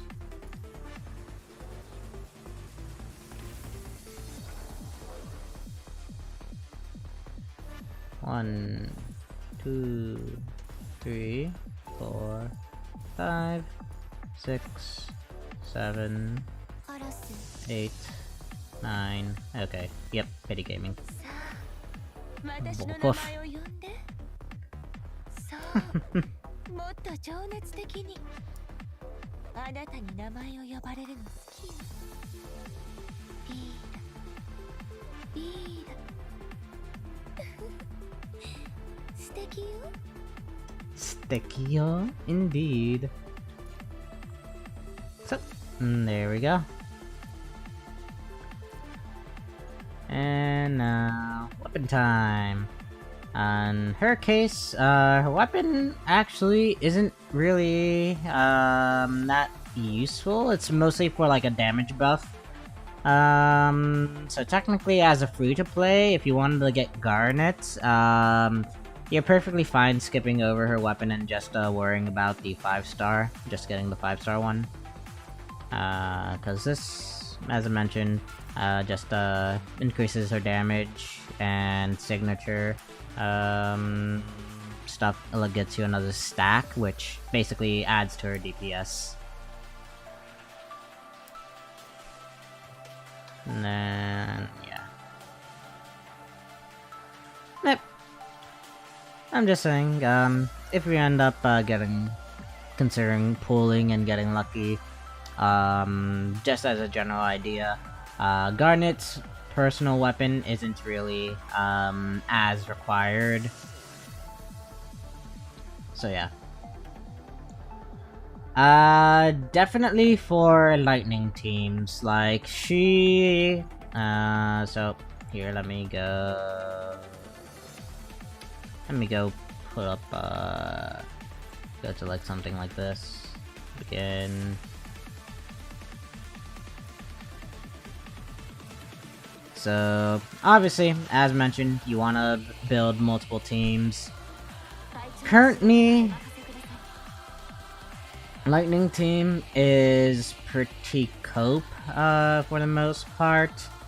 Generally speaking, Veritas is the attacker as the main DPS, but her DPS is kinda unless you get everything. And what I mean by everything is you get a copy of her, and you get a copy of her bird, Tornerus, and her weapon. And even then, at S rank, she's okay for the most part. Still does pretty good damage, but compared to like the teams I've had previously, besides my fire team, like in previous war zones, lightning was my next weakest team after fire. Like in general, just isn't really that great at the moment with this current set. It's nice if you wanna run stuff. If you obviously don't get Bianca, you have to work with, where is it? Dawn, this gal, this Lucia. And they're still pretty fun to play as well. It's just the damage isn't really gonna be that amazing. As, Chromie Boy here doesn't really get a lot of shred. So like, for example, here, his signature weapon only really increases his lightning damage, and makes it easier to trigger his core passive. And then as for actual stats,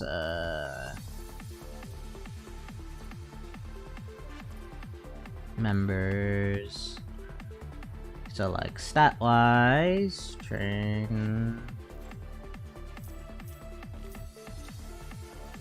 So if you look at his skills, score passive, pings blue, gain shield, pretty much what you'd expect from like a tank. They always get shields and stuff of some sort.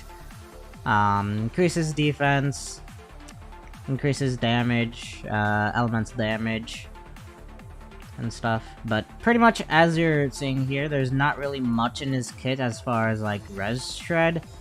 Literally, his only res shred, I believe, is...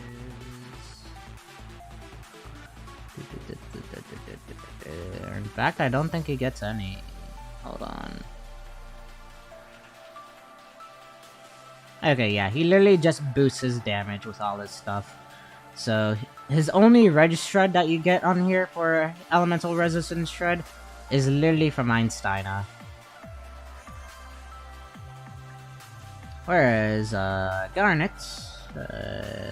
also, let me deal with some of these above. Who else looks shiny?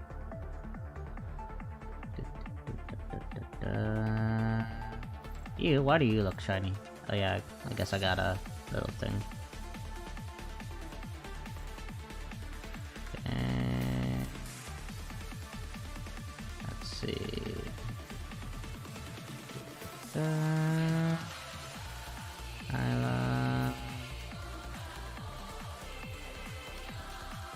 So, Garnet, so let's look at her skills.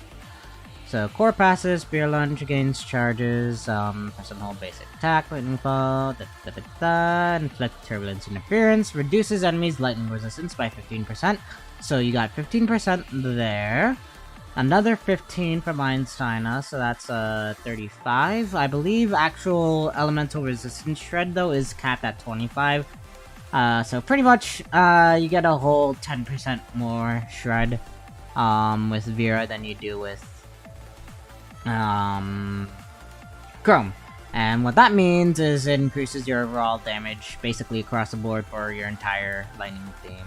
Outside of that, S rank buff, yep, increases the lightning damage of your entire party, which helps because there's literally no real buff like this besides leader buffs, which only really boosts attacker, or in Vera's case, she actually has an attacker construct leader buff as a tank.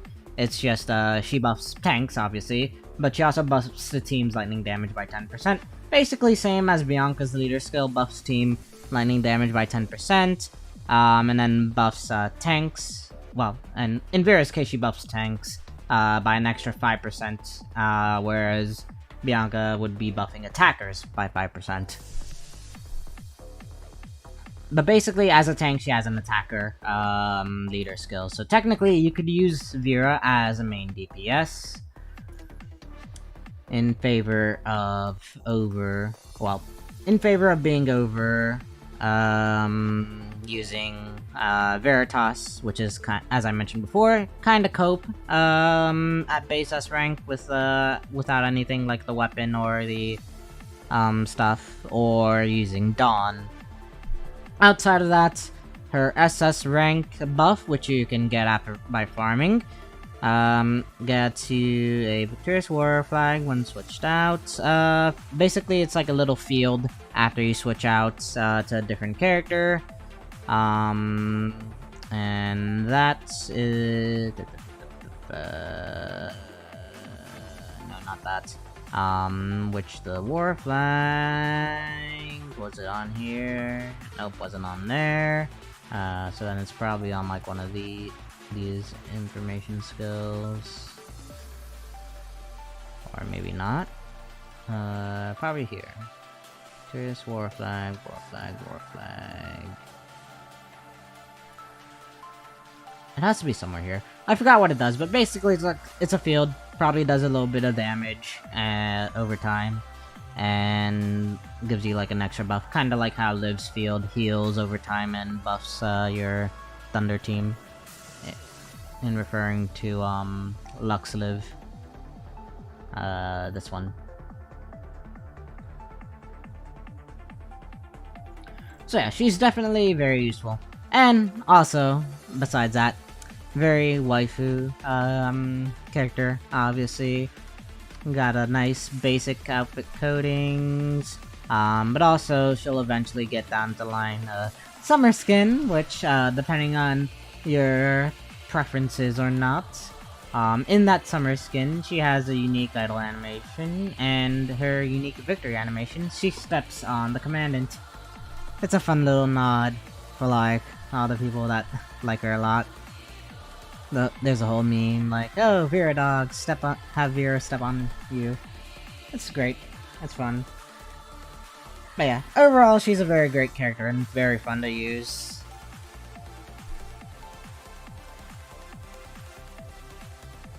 Anyhow, so let's get back to the weapon banner.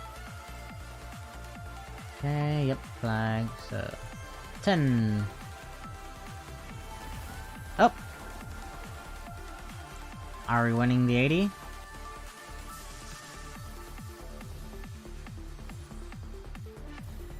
Two? Yeah! Not pity gang. Okay, 5-star.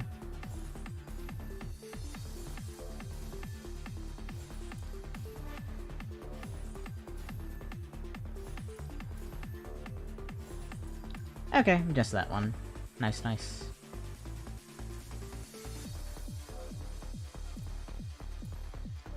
Okay. So, now let's start dumping our stuff into her. Equip. Knock. Knock.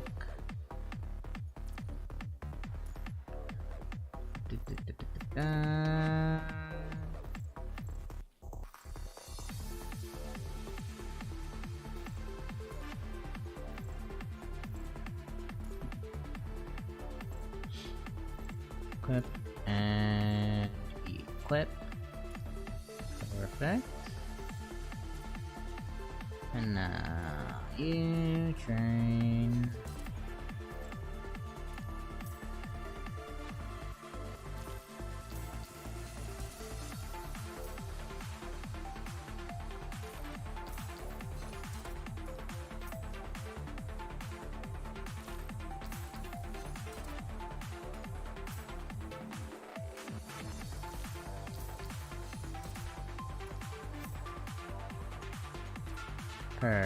Perfect. Okay, and now let me up.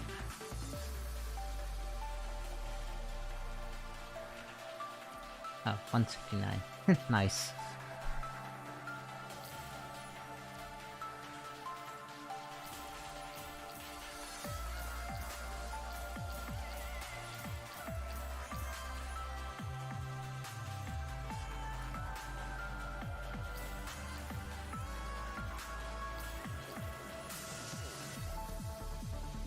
Okay, skills.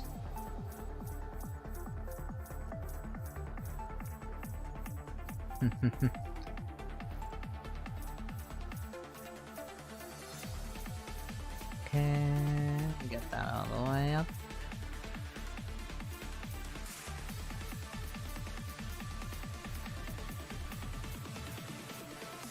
Yeah, they do. That's definitely some quality of life that we do need to get.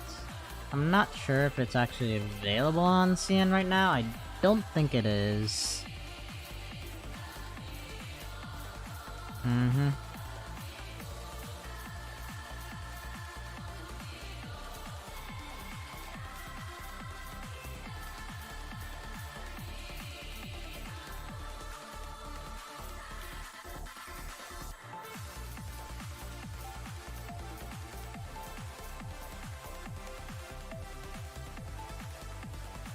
Yoink.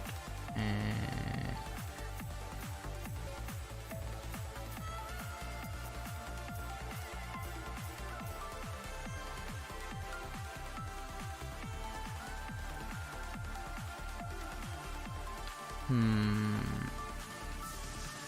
Super armor.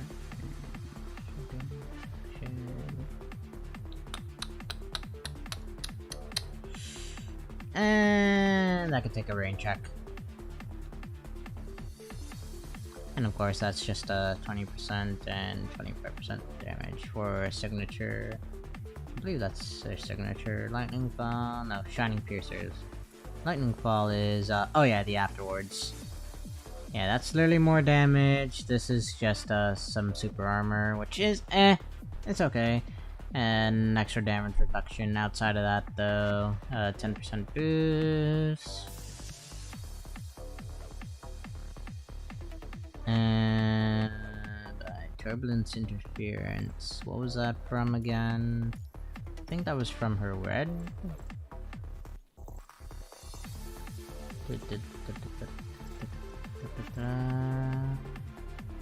Somewhere around here. Or in the core passive. Okay, yeah. This is lightning res by 15%, so... Okay, yeah, so that gets boosted to 25%. Yeah, it's okay. And triple S definitely isn't really necessary. It's literally just a damage boost and then a 10% buff to her res shred. And then a little bit of super armor and damage reduction. So yeah, you could just farm her to that. I'm just sticking S rank and then I'm gonna use Pain Cage shards to get double S. You can only get triple S plus from gacha in most cases. You could only get up to SS without gacha, because as a reminder, Forever Evolving, it only takes 30 to get to SS, and obviously in Pain Cage shop, you could spend 500 to get 30 shards. So you could always get SS as a free-to-play. Just can't do triple S. For that you need 4 copies total, which is 1 base and then 3. But yeah, it's 500 pain cage shards for the 30 to get the double S.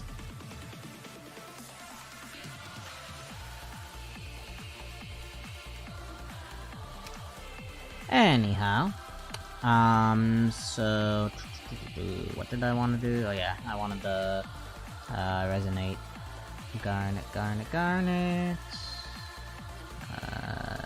Here.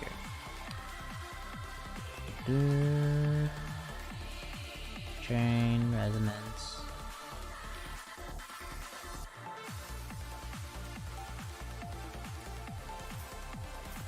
Attack 15. Nope. I'll have to fix that later. Core. No.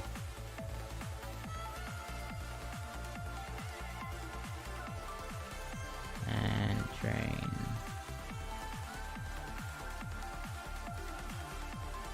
Attack 15. No. Core. No. That's okay though. I'll have to swap it later, but yeah. Okay, so no good rolls on that. Wan Chi, yes. So pretty much he is your go-to healer and support unit for ice teams at the moment until the current patch in CN, which has the S rank amplifier Isla, who is free to obtain for everyone. So pretty much, he's gonna be your main ice support until the S rank Isla comes around. Right now, Isla's here in Copium. Adorable A rank, but she gets an S rank. And it's very fun, very cute, very adorable. And she's basically gonna be the replacement for Wan Chi. So pretty much you got like 1.8 years of using Wan Chi, give or take. Chrome is not 50. He's like 16 or something like that. Or not 16, I think it's like, here, let me go, interact, swap. Oh, 50 shards. That's pretty much the rules for any S-rank characters. So, for example, whenever you summon on the gacha, you have the potential to get S-rank shards. So, if you are lucky enough to eventually grind those shards out from gacha, you could technically get the character for free if you never pull them. But pretty much, based on that, so as I was mentioning before, how Isla was being free and stuff, what I meant by that effectively is, in the upcoming 1 year anniversary, well, I mean not 1 year, but 1.5 year anniversary, which is in 3 patches from now, for us, you'll have the free, Selena. And that Selena, the event, well, the permanent event that comes with the Selena patch gives you 50 shards to unlock her. So that's what I mean by you get a free S rank. And that's basically the same idea for Isla. So in 1.8 years, so 2 years give or take, we'll have the Isla free S rank that you could get by farming 50 shards from the shop. Which is in the current CN patch. So it's still a very long time. So it's not like you'd need to save or anything. It's literally an event shop, like here. Like here, you would see like the shards pop up and like limited on this. It's just in this case, the event shop for the Selena patch and the event shop for the Isla patch are gonna be permanent. So like, you could slowly grind it out, basically. Instead of, having to worry about it at the moment. Yes, Ember is the S rank Nina. Blast is the original A rank Nina. So S ranker. This one's the A rank. And then there's gonna be a Dark Tank Nina down the road. People will probably be using her over Kamui. And she is the second S rank Nina.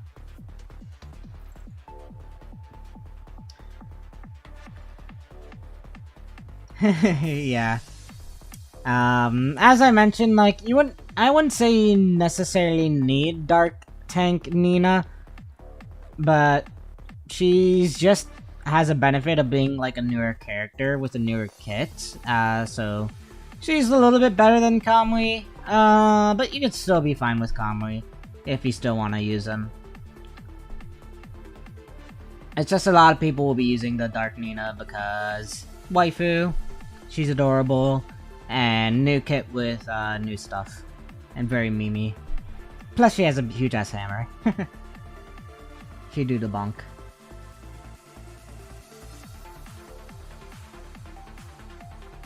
Anyhow, so while we're at it, I did want to test out what the actual Lightning team will do and see if it's actually going to be better than my Triple S Nier on Warzone.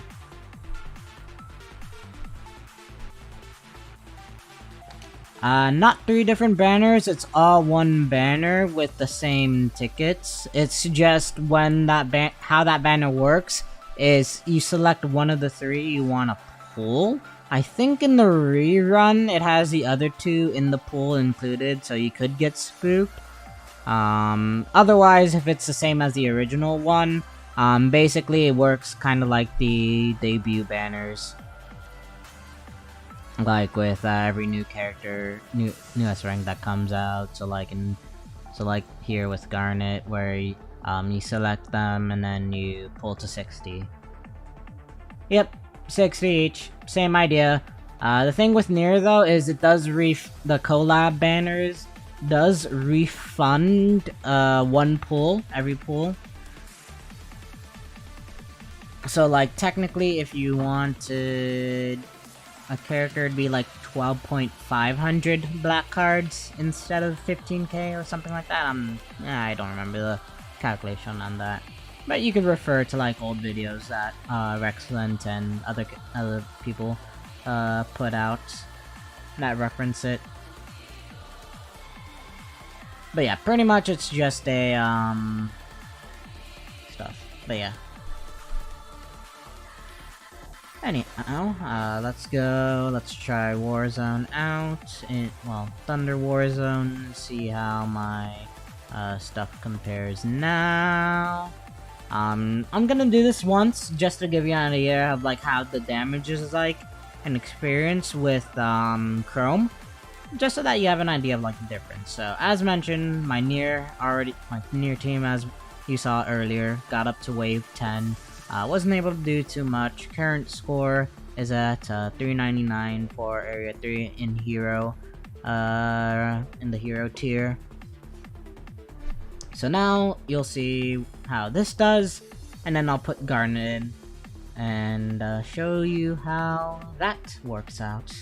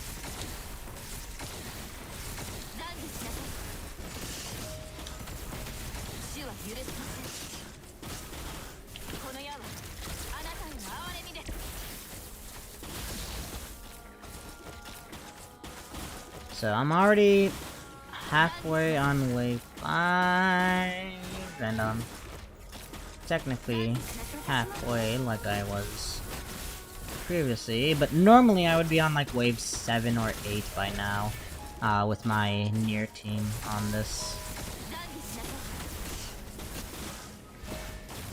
Like, pretty much,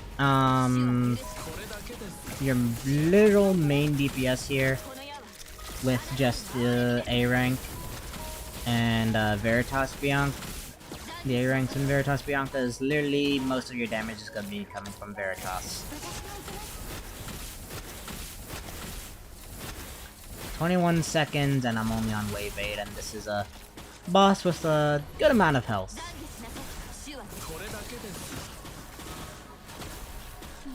Now if I was playing a little bit better, I could probably squeeze out a little bit more damage, but as you can see, this is kinda cope.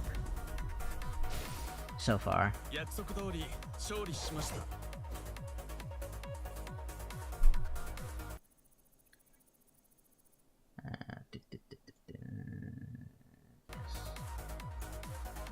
So as you can see, significantly less. Now, let's put Garnet into the team and show you what things are like.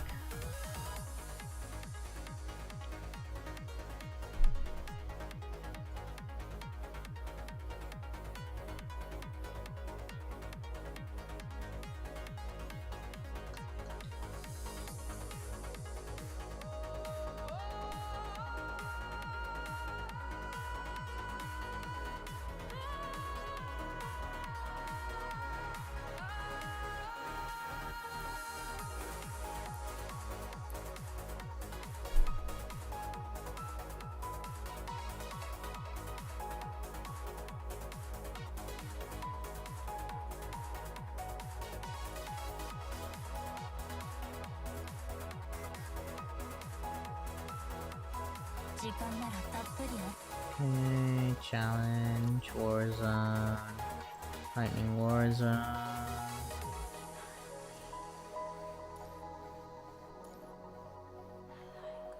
Yeah, as I mentioned, it takes time. You'll slowly get the mats. Eventually you'll get there and you'll get a team built up, another team built up.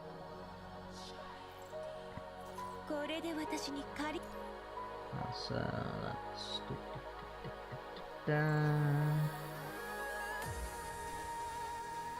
Where is you, Garnet? There you are. Also, speaking of weapon, I also forgot to resonate for weapon members. Train, resonance. I believe it was. Let me reference the guide. This real quick.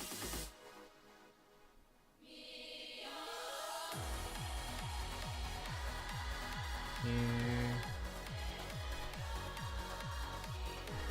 I think it was like Shock, Thunder Shake? Yeah, I think it was Thunder Shake.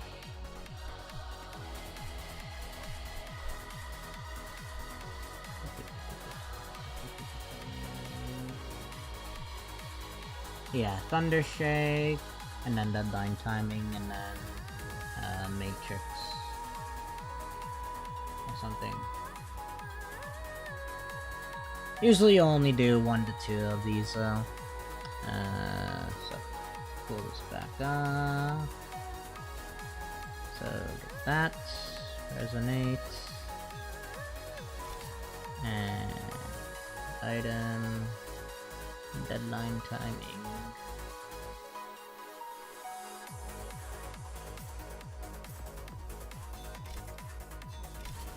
There we go, yeah, inflicts thunder, effect upon dealing lightning. Okay, yeah, so basically that just keeps a res shred up. Nice. Okay. There we go.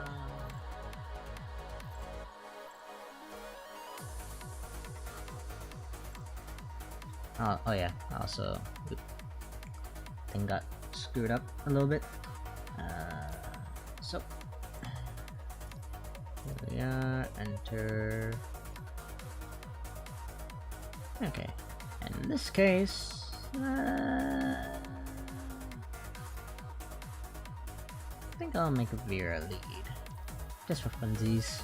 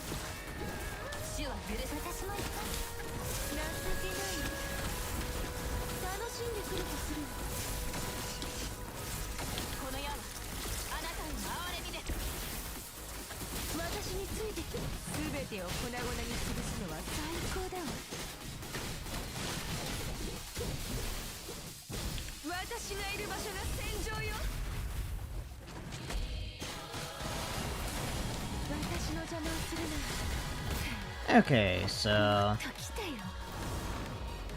roughly about a similar performance, I guess. I probably could be playing a little bit better.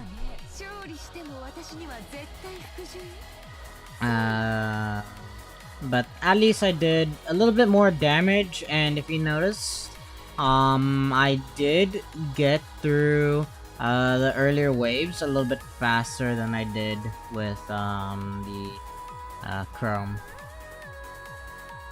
Anyhow, let's keep this going, because I probably could have done this a little bit better. Or quite a bit better.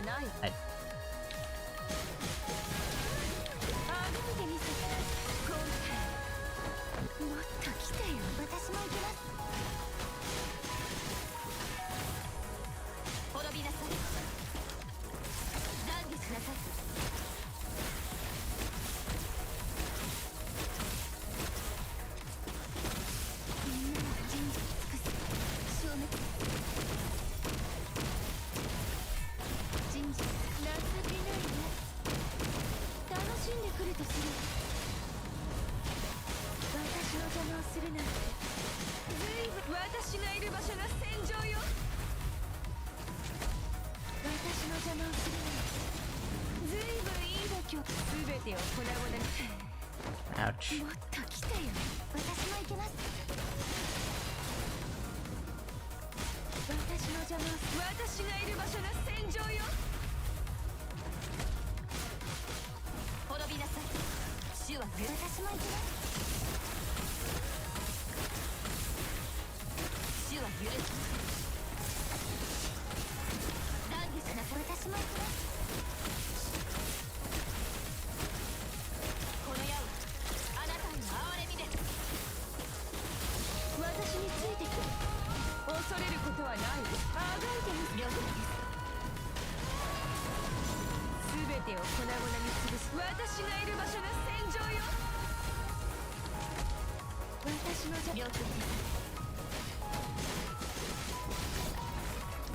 てみせてコミクス滅びなさい懺悔しなさい情けないよ楽しんでくれたする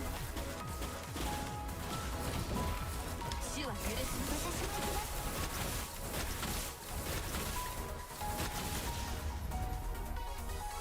Okay, a little bit better.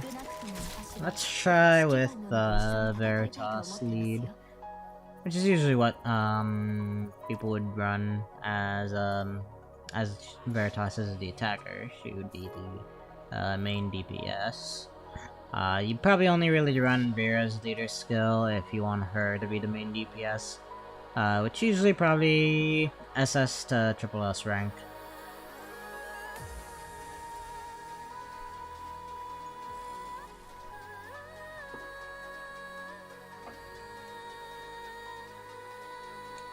One should also make note that none of these characters are Ultimate Awakened either, at the moment.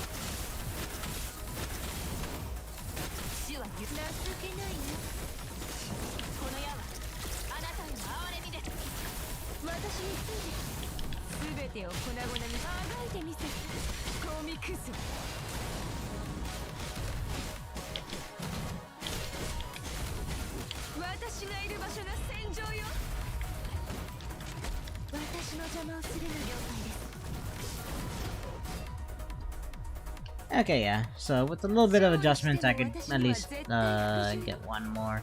My near team is still a little bit OP, but that's to be expected. They're all triple S. So yeah, with the Chrome as the lead, I probably wouldn't have even been able to get past that wave without like super hardcore tryharding. So yeah, just an overall idea.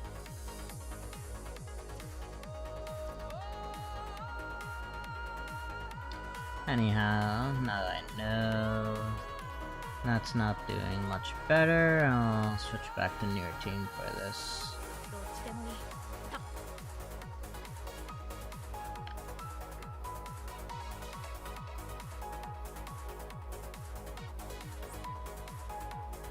Yep, game crashed.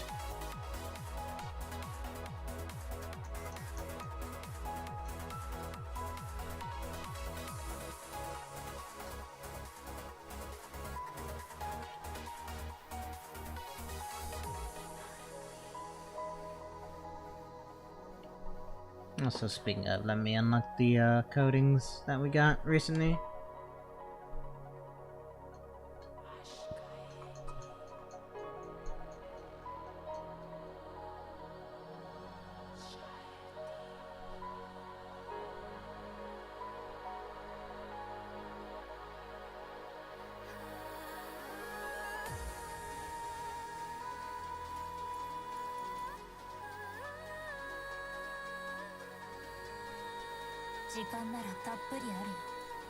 Embers. Garnet. Code.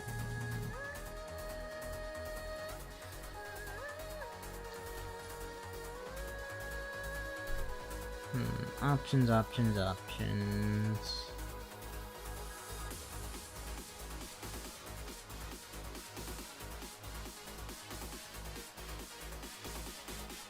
Let's see, that's a neck area. I don't know. Oh, that's modified.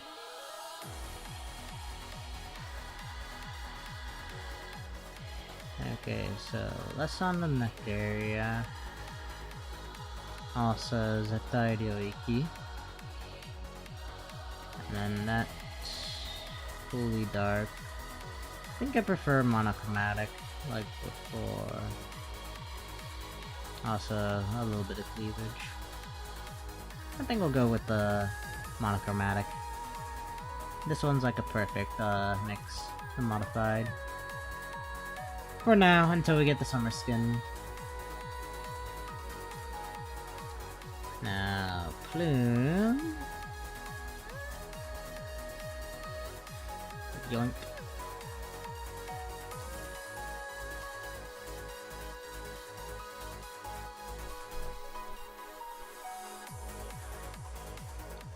Very nice skin. And I don't have Selena's yet. That's about everything I think it is.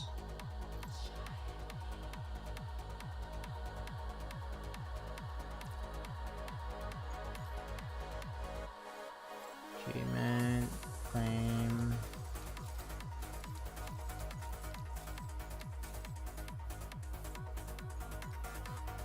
Yeah, let's see. Dancing riplets. Manual. Sanitizer. Meander. And this is the lead enemy. So fucking cool. Such a cool enemy design.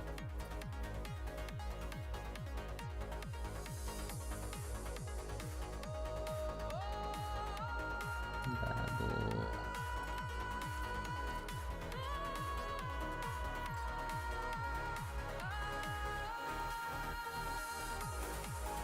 Yeah.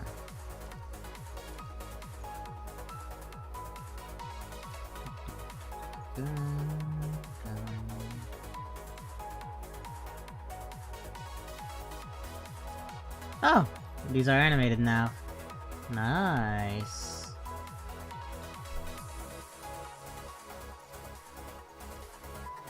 Yeah, I'll still.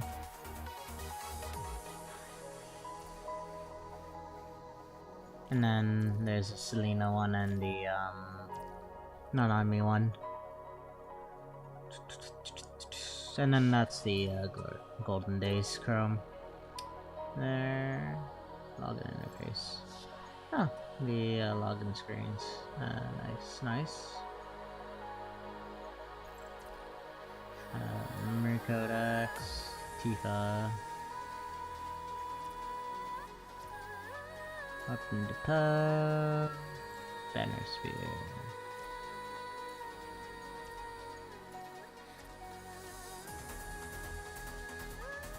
Okay, that's all cleaned up. Let's go to here. Let me put a pause on this because we have some more story time stuff to read. Save.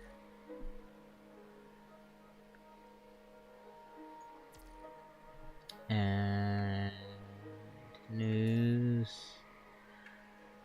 So Norman, Babel, Tales of the Sunken City. Wait, what's this? Not okay. Yeah, it's an event thing. Into the Deep.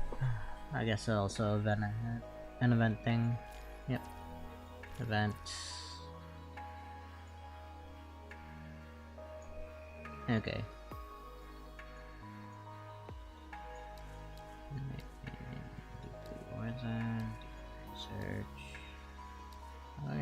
try. Oh, this is new. We'll probably save that for next stream tomorrow. That probably won't take too long to do anyways. So, let's do the Lucha coding. Okay, a momentary respite.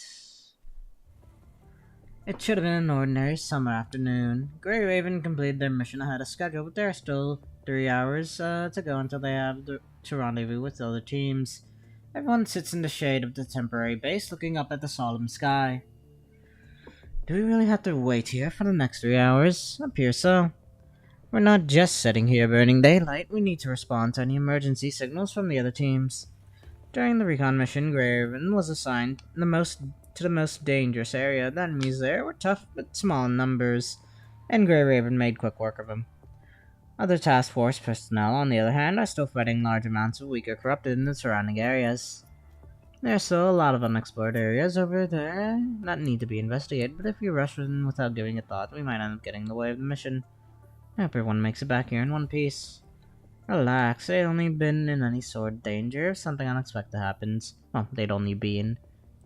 Otherwise, they'd send elite squads to complete their mission. It nods and everyone returns to science again, feeling the peculiar heat of summer on Earth. Sure is hot. Take off your jacket and drink some water, Commandant. Your body temp is over 40°C. Any longer, and you can run the risk of getting heat stroke. Need my help? Lucha reaches behind her back and grabs her thruster. Oh, want Lucha to cool you off with her attack? That's it. Sure, why not? Just cover the area with a thin layer of ice. It won't last long, but it'll be enough to cool this place down. I'll leave it to you then. Alright. Dot. Oh, now I'm freezing. Another frying pan and into the freezer. 1 second you are on the verge of heat stroke, now you can't stop shivering. Good thing you didn't take off your jacket, Commandant. Sorry, is it too cold now? It's fine. It's slowly getting warm anyways. We should be fine, Lucha. Well done. This was a refreshing blast of cold air. Lucha nods, everyone starts to relax again as you all wait. Waves crash against the distant shoreline. Darkness looms on the horizon, showing us signs of a storm brewing. Is this summer? One day, peace is restored to Earth. I think we'll be able to live a life of leisure like this every day. Definitely. I'm sure we'll still be needed. Think about all the people living in Babylonia. Even if there's no need to fight, there's still endless work to be done with the reconstruction effort. Yep, at least we won't have to be worried about losing each other. You're right. And we'll have more time off. Then we'll finally be able to go on a real vacation. What do you mean? You know, doing things that make us happy. At a place we like, in the company of friends, wearing our favorite coatings, free from worrying about missions or fighting. I see. We wouldn't be happy in a place like this. If we want to make this happen sooner, everything we do now is of the utmost importance. Remembering the mission, her expression becomes serious again. That's also why we need to take a break every once in a while, only then can we fight at peak performance. Every once in a while? Yep, that reminds me, you haven't changed coatings in ages, have you, Lucha? Coatings don't seem to affect my performance in battle, so I haven't noticed. I figured you'd say that. She chuckles and steps closer to Lucha. Not even just for fun. I heard that coatings weren't just handed out. Oh, about that. The Commandant actually spoke with me about that already. About coatings? Yep, the Commandant wants to give you a new coating. Me? Yep, but we decided that you should pick one out yourself. After all, you're always so tight-lipped about what kind of coating you like. So, you should pick one out yourself. Liv takes out her terminal, she opens up a window and shows it to Lucia, revealing dozens of coatings waiting to be tried on. These are all the test coatings we applied for. Pick whichever one you like the best. At a loss, Lucia approaches Liv's terminal and flips through the selection under the behest of her excitement. Look, this coating comes in a dress. She points to a lavish but ungainly coating inspired by Rococo fashion.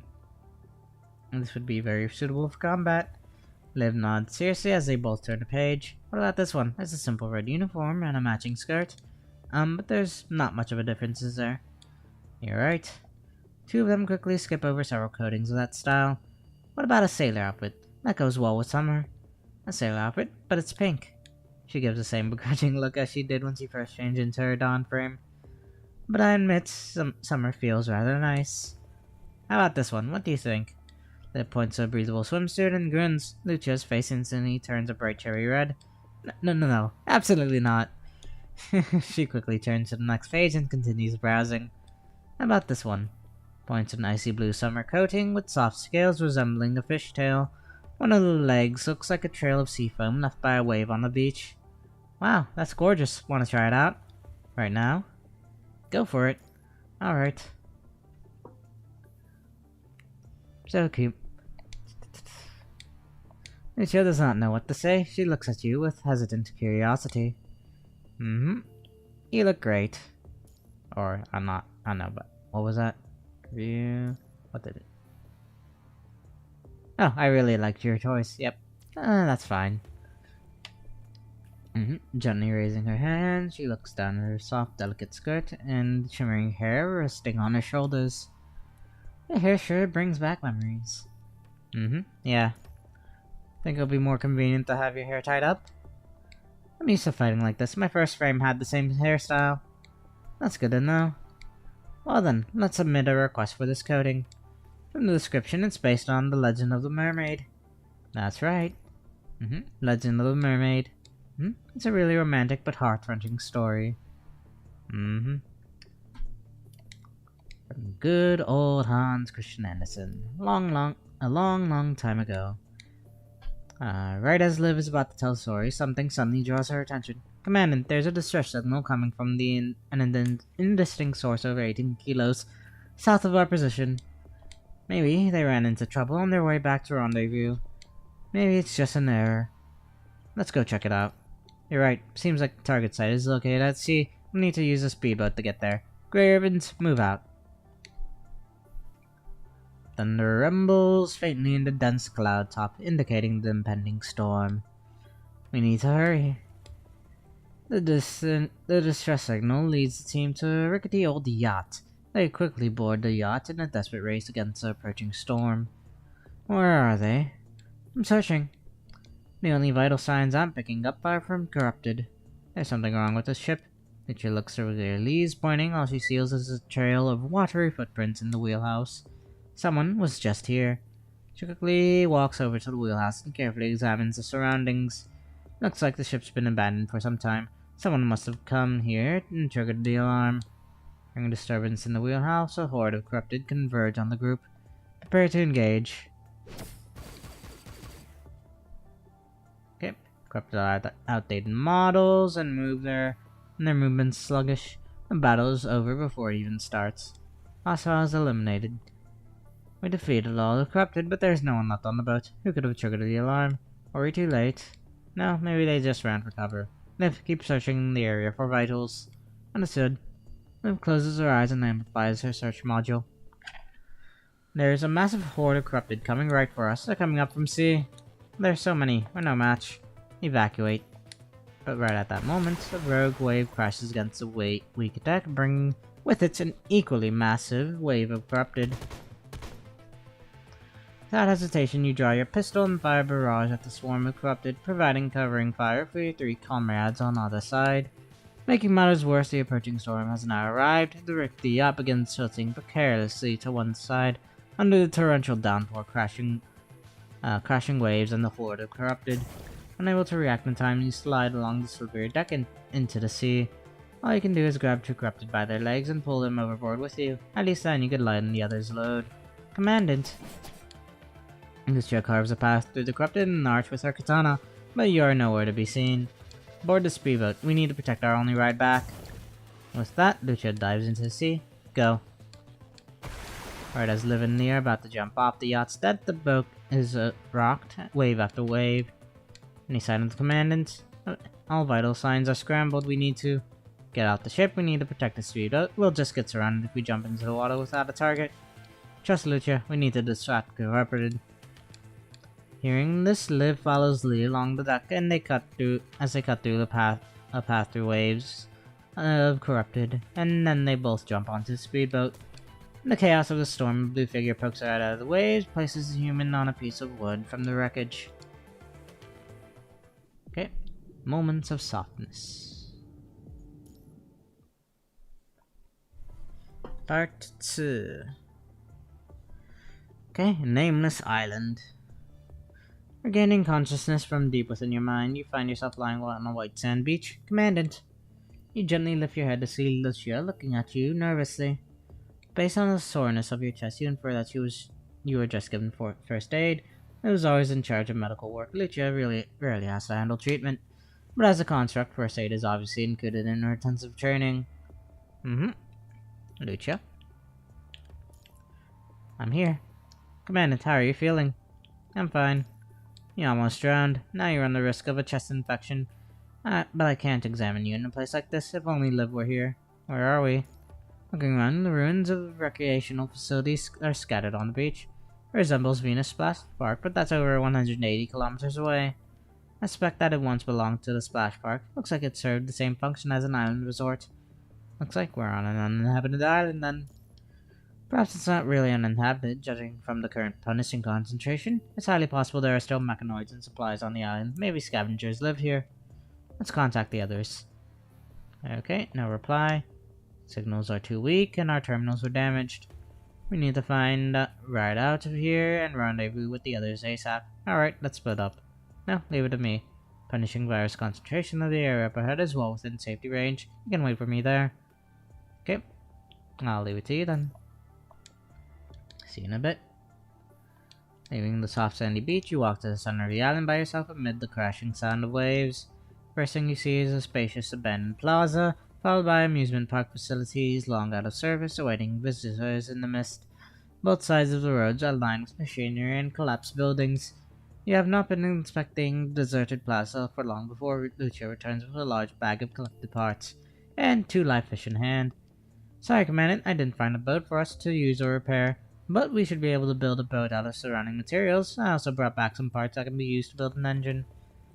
Lucia ignores the 2 flopping fish. She just looks out in the direction of the surf. I'm no mechanic, but I should be able to build a boat, given enough time. You want to build a boat? You hesitate, then nod to Lucia trustingly. At the same time, you ponder another issue. What about the corrupted in the sea? They'll be our biggest threats. She clutches fish tightly. Even though there aren't any blueprints or proper tools here, I'm confident we can build a boat to cross the sea, but we'll have no way of defending their attack. Let's keep looking. Okay. Punishing virus concentration is lower nearby. I saw some mechanoids that still have been corrupted, maintaining the buildings here. That doesn't mean there aren't hidden pockets with high punishing concentration. As soon as Lucia says that, a small group of robots with cleaning tools walk down the corridor. What's with the fish? I couldn't find that many supplies around here, but the life support systems seem to be well maintained. It's getting late, Command. You need to rest up and regain your strength. That's why I caught you some fish. I'll get them ready for you to eat. Need help? I know a thing or two about cooking. You need to rest, Commandant. We got a tough road ahead of us. How unfortunate. And she looks around the plaza, holding fish that gradually lost their strength, and points down to a brick path nearby. There's an abandoned park over there. It has the lowest punishing virus concentration I could find. Let's go to the empty library right behind it. There's an abandoned cafe in it, which should have some appliances for cooking food. Yep, let's go. Reaching the library entrance, you look around to see that the place is surprisingly well kept except for a few remnants of destruction. What happened to this island? What's with the ruins? Must have had frequent fighting before it was abandoned. Saw a bunch of similar ruins while looking for parts. Graffiti and text messages. Looks like they didn't evacuate in a hurry. Who knows? Maybe there are still survivors. Maybe they're hiding. I'll investigate more of the island later. If I can find someone to speak to, maybe we can get some intel. But right now, our main priority is to get your strength up, Commandant. Okay, she quickly cleans the counter and places 2 dying fish on it. The appliances are still operational, and there are also some condiments left over. Looks like this was the work of those robots. Maintaining this deserted island? Yes. They'll continue to do their scheduled work until they receive orders otherwise. Looks down, searches through the equipment and utensils in the kitchen. You have known about Lucia's cooking skills for quite some time, but you have never witnessed her in action. You're overcome with curiosity given such a rare opportunity while your survival instinct kicks in at the same time. Alright, it's showtime. Showtime? Time for me and the fish to do battle. Take a step back, Commandant. Keep a safe distance. Safe distance. As you ask, Lucia and see to the blade. Wait! Is there something you wish to say? You're going to use your katana to cut the fish? Of course, it's a weapon I'm most familiar with. You're also curious to see how she plans to go about it. Sure, why not? She prepares the swing. We'll probably be eating those words very soon. Next moment, she throws one of the fish into the air and swings her knife as fast as the lightning. Fish scales go flying and splatter everywhere. Pierce appears to float in the air. Each time is about to fall, Lucia slices back into the air with her katana. It remains in the air for what appears to be several dozen swings, each slice scaling the fish. Based on the culinary records of the Golden Age, this cutlery skill would easily rank among the top 10 chefs. Seeing that there are no scales left, Lucia slices open the fish's belly and removes the viscera with one swift flick of her wrist. Right as the fish finally lands on the cutting board, Lucia sends its head flying toward the ceiling in a perfect arc, nearly landing right on your head. Is that why you wanted me to stand a safe distance away? Returning to your senses, you notice that this fan encounter has been completely destroyed in a flurry of swings from her katana. Only the small area where the fish is placed remains intact. Finally understand why you received such a large bill for kitchen repairs. Before you have any time to say anything, Lucia starts doing the same thing to the second. Now I just need to rinse the fish, slice them into pieces, boil them in the broth, and they'll be ready to eat. Let's remain calm. As if those rumors and memories have never happened. I'll finish up the soup as fast as I can, just wait a moment, Commandant. Lucia turns on the faucet, fills a bucket with water, and it runs through a purifier. While she waits for the water filter, she grabs dozens of different containers with the content of which are unrecognizable. After placing a pot of water on the self-feeding stove, Lucia begins to slice and prepare the fish. Once the water reaches a boil, she then checks the sliced fish once more and places the pieces into the pot. She opens the countless containers of mystery seasonings and condiments. Let's keep this going, shall we? Digging our grave, going all the way. You don't make any effort to stop Lucia, you just stand by and watch her, emptying all the strange smelling content directly into the pot. Even at a safe distance, you can tell from the smell that at least red wine, vinegar, and coffee are included in the mystery broth. Oh no. Wait, why is there coffee too? Try to stop her, but it's too late. After a brief shock, Lucia places a bowl of the dark brown soup in front of you. I wouldn't exactly say it's delicious, but it's the best I can do given the circumstance. Good to try, Commandant. You want to refuse, but you have no other choice. Right as you pick up the spoon, your nose is assaulted by a barrage of vinegar, wine, and fish. You quietly gulp and bring the spoonful of brown liquid to your mouth with trembling fingers. The taste can only be described as pickled to death. The salty brine paralyzes your tongue, and the fishy odor infiltrates your nasal cavity. The bitter coffee, sour wine, and pungent vinegar play a requiem for your taste buds like a beautiful rose wilting to the coming winter. In this moment, your consciousness sinks into the ocean's cold depths. Opening your eyes, you only see endless darkness and loneliness. You feel as if you are suffocating. You hear the faint tolling of a bell near your ears. Kubi o dase! If you were to strike a match this moment, you surely would see a delicious feast just out of reach. As these unprovoked thoughts flash through your mind, your consciousness sinks into further darkness. Commandant! Commandant! Commandant!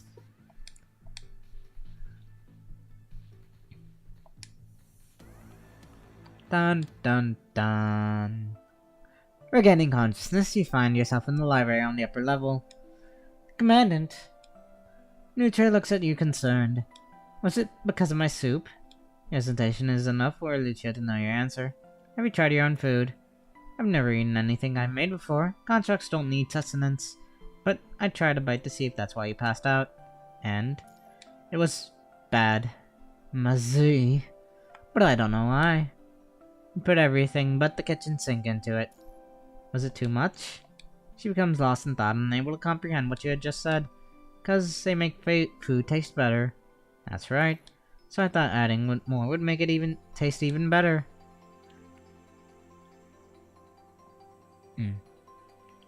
Let's laugh. Something the matter, Commandant? Most of what I remember about cooking is from my childhood. If you want to keep living, you can't be a picky eater. Especially when I was by myself the first time with nowhere to go.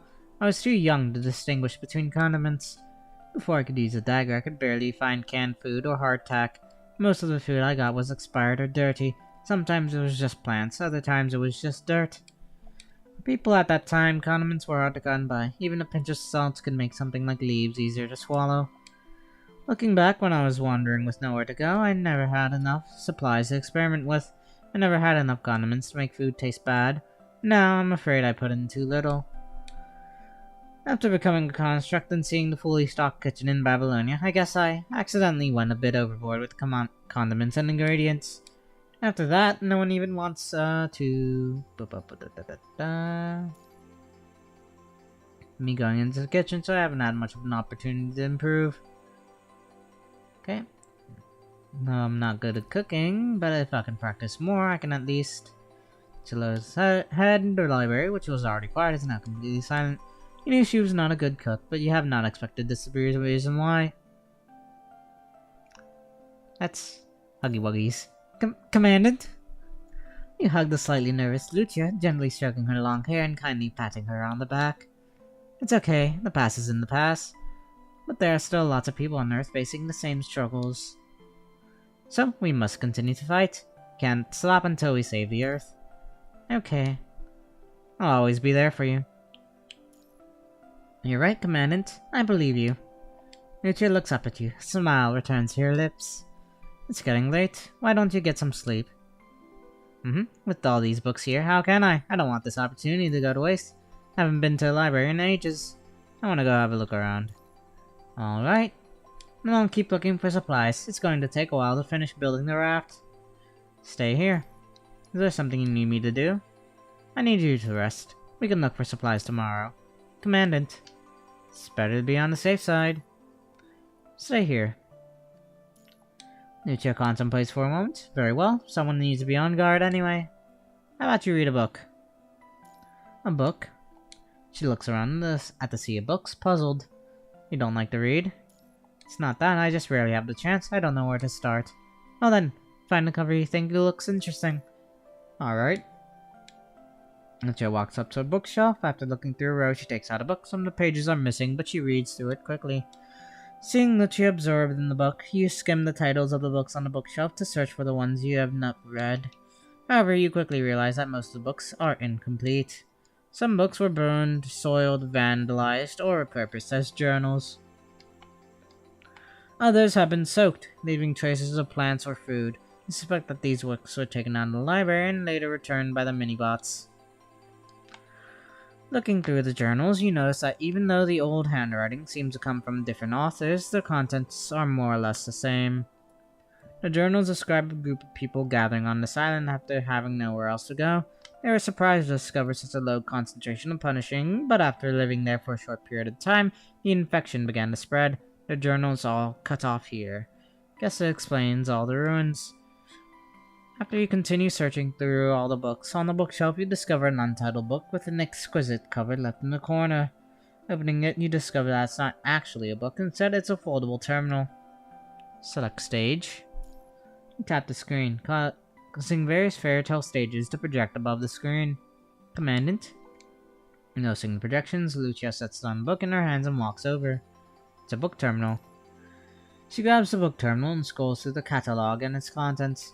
Looks like it's a terminal for playing staged fairy tales. That's right. Also, it looks like the stage is this island. Is it a video memoir? What's that? Looks like a photo, but played on the terminal. I see. She nods firmly. Look, Commandant. Is this the same Legend of the Mermaid?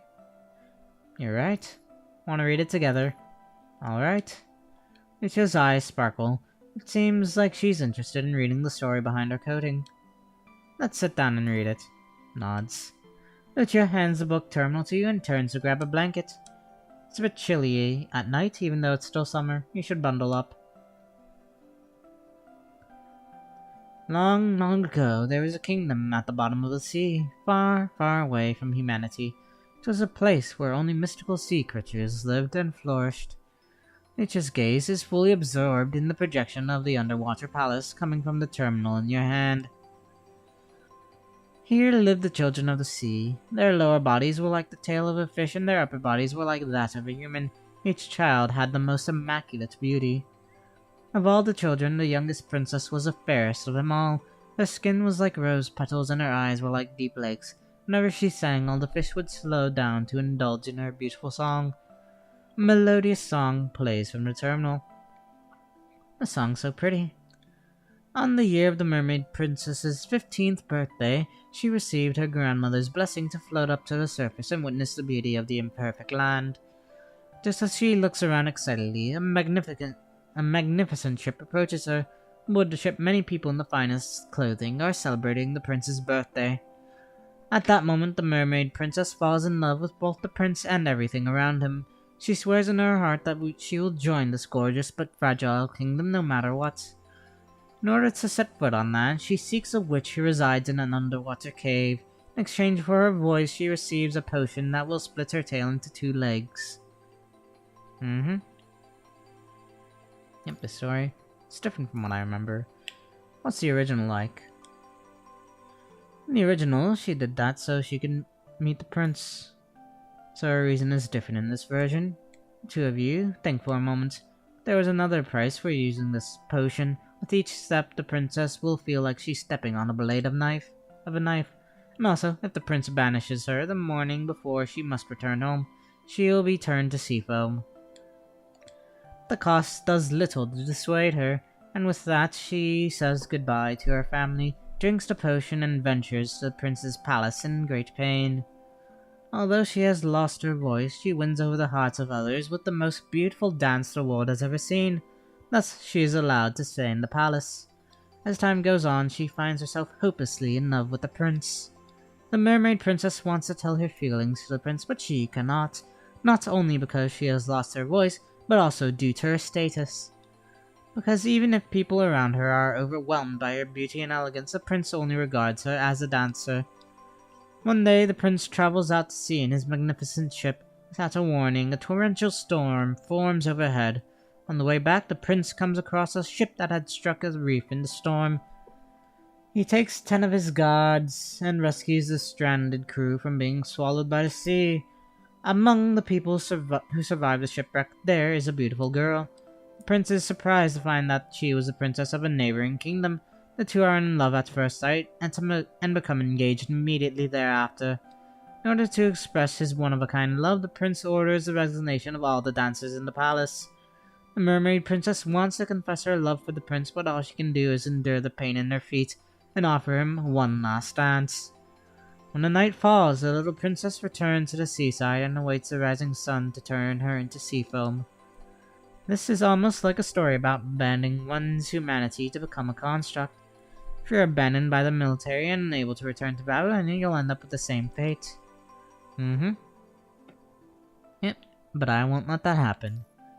I believe that as long as you're on the Grey Raven, Commandant, the 3 of us won't be met with the same fate. Nietzsche smiles and looks back at the terminal. But right as daybreak is upon her, she hears a familiar singing. It's the sound of her sisters singing. They had given their long, luscious locks to the witch in exchange for a dagger. So long as she is able to kill the prince with this dagger, her legs will return to their original form, and she will be able to return to sea. The princess grabs the dagger and returns to the prince's bedchamber. She ponders and ponders, but in the end she is unable to strike down the prince. The princess suddenly hears a noise outside the bedchamber and quickly hides behind the curtains. Between the gap in the curtains, she looks in horror as the attendants throw 2 familiar figures out in front of the window. And since we're disturbing you so late tonight, Your Highness, I'd yet to retire to bed anyway. After these 2 mermaids just offshore, we overheard them plotting your assassination. Is that so? Waiting orders to execute them, Your Highness. The princess remains quiet for a moment, then pulls out a sword hanging on the wall next to the window. Princess can no longer bear the grief and anger. She jumps out from behind and stabs the prince in the chest with a dagger. As the mermaid princess's legs are stained with his blood, the palace is engulfed by a tidal wave. Her legs return to their original fish-like tail. She swims back to the underwater kingdom with her sisters to live happily ever after. I'm guessing the ending is completely different too, isn't it, Commandant? That's right. And something seems a little strange. The prince really hadn't fallen asleep, like he said, when he realized the princess was in the room. Right? Maybe there's more to the story. Was the author just being careless, or are they trying to tell us something? Speaking of which, how did the original story end? Right, as you are about to tell Lucia, you see a hidden icon below with the text Classic Mode in dark gray letters. After pressing it, the book terminal begins to play the audio once more, however, it is the original version. The beginning of the story is consistent with the revised version. When the Little Mermaid Princess is 15, she floats to the surface and becomes enamored with the prince. On the way to the prince's banquet, a surprise storm capsizes the prince's ship and everyone falls into the water. Seeing that the prince is about to die, she swims over recklessly to save him and pulls him ashore. But humans and mermaids are different creatures after all. In order to hide her secret, she hurries back to sea after confirming that the prince is safe. Not long after a young girl finds the prince, she alerts others to come help him, waking him up in the process. As a result, he mistakes her for the girl who saved him, not knowing anything about the Little Mermaid. To set foot on the land to meet with the prince again, she seeks a witch who resides in an underwater cave. In exchange for her voice, she receives a potion that will split her tail into two. But there's another price for using this potion. Each step will blade the knife. And if the prince proposes to another princess and does not accept her, then on the morning before the wedding day, she will turn to sea foam. But the little princess has lost her voice and cannot speak to the prince, even though those around him are overwhelmed by her dancing and beauty. The prince is still in love with the girl who rescued him on the beach. Not long after, the king and queen have chosen a bride for the prince, a princess from a neighboring kingdom. When the prince goes to pick her up by the boat, he discovers that the princess was the same girl he thought saved him. The two become engaged right there on the spot. When the night falls and the little princess returns to the seaside, awaits the rising sun to turn her into sea foam. Hearing this news, her sisters have given their locks to the witch in exchange for a dagger. Turn to sea, but that is not what the princess does. She cannot kill the prince in his sleep. Instead, she tosses the dagger into the sea. When the sun rises, the most beautiful mermaid princess in the world returns to the sea as sea foam. Looks like the biggest difference is how the story ends. Yep. In one ending, she kills the prince to protect her sisters. In the other ending, she sacrifices herself and allows the prince to continue living without knowing what she has done for him. It's still a sad story, regardless of which ending it is, but I still prefer the original. Someone brave enough to die for what they love, that's true bravery. Because that's what she chose. Yes, even though it didn't end the way she wanted, she has no regrets. Is that the kind of ending you would choose if you were her? That kind of ending? Would you be upset if I sacrificed myself, Commandant? Of course I would. Then I wouldn't sacrifice myself. I wouldn't want to hurt you. Thank you. Thank you. I never do anything to hurt you. If I'm forced to choose between the two, I'll find a third. Yep, sacrificing oneself should never be the premise for fighting. You're right. As long as you're here, I'll cherish my life. I'll protect myself, whether that's to save Earth more quickly or to stay with you even longer. And if I'm not here, then we'll see each other again once we rescue Earth. I wasn't talking about being assigned to another team. I know, just like the original version of the story. Lucia's smile seems to hint at a frown. If you become sea foam, then I'll be the sea. If that day comes, I want to be wherever is closest to you. That way I can tell you about our victory again and again. But for me, the best future can only be achieved if you are beside me and the others. That's why I'll do everything in my power to protect you. We'll do this together. Lucia smiles and nods and looks back at the terminal. But why did they want to change the original story to this? Okay, maybe to make it more novel. In the records of the Golden Age, some authors would deliberately adapt familiar stories to entice readers. I see, perhaps you're right. I'd like to continue this discussion, but you need to get some rest, Commandant. Okay, you should get some rest as well. Me? Constructs don't need to sleep, but I'll stay by your side until it's lights out. Good. Until it's light out. Okay, good night. Good night, Commandant. Oh, Yasumi Nasai. Part 3. Past Shard.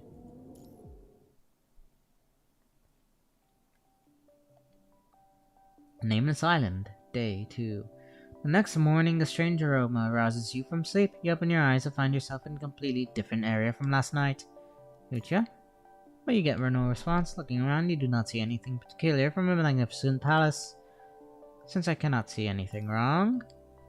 and you feel invisible cracks. My vision is being interfered.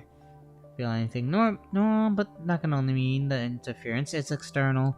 In that case, the answer is obvious. Augmented reality. The room is shrouded in AR, completely changing its appearance. Cracks on the ground must have come from Lucia. AR tech matured early on during the Golden Age. Back then, most people used it for entertainment.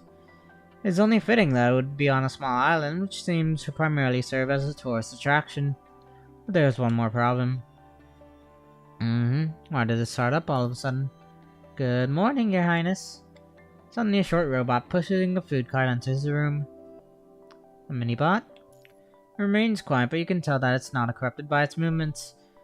What's with the uncorrupted robot here? Your Highness, did the frankincense give you a good night's sleep? Is that why I didn't wake up? Breakfast is served. Once you finish eating, please board the ship so we can begin your birthday celebration. Today is your special day. And who are you? I'm your attendant. Still a bit drowsy, Your Highness. What are you doing? The attendant remains quiet and places your breakfast on the table. Please, enjoy. Please, enjoy. Osaki ni dozo.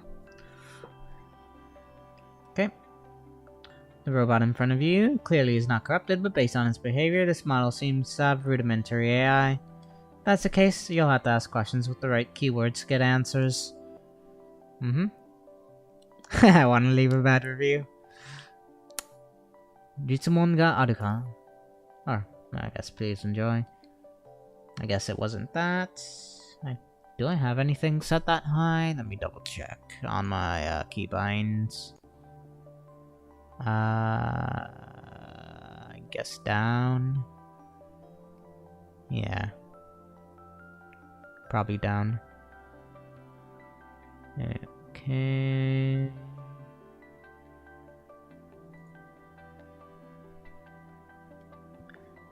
I want to leave a bad review. Turns around. Contacting customer service. Looks like we're getting somewhere. Female voice comes from the attendant's frames. Greeting, valued customer. Are you dissatisfied with our service? What kind of service is this? This is a fairy tale immersion experience package that you ordered. You can also change to survival or immersion experience, detective immersion experience, or dragons and magic immersion experience. Though I must warn you, the other experiences are significantly more dangerous. I want off this ride. Size flash red. Apologies, valued customer. Since you have arrived on the island, that means that your purchase has been completed. You cannot leave this island until you have completed your experience. If I insist on leaving, the staff will execute force against valued customers who disrupt the experience. Okay. You must complete your role in the story. You must reach the last act. Once this mermaid princess turns into sea foam, the island's AR system will be disabled and you can then leave. Correct. Female voice seems intent on turning the mermaid princess into sea foam. An ominous premonition comes to mind. You have seen some active robots elsewhere whose behavior seems to have become more erratic and from the long islands or long vacancy, but in the essence they are still in service. But now, I wonder if any corrupted are among them. It is just the attendant in front of you. You are confident you can handle yourself, however this island has a lot left to explore and its total number of armed forces remains unclear. It is best for you to meet up with Lucia first. Where's Lucia? You just need to follow the development of the story and you will meet up with the rest of the cast. Your Highness, your birthday ship has arrived in the port. Sorry to disrupt your breakfast experience, but you must follow the attendant to the port. Okay. I still can't contact Lucia and the commandant. Lee, while reinforcing the return ship, Lee frowns and does not answer. We've already submitted a request for a search and rescue team. All we can do is wait. There's still a massive number corrupted below the surface. We can't do anything until we reinforce the ship and find the commandant's approximate coordinates. The fact that the commandant always manages to make it out alive is in no small part due to luck. Trust that this time will be no exception. Achoo! Your Highness, are you not feeling well? I guess someone was just talking about me. And the words in your response seem to be within the lieutenant's response database. Looking around, you find yourself on a seemingly luxurious ship, but when you touch the deck or railings, you conclude that the ship is already in an obvious state of disrepair. Calling that the next part of the story is a torrential storm, the damage starts to make sense. Lunch is served, Your Highness. Please enjoy. The attendant bows respectfully and motions you to the table. Turning to look at the table, you see red wine, flowers, and all kinds of food arranged on the white tablecloth. You even smell a faint, delicious aroma. However, you remind yourself that this might be the illusion of augmented reality and proceed with caution. Let's take a bite. Under the watch of the attendant, you walk up to the table, cut a small piece of food with fork and knife, and then stuff into your mouth. Suddenly, you realize that the food has been heavily spiced in a failed attempt to mask the putrid odor. Ugh. You're dissatisfied with the food, Your Highness. I just don't feel like eating. It makes no effort to dissuade you, instead it simply bows to you. Suddenly you hear ballroom music begin to play and illusions begin to dance on the deck. Happy birthday, Your Highness! Is this the birthday ball from the story? God has given us such a wonderful gift, having sent a prince as great as you down to our kingdom. The attendant recites its lines of the script passionately. Please enjoy this ball that we have arranged in your honor, Your Highness. Let's enjoy it. A singing minibot walks up to you and curtsies gracefully before you. Good day, Your Highness. I'm Joanne, daughter of Vladimir Dulik. On behalf of my family, I am here today to offer my sincerest wishes on your birthday, dear Prince. Minibot, referring to itself as Joanne, hands over an illusion of a gift. Arigato. May your future be protected by the sea breeze. Curses again and leaves. More minibots come over and give you various blessings and empty gift boxes. Your Highness, please proceed to the deck to have a birthday dance with a partner of your choice. Just get me someone I'd fancy. Then size flash red, you hear the same customer service representative as before decide to speak. According to the Merchant's Guideline version 3, or 8 rather. And ruining the RP environment, destroying props, and attacking NPCs will all result in penalties. Is this the point of playing a game to have fun? And those break the rules can have fun is full of mistakes. Malicious players must be... Okay, as our voice glitches and stutters, the mini-bots that were performing their roles begin to crowd you. Must follow the rules. Okay. Yeah, finally welcome the guests. You must take the opportunity to restore the prosperity of this fantasy world. Dance with me, Your Highness. My pleasure. Surrounded by minibots, you play along and hold Joanne's hand.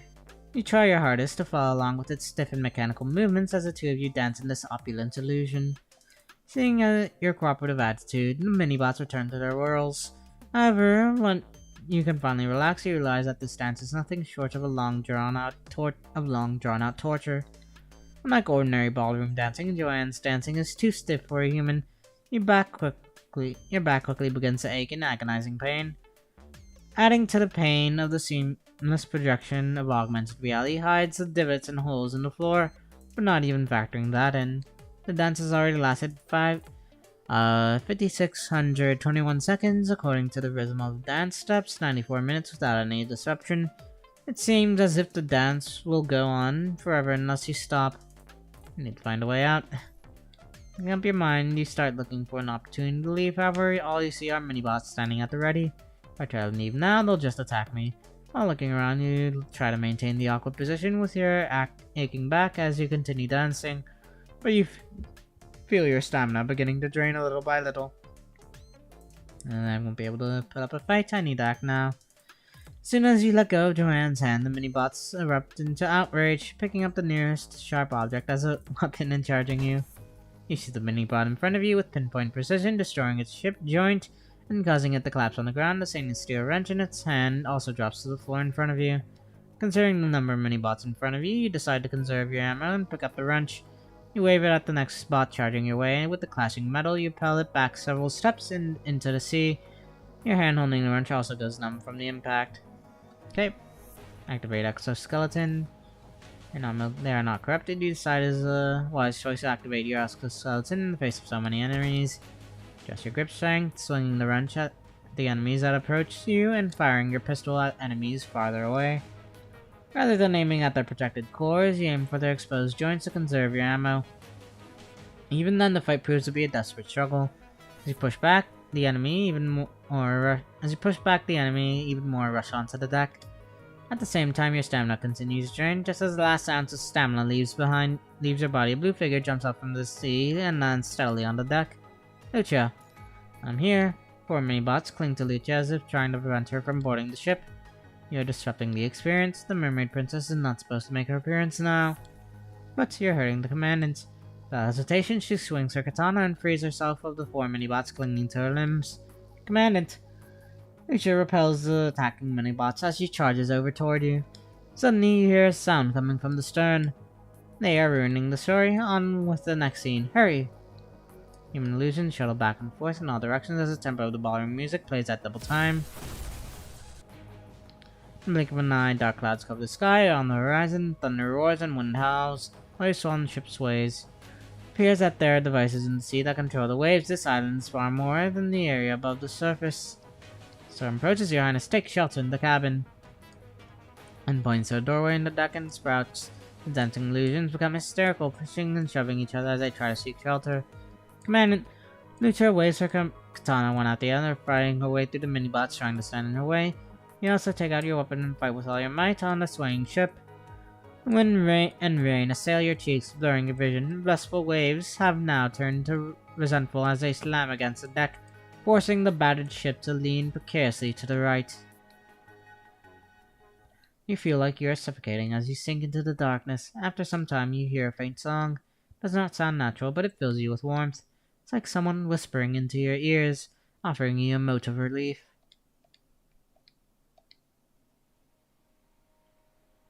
Squinting as you open your eyes, you see the silver glow of moonlight covering the beach. A singing minibot similar to Joanne is standing nearby and it smiles and curtsies at you. Finally you wake up, coughing a mouthful of water. Fortunately, that's despite nearly logic. Oh well. If they are performing according to the script, this should be the princess of the neighboring country. Name is Anna. What's your name? Carbon Rider, just passing by. Princess of the neighboring country calls itself Anna, ignores your response due to its simplistic AI. Its manner is far more natural, which makes it seem completely different from the others of the same model. You look like you must be a nurse cat. No, I've already called for help. They'll be here soon. Great, on with the immersive experience. Off to the side, a large number of mini-bots push Lucia into sea. She has been fighting as hard as she could, but her combat ability is greatly hindered in the water.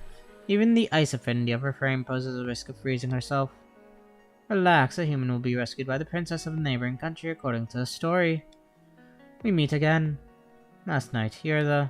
Yes, it's me. She nods and chuckles. Now you've seen for yourself that I've kept my promise. We won't harm the human. So she's an ascendant, I guess? Or simply just a mechanoid?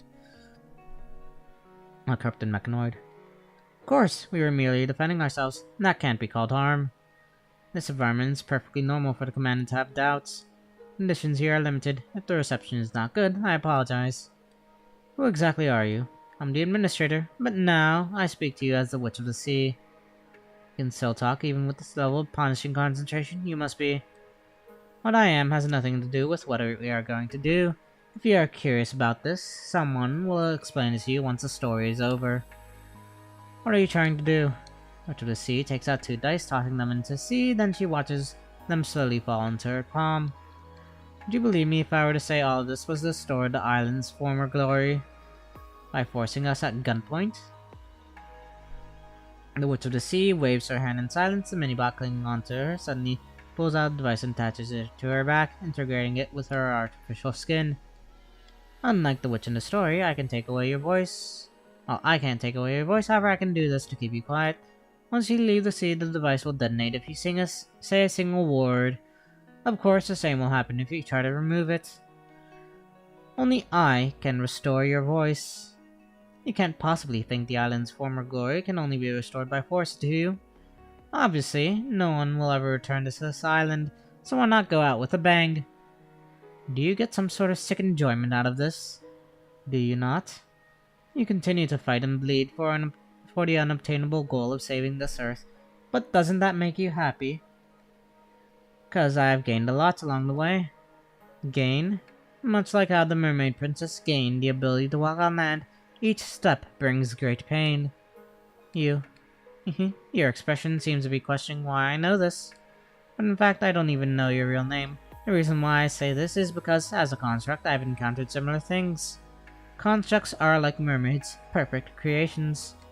Retains the most beautiful features of humanity while removing its shortcomings, such as thirst, hunger, sleep, and to a large extent, mortality. This kind of perfection is indeed a defect for most humans, much like that beautiful tale of a mermaid. Humanity will always regard constructs as abominations. They fear our strength, our perfection. They worry that they will be replaced and lose everything that they have. Even those who can accept this will still harbor resentment within their heart, for their lifespans are far too unequal. Whether it be them or us, one side will be left behind in this world. I had hosted many constructs before you arrived. However, back then, this island and I were yet as we are now. She somberly shares her memory to Lucia, who is surrounded by a crowd of mini-bots and has no other choice but to listen. The island used to be a popular tourist resort.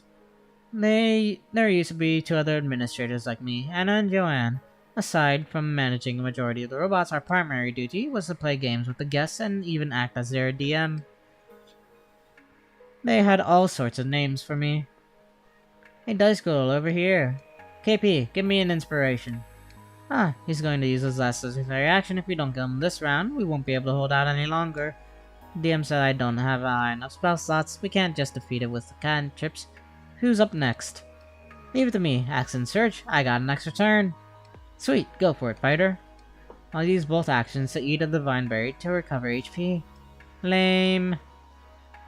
I look back on those names and the names they gave me fondly. I really enjoyed the looks of joy, anger, sorrow, and happiness on their faces. Later, with the popularity of AR, the price also became much cheaper, so fewer people played tabletop games, and began to play as an NPC and accompany guests on adventures throughout the island. This has also made me really happy. I saw some guests really immerse themselves in the story and in their roles. I also saw the guests behave in all sorts of inexplicable ways. Regardless of the guests, these are my most precious memories in my memory database. But as more guests began to arrive, chaos began to unfold.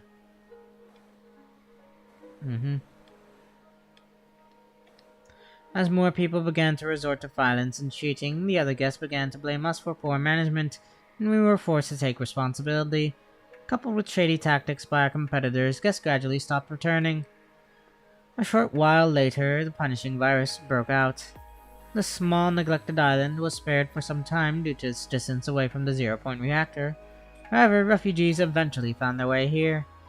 They lived here for a long time. They caused a lot of destruction, burning books for warmth, painting everywhere, tearing up bedding, but Master had no complaints about this. He was a kind man. He hoped he could help these refugees in any way possible. But good things can't last forever. One day, the punishing virus eventually made its way here. Master isolated the mechanoids on the ground, hoping to delay the approaching destruction as much as possible. However, the people living on the island did not agree. They thought that one day we would become monsters, endangering mankind, and should be destroyed. She pauses, unwilling to speak of the conclusion. I think it was at this time I gained sentience. Although I have a new calling now, my hope remains unchanged.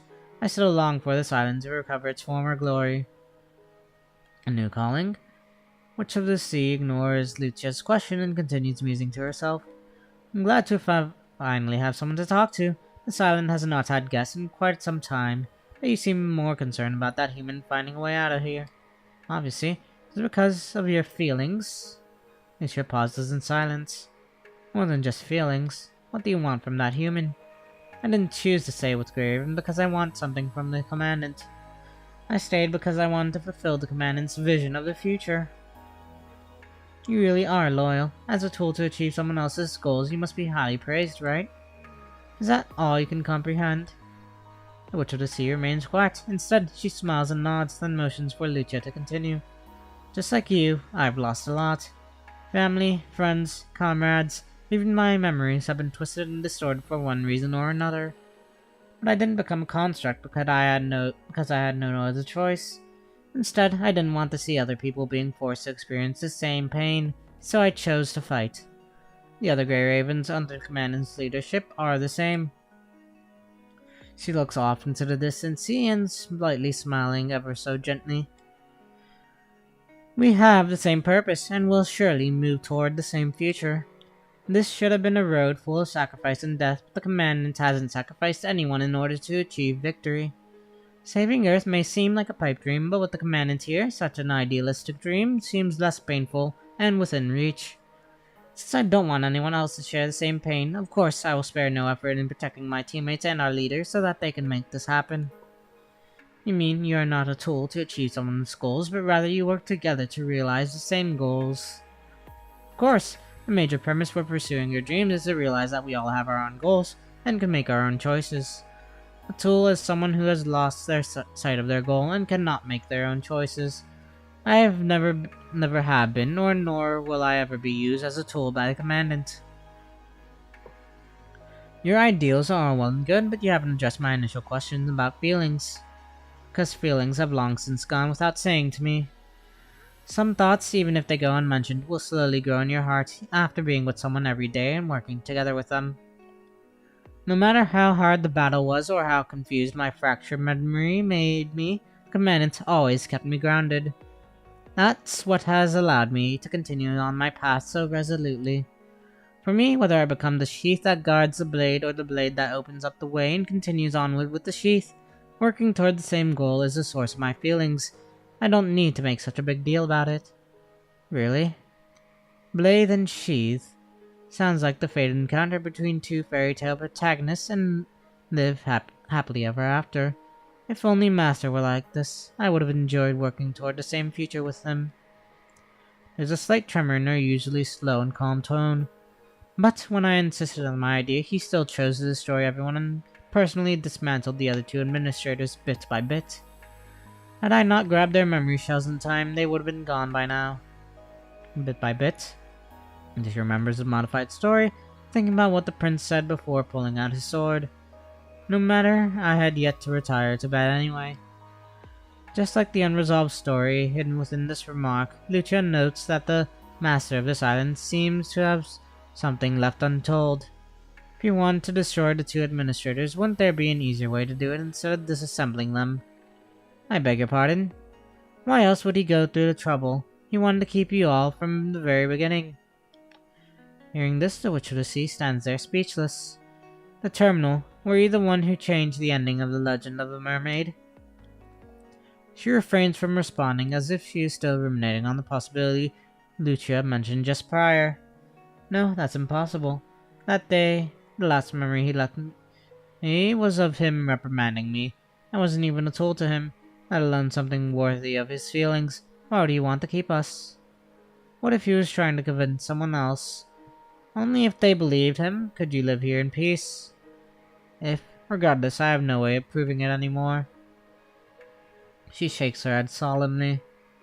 It's too late now. It's been far too long. My hands have been stained with too much blood. Not only those people, but also the Witch of the Sea falls Clarence. Doesn't even matter. Even so, I will achieve his goal and make this island prosperous again. In this regard, I must thank you two. Although this place is a shadow of its former self, you are reluctant to stay. To say the least, you still play with everyone for a while.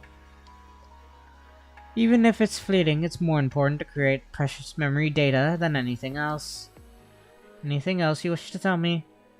The Witch of the Sea rubs the dice in her hand and chooses to ignore the question. According to the script, your sisters are supposed to come here and make an exchange for the sword to kill the prince, but since there are just the two of you, I'll just give you the sword. She places the sharp sword in Nucha's hand. Now I will send you back to land. If you kill the prince, I will restore your freedom and voice. But if the prince is still alive on the last day, you'll be turned into foam to float on the sea. Let me witness the moment in which the trust in your relationship you take such pride in is shattered. The commandant will never doubt me, and I will never do anything to betray this trust. Then you will turn into sea foam and stay here forever. Okay. Azure Bubbles. Part 4. Defeat all the corrupted.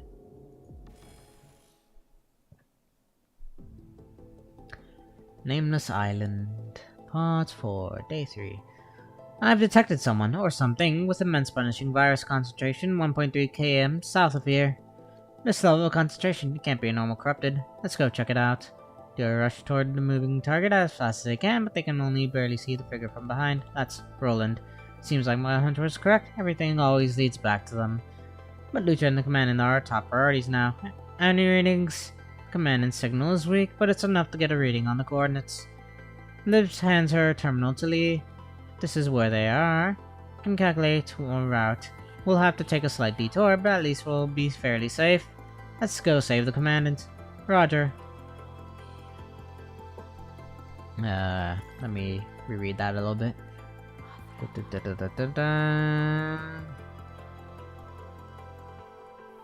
Let's, okay, yeah, they were able to find us. I'm guessing they caught on to our invert device. Today marks the third day stuck on the island. Surrounded by the attendants, and you return to the palace and watch a meaningless performance, during which you are forced to wear the prince's musty costume.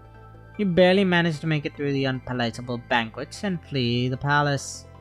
In order to find Lucia after splitting her tail into legs, you have been wandering the beach since last night. Since this behavior does not contradict the prince in the story, the surveillance around you is much more relaxed. During this rare moment of free time while looking for Lucia, you take the opportunity to debug the terminal and repeatedly try to send for signals to Lee and Liv. Soon after, the first ray of dawn brings an end to the fleeting summer nights. The breaking sun pierces the clouds and reflects the silver light on the sea. In your peripheral vision, you see a blue figure slowly emerge. Okay, Lucia. Hearing you call out to her, she quickly comes over.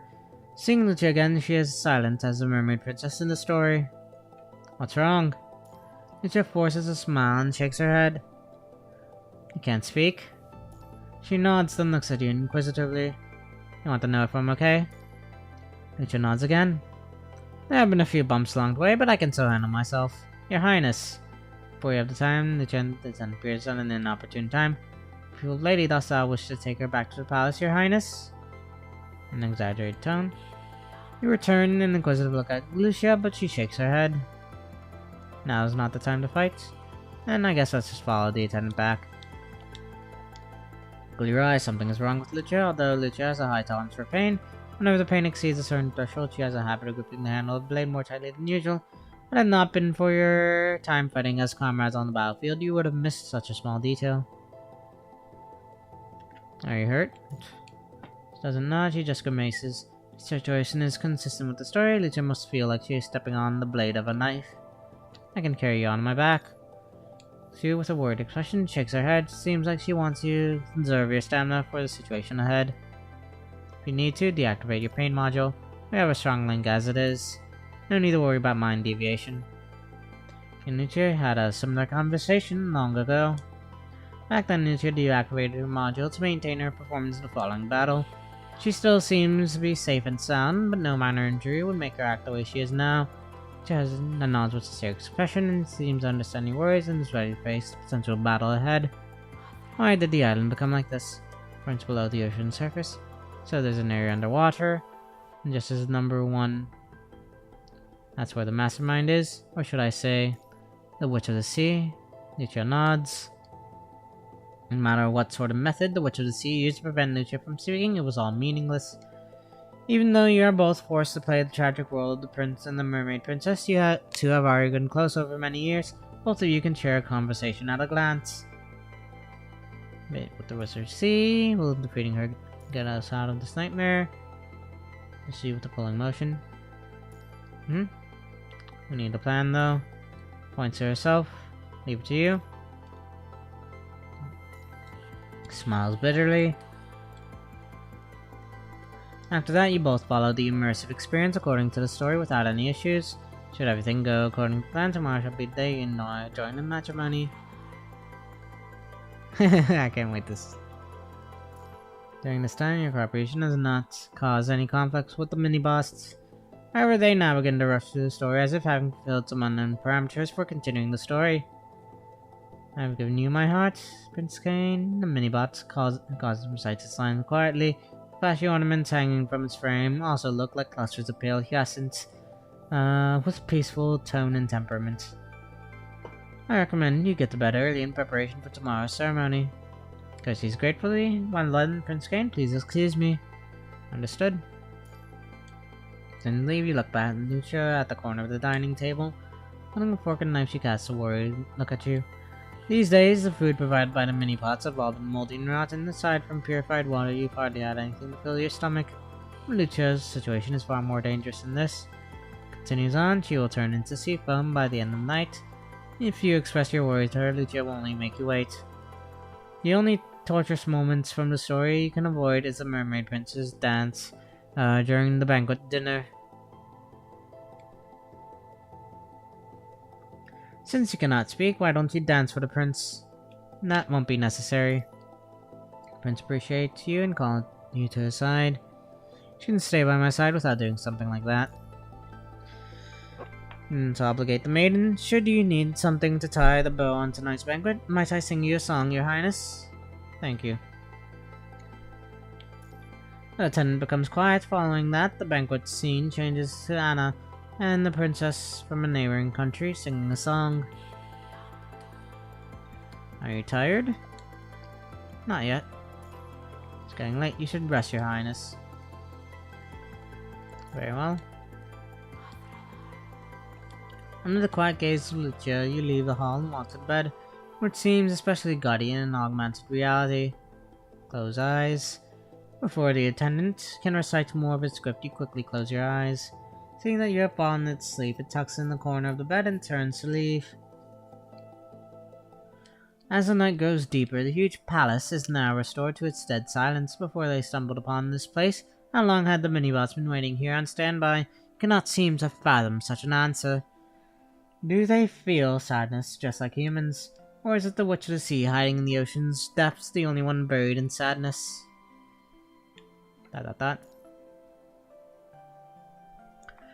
You sleep faintly in the heat, unable to tell how much time has passed. You just vaguely see the moon rise and fall. Before the dawn, you hear quiet footsteps approach and stop outside the door. Based on the gate, it appears to be an attendant. At the same time, another person walking without making a single sound opens the door of the bedchamber and quietly approaches you. It's a cool touch, you dispelling summer heat. It's Lucia. You want to ask about it, considering the entire turn outside the door, you decide it's safer to continue pretending to sleep. This moment you hear the sound of sharp blades suddenly being pulled by your ear. Yes, you had heard that a contract had defected. Compared with the endless fighting, there are also people who chose to cast aside their responsibilities of becoming construct in favor of life as a wanderer. Much like how the malicious actions of a small faction can further aggravate tensions, defectors also promote increased prejudice. This is the reason why the Purifying Force exists. Now, will this happen to you? It won't. She trusts you wholeheartedly, so at this moment you return to the same degree of trust. The breeze free from the sharp blade passes by your ears and you feel a gentle blow to the chest. Red liquid flows down from the wound as her hand trembles, however you feel no pain. Right at that moment you realize that Lucia's plan. Yep, we'll play along. Nice, and sit up in bed, clutching your wound. Lucia, you betrayed. You recite your line and give Lucia a look of revenge. Lucia's apprehension was already beyond words. Before she has time to explain, you pretend to fall back into the bed and in the bed and gradually lie there motionless. As if she has lost her strength, she kneels down slowly beside the bed and puts her forehead into the palms of her trembling hands. After a while, you hear the attendant outside leave. It just stands up and covers the cut on her wrist and leaves the room. And now's the time. Well done. Standing on the beach, her words carry a tone of sarcasm. Next, Roland should be here shortly. Although it depends on whether you can pass the filtering, I've gathered enough qualified people to meet his superior and begin the trial for ascension. When we were at the bottom of the sea, you asked me if there was anything I didn't tell you. That's right, I've been helping Roland find suitable targets all along. Some people lose their way, some people detect an anomaly here, and some are caught by me from afar. He only ever comes to collect the spoils and lend a hand, safeguarding the island once I captured prey, but alas, they've never come back, no matter who it is. I've no way of knowing if they pass or die. Our game these days may have only been to buy time, but we thoroughly enjoyed it. Thank you. My long-cherished wish will soon come true. She opens her hands as if to embrace the island. When I gather enough people, Roland said he would introduce me to her. I need the power to control the punishing virus in order to keep my companions on this island clean.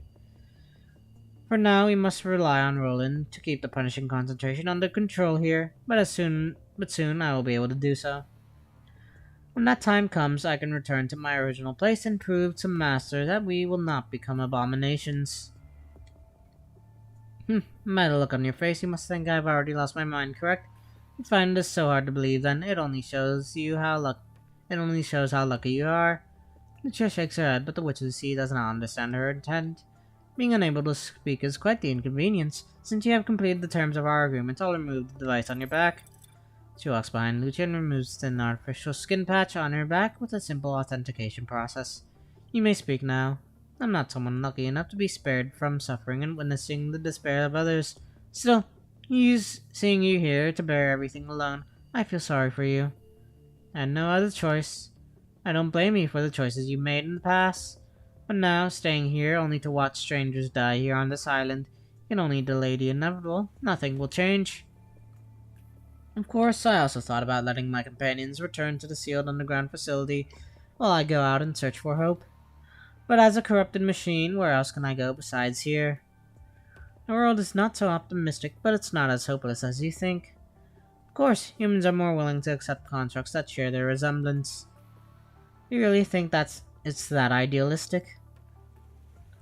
After I became a construct, those people, they looked at me with disdain and fear. I've heard them complain about having to spend more resources and cut down other expenses in order to maintain the construct army. We fight to give hope to others, yet some people insist on staying in Babylonia. Is enough to prolong life. They say there's no need to take back Earth. Even some prophets claim that construct tech will lead to the downfall of humanity just because we can't pass our genes on to further generations. Not to mention, people fear constructs as a threat due to their single combat ability. Others feel it's unfair for constructs to get a free pass in Babylonia. And the small number of defectors only serve to prove that their prejudices and fear aren't just fabricated out of thin air.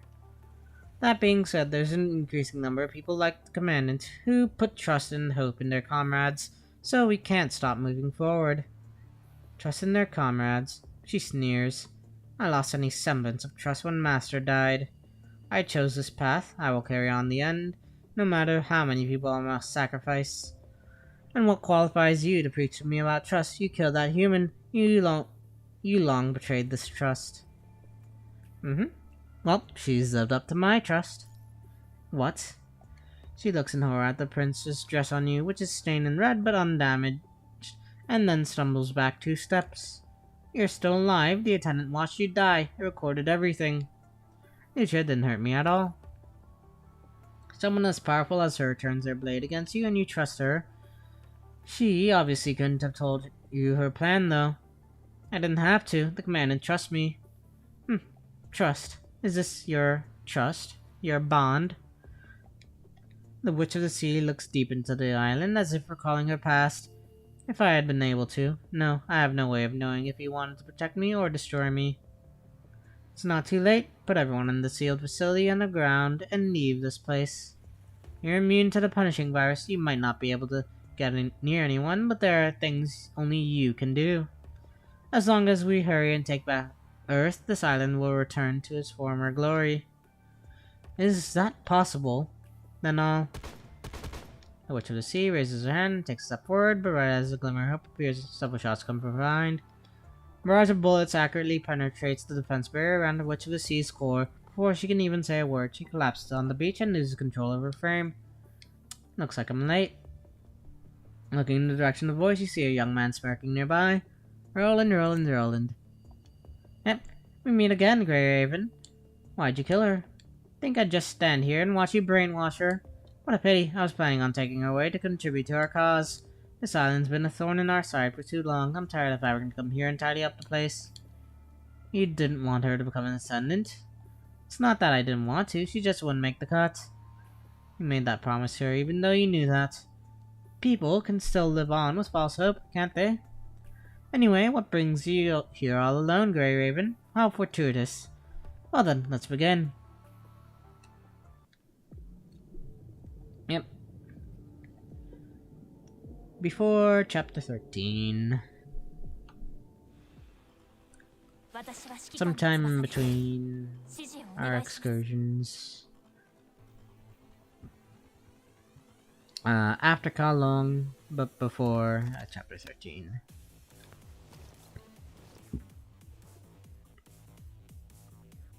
If I can destroy the command interviewers first, then it should be easier to exterminate Grey Ravens one by one.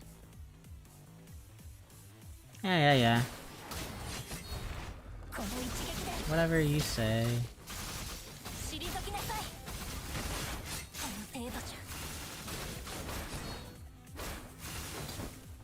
Okay.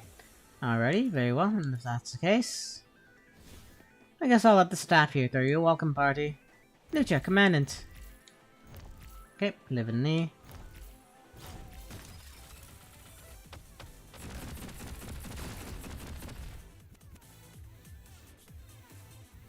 Oh, so you're here too. Since we received the commandant's signal, there's no reason for us to wait. Grey Ravens, move out.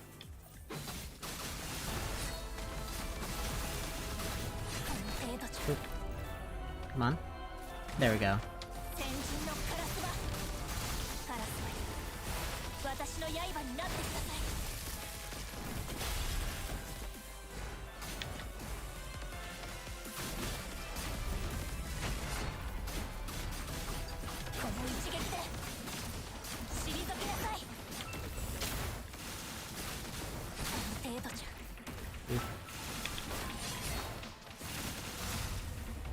A little tired.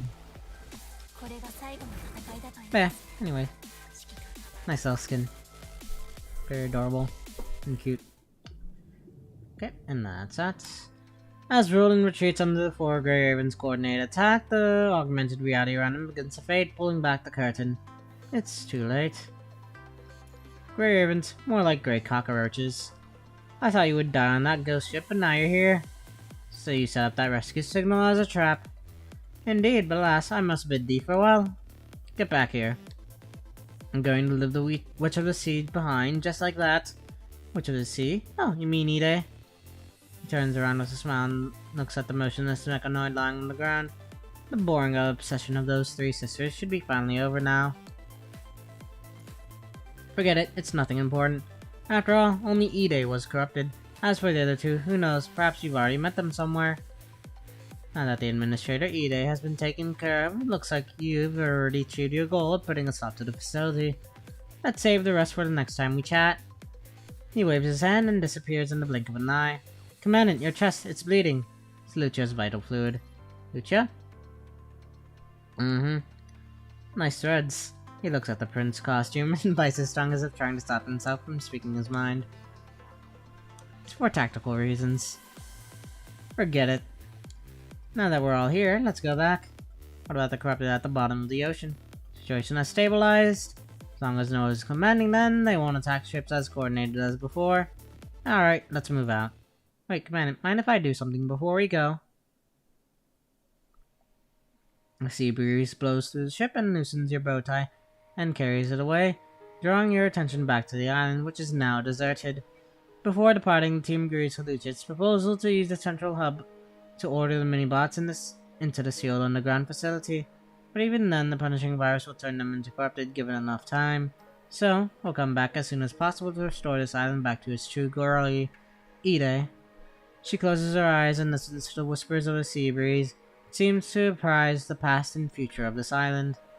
When that time comes, no one will need to make sacrifices or bear such an undertaking alone.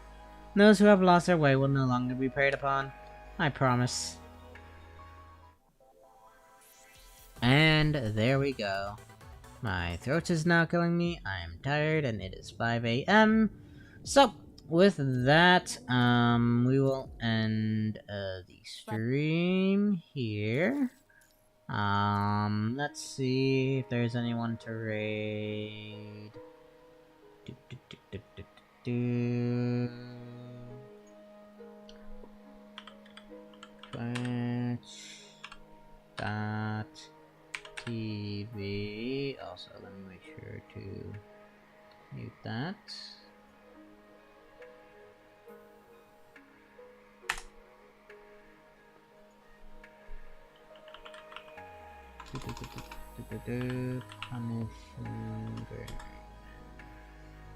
Let's see. Broku is live. Broku is actually a really great dude. I highly recommend you check him out. In fact, I'll rate him up. So that's what we're gonna do now. So let me go issue the command. 221. So send Broku all your regards. Thanks again, Degenerate, for stopping by, and you have a good one. 221. Stop streaming. Oh, there. Well, actually, now that I think about it, I can't issue that command in here. Let me copy this here. Go to... where is it? Here. There we go. Why is it not starting? Do I have to seriously open this up in... give me a moment.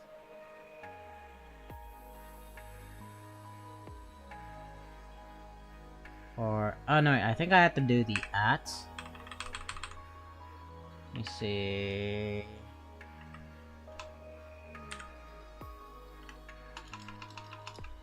let me double check how raid commands work again.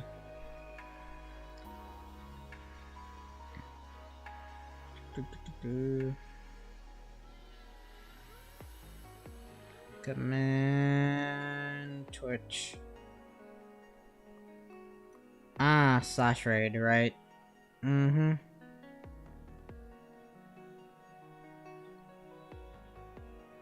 Okay, there we go, that's why. So /raid.